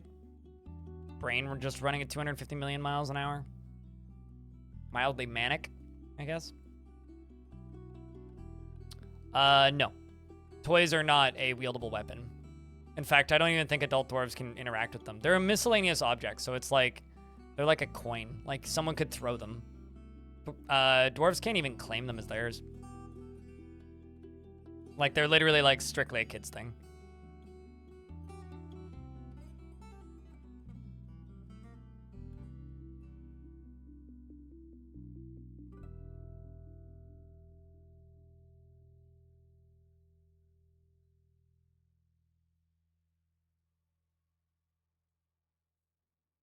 No, it wouldn't. Well, I mean, it would hurt no more or less. A minecart shotgun full of toy axes wouldn't hurt any more or less than any other toy. They have no sharpness stat, so... I mean, it would hurt, like, based on weight. Huh? Starsmore Bolted Woman has been elected to the position of Sacred Burial of the Fellowship of Fate. Huh.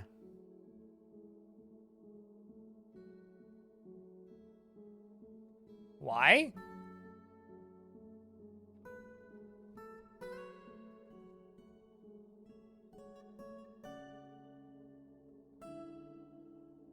Okay.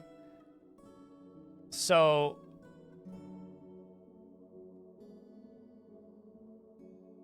Huh.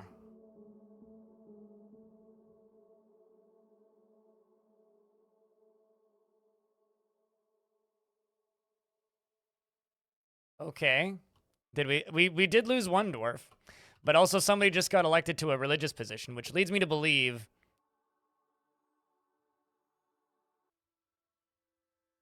I'm also pretty sure that dwarf just died. The dwarf that just got elected. So likely what's happening is we just killed somebody who's a religious figure, part of our faction.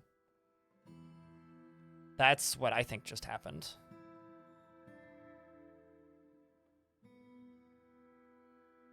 That would be what I would bet just happened.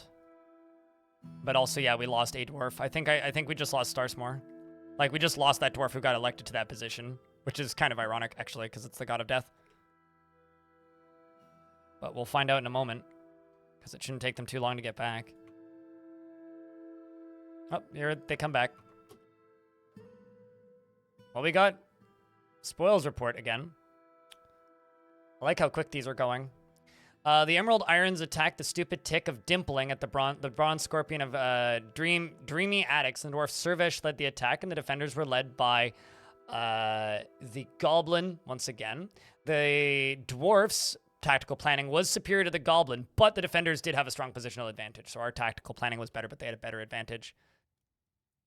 So, oh hey, we struck down the Goblin, so that's a good sign, meaning next time we attack them, they will be weaker. Means I should be able to hit them again almost immediately. The Dwarf Servesh Virtue Lancers hitched a stunning strategy, and the attackers had a strong positional advantage. Another goblin named Mole was struck down. A goblin named Epixa was struck down. I think this is the goblin that... what's the word? I think that's the goblin that... Or if Lolar was struck down by Soulsmore? We looted treasure? Wait, hold on. Then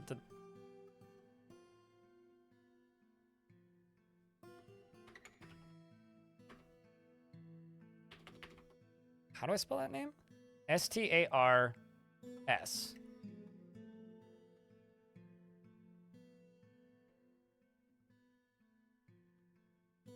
But they're not in the squad anymore. So did they get elected and just, like, leave? Also, hold on. Okay, no, you're still technically, you're considered a new arrival, which is weird.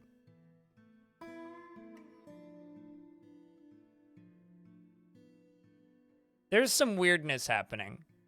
Like, I'm sending out squads, and they're, like, not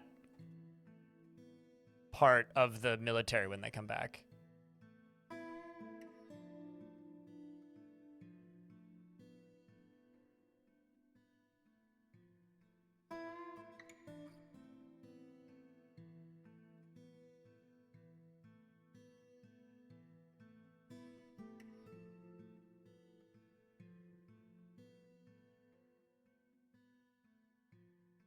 Yeah, Mighty Red.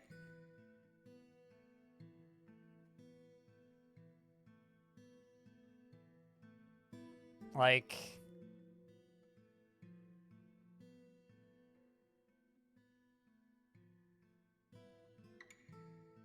Whiz, remove. But, so did that dwarf die or did they not die? I'm confused. Store item in bin. You're carrying all your gear. Okay, I need to let Putnam know, I think.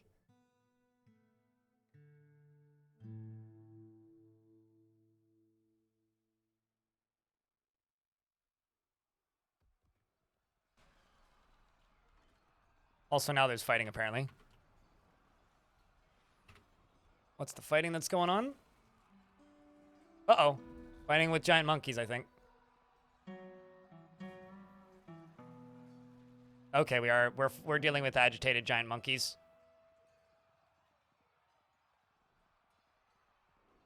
Fallout Rain, Dill, and Walnut Bag are all fighting with an agitated giant monkey up here. The agitated giant monkey is bleeding. How many agitated giant monkeys are there? Also, a bunch of dwarves are resting.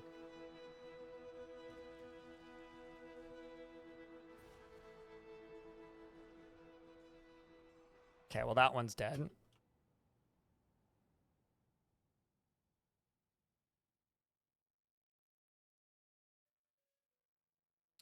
Seemed like it was just the one. Tons of mussel shells. Really? Well, that's good. Glad you sorted that out. Kind of amazed that the mussel shells would do something. I wonder if they're all contaminated with stuff like, or like if they're having some weird temperature shifts. All right, well, I'm gonna go pillage this again.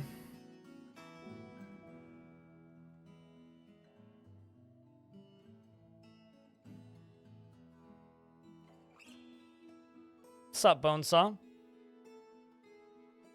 Yeah, well, it's not even like the whole squad turns into migrants when they return.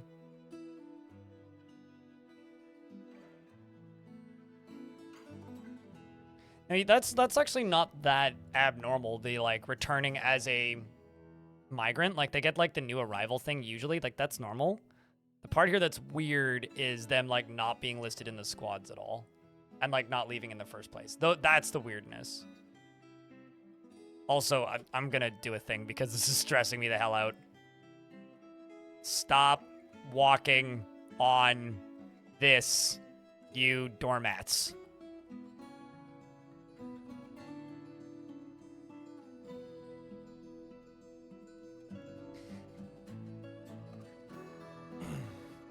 What's up, Drake? How you doing?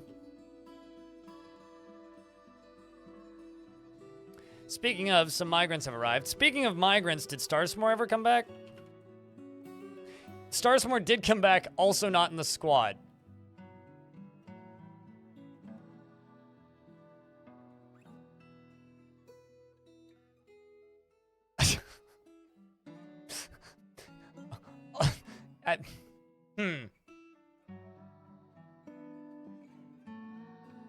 Go join that squad, you goofball.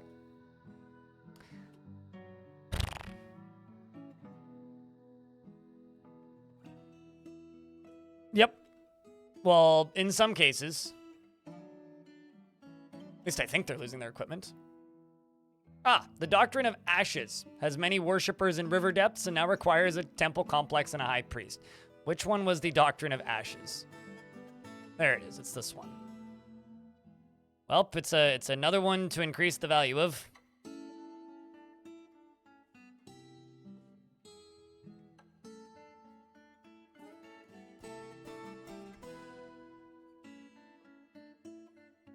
I'm pretty sure this is also still the same god, too.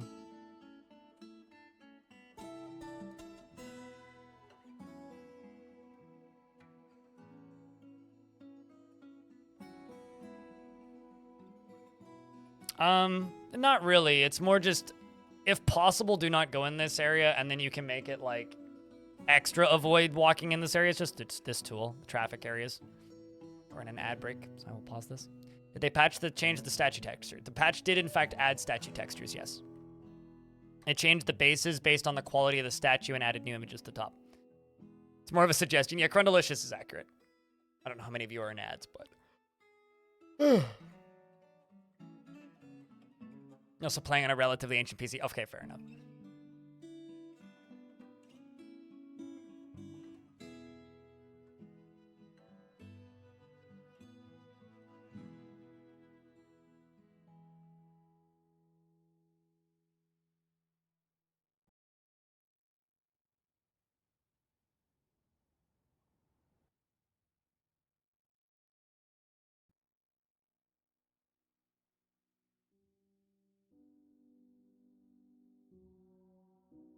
Saw Formula One news that makes me upset.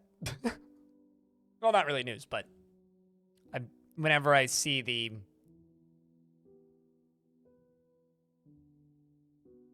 Stake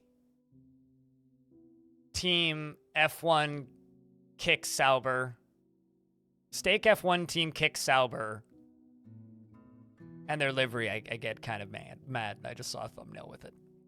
Like, everything about it just makes me angry.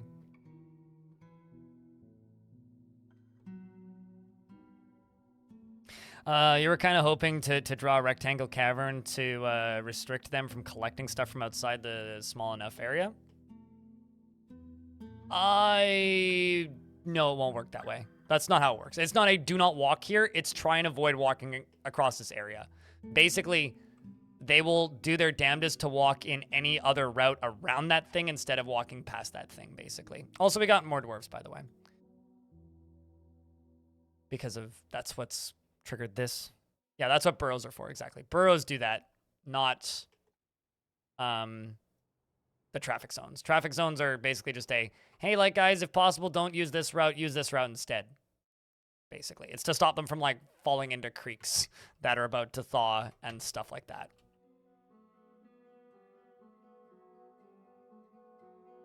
All right, well, they all came back this time, so that's good. Oh, also, apparently I need to make a craft store skilled. As my population continues to rise. We pillaged them once again. The Emerald Irons attacked the stupid tick of Dimpling, the Bronze Scorpion. And Servesh led the attack, and the defenders were led by the Goblin Wulma. Handled focus. The Dwarf outmatched the Goblin with a cunning plan, and the attackers had a strong positional advantage in Dreamy Attics. That's the way I like to see it. Good morning, Spud.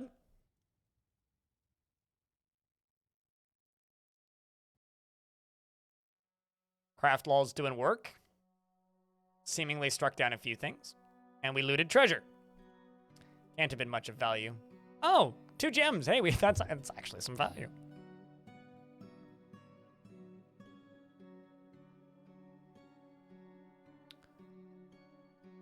All right, let's attempt to raise it.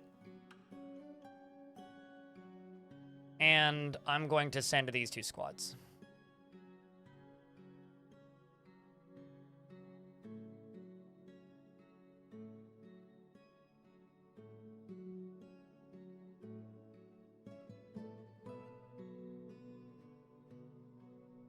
And they all just leave the map again.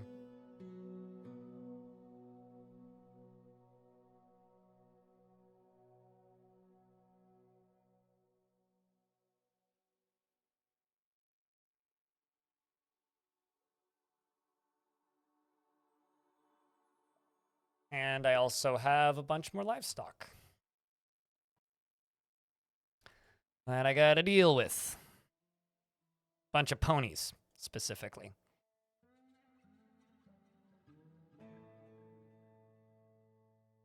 I almost never use traffic zones, so I wouldn't recommend using them, because I think they're kind of bad. If I actually want dwarves to not go somewhere, I will just block it off or use a burrow.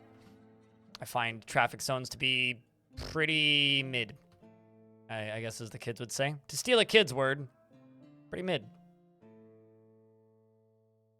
Not great, putting it bluntly. So chat room, are you guys playing on the beta branch? Have you guys noticed anything weird about sending out squads to go attack things? Just out of curiosity more than anything.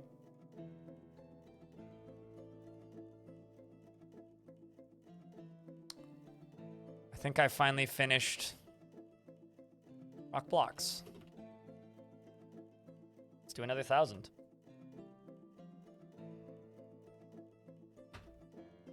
Now, is that because they're dying, or do you, or are they just not returning? Because I did have that one squad that left that didn't come back, or that one dwarf that left got a rank outside, didn't come back, and then when they did, they were not part of the squad anymore. But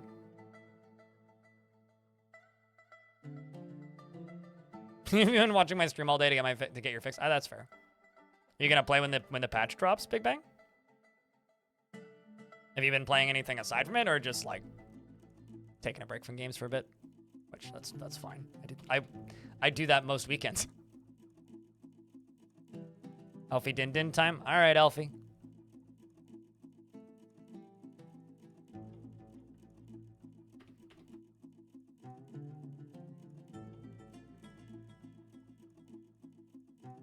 I'm stoked for the patch. Gonna make mods again. Yeah, I'm also stoked for this patch. Although, I'll be honest, I'm significantly more stoked for adventure mode.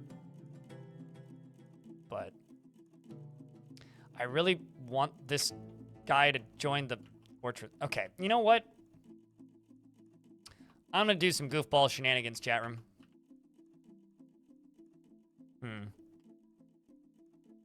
See this area? We're gonna get rid of this. We're gonna get rid of this. And this is mostly like furniture and finished goods. I'm gonna take this stockpile. And I'm gonna throw it down here. I don't actually, can I move a stockpile to a different layer? I don't think I can. Oh, maybe I can. No, I can't. Okay. So I have to make a new stockpile. Well, I'm just going to make a stockpile for the stuff that's in there. We'll just see what's in it. So this stockpile is ammo, animals, armor, which I don't want. Finished goods, furniture. I don't want leather. Well, I guess I could put leather in there. Sheet and weapons and trap comps. No ammo. Animals. No armor. Finished goods. I guess we'll put coins even though I have none. Furniture. No leather.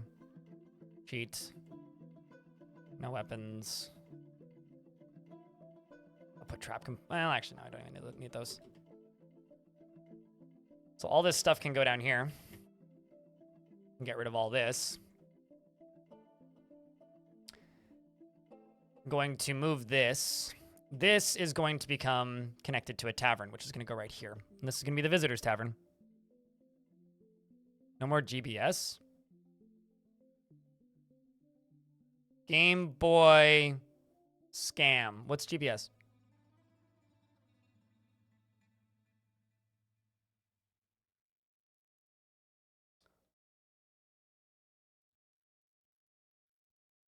No, not really. I just build weird shapes. I did not start by hollowing out veins.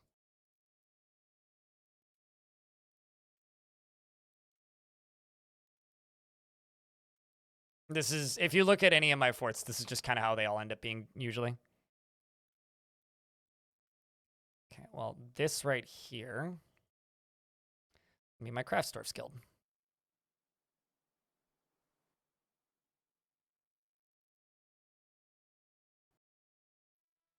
I mean, this is just kind of how I build stuff, so that's how things end up being weird shapes.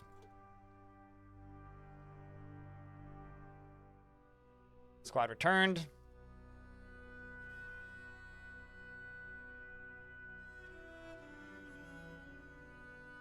As Bing Bang said, we'll most likely start a new world and do some fortresses and stuff before messing around in adventure mode. Yeah, that's probably not a bad idea. Oh, I get you. In regards to goofball shenanigans. Dutiful boulders looted and rampage throughout. telling me they're all dead. Giant bat leather glove.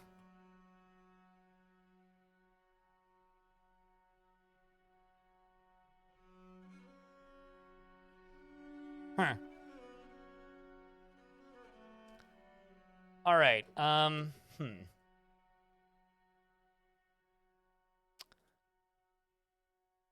going to make a new squad.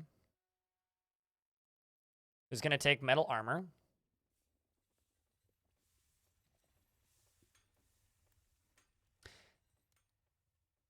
Huh. I want to send somebody to demand surrender. But I don't want to send everybody. I kind of want to send, like, Juice the Name or Pun Intentional, because they were very upset. How about Doran the Spear Dwarf? What squad are you in, Doran? You are in the National Canyons, which is the newbie squad. Remove you from this squad. Put you into this squad. The Invasion squad. And we're gonna go demand surrender and occupy with the Murky Paddles. I am Dwarfus of the Murky Paddles. Send in the vampire. I don't want to let the vampire out. If I'm being honest.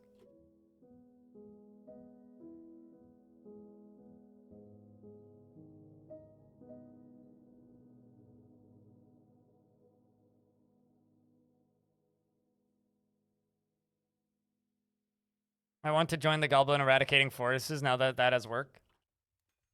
I mean...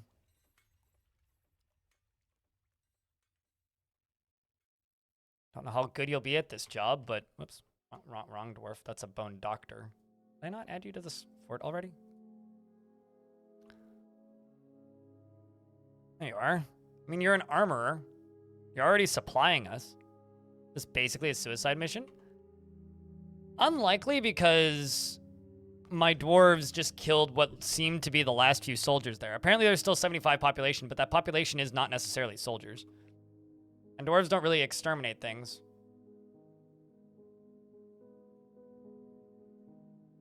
Grabbed an iron buckler. Look at all of the finished goods being piled down here. God, that's actually a lot of stuff.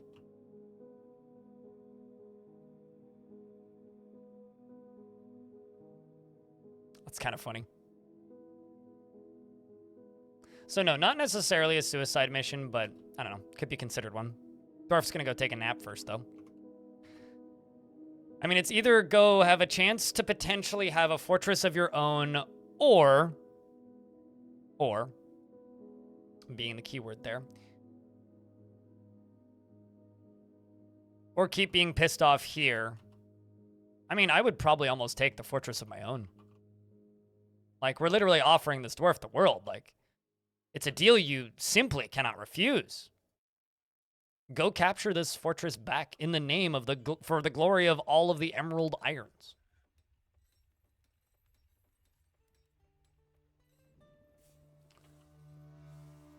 I mean, I'm trying to, like, push back these goblins a little bit. I'm not actually going to win a fight against them. There's too many of them.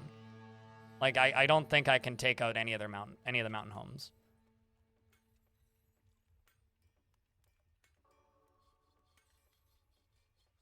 Uh-oh, that's not good.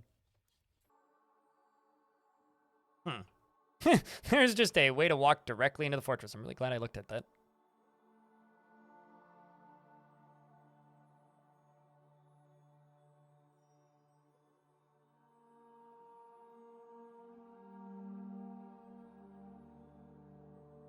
What? Mako? Excuse me? Hi, Orange. How are you?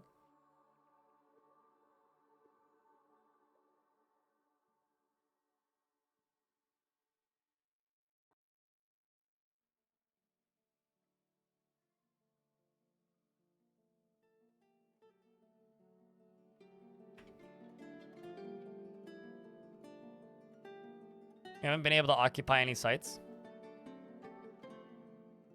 Maybe one day? As in, like, you haven't tried or you haven't gotten that far, or like you've never been successful. I mean, see, remember what I literally just said? The hillocks of Dreamy Attics, which is what we were attacking, far to the west, has been conquered and incorporated into your holdings. Well done, Dwarf. We have successfully taken it. It's always a bug or something. Yeah, I haven't had any issues with conquering sites in a very long time, so... As you can see, not an issue with this fort.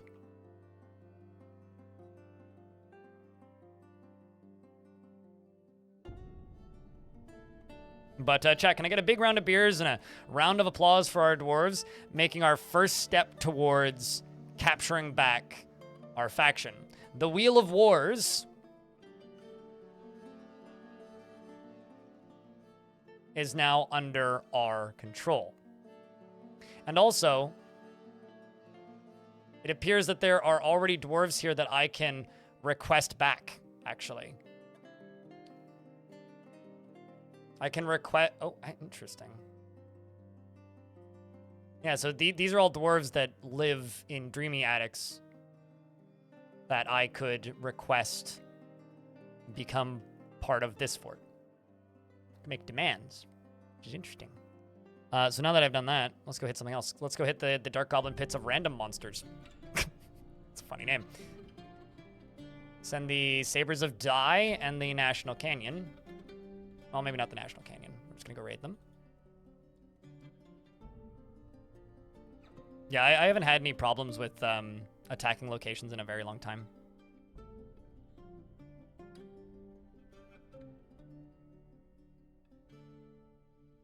I'm also going to put a door right here. Iron Pit the Brewer has been possessed.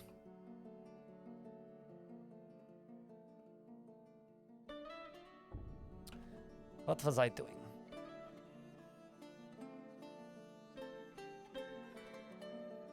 Right, I was making a Krasdorf's Hall. That's what I was doing. Right here, you. Block. What do I have the most of? Let's just keep it rock salt. Keep this layer very rock salt. It's also easy to just type in SA and get that.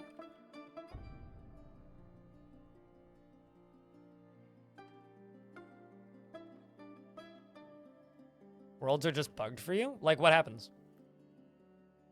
So, like, just for clarification, you attack the location multiple times until, like, all you get is they showed up at the location and then they left. That's all that you get, right? And then you send a conquer and occupy order? Like, what does the game say to you? Like, what's the bug that you were talking about? Unless, like, you've got, like, weird mods on, like, taking over locations has been not buggy in the slightest for a while. I'm just kind of curious as to what exactly the process is that you're running into. What's up, Psyomegas? It's been a minute.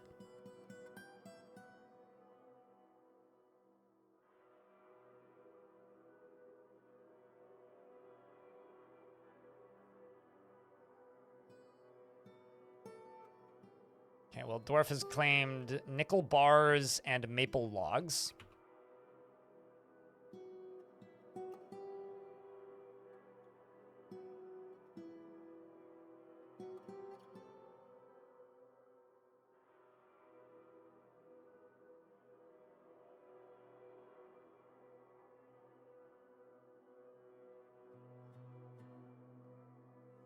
What's been happening? Chad, can we give, like, from what you've seen, summarize in one sentence what has happened in this fort today? For our friend Psyomegas here. Very vanilla. Sometimes you press pillage. Okay, they leave the map and they get stuck off map for, like, the entire session.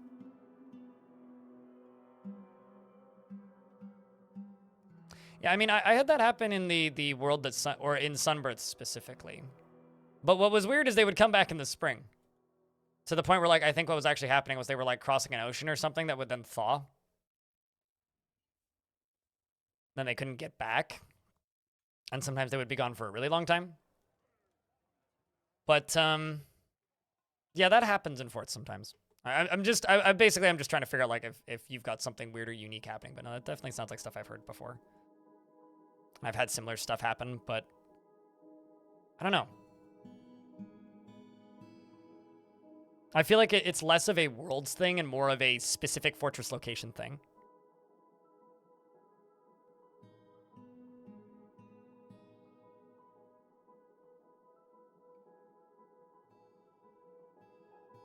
Here's my summary. There's gremlins in the basement, although I'm going to do it in more than one sentence, so I'm going to cheat.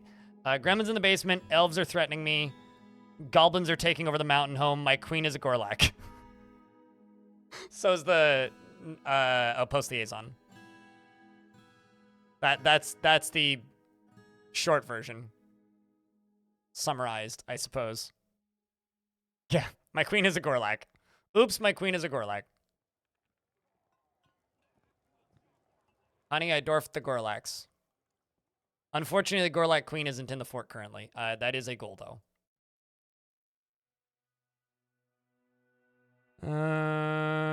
That and like finding a lot of bugs. I got real mad at a necromancer vampire for a minute. There was some salt in the middle there for a bit. It's okay. It's mostly dissipated, and now it's just my salt floors.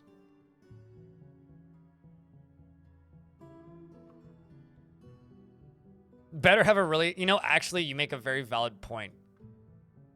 Queen Gorlak definitely needs a very impressive crown. It needs to be like the size of a dwarf. It's like Queen Gorlak's actually just walking around with like, what's the word? Queen Gorlak's walking around with like a table on their head. Yeah, which is funny because I'm pretty sure that they're like goblin cultured Gorlaks, but Iron Pit the Brewer has created Guzenkohl, a nickel mail shirt, and offers it to the dutiful boulders. Because the Gorlaks were put in charge shortly after the goblins took over my mountain home. This is a nickel mail shirt. All craft worship is of the highest quality. It is decorated with maple and encircled with bands of nickel. On the item is an image of the tapered baguette cut gems in maple. On the item is an image of Good Charles, the pig iron shield in rock salt. Yeah, Good Charles made a pig iron shield and named it after them. Is an image of Zas Silvery Inches, the dwarf in conglomerate.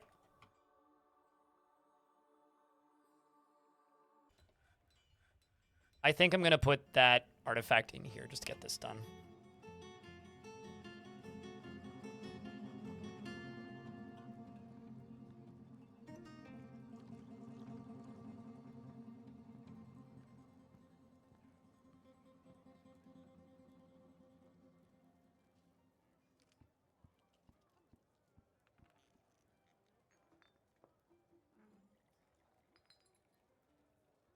Just going to do a thing and get everybody to update their gear. How are we doing for ammo? All my crossbow dwarves have ammo now, mostly, except for one who doesn't have a quiver currently, but that's probably why they don't have ammo.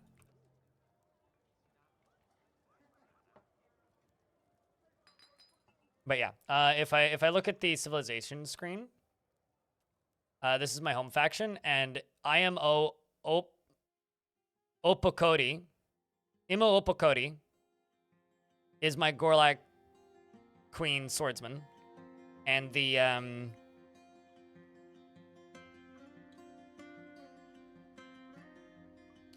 am I not seeing the outpost liaison?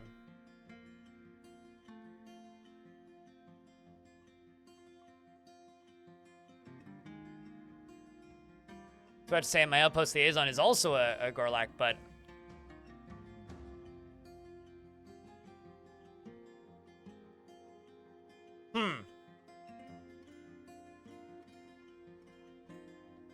Uh-oh.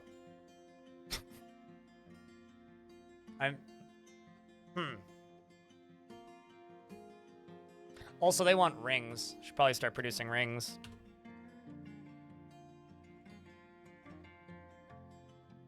Maybe not bone ring. Let's do shell.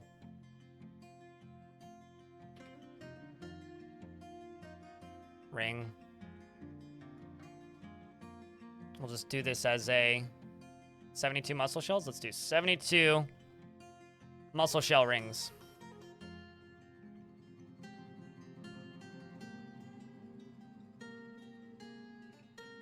Now I'm suddenly wondering if my one of the Gorlaks is dead.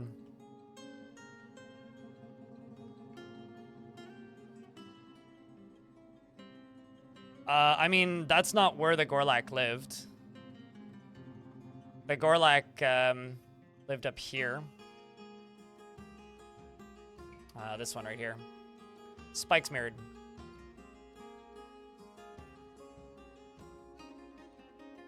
That is a very, very large goblin fortress.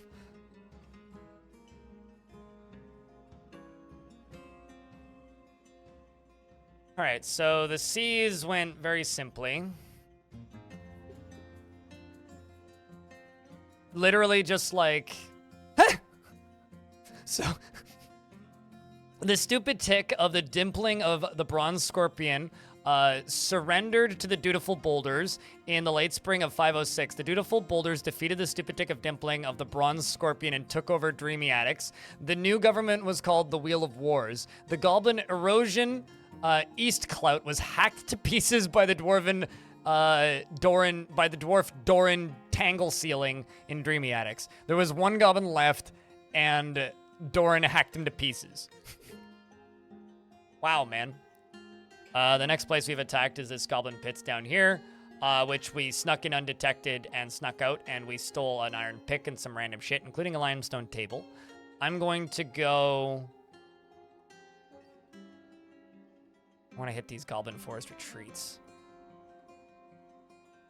Although, actually, what I want to hit is this. But I don't want to kill my queen.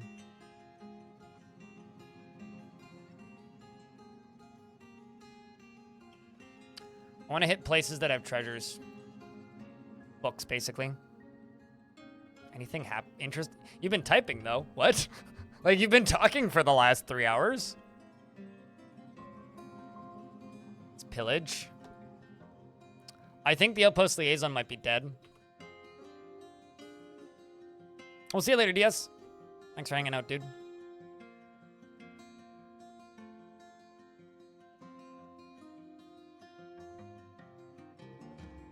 Over my dead body. Oh, okay then. I accept that challenge, clearly. When was the last chat you set? Maybe I just have absolutely no semblance of time. Chat, anything interesting happened in the last 3 hours?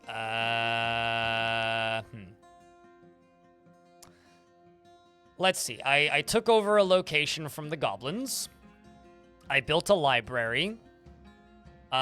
We had some weirdness with squads disappearing.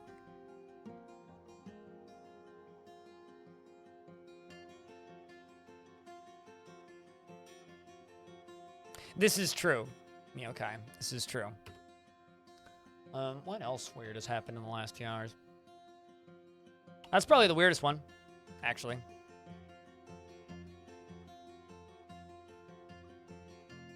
Is the squads disappearing, but...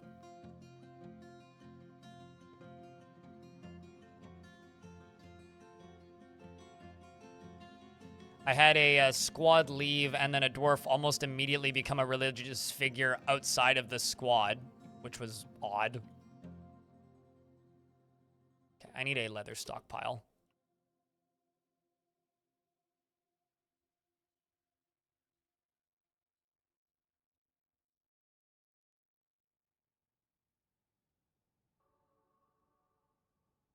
Is Shutterbug gone? No. Okay, so rather, the squads didn't vanish, like vanish, but they would come back not in the squads. But Shutterbug is in fact gone. Although, were you ever in this fort?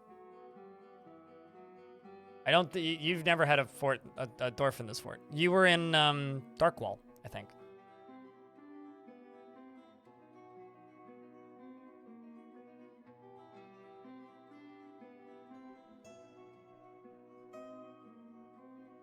It's okay. Chad, I think we all just need to accept that we're all kind of losing it today. Today is like the most Monday, Wednesday I've seen in a while. Like everybody's treating today like a Monday, but it's definitely Wednesday. A very Monday vibes Wednesday. Also, we're in an ad break. Thanks for continuing to bankroll this channel. Okay, appreciate you, dude. It's Deaf Thursday. Not on this side of the planet. You 100% second agree with that statement? Mm-hmm. You work 7 days a week, Orange. Your days of the week don't matter. Same with mine.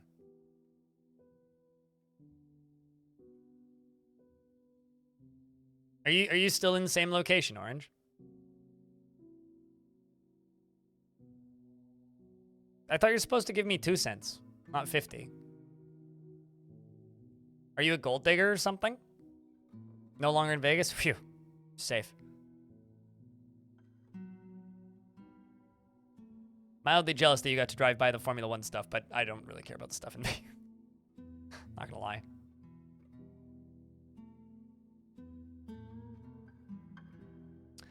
Putnam says that nothing to do with squads leaving and coming back was touched in this patch, so if there's weirdness, this is normal weirdness and not new weirdness. Old weirdness and not new weirdness.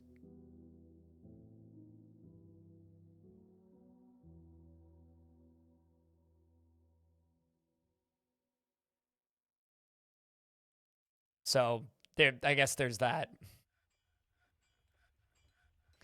I'm trying. Oh yeah, we found some text that was missing. That was the thing that I found.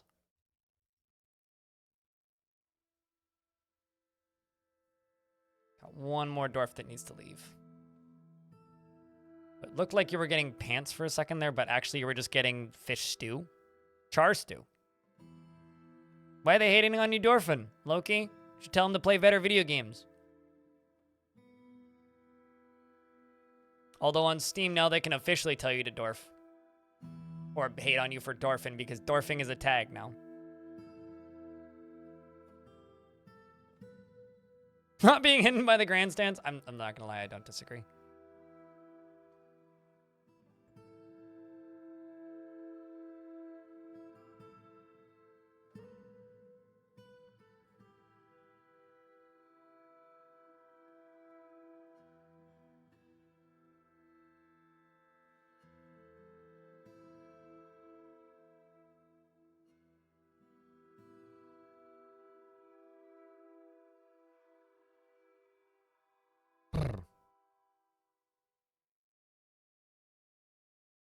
How legit is making patrols?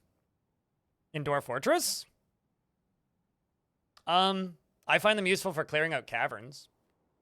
Although currently I don't have any patrols in this fort.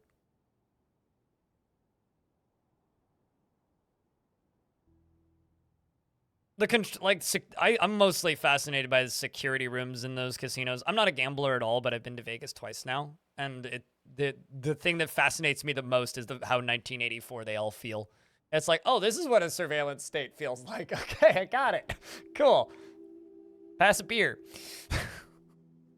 It's like it's impossible to be anywhere in any of those like properties without having at like a minimum of like 90 cameras on you. It's like I feel like I'm less in a surveillance state sitting in this chair than I do in any of those casinos. And I actively have 3 cameras pointed at me right now. Granted, only one of them's actually running, but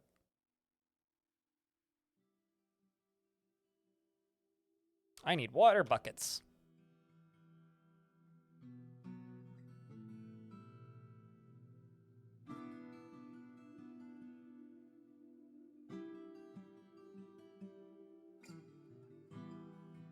Also, there's probably a lot of wood in this stack.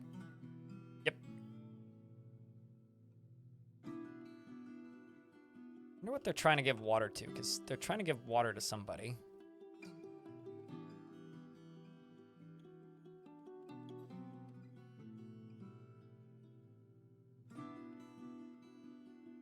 That is not true. There are plenty of clocks in the casino, mostly in my pocket on my phone.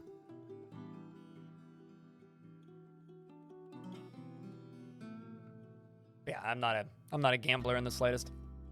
Probably won't ever. Not that type of gambling anyway.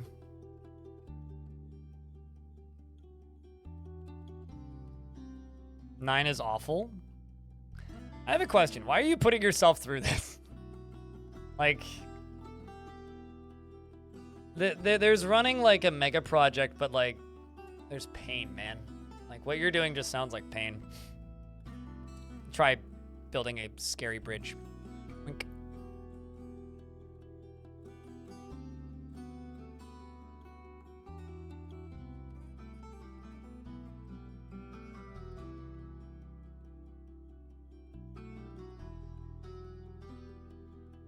This shouldn't knock anybody off.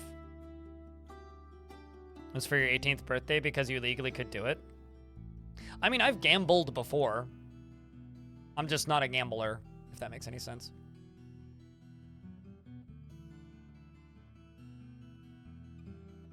Like, I'd be lying if I said that I've never gambled. I've absolutely gambled.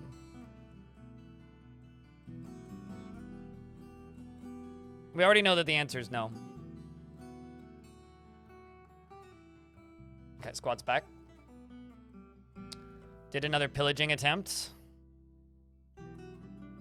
The emerald lenses of the emerald, the emerald irons attacked the terror of screams of the bronze scorpion. At Snake Glitters, the dwarf Servish led the attack, and the defenders were led by an elf named Osnun Pack Devils. The dwarf Servish led the attack, and outmatched the elf with a cunning plan, and the attackers had a strong positional advantage.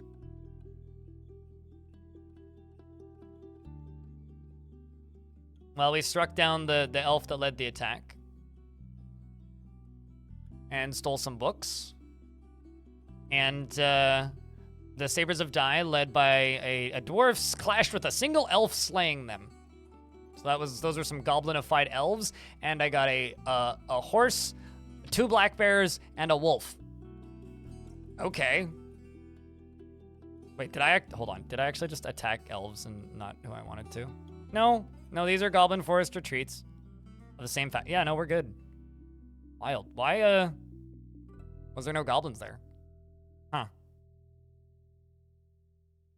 Alright, well. Let's get those bears. Oh. I thought black bears were war trainable. Well, that's a shame. I'll slaughter them then. I need grizzly bears.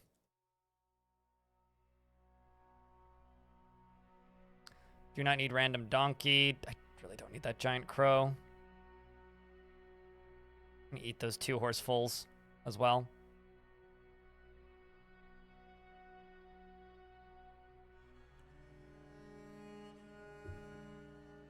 Gambled a bit, counted cards, got blacklisted.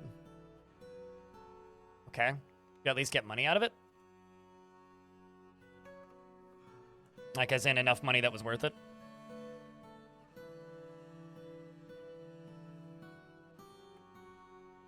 The most success I ever had gambling was buying scratch and wins. And it was because it was minus 15 outside that winter. Like, pretty damn cold. Cold enough that, like, I don't want to go outside cold. And I bought a $1 scratch and win. And won $1. So I bought another $1 scratch and win. And I got a free scratch and win. So I bought another scratch and win.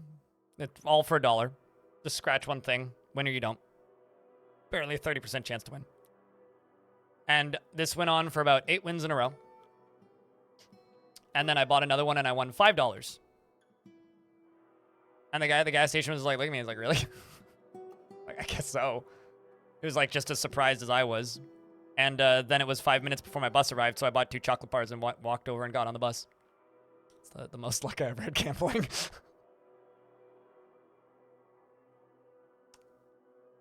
Also, anonymous gifter, thank you very much for gifting a sub to Crundalicious. Appreciate you. Walnut is back. How's the fort going? We are invading and taking over goblin places. Speaking of, we're going to go do that again. We've taken over 1. So we've grabbed this place back, and it's now on our side.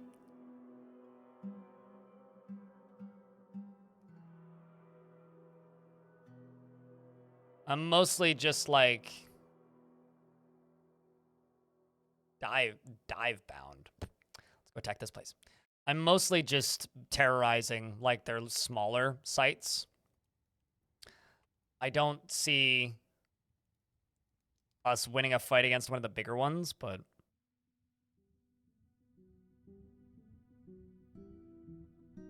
you win a $500 US ticket? Cool. Good for you. That's pretty good. I'm going to make a dining hall spa. This is going to go right here.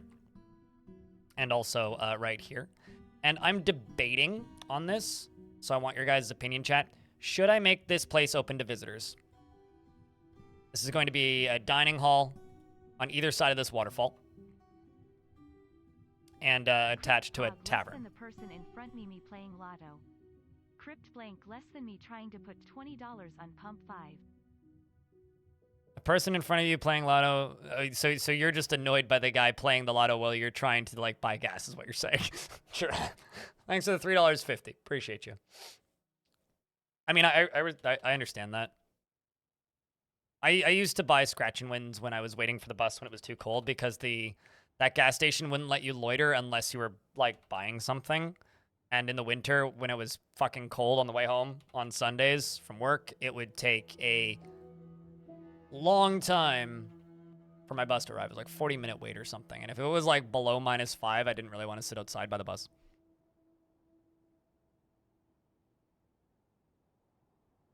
Beast Hunter who stole the artifact. True. I haven't seen them. It's still a cold case, I think. Yep. They have not come back.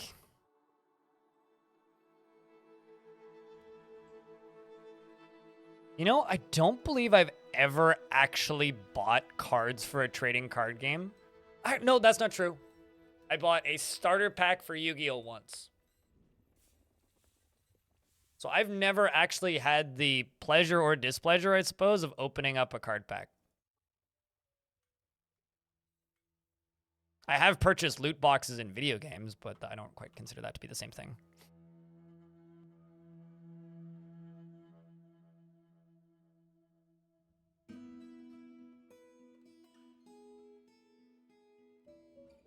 If you chop down all of your trees, does that make your overall wood regeneration rate lower? No. I mean, they'll take the same amount of time to grow back regardless.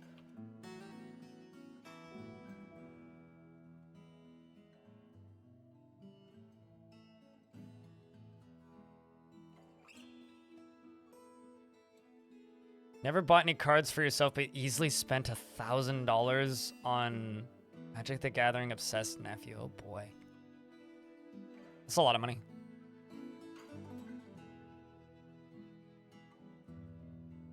Like, damn.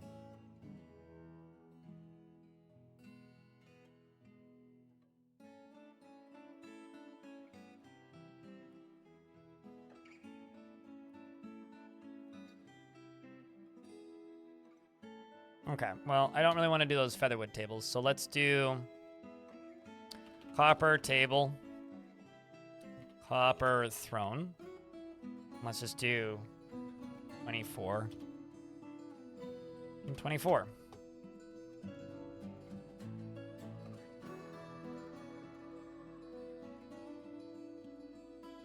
Sadly, question mark, not that much for MTG. Oh yeah, no, I know. I mean, it's kind of... People who've been around this stream will know that I refer to things like certain religious groups as cults. I also have a habit of referring to just Magic the Gathering as gambling, just flat. And I've had some people get very touchy with me in chat about that one. One person insisted that it wasn't gambling because there's no chance of you winning anything of value. Which... Citation needed. Yeah, Warhammer is just bad game design. Like...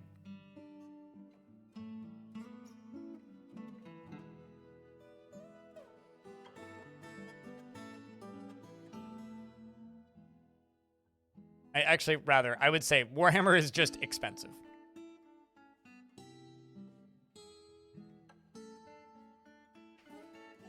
Yeah, I was going to say, you can absolutely sell cards for more than the cost of the pack.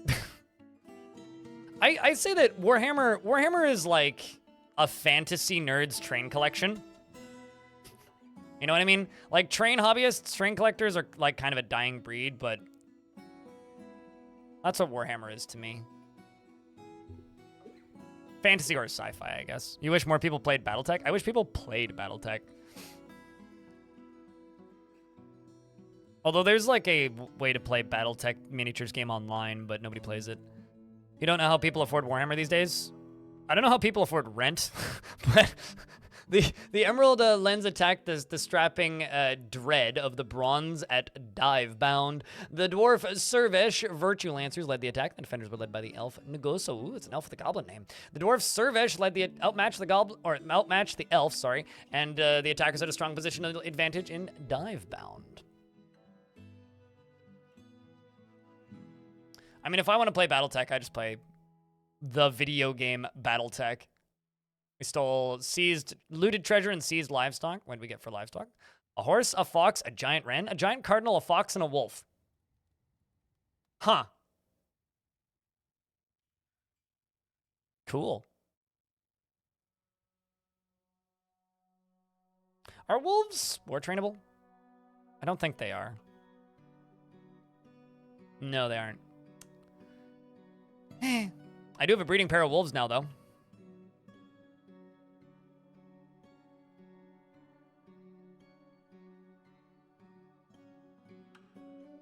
I'll put those wolves in there just because they'll look cool with the military.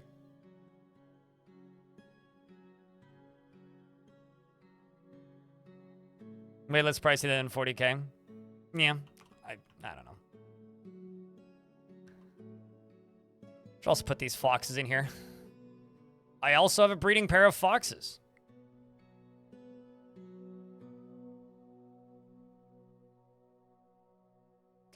Maybe it's because, like, wolves are too smart. I don't know. There's few things more satisfying than watching, like, 150 dwarves all flooding across the fort back and forth to do constructing stuff. Okay, so let's send them out again. Chat, do I get ballsy? Okay, maybe not that ballsy. That's a bit too ballsy. There. Chat, do I get ballsy?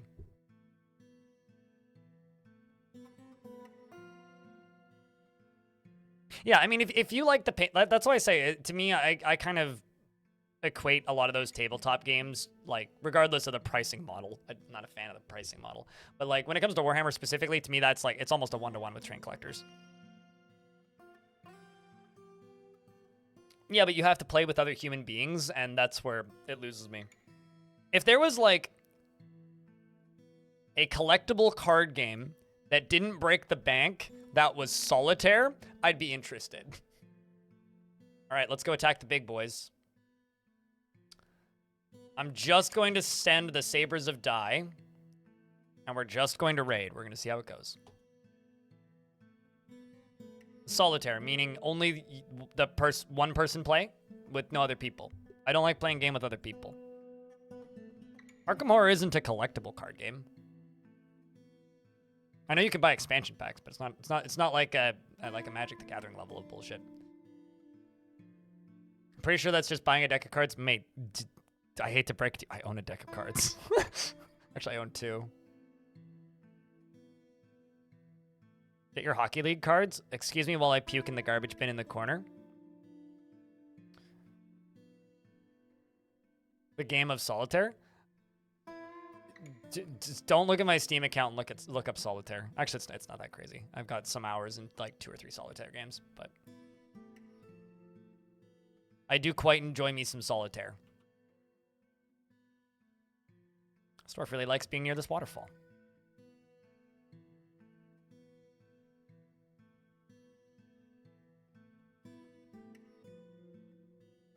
I've never played Arkham Horror, but I've seen pictures of it set up, and it looks like it has a lot of pieces if I'm thinking of the same game. There's a world where I think I could have gotten into Netrunner if I actually liked my ex's friends. There's a world where I would have gotten into Netrunner if, asterisk, I liked my ex's friends. But I didn't like my ex's friends, so...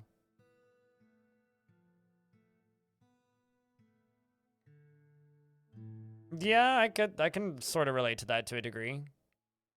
I don't think I ever dreamed about the cards, but I played quite a bit of Solitaire at one point. Although, admittedly, most of the Solitaire I played was on on the computer.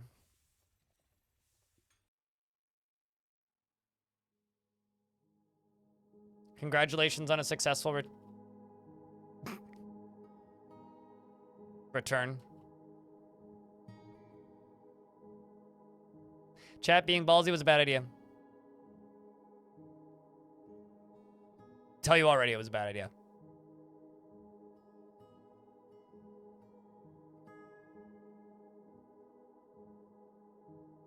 At least some of them made it back. Let's see what happened. How many, if anybody has the world save installed, you may want to check something in a second. The Dwarf Servish led the attack, and the defenders were led by the Goblin Uspu. The Smeared. Oh, he's got a title. Can you guys look up the Goblin The Smeared? If anybody happens to have the save open. The Dwarf Servish Virtue Lancers outmatched the Goblin. The Smeared with a cunning plan, and the attackers had a strong positional advantage in size devils. Okay, so far pretty good. We've killed one goblin, killed two goblin. Uh-oh. Okay, so let's just read this out loud. The Sabers of Die, led by the Dwarf Servish, clashed with 1,262 blind cave ogres. Playing 4. Anyway, Wiz the God and Xylem were struck down. So was Stupid Moles. Good lord, yeah, no kidding. Samitsu Dreadful Ransacked was struck down by Nameless. We struck down a goblin named Atu. Samos was struck down. Servesh Virtue Lancers was struck down by a cave dragon. So, you know how we were talking earlier about how they fixed goblins? That's new.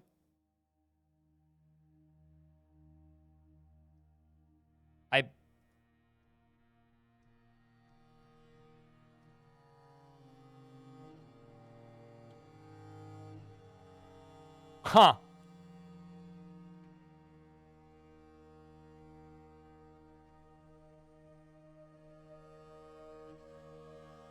Never bother you by. Oops, my bad.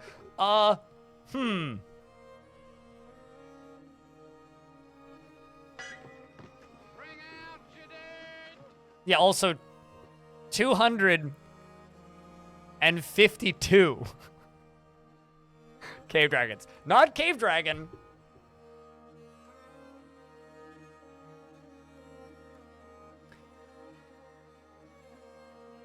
$252.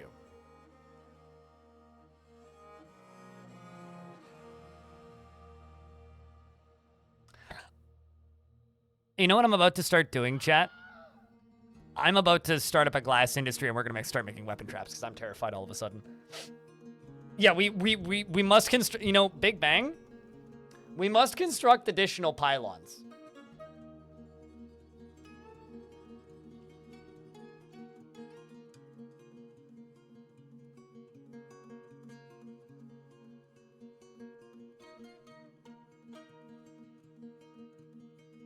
Like, now.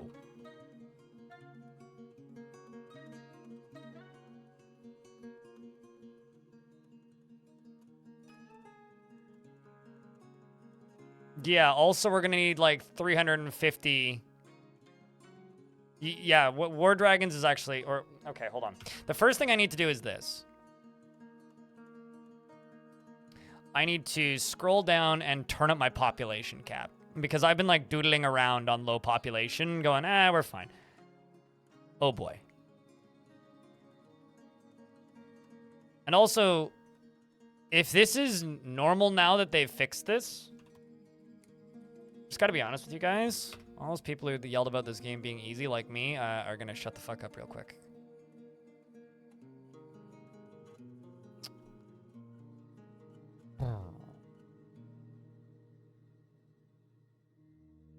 He's no longer fine. Yep. I mean, let's be honest. When was I ever fine?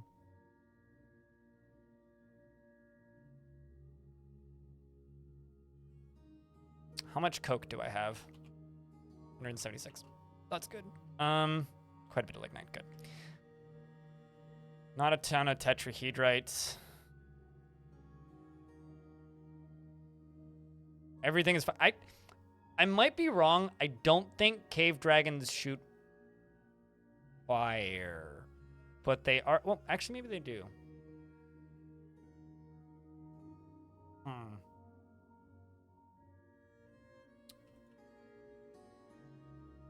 I'm actually not 100% certain if they do. Okay, so what I'm going to need is glass. Stat. Fortunately, we can get glass from right here.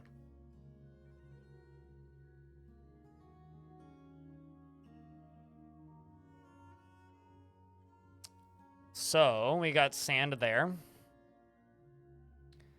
And we're going to make a little glass forge. I'm thinking glass forge goes right here. What do you think?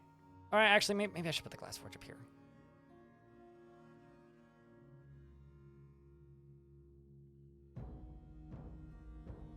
You can get sand from walls. I feel like I tell somebody this like every day or so. But yes, you can in fact get sand from walls. You know, actually, I'm just gonna do it down here.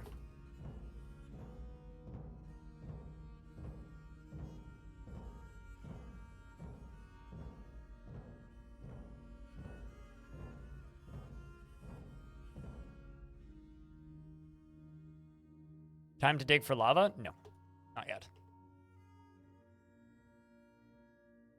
I mean, I don't have... Well, I mean, I would need sand regardless. I don't have enough lava-safe stuff to be able to get lava up here.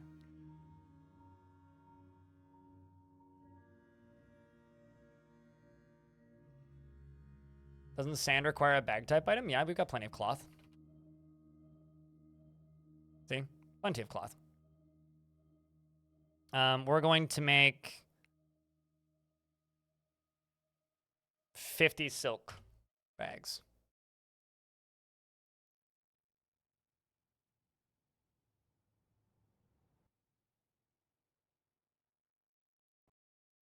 I mean, why?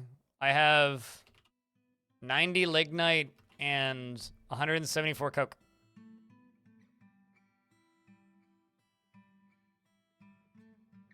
They do not, yeah, they do not breathe fire that's hot enough to burn down my drawbridges. That's what that means.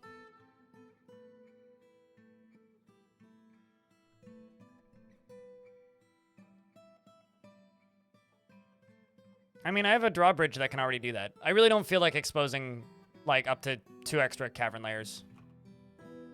Well, no, well, I guess I'm kind of counting the cavern, the lava sea as a cavern layer, but I kind of don't really want to do that if I can avoid it.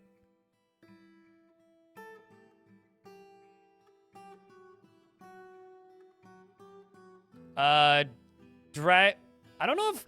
Okay, so I don't know if cave dragons are immune to dragon fire, but all dragons are immune to fire. I'd need to consult the wiki for that. Also, I need to rebuild this squad. I'm gonna throw Notokasa in here. I'm gonna throw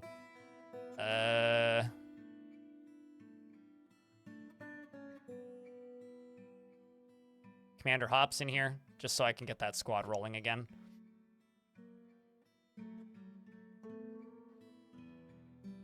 Cave dragons are immune to fire. That would check out. Do I have dog? I have singular dog, who is a pet, which means I can't war train. Do I have any war trainable animals? I do not. It's mildly annoying.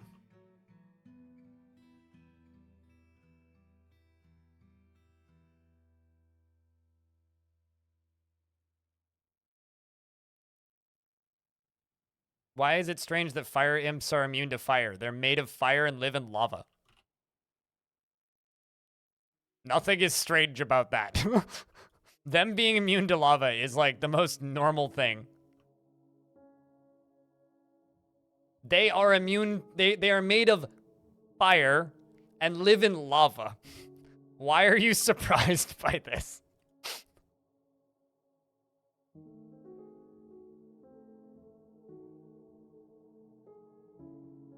I don't know. To me, this seems logical.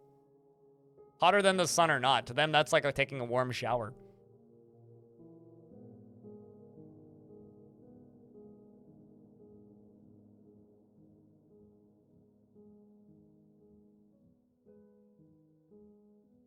Going to increase the size of this stockpile so I can get rid of blocks quicker. Or so I can make blocks quicker, I mean.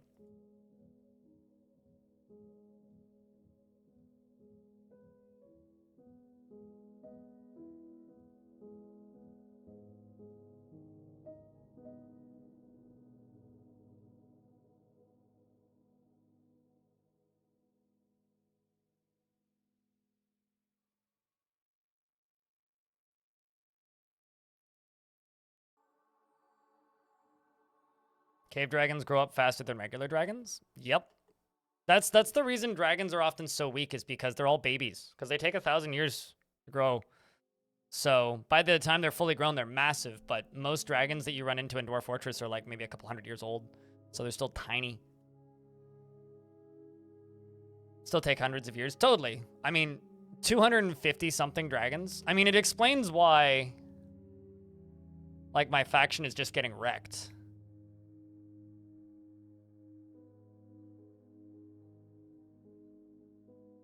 But it makes me want to raid them for livestock so fucking bad.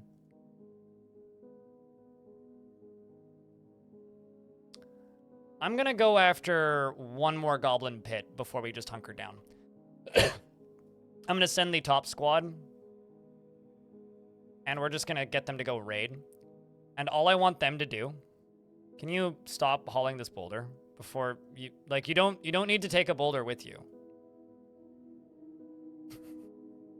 I mean, if you insist, fine, take the boulder with. Maybe you'll beat something to death with it. You know, up until now, raiding goblins for the purpose of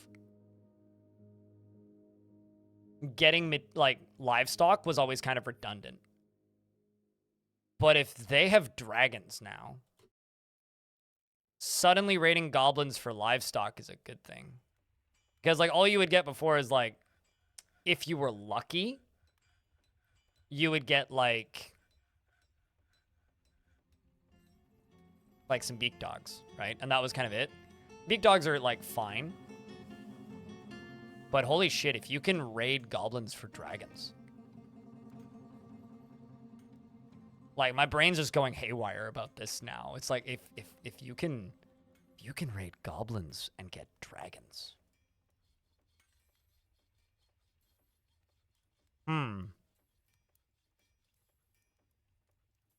You okay over there, Dwarmer? I think you should clean your screen more often. Is that a copy pasta from, like Baru's chat or something? New goal? Not really. More just curiosity. I don't even know if it's possible, so. Let's just stick to tame the Gorlaks and save the Gorlak queen. You need to re-clean your screen now? Most certainly. Well, what's up, Stormer?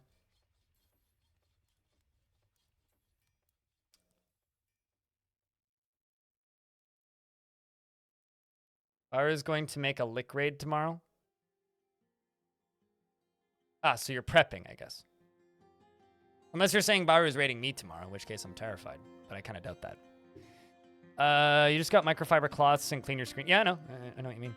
Neurokeys, thanks for $2. Appreciate you. Yeah, I mean, yesterday ended up being like, what, a 12-hour stream. Today's likely going to end up being that again. Although I do have a VOD to edit today. I'm going to trim the, whatchamacallit, that bit at the beginning where I discovered the Queen Gorlak.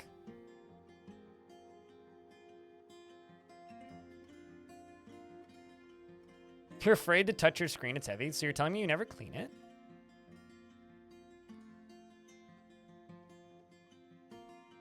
Because you should very much clean your screen. Just saying. Chat, some migrants have arrived.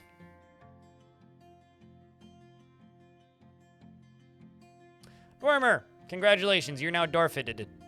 You're a proficient armor smith. We should all be so lucky to truly master a skill and be freed from the dragons. Why are you already so skilled up? You've been hanging out on the side of the map for a while, you? I think you have. Doesn't stick with things even if minor difficulties arise. Has a low sense of self-esteem and dislikes obligations. Will try to avoid being bound by them. Though she will try to avoid being bound by them. She is conflicted by this for more than one reason.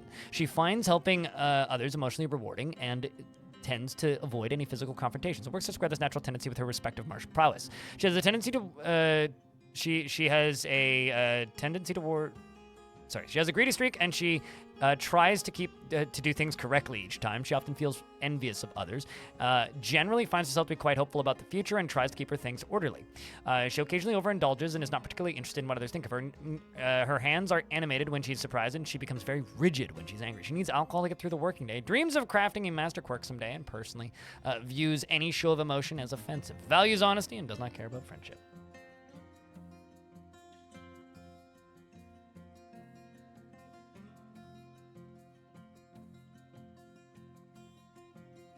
You would like one? Can't find my zombie? Got it.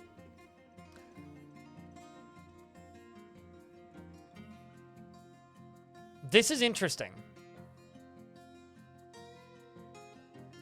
Was this dwarf in my fort already? And you're coming back?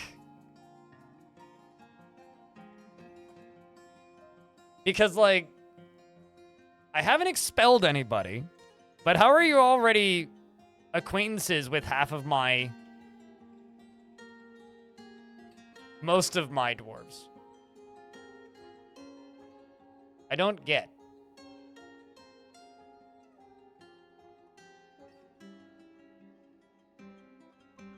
See, this one isn't, but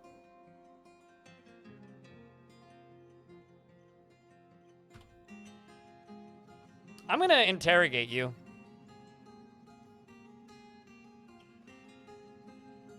Just because I'm curious. This one is a twapper. And this twapper is now can't find my zombie. Does he have a room? Good question. Nope. Can't find my zombie is inattentive to detail in her own work. Feels best when everyone gets along without any strife or contention. Is a dabbling spear dwarf. Probably wasn't in my military because I didn't really have any, like, just wrestlers or anything. So anyway, this dwarf, who's can't find my zombie, is inattentive to detail in her own work, feels best when everyone gets along without any strife or contention, tends to assume that the worst of two outcomes will be the one that comes to pass, and is assertive, often feels lustful, and generally acts with a narrow focus on the current activity. Speaks in monotone when she's annoyed, and she becomes very rigid when she's angry. She needs alcohol to get through the working day. Dreams of creating a great work of art, and personally thinks that the pursuit of skills of warfare and fighting is a low pursuit indeed. Sees sacrifice as wasteful and foolish, and finds the pursuit of knowledge to be a waste of effort. Sees competition as reasonably important. You're a weird dwarf. What do you actually want to do with your life? But yeah, I guess you want to create a great work of art. Okay, the peasant next. This peasant is going to be... It's kind of like getting your palm read, Dwarmer. This dwarf is going to be Salva. Salva Daddy. High social awareness, zany and overbearing, but creative. He finds humor in most situations, and he has an overbearing personality. Dislikes abstract discussions and would much rather focus on practical examples. Thinks he is fairly important in the grand scheme of things, and has a tendency towards forming deep and emotional bonds with others. Tends to not be swayed by emotional appeals, and is curious and eager to learn. He doesn't cling tightly to ideas, is open to changing his mind, He is open to changing his mind. He prefers to present himself modestly. He is nervous and does not easily hate or develop negative feelings. He is quite hopeful about the future, and he tends to avoid crowds. He doesn't handle stress well. He is pleased by his own appearance and talents, and he is not particularly interested in what others think of him. He has an active imagination and does not have a great aesthetic sensitivity. He is conflicted by this as he values artwork and its creation. Dreams of crafting a masterwork someday. Now this dwarf is part of a weird Or a less common religion, too. I don't know. It's odd. Oh, yeah, does that dwarf have a room, right? Let's see. We've got poor empathy, poor memory. Ooh. Dreams of mastering a craft work someday? Tumult, discord, blah, blah, blah, blah, blah, blah, blah, blah, blah. How do you feel about martial prowess? Yep. Okay. Let's chuck you into the millisquats. Millisquads. Tan. There we go. Tan. Who's up next? Some random new arrival. High willpower, slow to hate.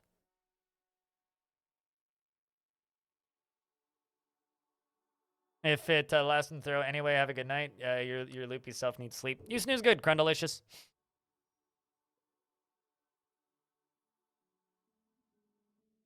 High willpower, good memory. I think I will also check you into the military.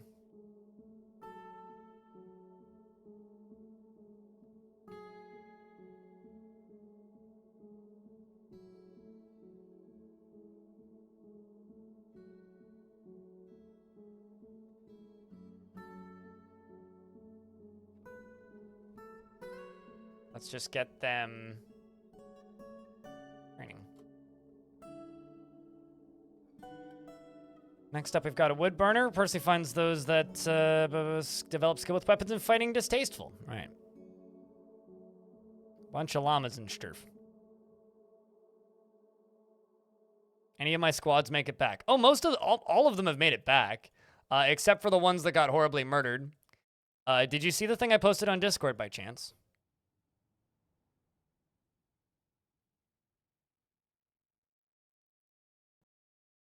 It's an adept axe dwarf. Not one of mine, though. My kinesthetic sense.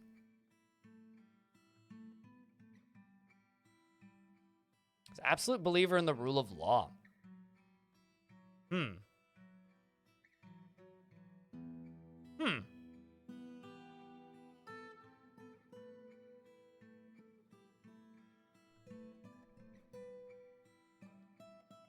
What was your name?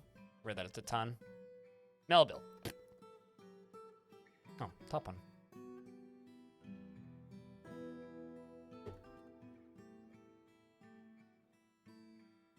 You're a gem setter. But anger, good memory, recovers quickly. Loner. Man. Dreams of attaining a rank in society. Personally sees the whole idea of taking time to master a skill as appalling. Considers craftsmanship to be relatively worthless and doesn't really value merrymaking. Have fun being bored for your... Well, actually, is that fun? Let's do this.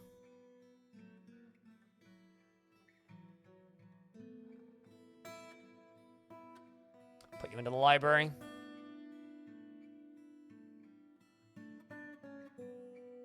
And then a kid behind you. Another kid. Guinea pig. Another goat. Holy livestock. This one... Oh, hey, that's Stukos. This is one of my squad dwarves. Huh. Okay, well, Stukos, congratulations. Welcome back to the military.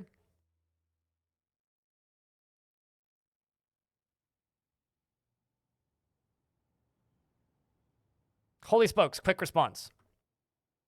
They fixed the running out of migrants thing quite a long time ago. Or not quite a long time ago. It was the very... Earlier this year, it was one of the first major changes Putnam made. I want to say like February or March or something last year. But anyway, this is this. Let me just. I'll show you this again. In regards to my raids, pillage raid, size devils.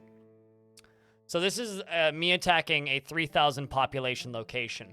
The Sabers of Die, led by the Dwarf Servish, clashed with 252 cave dragons.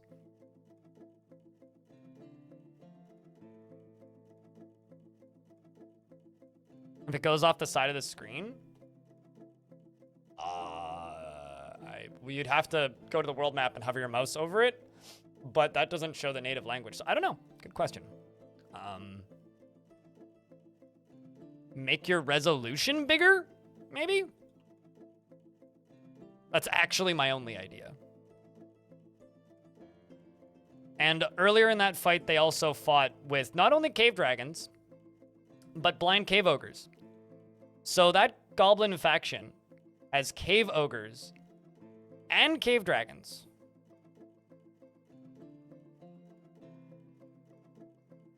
So Tarn did in fact fix the goblins. Goblins are back at full capacity, that's for sure.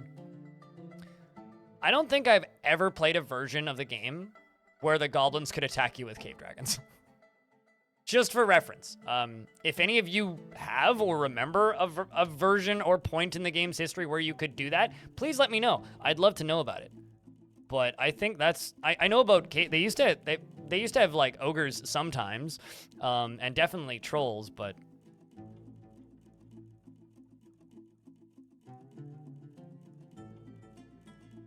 Let's do brew. Drink from plant. 400.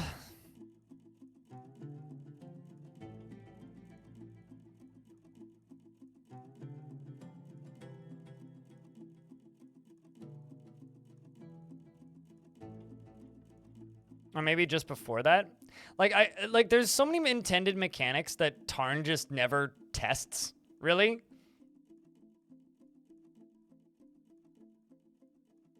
That sometimes it's kind of hard to tell. Whether or not something has always been intended and they just like forgot to fully implement it, or just like decided to implement it on a whim.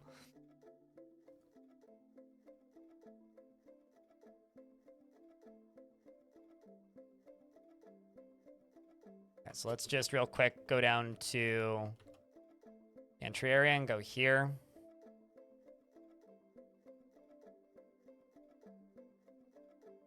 Remove sandbags from furniture and seed from there. No.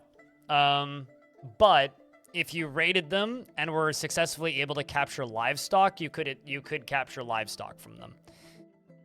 Because if you are attacked by an enemy thing, it's impossible to tame them. But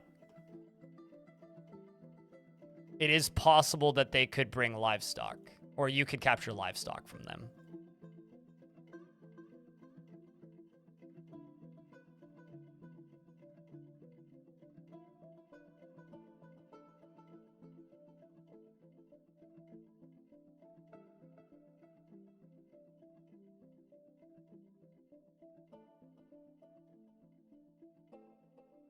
That one's limestone. These are probably going to both end up being rock salt, but...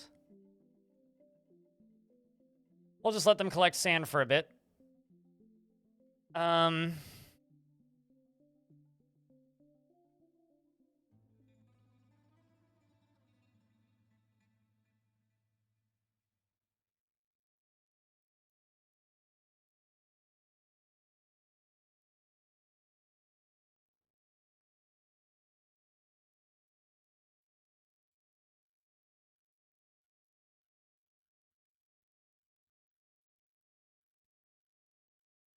We're going to make 200 serrated green glass discs. Well, actually, okay. Let's do sand-bearing items. It's greater than 40.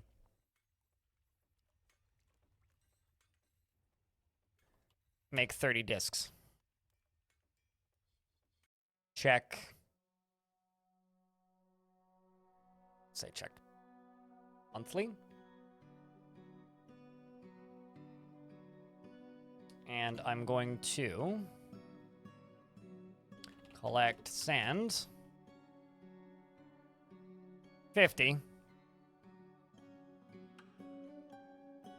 Right, I always forget that these are annoying as hell. So we'll just say restart, if completed, checked monthly. And let's make... silk bag. 80, I guess. I actually don't know how much silk I have.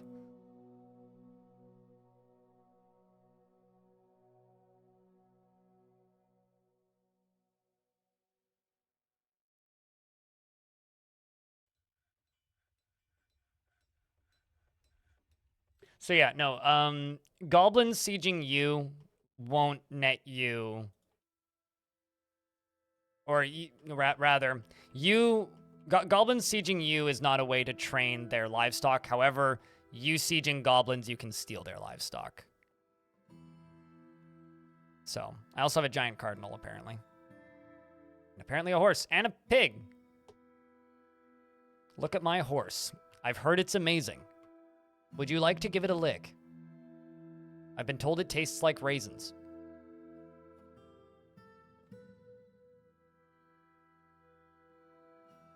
Nodakasa, why you not equip thing?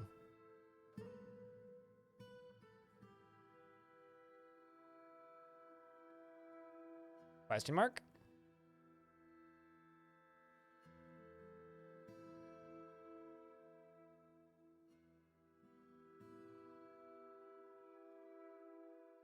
Let's just remove this and just go assign uniform. Let's be much more specific. Okay, now they're all going to go equip things as they dump their clothes on the ground.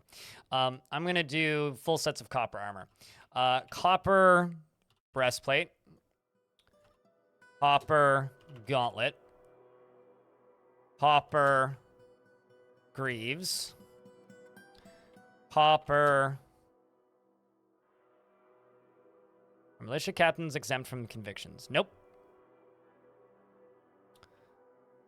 Shields.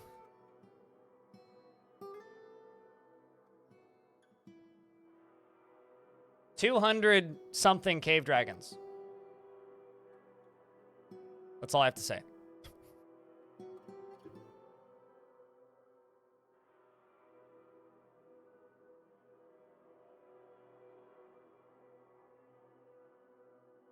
Gauntlet greaves, shields, copper low boots, copper spears. What am I missing? Breastplate, gauntlet, greaves, shields, low boots, helms. That's what I'm missing. Copper helm. Except I feel like I'm short on helms anyway, so let's just increase that number. Let's do 30 of those. Do a couple extras of each.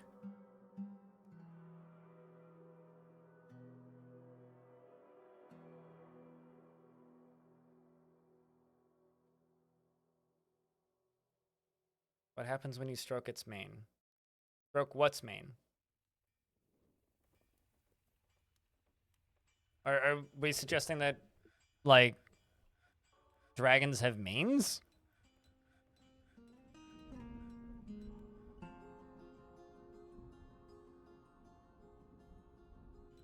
Because that's a question mark of a statement if I ever read one.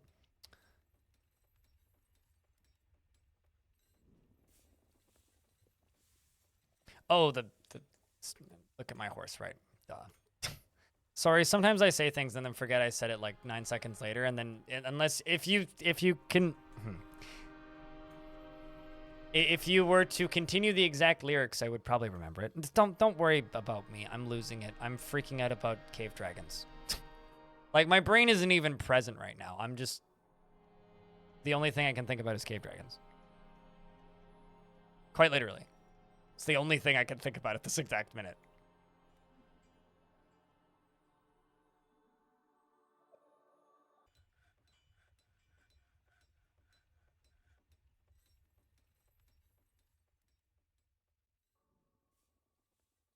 So I'm just kind of running an automatic at this exact moment. And there's a dead hamster on the ground.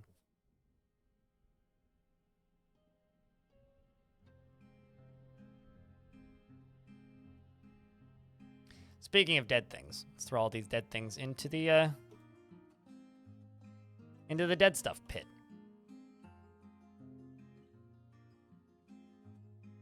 I've seen 2. One in this version and one in version 47. Not counting, like, times where I've spawned them into, like, you know, what's the word I'm looking for here? Not of course not counting the time that I've like made them just appear out of thin air while it's playing like around in arena mode. That's the word I was looking for.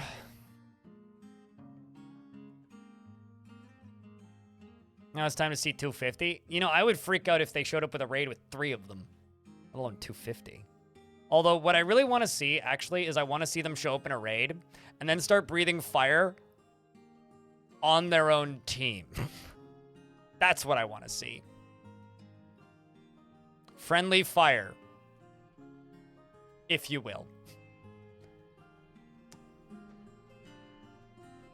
That is something I'm very excited to see now that I think about it.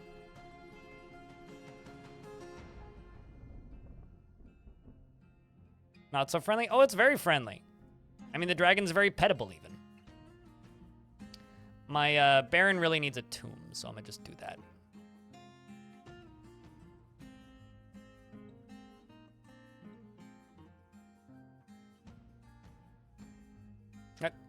Oh, I see what happened.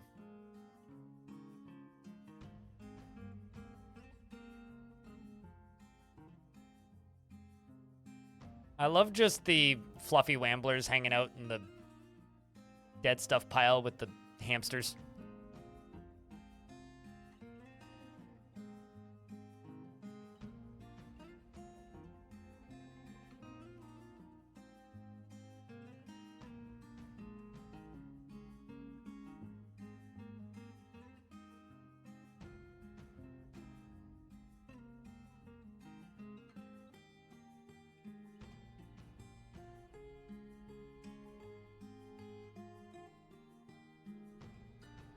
What is that cute blob? That is a fluffy wambler.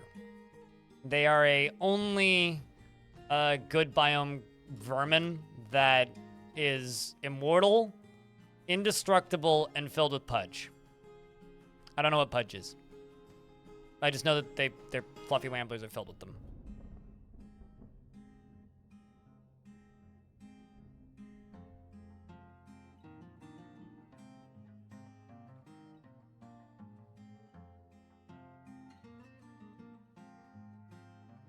Only have 6 muscle shells, so we'll make 6 muscle shell rings.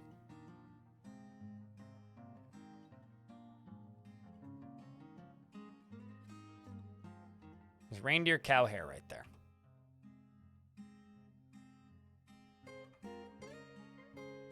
Dwarves are still putting stuff away.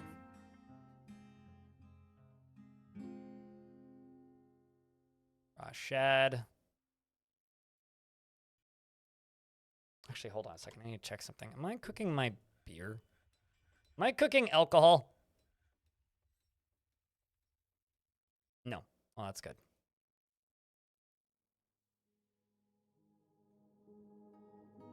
Let's stop cooking cranberries and grapes. I'm gonna go down a layer. You're gonna brew drink from fruit. Nice. I'll see you later, Shutterbug.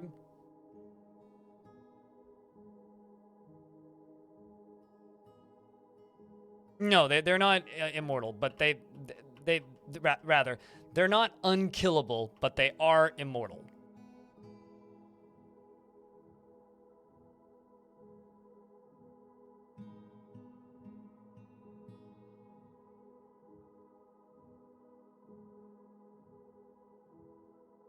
Am I out of sandbags again? Yep, okay. I require more bags, apparently.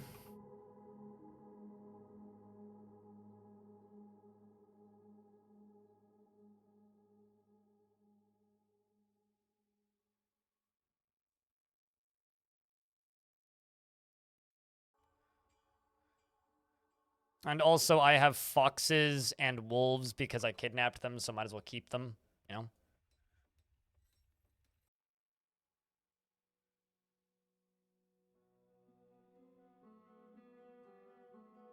There we go.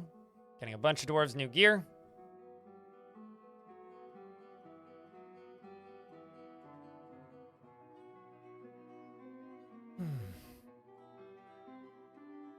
I'm also going to queue up... Actually, how much leather do I have? 112? Leather bag. Let's do 100 leather bags.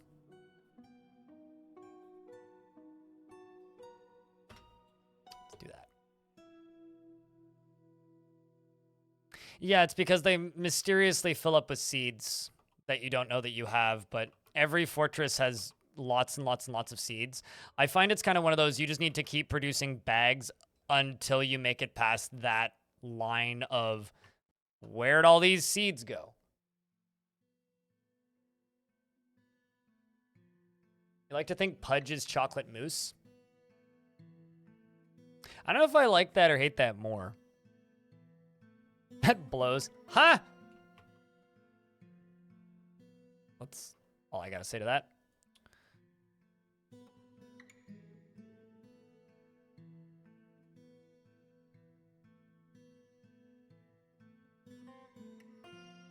And then this is going to be another tavern.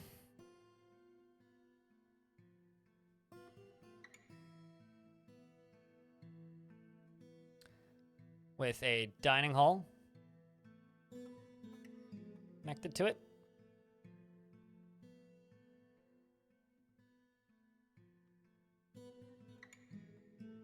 And I'm 50-50 whether or not I want to make this one public. It's up to you, chat. Do we keep it public or do we make it private?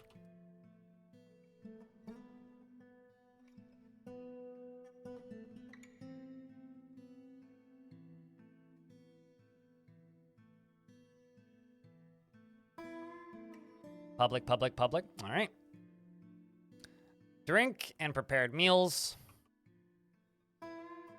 And I'm going to go over here and hit... Whoops, that's the wrong button. Well, I mean, it's the right button, but I forgot to hit this button first.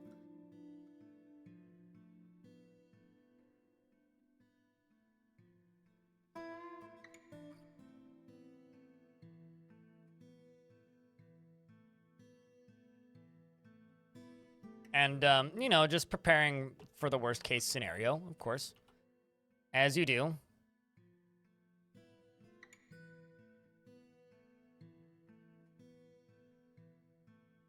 Hey, Deep Space. Deep Space. I have something to show you. I don't know how much time you've spent in the current beta branch. This is an old siege that we lost, okay? Guess why we lost?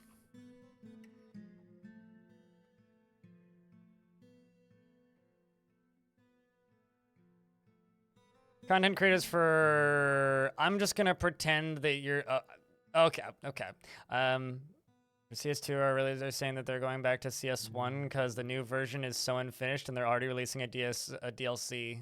Well, I mean, that's the fault of the publisher, likely. That's kind of sad. Jesus Christ. I know, right? That was my response, too. I asked chat if I should be ballsy, and we were like, yo, should we attack the... Should we go attack the big fort? And we attacked the big fort. Anyway. It's very rare something scares me in this game. That scares me. Kayla, thanks for the raid. What's up? Like, that's more cave dragons than I think I've ever seen. Stelius, hello. What's up, Kayla? R. Williams, hello. Welcome, Raiders. How was Dwarfs? Check out who streamed Dwarfs instead of Stardew. One of us. One of us. Nothing wrong with Stardew, though. But, like, Plano, have you seen this shit? Is this normal? The fuck? Like, goddamn.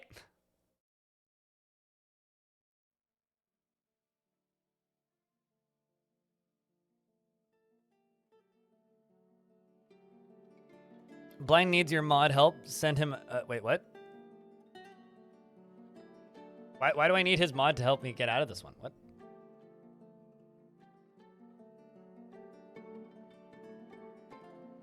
This.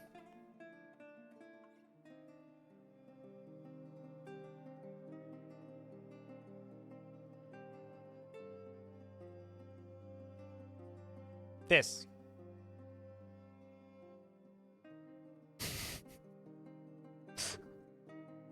Like, as I was saying earlier, I'm not generally scared by many things in this game. That scares me. That isn't even the biggest goblin fortress here. That is a population of 3,000. There's a 5,000 population one and two 10,000 population ones. And that's just this faction. What's up, G-Fin?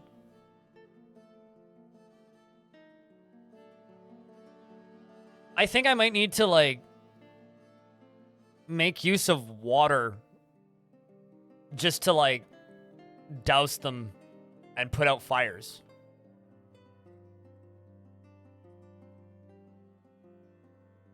Mate, it's 252 dragons, not 150 dragons.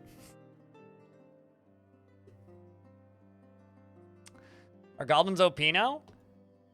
I mean, demons have always kind of been OP, but like, maybe? I don't know. In your hours of play? Okay, so I've played like, I just say 10,000 hours, give or take 1,000 or 4. I've played like 10,000 hours of this game. I've seen 2. 2 cave dragons and like 4 dragons. Because I've never really modded the game to make them way more common. They breathe fire, but they don't breathe dragon fire.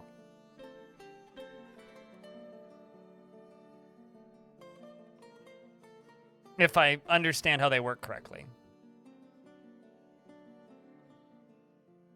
Must be in the negatives? You trust me. Must be breeding constantly. I wonder how many eggs they lay. We need to ask Sethados. Like, fucking hell, is that Arch Crystal? What is going on? Normal dragons lay individual eggs. I have caught normal dragons and they lay individual eggs. I cannot confirm about cave dragons because I've never caught one.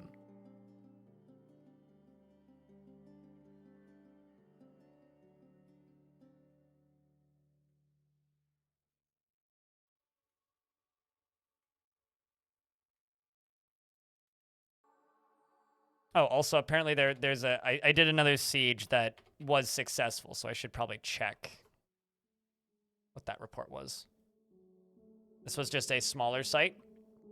I attacked the Doomed Fiend. We slipped in undetected, sweet. You need a portable volcano to fight that? Well, this is a world that I'm planning to keep around until adventure mode, so... That or, like, a god or something. Maybe a demigod, even. We stole treasure, no loot. Mostly books. The Age of Dragons? We're in the Age of Myth, but it certainly looks like that.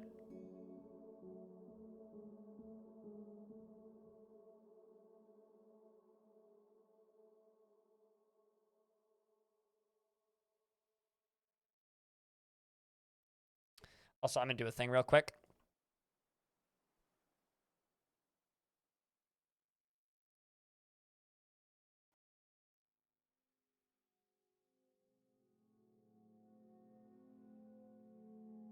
I guess I would also need to forbid bars. Whatever. I thought I was being sneaky.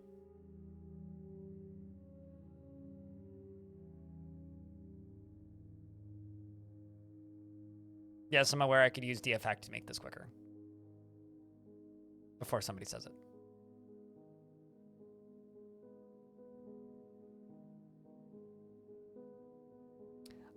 So I don't need to tame a cave dragon. But because they have dragons as livestock, theoretically, because dragons are not intelligent, especially cave dragons, they're just wild animals, I should be able to steal them in a raid.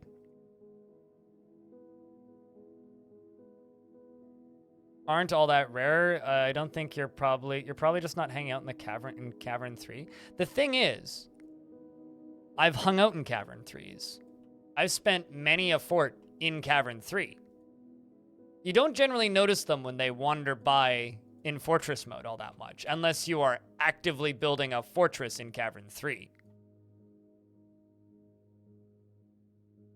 But even when I have actively built fortresses in hostile biomes with the third cavern layer open, I've seen 2. Like, I've caught and tamed jabberers, I've caught and tamed, what are they called? Cave crawlers. I've caught, like, 10 bajillion 2,565,841,331 crundles. Many a flesh ball, yeah. Cave blobs are actually usually the things that keep me out of that layer. I don't know, but, like, never a cave dragon.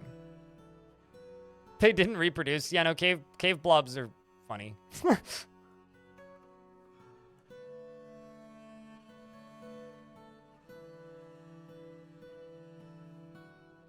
They're like these weird sterile testicles that just live in the basement and roll around and just kind of absorb things.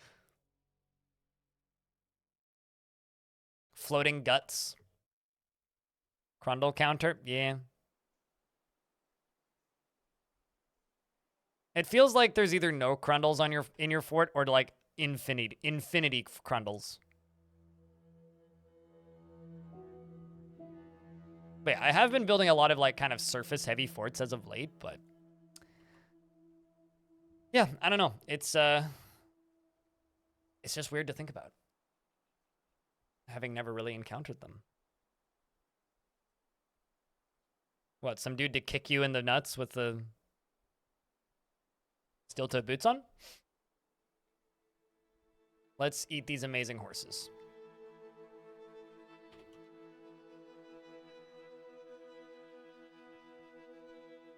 I've seen mole marions, yeah. I've seen a lot more of them in older versions, not so much in this version. I had mole marions wandering into creature keepers actually.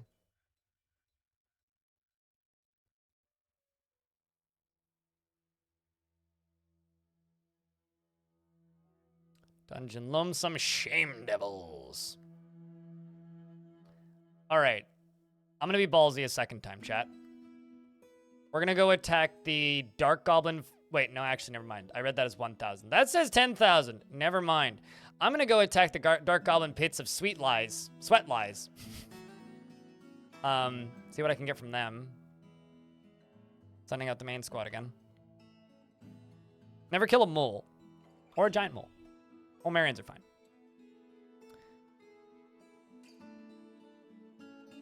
I mean, I was mostly making a joke. I assumed it was some sort of down deposit, but yeah. But that's not bad. I think they're free here. You just have to get on a list.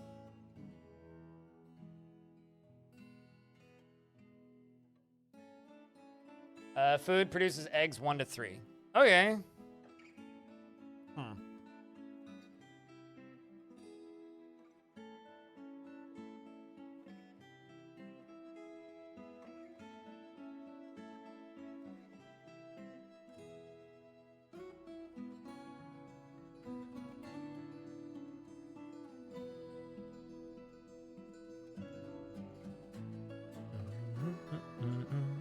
Yeah, I mean, that's generally been my strat.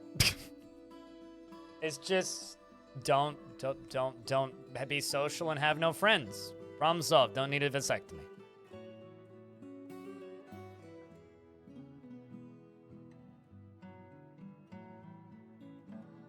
You also save money on condoms too, so it's like a win-win.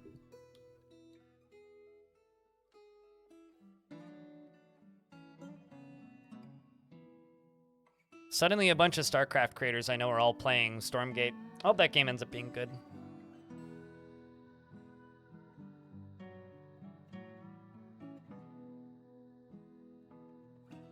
Those are probably the same people that refuse to go to the dentist.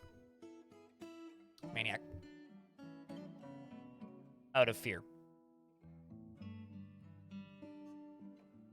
Says the guy who once put off going to the dentist out of fear and then went and got that cavity filled.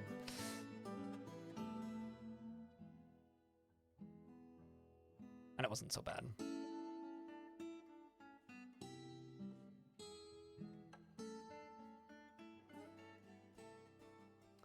The force that is dark and vile has arrived, apparently. Oh, and they immediately left again. They're sending more snatchers, probably. And a Bessemer. They're giving me the spook. Dude, they're spooking the crap out of me.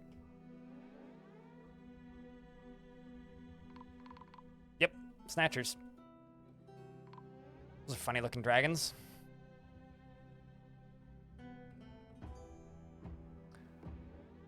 Oh! I know why my sandbag things aren't working. I forgot to allow the materials.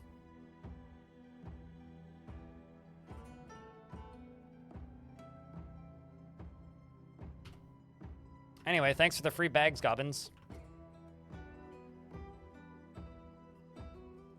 Oh, hey, the wolves helped out, I think. They jumped off of it.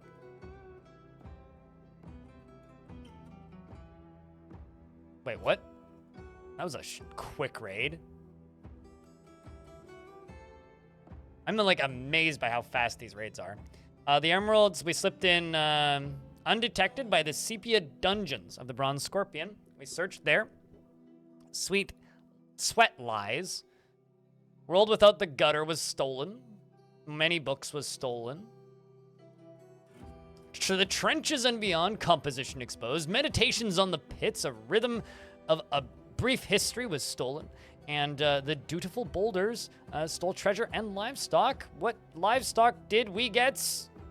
A big dog.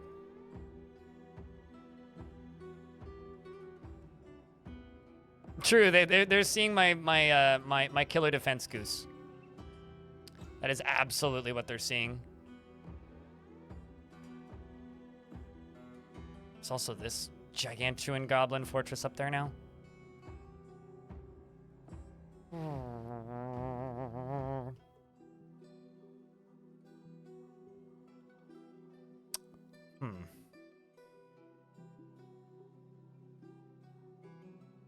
It's a weird thing. There's like a little dwarven fort here that's not really associated with anybody.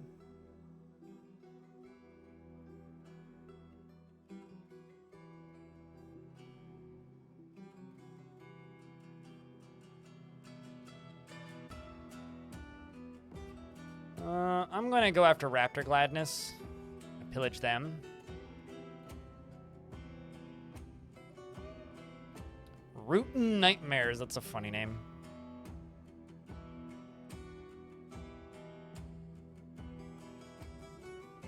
I'm also going to go after this place. We're just going to pillage both of them. Curious about this Goblin Forest Retreat, mostly because of all the books that are there.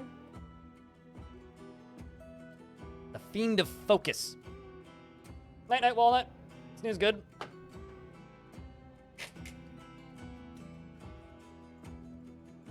What do you think about raiding sites? I often find it to be a bit overpowered. Send your dwarven starting dwarves with nothing but iron battle axes and a tactician leader to a necromancer tower, and they come back with legendary weapon skills. I think that literally everything in this game is overpowered.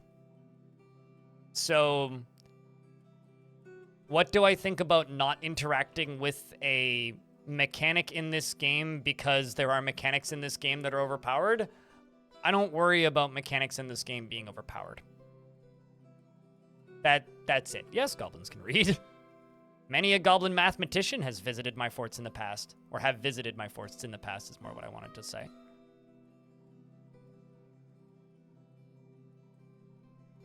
Goblins are quite intelligent in this world.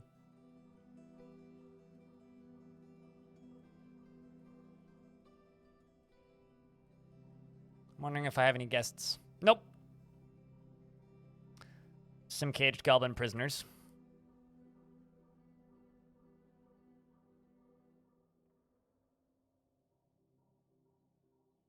So it ain't so. What have you got against them poor goblins?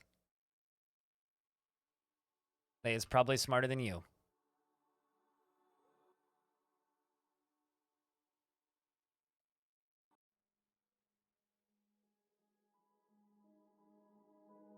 But yeah, in my opinion, literally everything in this game is turn the outside into a hellscape. In my opinion, literally everything in this game is OP, right? Like, there are many OP strats to keeping your forts alive. There are many OP strats to keeping your dwarves happy. There are many OP ways to min-max and very rapidly and quickly overpower the enemy forces. And I think that is kind of the beauty of a sandbox game, which is what Dwarf Fortress really is. I know some people play it more as a sandbox game than others. I very much play it as like a sandbox game. And if you are bothered by the strength of a particular mechanic, don't use it. Or don't use it in the way that makes it overpowered, right? Selling food? Yeah, sure. I mean, they've nerfed selling food. That's the funny thing. It used to be so much better. That's the funny thing about selling food is people think it's still OP. You should see how OP it was in older versions. You have no idea what you're missing. I once bought out an entire trade wagon with one meal. So, selling almost anything other than rock crafts. Some things more than others, but yeah. Or like shell crafts, I guess. Or mugs, for that matter. Unless you're like encrusting them with gems.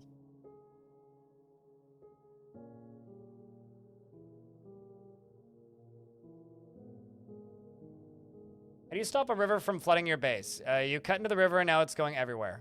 Go back to a save, or like try and like just build a wall somewhere to stop it from flooding. Otherwise, tell all your dwarves to get out of the fortress with a burrow and then build a new fort.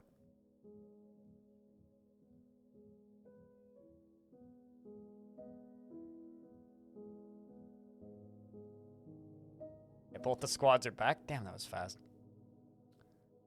So the elvish site that we raided, we searched because we snuck in undetected. We stole more goblin. The duel and coming troubles. Discovering the trees. Musing on embraced lick. Braced slick. Ew. The pits in the age of the myth. The goblin Atu, the fiend of focus, spotted the forces of the Emerald Iron slipping out. So we've been seen. The other place that we attacked, stole treasure and livestock.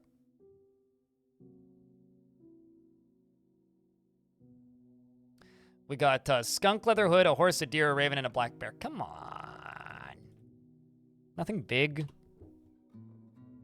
This little goddamn raven. A horse and a black bear. At least we get black bear burgers. Guess that's a benefit.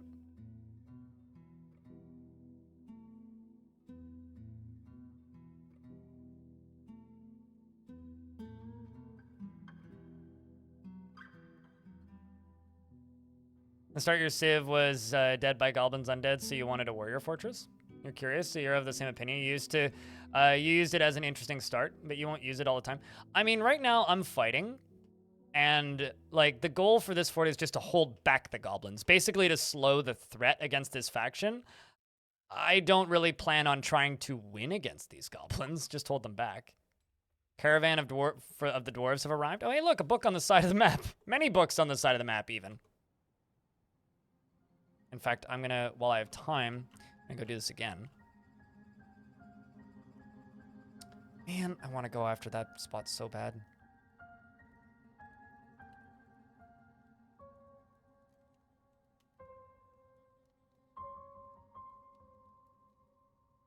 Let's go after this place. I'm honestly mostly just stealing their books at this point.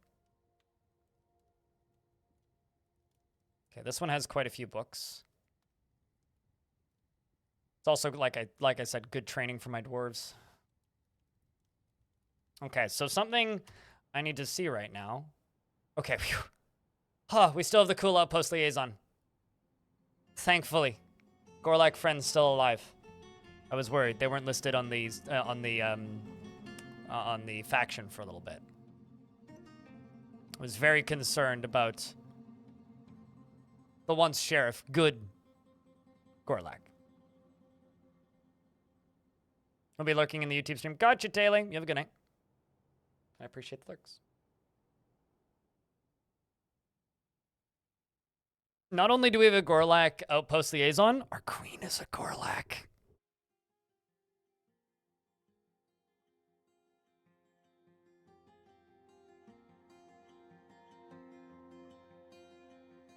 Your fort was greeted by a dozen black bear men and women. They ransacked the food stores and mauled the children. Yep. They'll do that.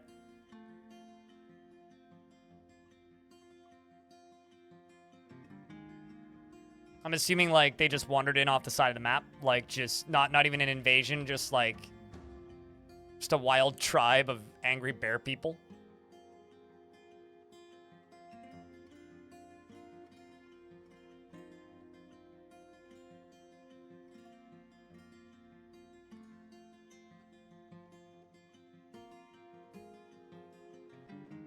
We'll just do that.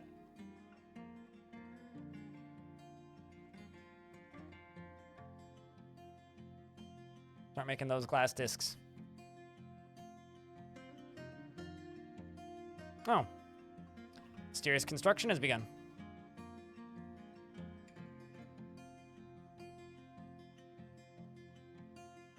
It's funny, we're talking about, like, not selling shell crafts because they're not worth much. I'm about to sell shell crafts.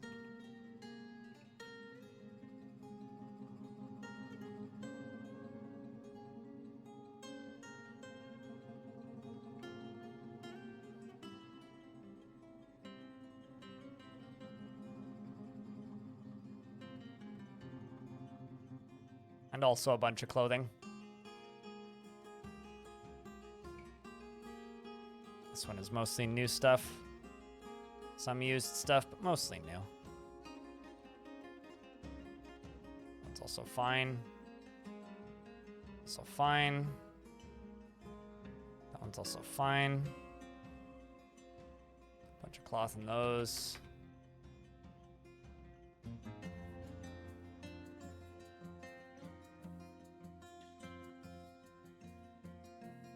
I really need to make more goblets. Sell this table.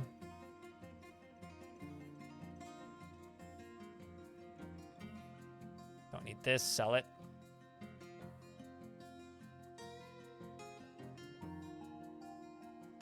Sell a bunch of empty copper pots.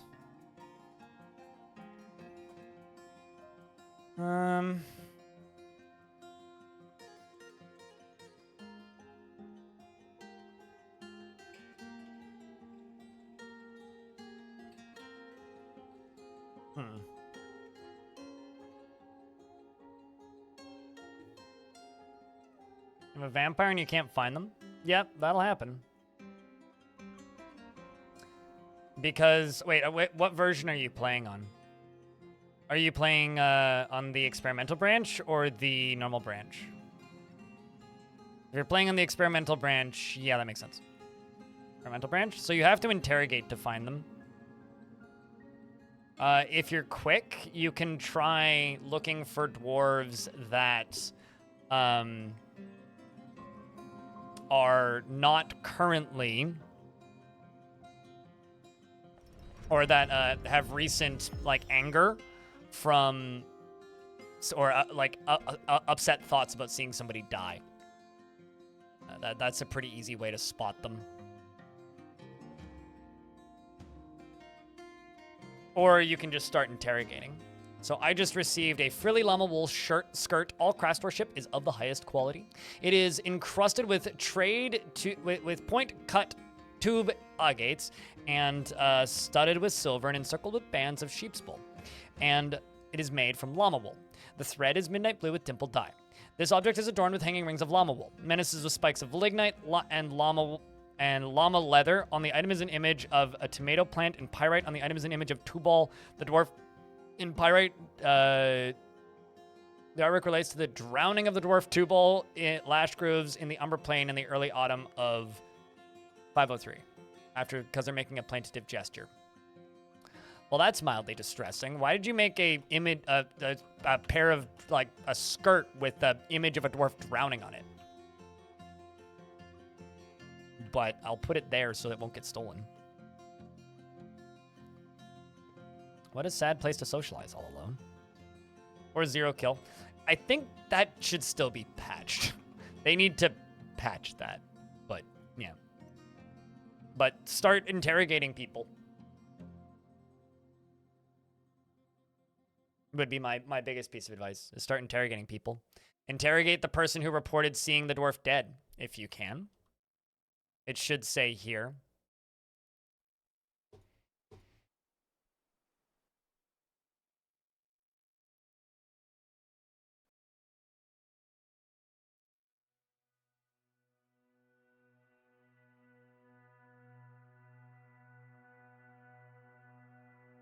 I'm going to try and...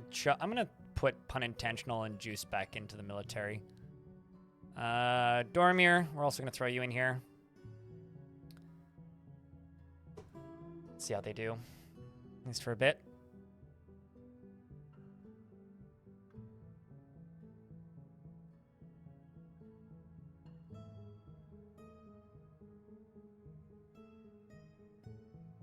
It said 0 kills in red. Yeah, I know. The vampire that I had in this fort said the same thing after they killed somebody. It helped that they were also a necromancer, so admittedly they were quite easy to spot. Okay, so both my squads are back now. We raided Weed Sins, which I didn't even realize was the name of the place. So this was the fort. The Emerald Irons attacked the Mortal Dungeons. Ooh, that's a good name. Of the Bronze Scorpion at Road Seduced. The dwarf Onul led the attack, and the defenders were led by the goblin Utis Sloth Cruelty. Onul outmatched the goblin with a cunning plan, and the attackers had a strong positional advantage. They poorly led... Okay, well, we clashed with goblins, slaying 8 of them. Killed 2 more goblins that were named. Killed another goblin that was named. And I'm going to attack this place again.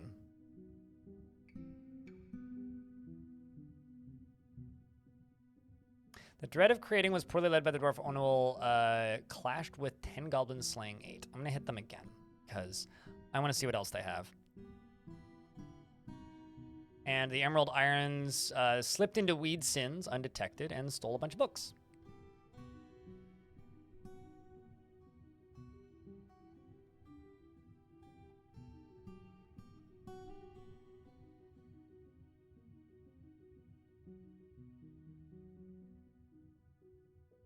We stole a musical instrument from them too, which is kind of neat.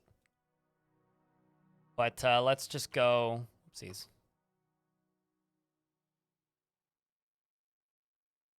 Spurgolf's. It was this one, I think. Size Devils. That one scares me.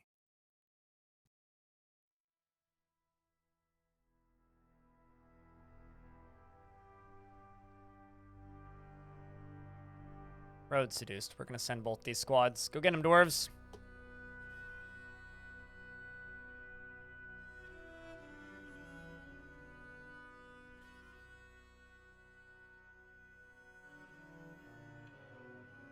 My broker is sleeping. For beard and booze? Yes. Over my dwarf body, shall we say.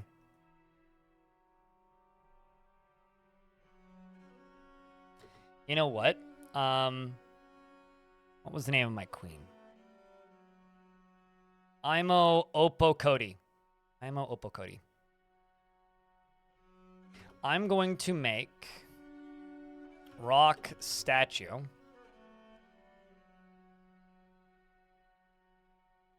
$80 of them, because these will be easy and quick to make. We're going to specify stone.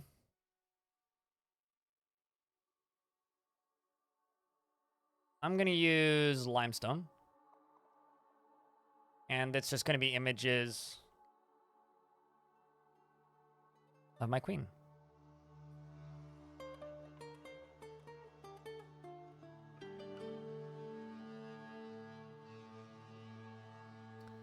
Frozen Dive.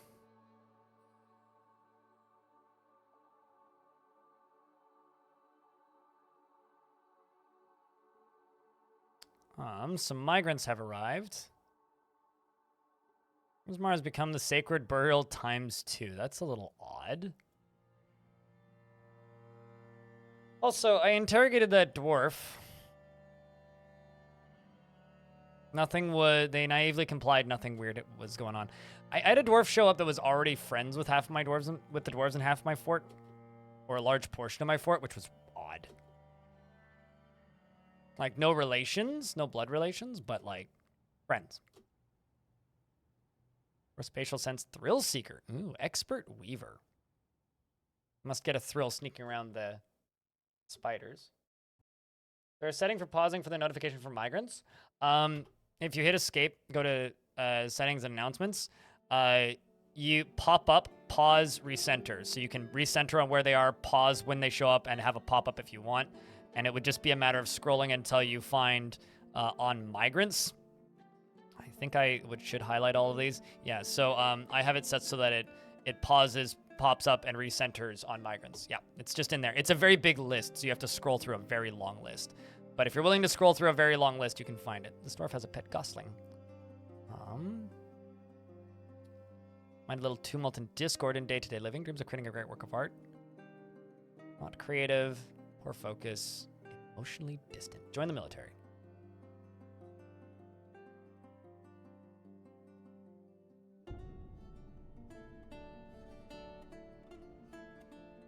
Dreams of creating a great work of art. Also have a spouse. Pet baby goose, yes. Stain skill frail.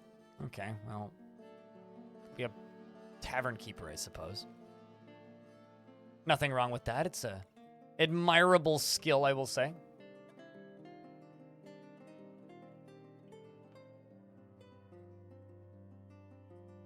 Quite happy with like kind of the hive-like nature that this fort is kind of taking on. I think it looks really nice. Oh, I need doors.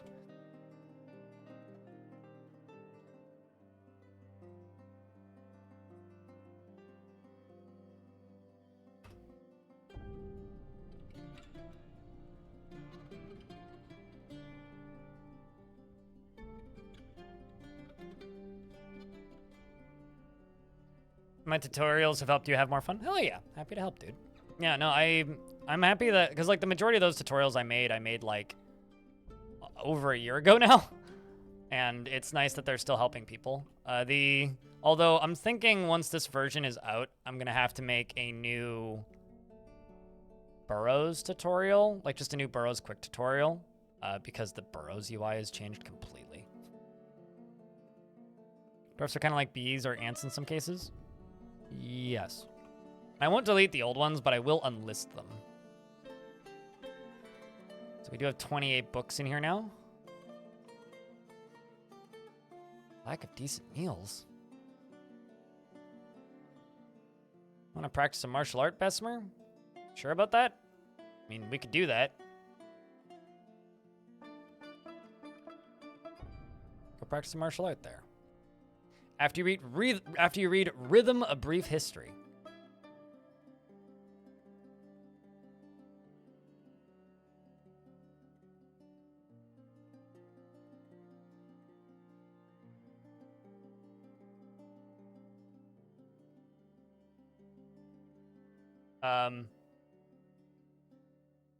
Notokasa, I have a question.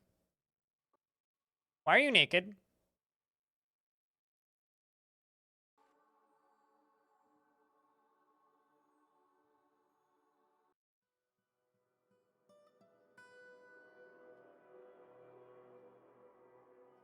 What?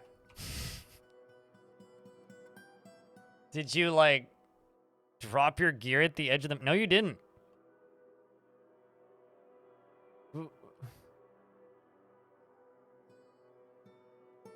There's some weird things going on with sieges, guys. Some real weird things going on with sieges. Snuck in undetected. Maybe they... all I could think is that they, like, ditched their clothes and they're, like, going to just go get more stuff. But, like, 5 beak dogs, 3 beak dogs. Well, ah, shit, we have loincloths now. Guess I have to make loincloths for everybody. Survived, but had to lose clothes. Clearly. I mean, they didn't even fight.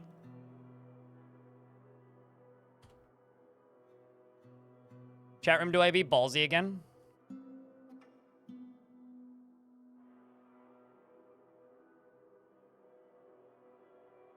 Oh yeah, no, it's we gonna be eating beak dog burgers. Don't you worry about it. Where did your clothing go? You vote stealth recon mission? Admittedly, I tried to do a stealth recon mission. You're still naked, Dwarf.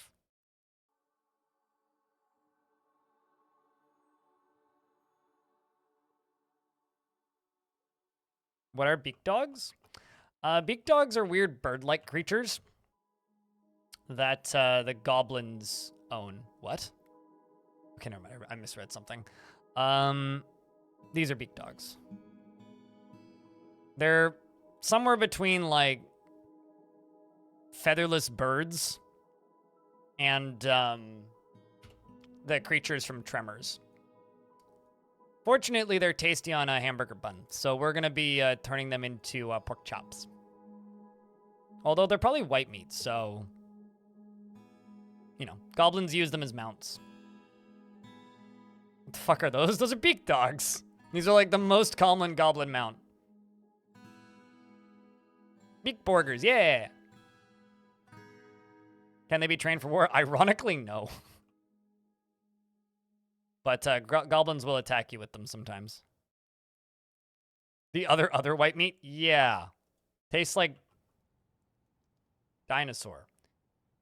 All right, chat. We're going to be brave.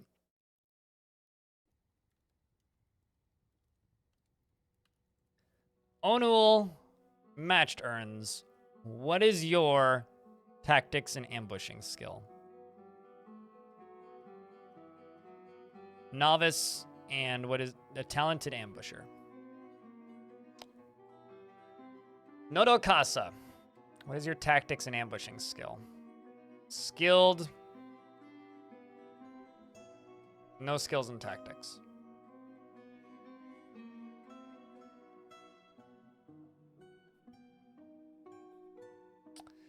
What about you, Coulette?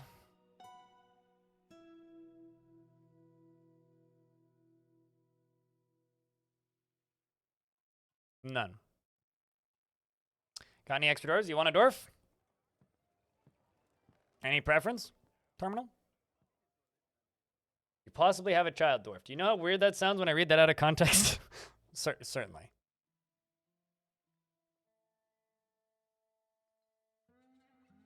I'll give you a kiddo who isn't like about to explode into anger then, JJ.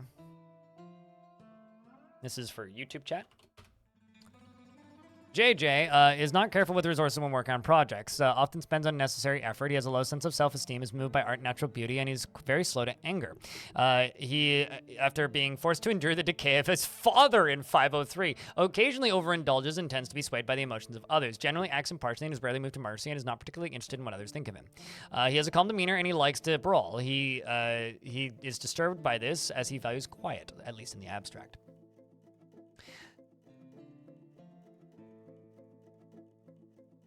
And he tends to form only tenuous emotional bonds with others. He laughs very loudly whenever he's nervous, and he needs alcohol to get through the working day and doesn't really care about anything anymore. Dreams of creating a great work of art and personally believes that perseverance is one of the greatest qualities that somebody can have. Would have the world operate in complete harmony without the least bit of strife or disorder, and strongly values tranquility and quiet. Actually, hold on a second.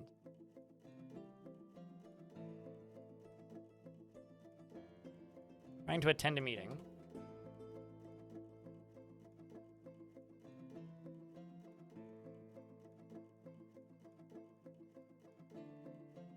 Weird that that meeting hasn't happened yet. Merchants said, oh shit, I need to trade. So I haven't done this yet. Trade for all these bars.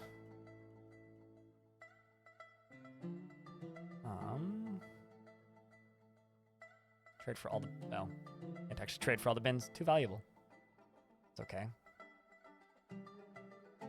I'll instead buy the 2 iron anvils. Bunch of food.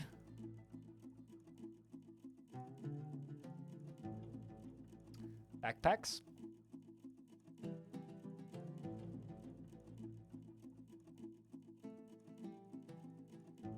the 2 books that they bought, or brought, I guess. Also buy the paper, and we'll start making quires so I can write my own books. Don't need the cheese, actually. I will, however, buy the bolts. And trade. All right, let's finish reading that dwarf. You want militia? So are you okay with dying in the next 90 seconds? I like how the last thing this child did was yell at a priest. Standard teenager. He occasionally overindulges. He tends to be okay, but he needs alcohol to get through the working day and doesn't really care about anything anymore. Dreams of creating a great work of art and personally believes that perseverance is one of the greatest qualities that somebody can have and would have the world operate in complete harmony without the least bit of strife or disorder. He strongly values tranquility and quiet and sees working hard as a foolish waste of time and finds romance distasteful. Gives your loom something to do? Oh, trust me, I got plenty of that stuff. All right, let's discuss your situation. Oh, man, they didn't raise my rank? Come on, man. They want leather, water skins, and cloth. Got it. So he's working hard as a foolish waste of time and finds romance distasteful. Dreams of creating a great work of art. So you want a militia dwarf, and you're okay with dying like right away.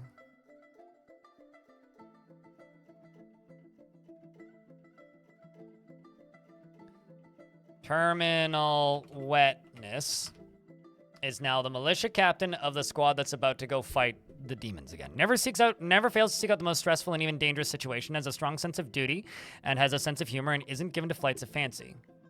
Section of cavern has collapsed. It's probably... Yes, it's the one that normally collapses every year. He believes that the idea of war is utterly repellent and would have peace at all costs, values a harmonious existence, and doesn't really value merrymaking, and doesn't particularly respect commerce. He tends to be swayed by the emotional bonds of others and has a tendency towards forming deep and emotional bonds with others. Needs alcohol to get through the working day and doesn't care about anything anymore. Dreams of creating a great work of art, and of course this dream was realized. And his great work of art is the 4 notable kills and the 3 others that he's killed before. To the fort. Now that you are nicknamed, we're going to go hit the big mountain again. So, because I'm not certain we'll ever see you again, Terminal Wetness.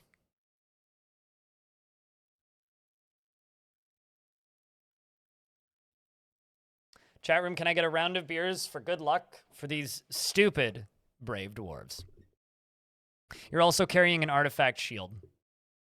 Speaking of dwarves that are going out, so is Big Bang, so is Honeybun Hauler, so is Montecore, Kaynord, and Starsmore.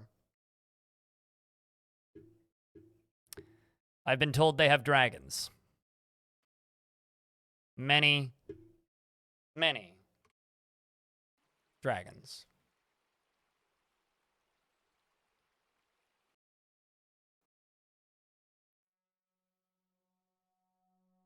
Which is funny, because Honeybun Hollard forgot to bring a sword. Or a weapon, for that matter. Good luck.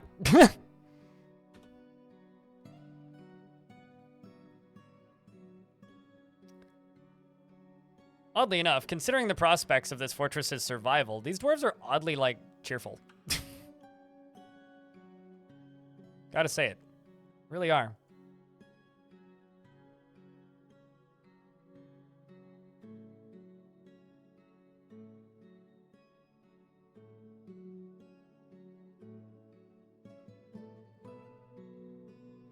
They have a shield. I mean... This is like the I have an army, we have a Hulk thing. Sometimes you're right. Sometimes they're army. They have army, you know?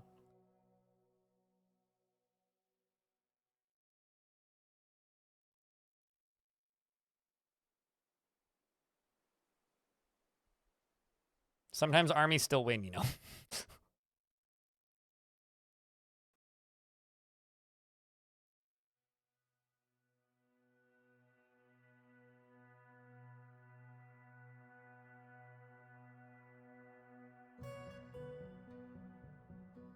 Also, thanks for the follows, by the way. I do see those. I don't have a notification for them or anything, but I do in fact see that a dormitory was created.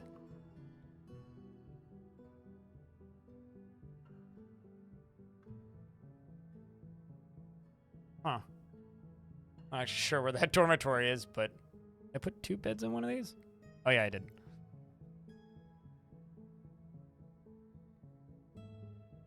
I wonder how good of a plan that would be. Just making individual dormitories. Clockworks. Also, Clockworks, you haven't joined the fort yet. You're just like a very, very, very happy human that hangs out in the in the fortress. You're just like freeloading here. Oh, okay. Never mind. You were once very happy. You're a legendary cheesemaker and an accomplished organizer and a legendary armor smith that just kind of hangs out and prays and sings, and you hold your spear. And that's about it. Your skirt is starting to fall apart, though. You've turned 30. You've been here for, like, 4 years. Yeah, the goblin is also, has been here for forever. By forever, I mean quite some time. Clothing is also starting to wear.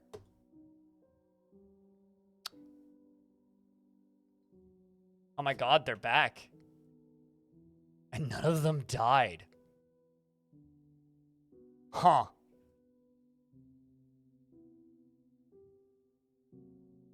The Emerald Irons slipped into seized devils, undetected by the dread of the strange dread of the bronze scorpion. The forces of the dutiful boulders searched seized devils. Got away with it, scot-free. The Goblin Book. Chat, we got the Goblin Book from the Goblins. I wonder what that's about. They did see us leaving. Ah, man. No other spoils. Maybe it's a book about gobbling things, you know? Because goblins? I'm gonna try again. Keep being ballsy. Although, this time, the only thing I'm going to do is steal livestock.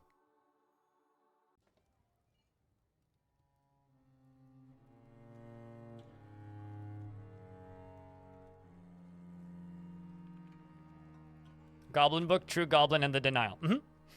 One of my favorite series of books was I had scholars that seemed like they were dissing each other in my fortress. So one wrote a book called Pulleys, the Future, and then one wrote a book called something along the lines of Pulleys and My Other Failures, and then another one wrote a book along the lines of like Pulleys are going to be the end of us, followed by things, and it just kind of continued on until finally it eventually became a Wizard's Guide to Pulleys, and that was the last book about pulleys.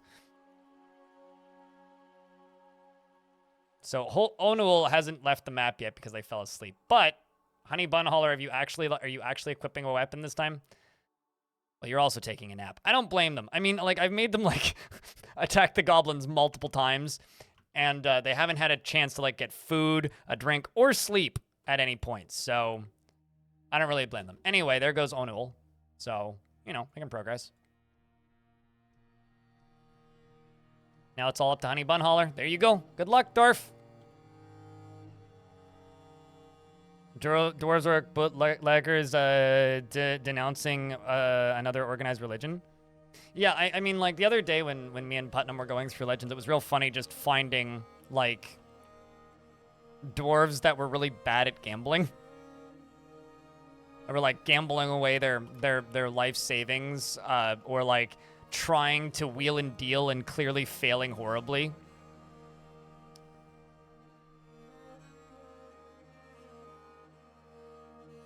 So these are apparently statues of my queen. They're clearly the stories of the great deeds that my queen has done. These all got placed pretty quick, I think, because they're made of stone, which means they're relatively light. They're coming from over here. Like, this is a finely designed image of Imo, the Gorlak, and dwarves in limestone. The artwork relates the ascension of the Gorlak to the position of Queen of the Emerald Irons in the late winter of 503. Checks out. This one down here also is the same thing. Ascension of the Gorlak, Frost Dive to the position of Queen.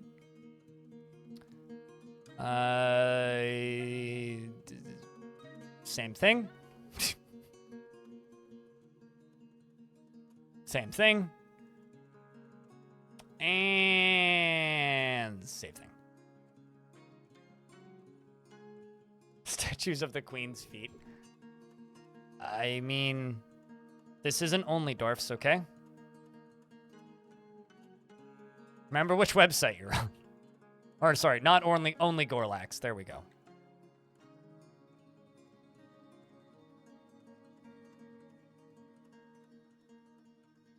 Wow, they made it back again. Stole livestock. Fucking. I stole a dragon. I stole a dragon.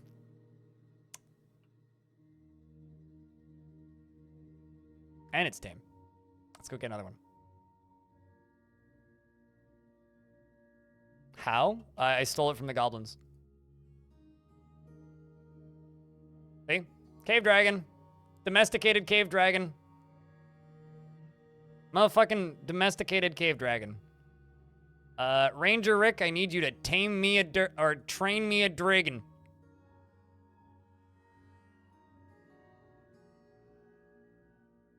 Look at this cute motherfucker.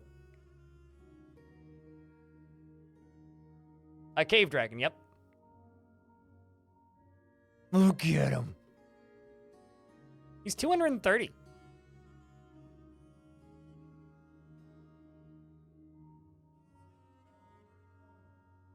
And those are going to get assigned to my squads, and we're going to keep fighting them.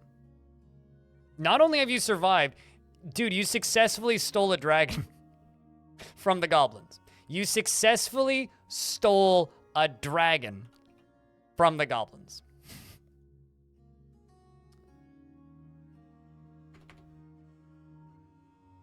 Or rather, shall I say, your squad successfully did.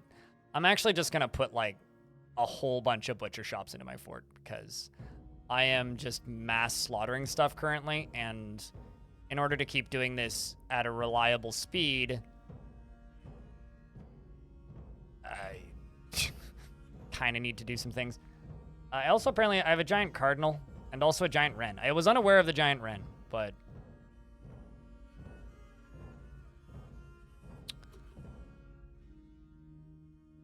okay.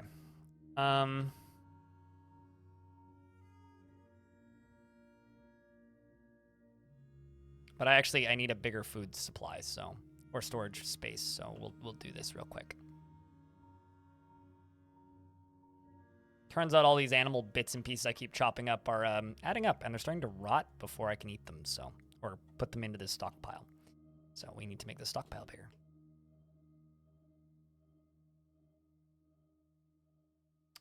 I don't know if I would want to manage that. Personally. Maniac, but like I had somebody real mad in my YouTube comments not too long ago. Who, what's the word?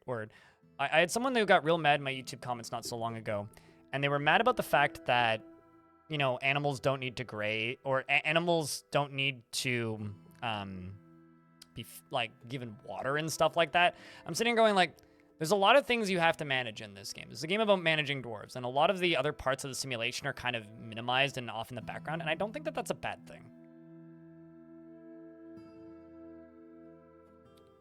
I really, really, really don't think that that's a bad thing.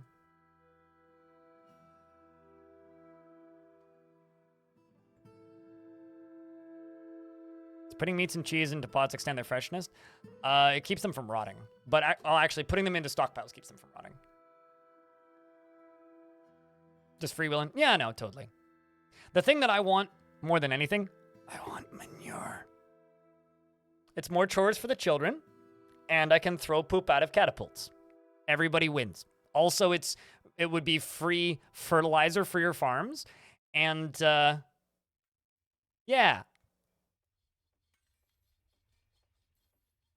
Below the level of the simulation. Yeah, exactly. Can you raid with the dragon? Absolutely. But I'm going to keep stealing their dragons for a bit. Although currently we're in an ad break, so I'm going to leave the game paused until the ad break is done.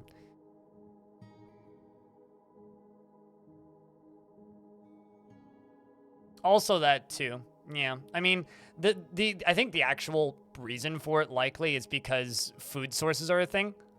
Although I will say that goblins don't need to eat or drink. Because food sources are limited, certain factions might actually just straight up starve to death if they happen to be in an area that's barren. If, say, for example, they had to feed their pigs, their dogs, and their other livestock. What, the dragon, G-Fin? I guarantee you it is, because it's tame. It's also not a dragon, it's just a cave dragon. Oh, fuck. Whoa. Hold on. That's a sentence. The Were-Sheep Necromancer Tavern Keeper. Bah. The Were-Sheep Necromancer Tavern Keeper. That's like the opposite of that escalated quickly. You know, where it's like, you just want a car, bumper, sticker, coupon, discount code with the purchase of a large soda. It's like that, but like... Anyway, a large sheep twisted into humanoid form. It is crazed for blood and flesh, and its eyes glow amber. Its shady taupe hair is patchy. You will know why you fear the night. Well, that's mildly horrifying. I'm going to pull this lever. And also pull this lever.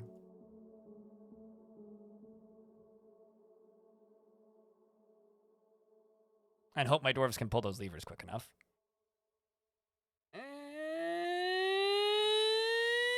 Shit.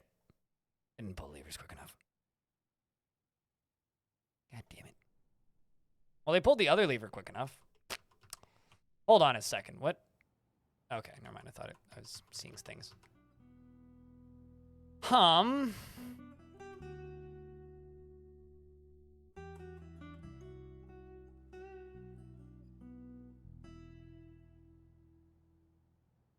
Fortunately, I may have another lever I can pull.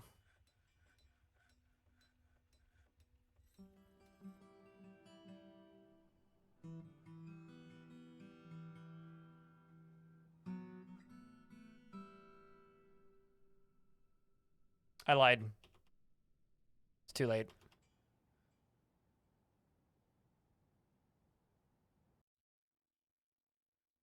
This is gonna hurt. Did you bite the kid? Attacks the child, but she jumps away. Good jump stint, Thad. Misses the dwarven child.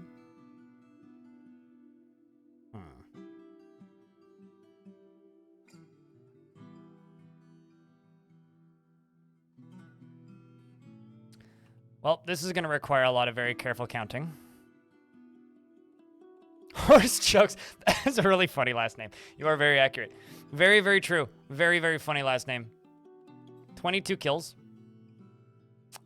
Including a cavefish man. Prone to discord. Really?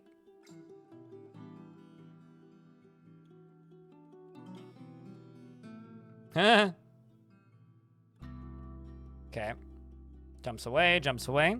Surgeon attacks the Tavern Keeper Necromancer. Attacks the child, but it jumps away. Shadows up. Dragon almost here. The Dwarven child attacks it, but jumps away. He bites. Misses. Okay, I see blood. Spattering of the dwarf blood. Bites the surgeon in the lower arm.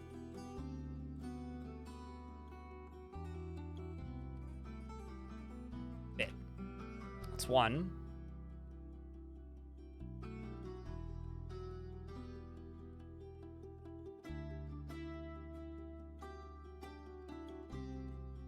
Bites the surgeon. Miss, miss, miss, miss, miss. Grabs bit by the fourth toe, so is wrestling with that dwarf. Yeah, maybe these guys don't breathe fire, which is actually good for me, in fact, because otherwise the friendly fire here would be terrible. Where's that bite? Okay, actually, this is the last thing that happened.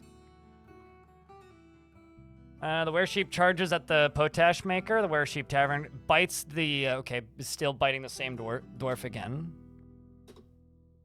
Tavern Keeper misses him. Weresheep attacks but jumps away. Weresheep Tavern Keeper attacks. Oh god, I hope so. Potash Maker punches the Weresheep in Necromancer in the right hand, but the attack lances away. I don't actually know if it can raise undead whilst in were creature form. I doubt it. The straight cave dragon misses the Weresheep Tavern Necromancer. Well, off to a good start. Dwarf attacks the Weresheep. Tavern Keeper says, I've improved my dodging. That was not satisfying.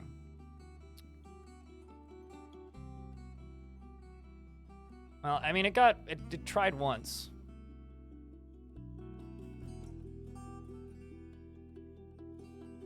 Weresheep Necromancer bites the Dwarven Child in the upper leg. Well. Stinthad, your dodging got worse.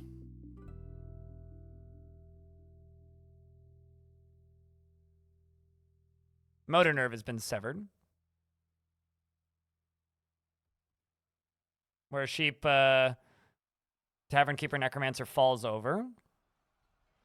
Attacks one of the bit dwarves, but they jump away. Grabs the Bone Carver, but by the neck with the upper leg, left leg.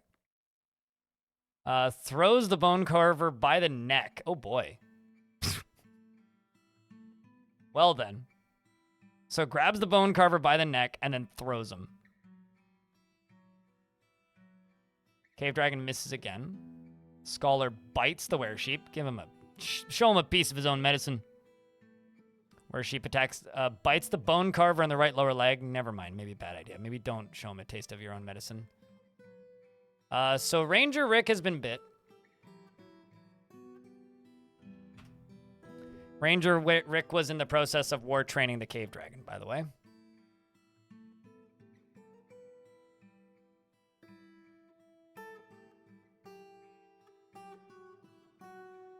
So I'm going to do a thing real quick. I'm going to go to my hospital.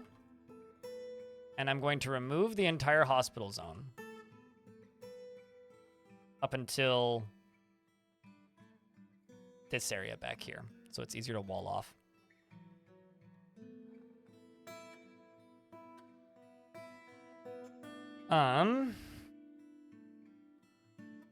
Oops, wrong person. Heavy bleeding. Weresheep Tavern Keeper attacks him. Bites the Bone Carver. That's the last thing that we saw. Scratches. Bites the same dwarf in the upper leg. Once again, latches on firmly. Punches the Weresheep Tavern Keeper Necromancer. They're punching it. Continue punching at the Weresheep Tavern. Shaking, ooh, boy. Shaking Ranger Rick around by the upper leg and the lower spine collapses. Ow.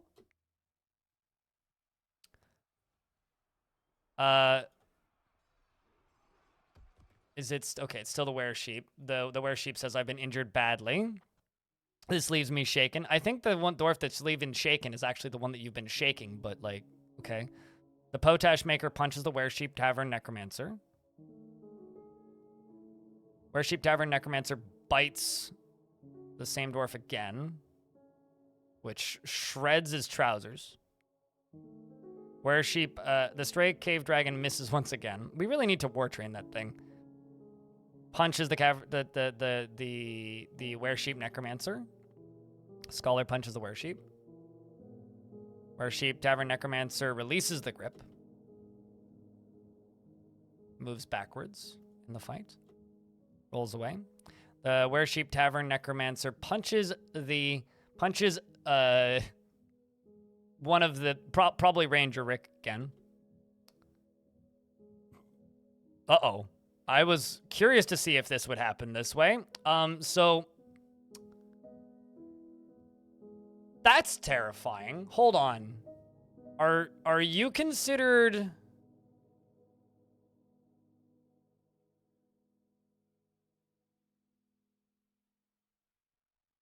Oh my fuck.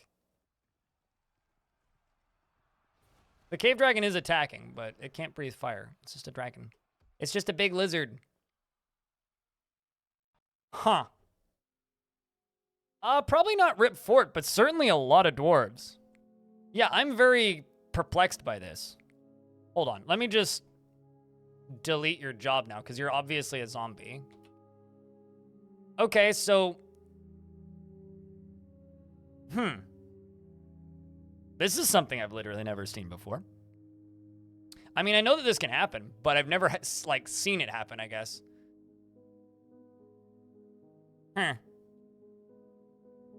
Well, I'm just gonna wall off my prison, is what I'm gonna do.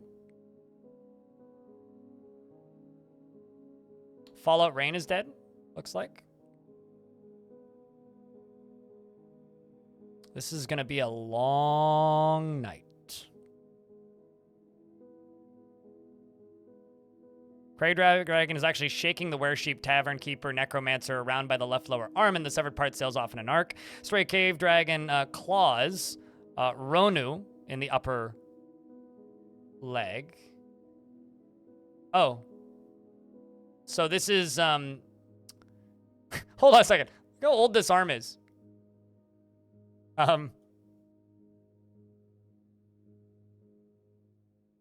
I'm very curious to know how old this thing was when it first arrived.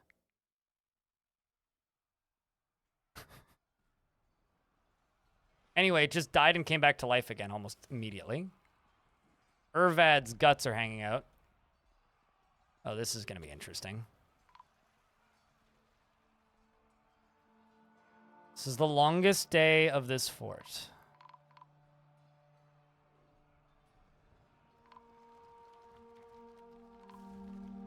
So Ranger Rick has finally been downed. And so have the two undead.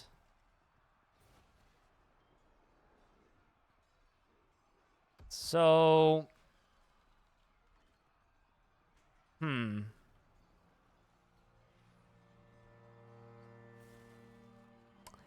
Yep, I would... Whoa, hello. Are you friendly? Oh, you are. Cool. Well, that's nice to know. I think that this friendly rotten human corpse here who's bleeding heavily is actually that were creature.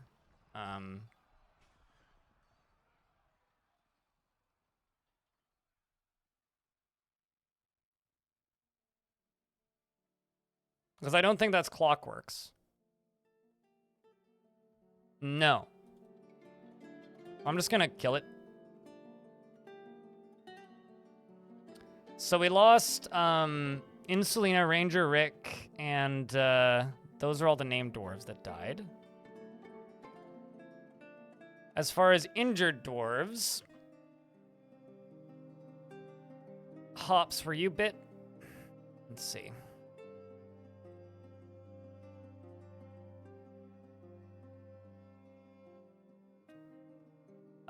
No. No, in fact, he was not. He was grabbed. Oh, never mind. You were...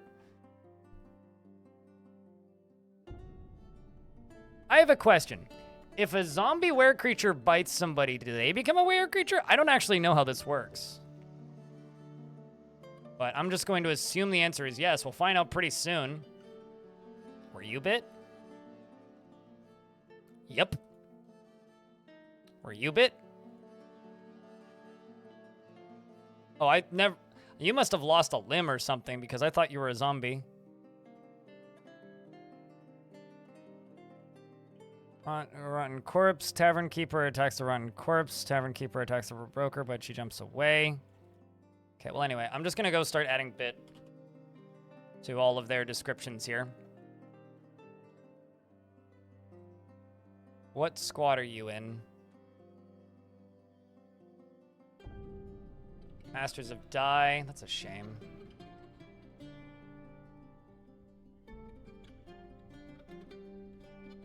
Servesh, I know you were bit because it already says that you were bit in my notes.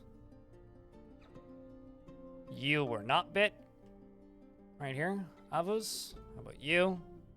They're healthy. Let's just double check.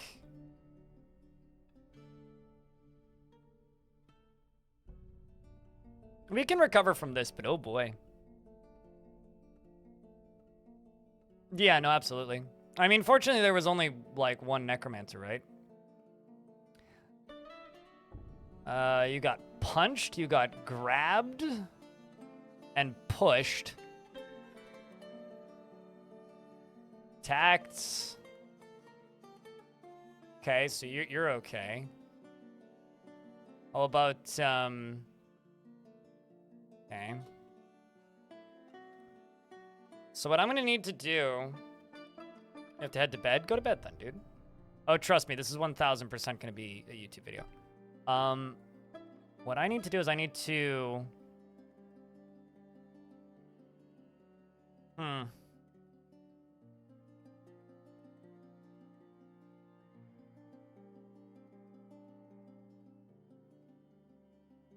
Arel, were you bit?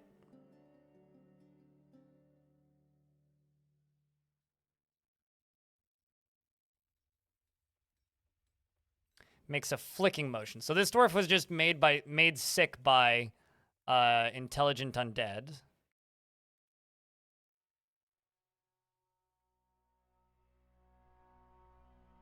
You're also fine, theoretically. You're just cleaning up vomit. I think we're okay. And I'm gonna say that tentatively. But we have to wait a month and clean this mess up to actually find out for sure. Let's see how that siege did. Oh, they haven't... Wait, what?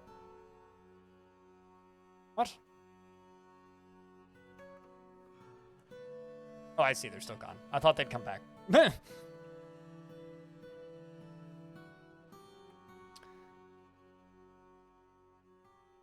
Have a little bit of faith in me, dude. But sure. You could say that. Famous last words.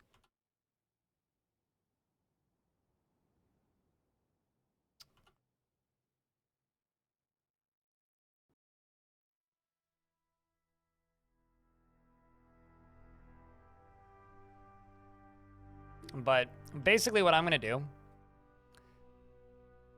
is I'm going to wave goodbye to every single one of these dwarves. Because, like...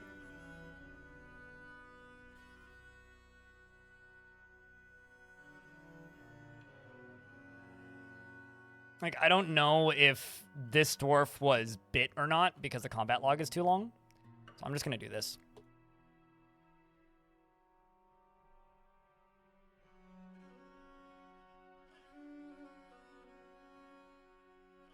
So Commander Hop, Servish, Black Flag Redneck, Jezza, all of them. Kitty Cat, you may want to get out of there.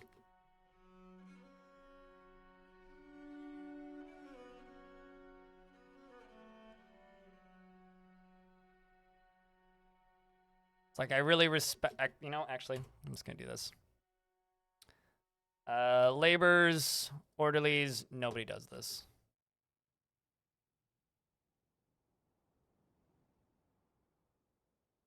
I feel kind of bad doing this, including dwarves like this one, the Stukos, because, like, you guys were such good dwarves, but man.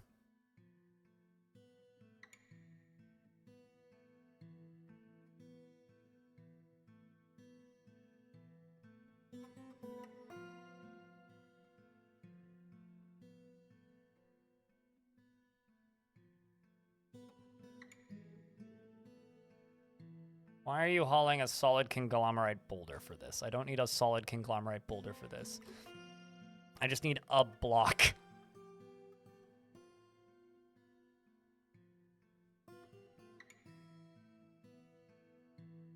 You always miss one. Oh, we probably missed one. Okay.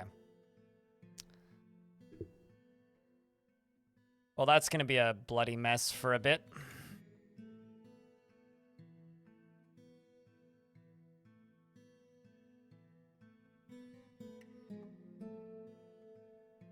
Oh shit, dwarves are back. Let's see how the raid went. The iron slipped in and stole livestock. What do we get? What do we get? 4 cave dragons and 1 cave dragon. It's okay, Chad. It's worth it. It's okay. It's worth it.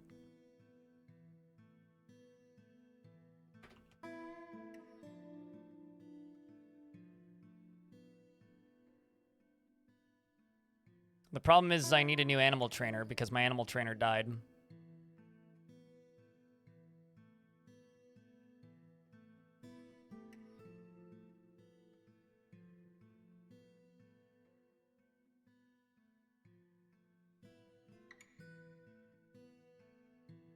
I could eventually take all 252 dragons. I mean, that'd probably cause some pretty serious lag on my end, but theoretically, yeah.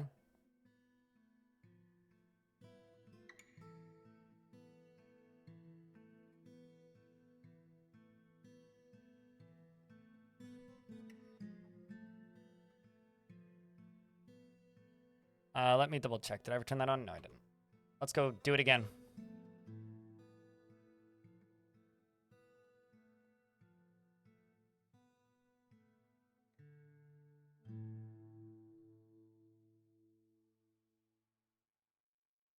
Although my dwarves are currently locked outside, which is kind of funny. Because it turns out the underground area of the fort's a little danger currently. You wonder how dragon meat tastes? Oh, they'd probably be great for livestock. 274 years old, 239 years old. I mean, I'm just slaughtering the beak dogs, keeping the dragons, though.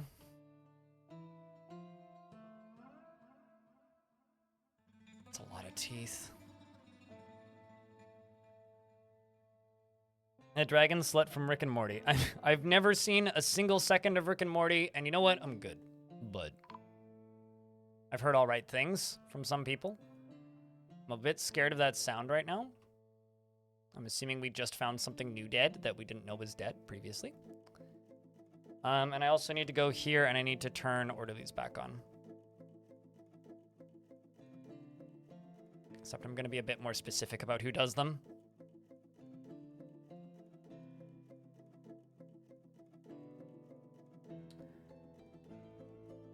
Oh, the zombies were missing for a week. Well, we kind of turned them into pulverized splats, so...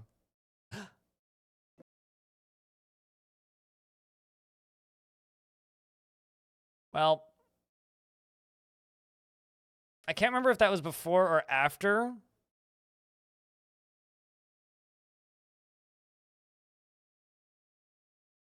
We stole the dragons. But what I can tell you, fortunately or unfortunately, were creature problem sorted. Having too many dragons crashes the great game. I doubt that was the problem.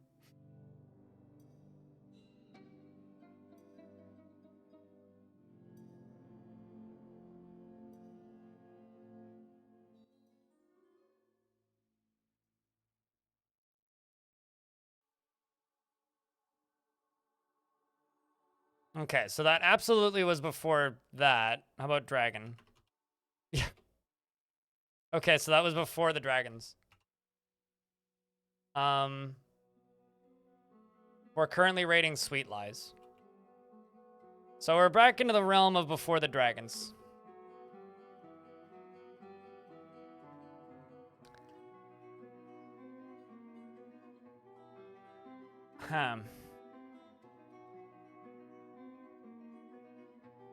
Sometimes necro creatures were the cause of a crash. I guarantee you we weren't getting attacked by necro creatures. Oh wow, that's before I figured out the sand problem.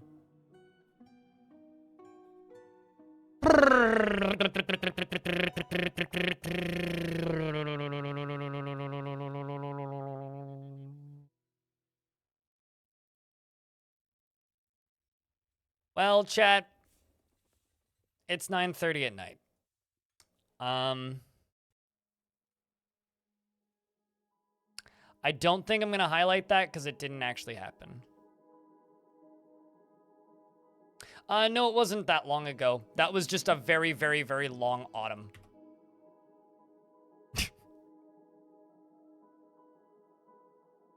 Like, actual in-game time-wise, maybe 20 minutes.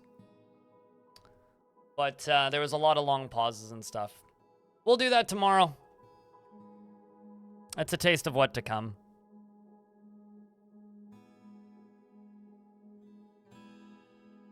Should we have a quick save? We should have a quick save channel point redemption? I don't know about that.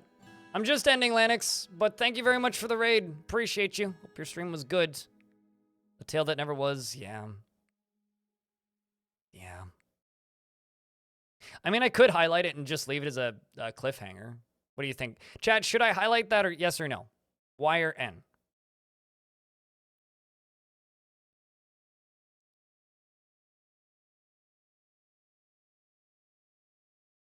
You think it's fine to highlight? It was awesome? Okay.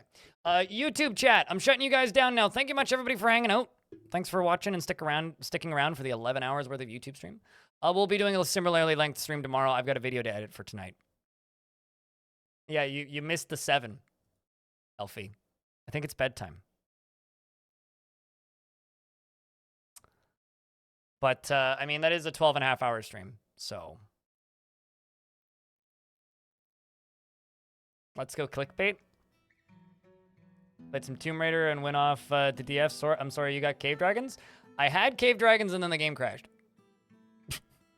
So, yes, but no. Yeah. That's about it. Chat room. I'm gonna cry. Because I no longer have cave dragons. But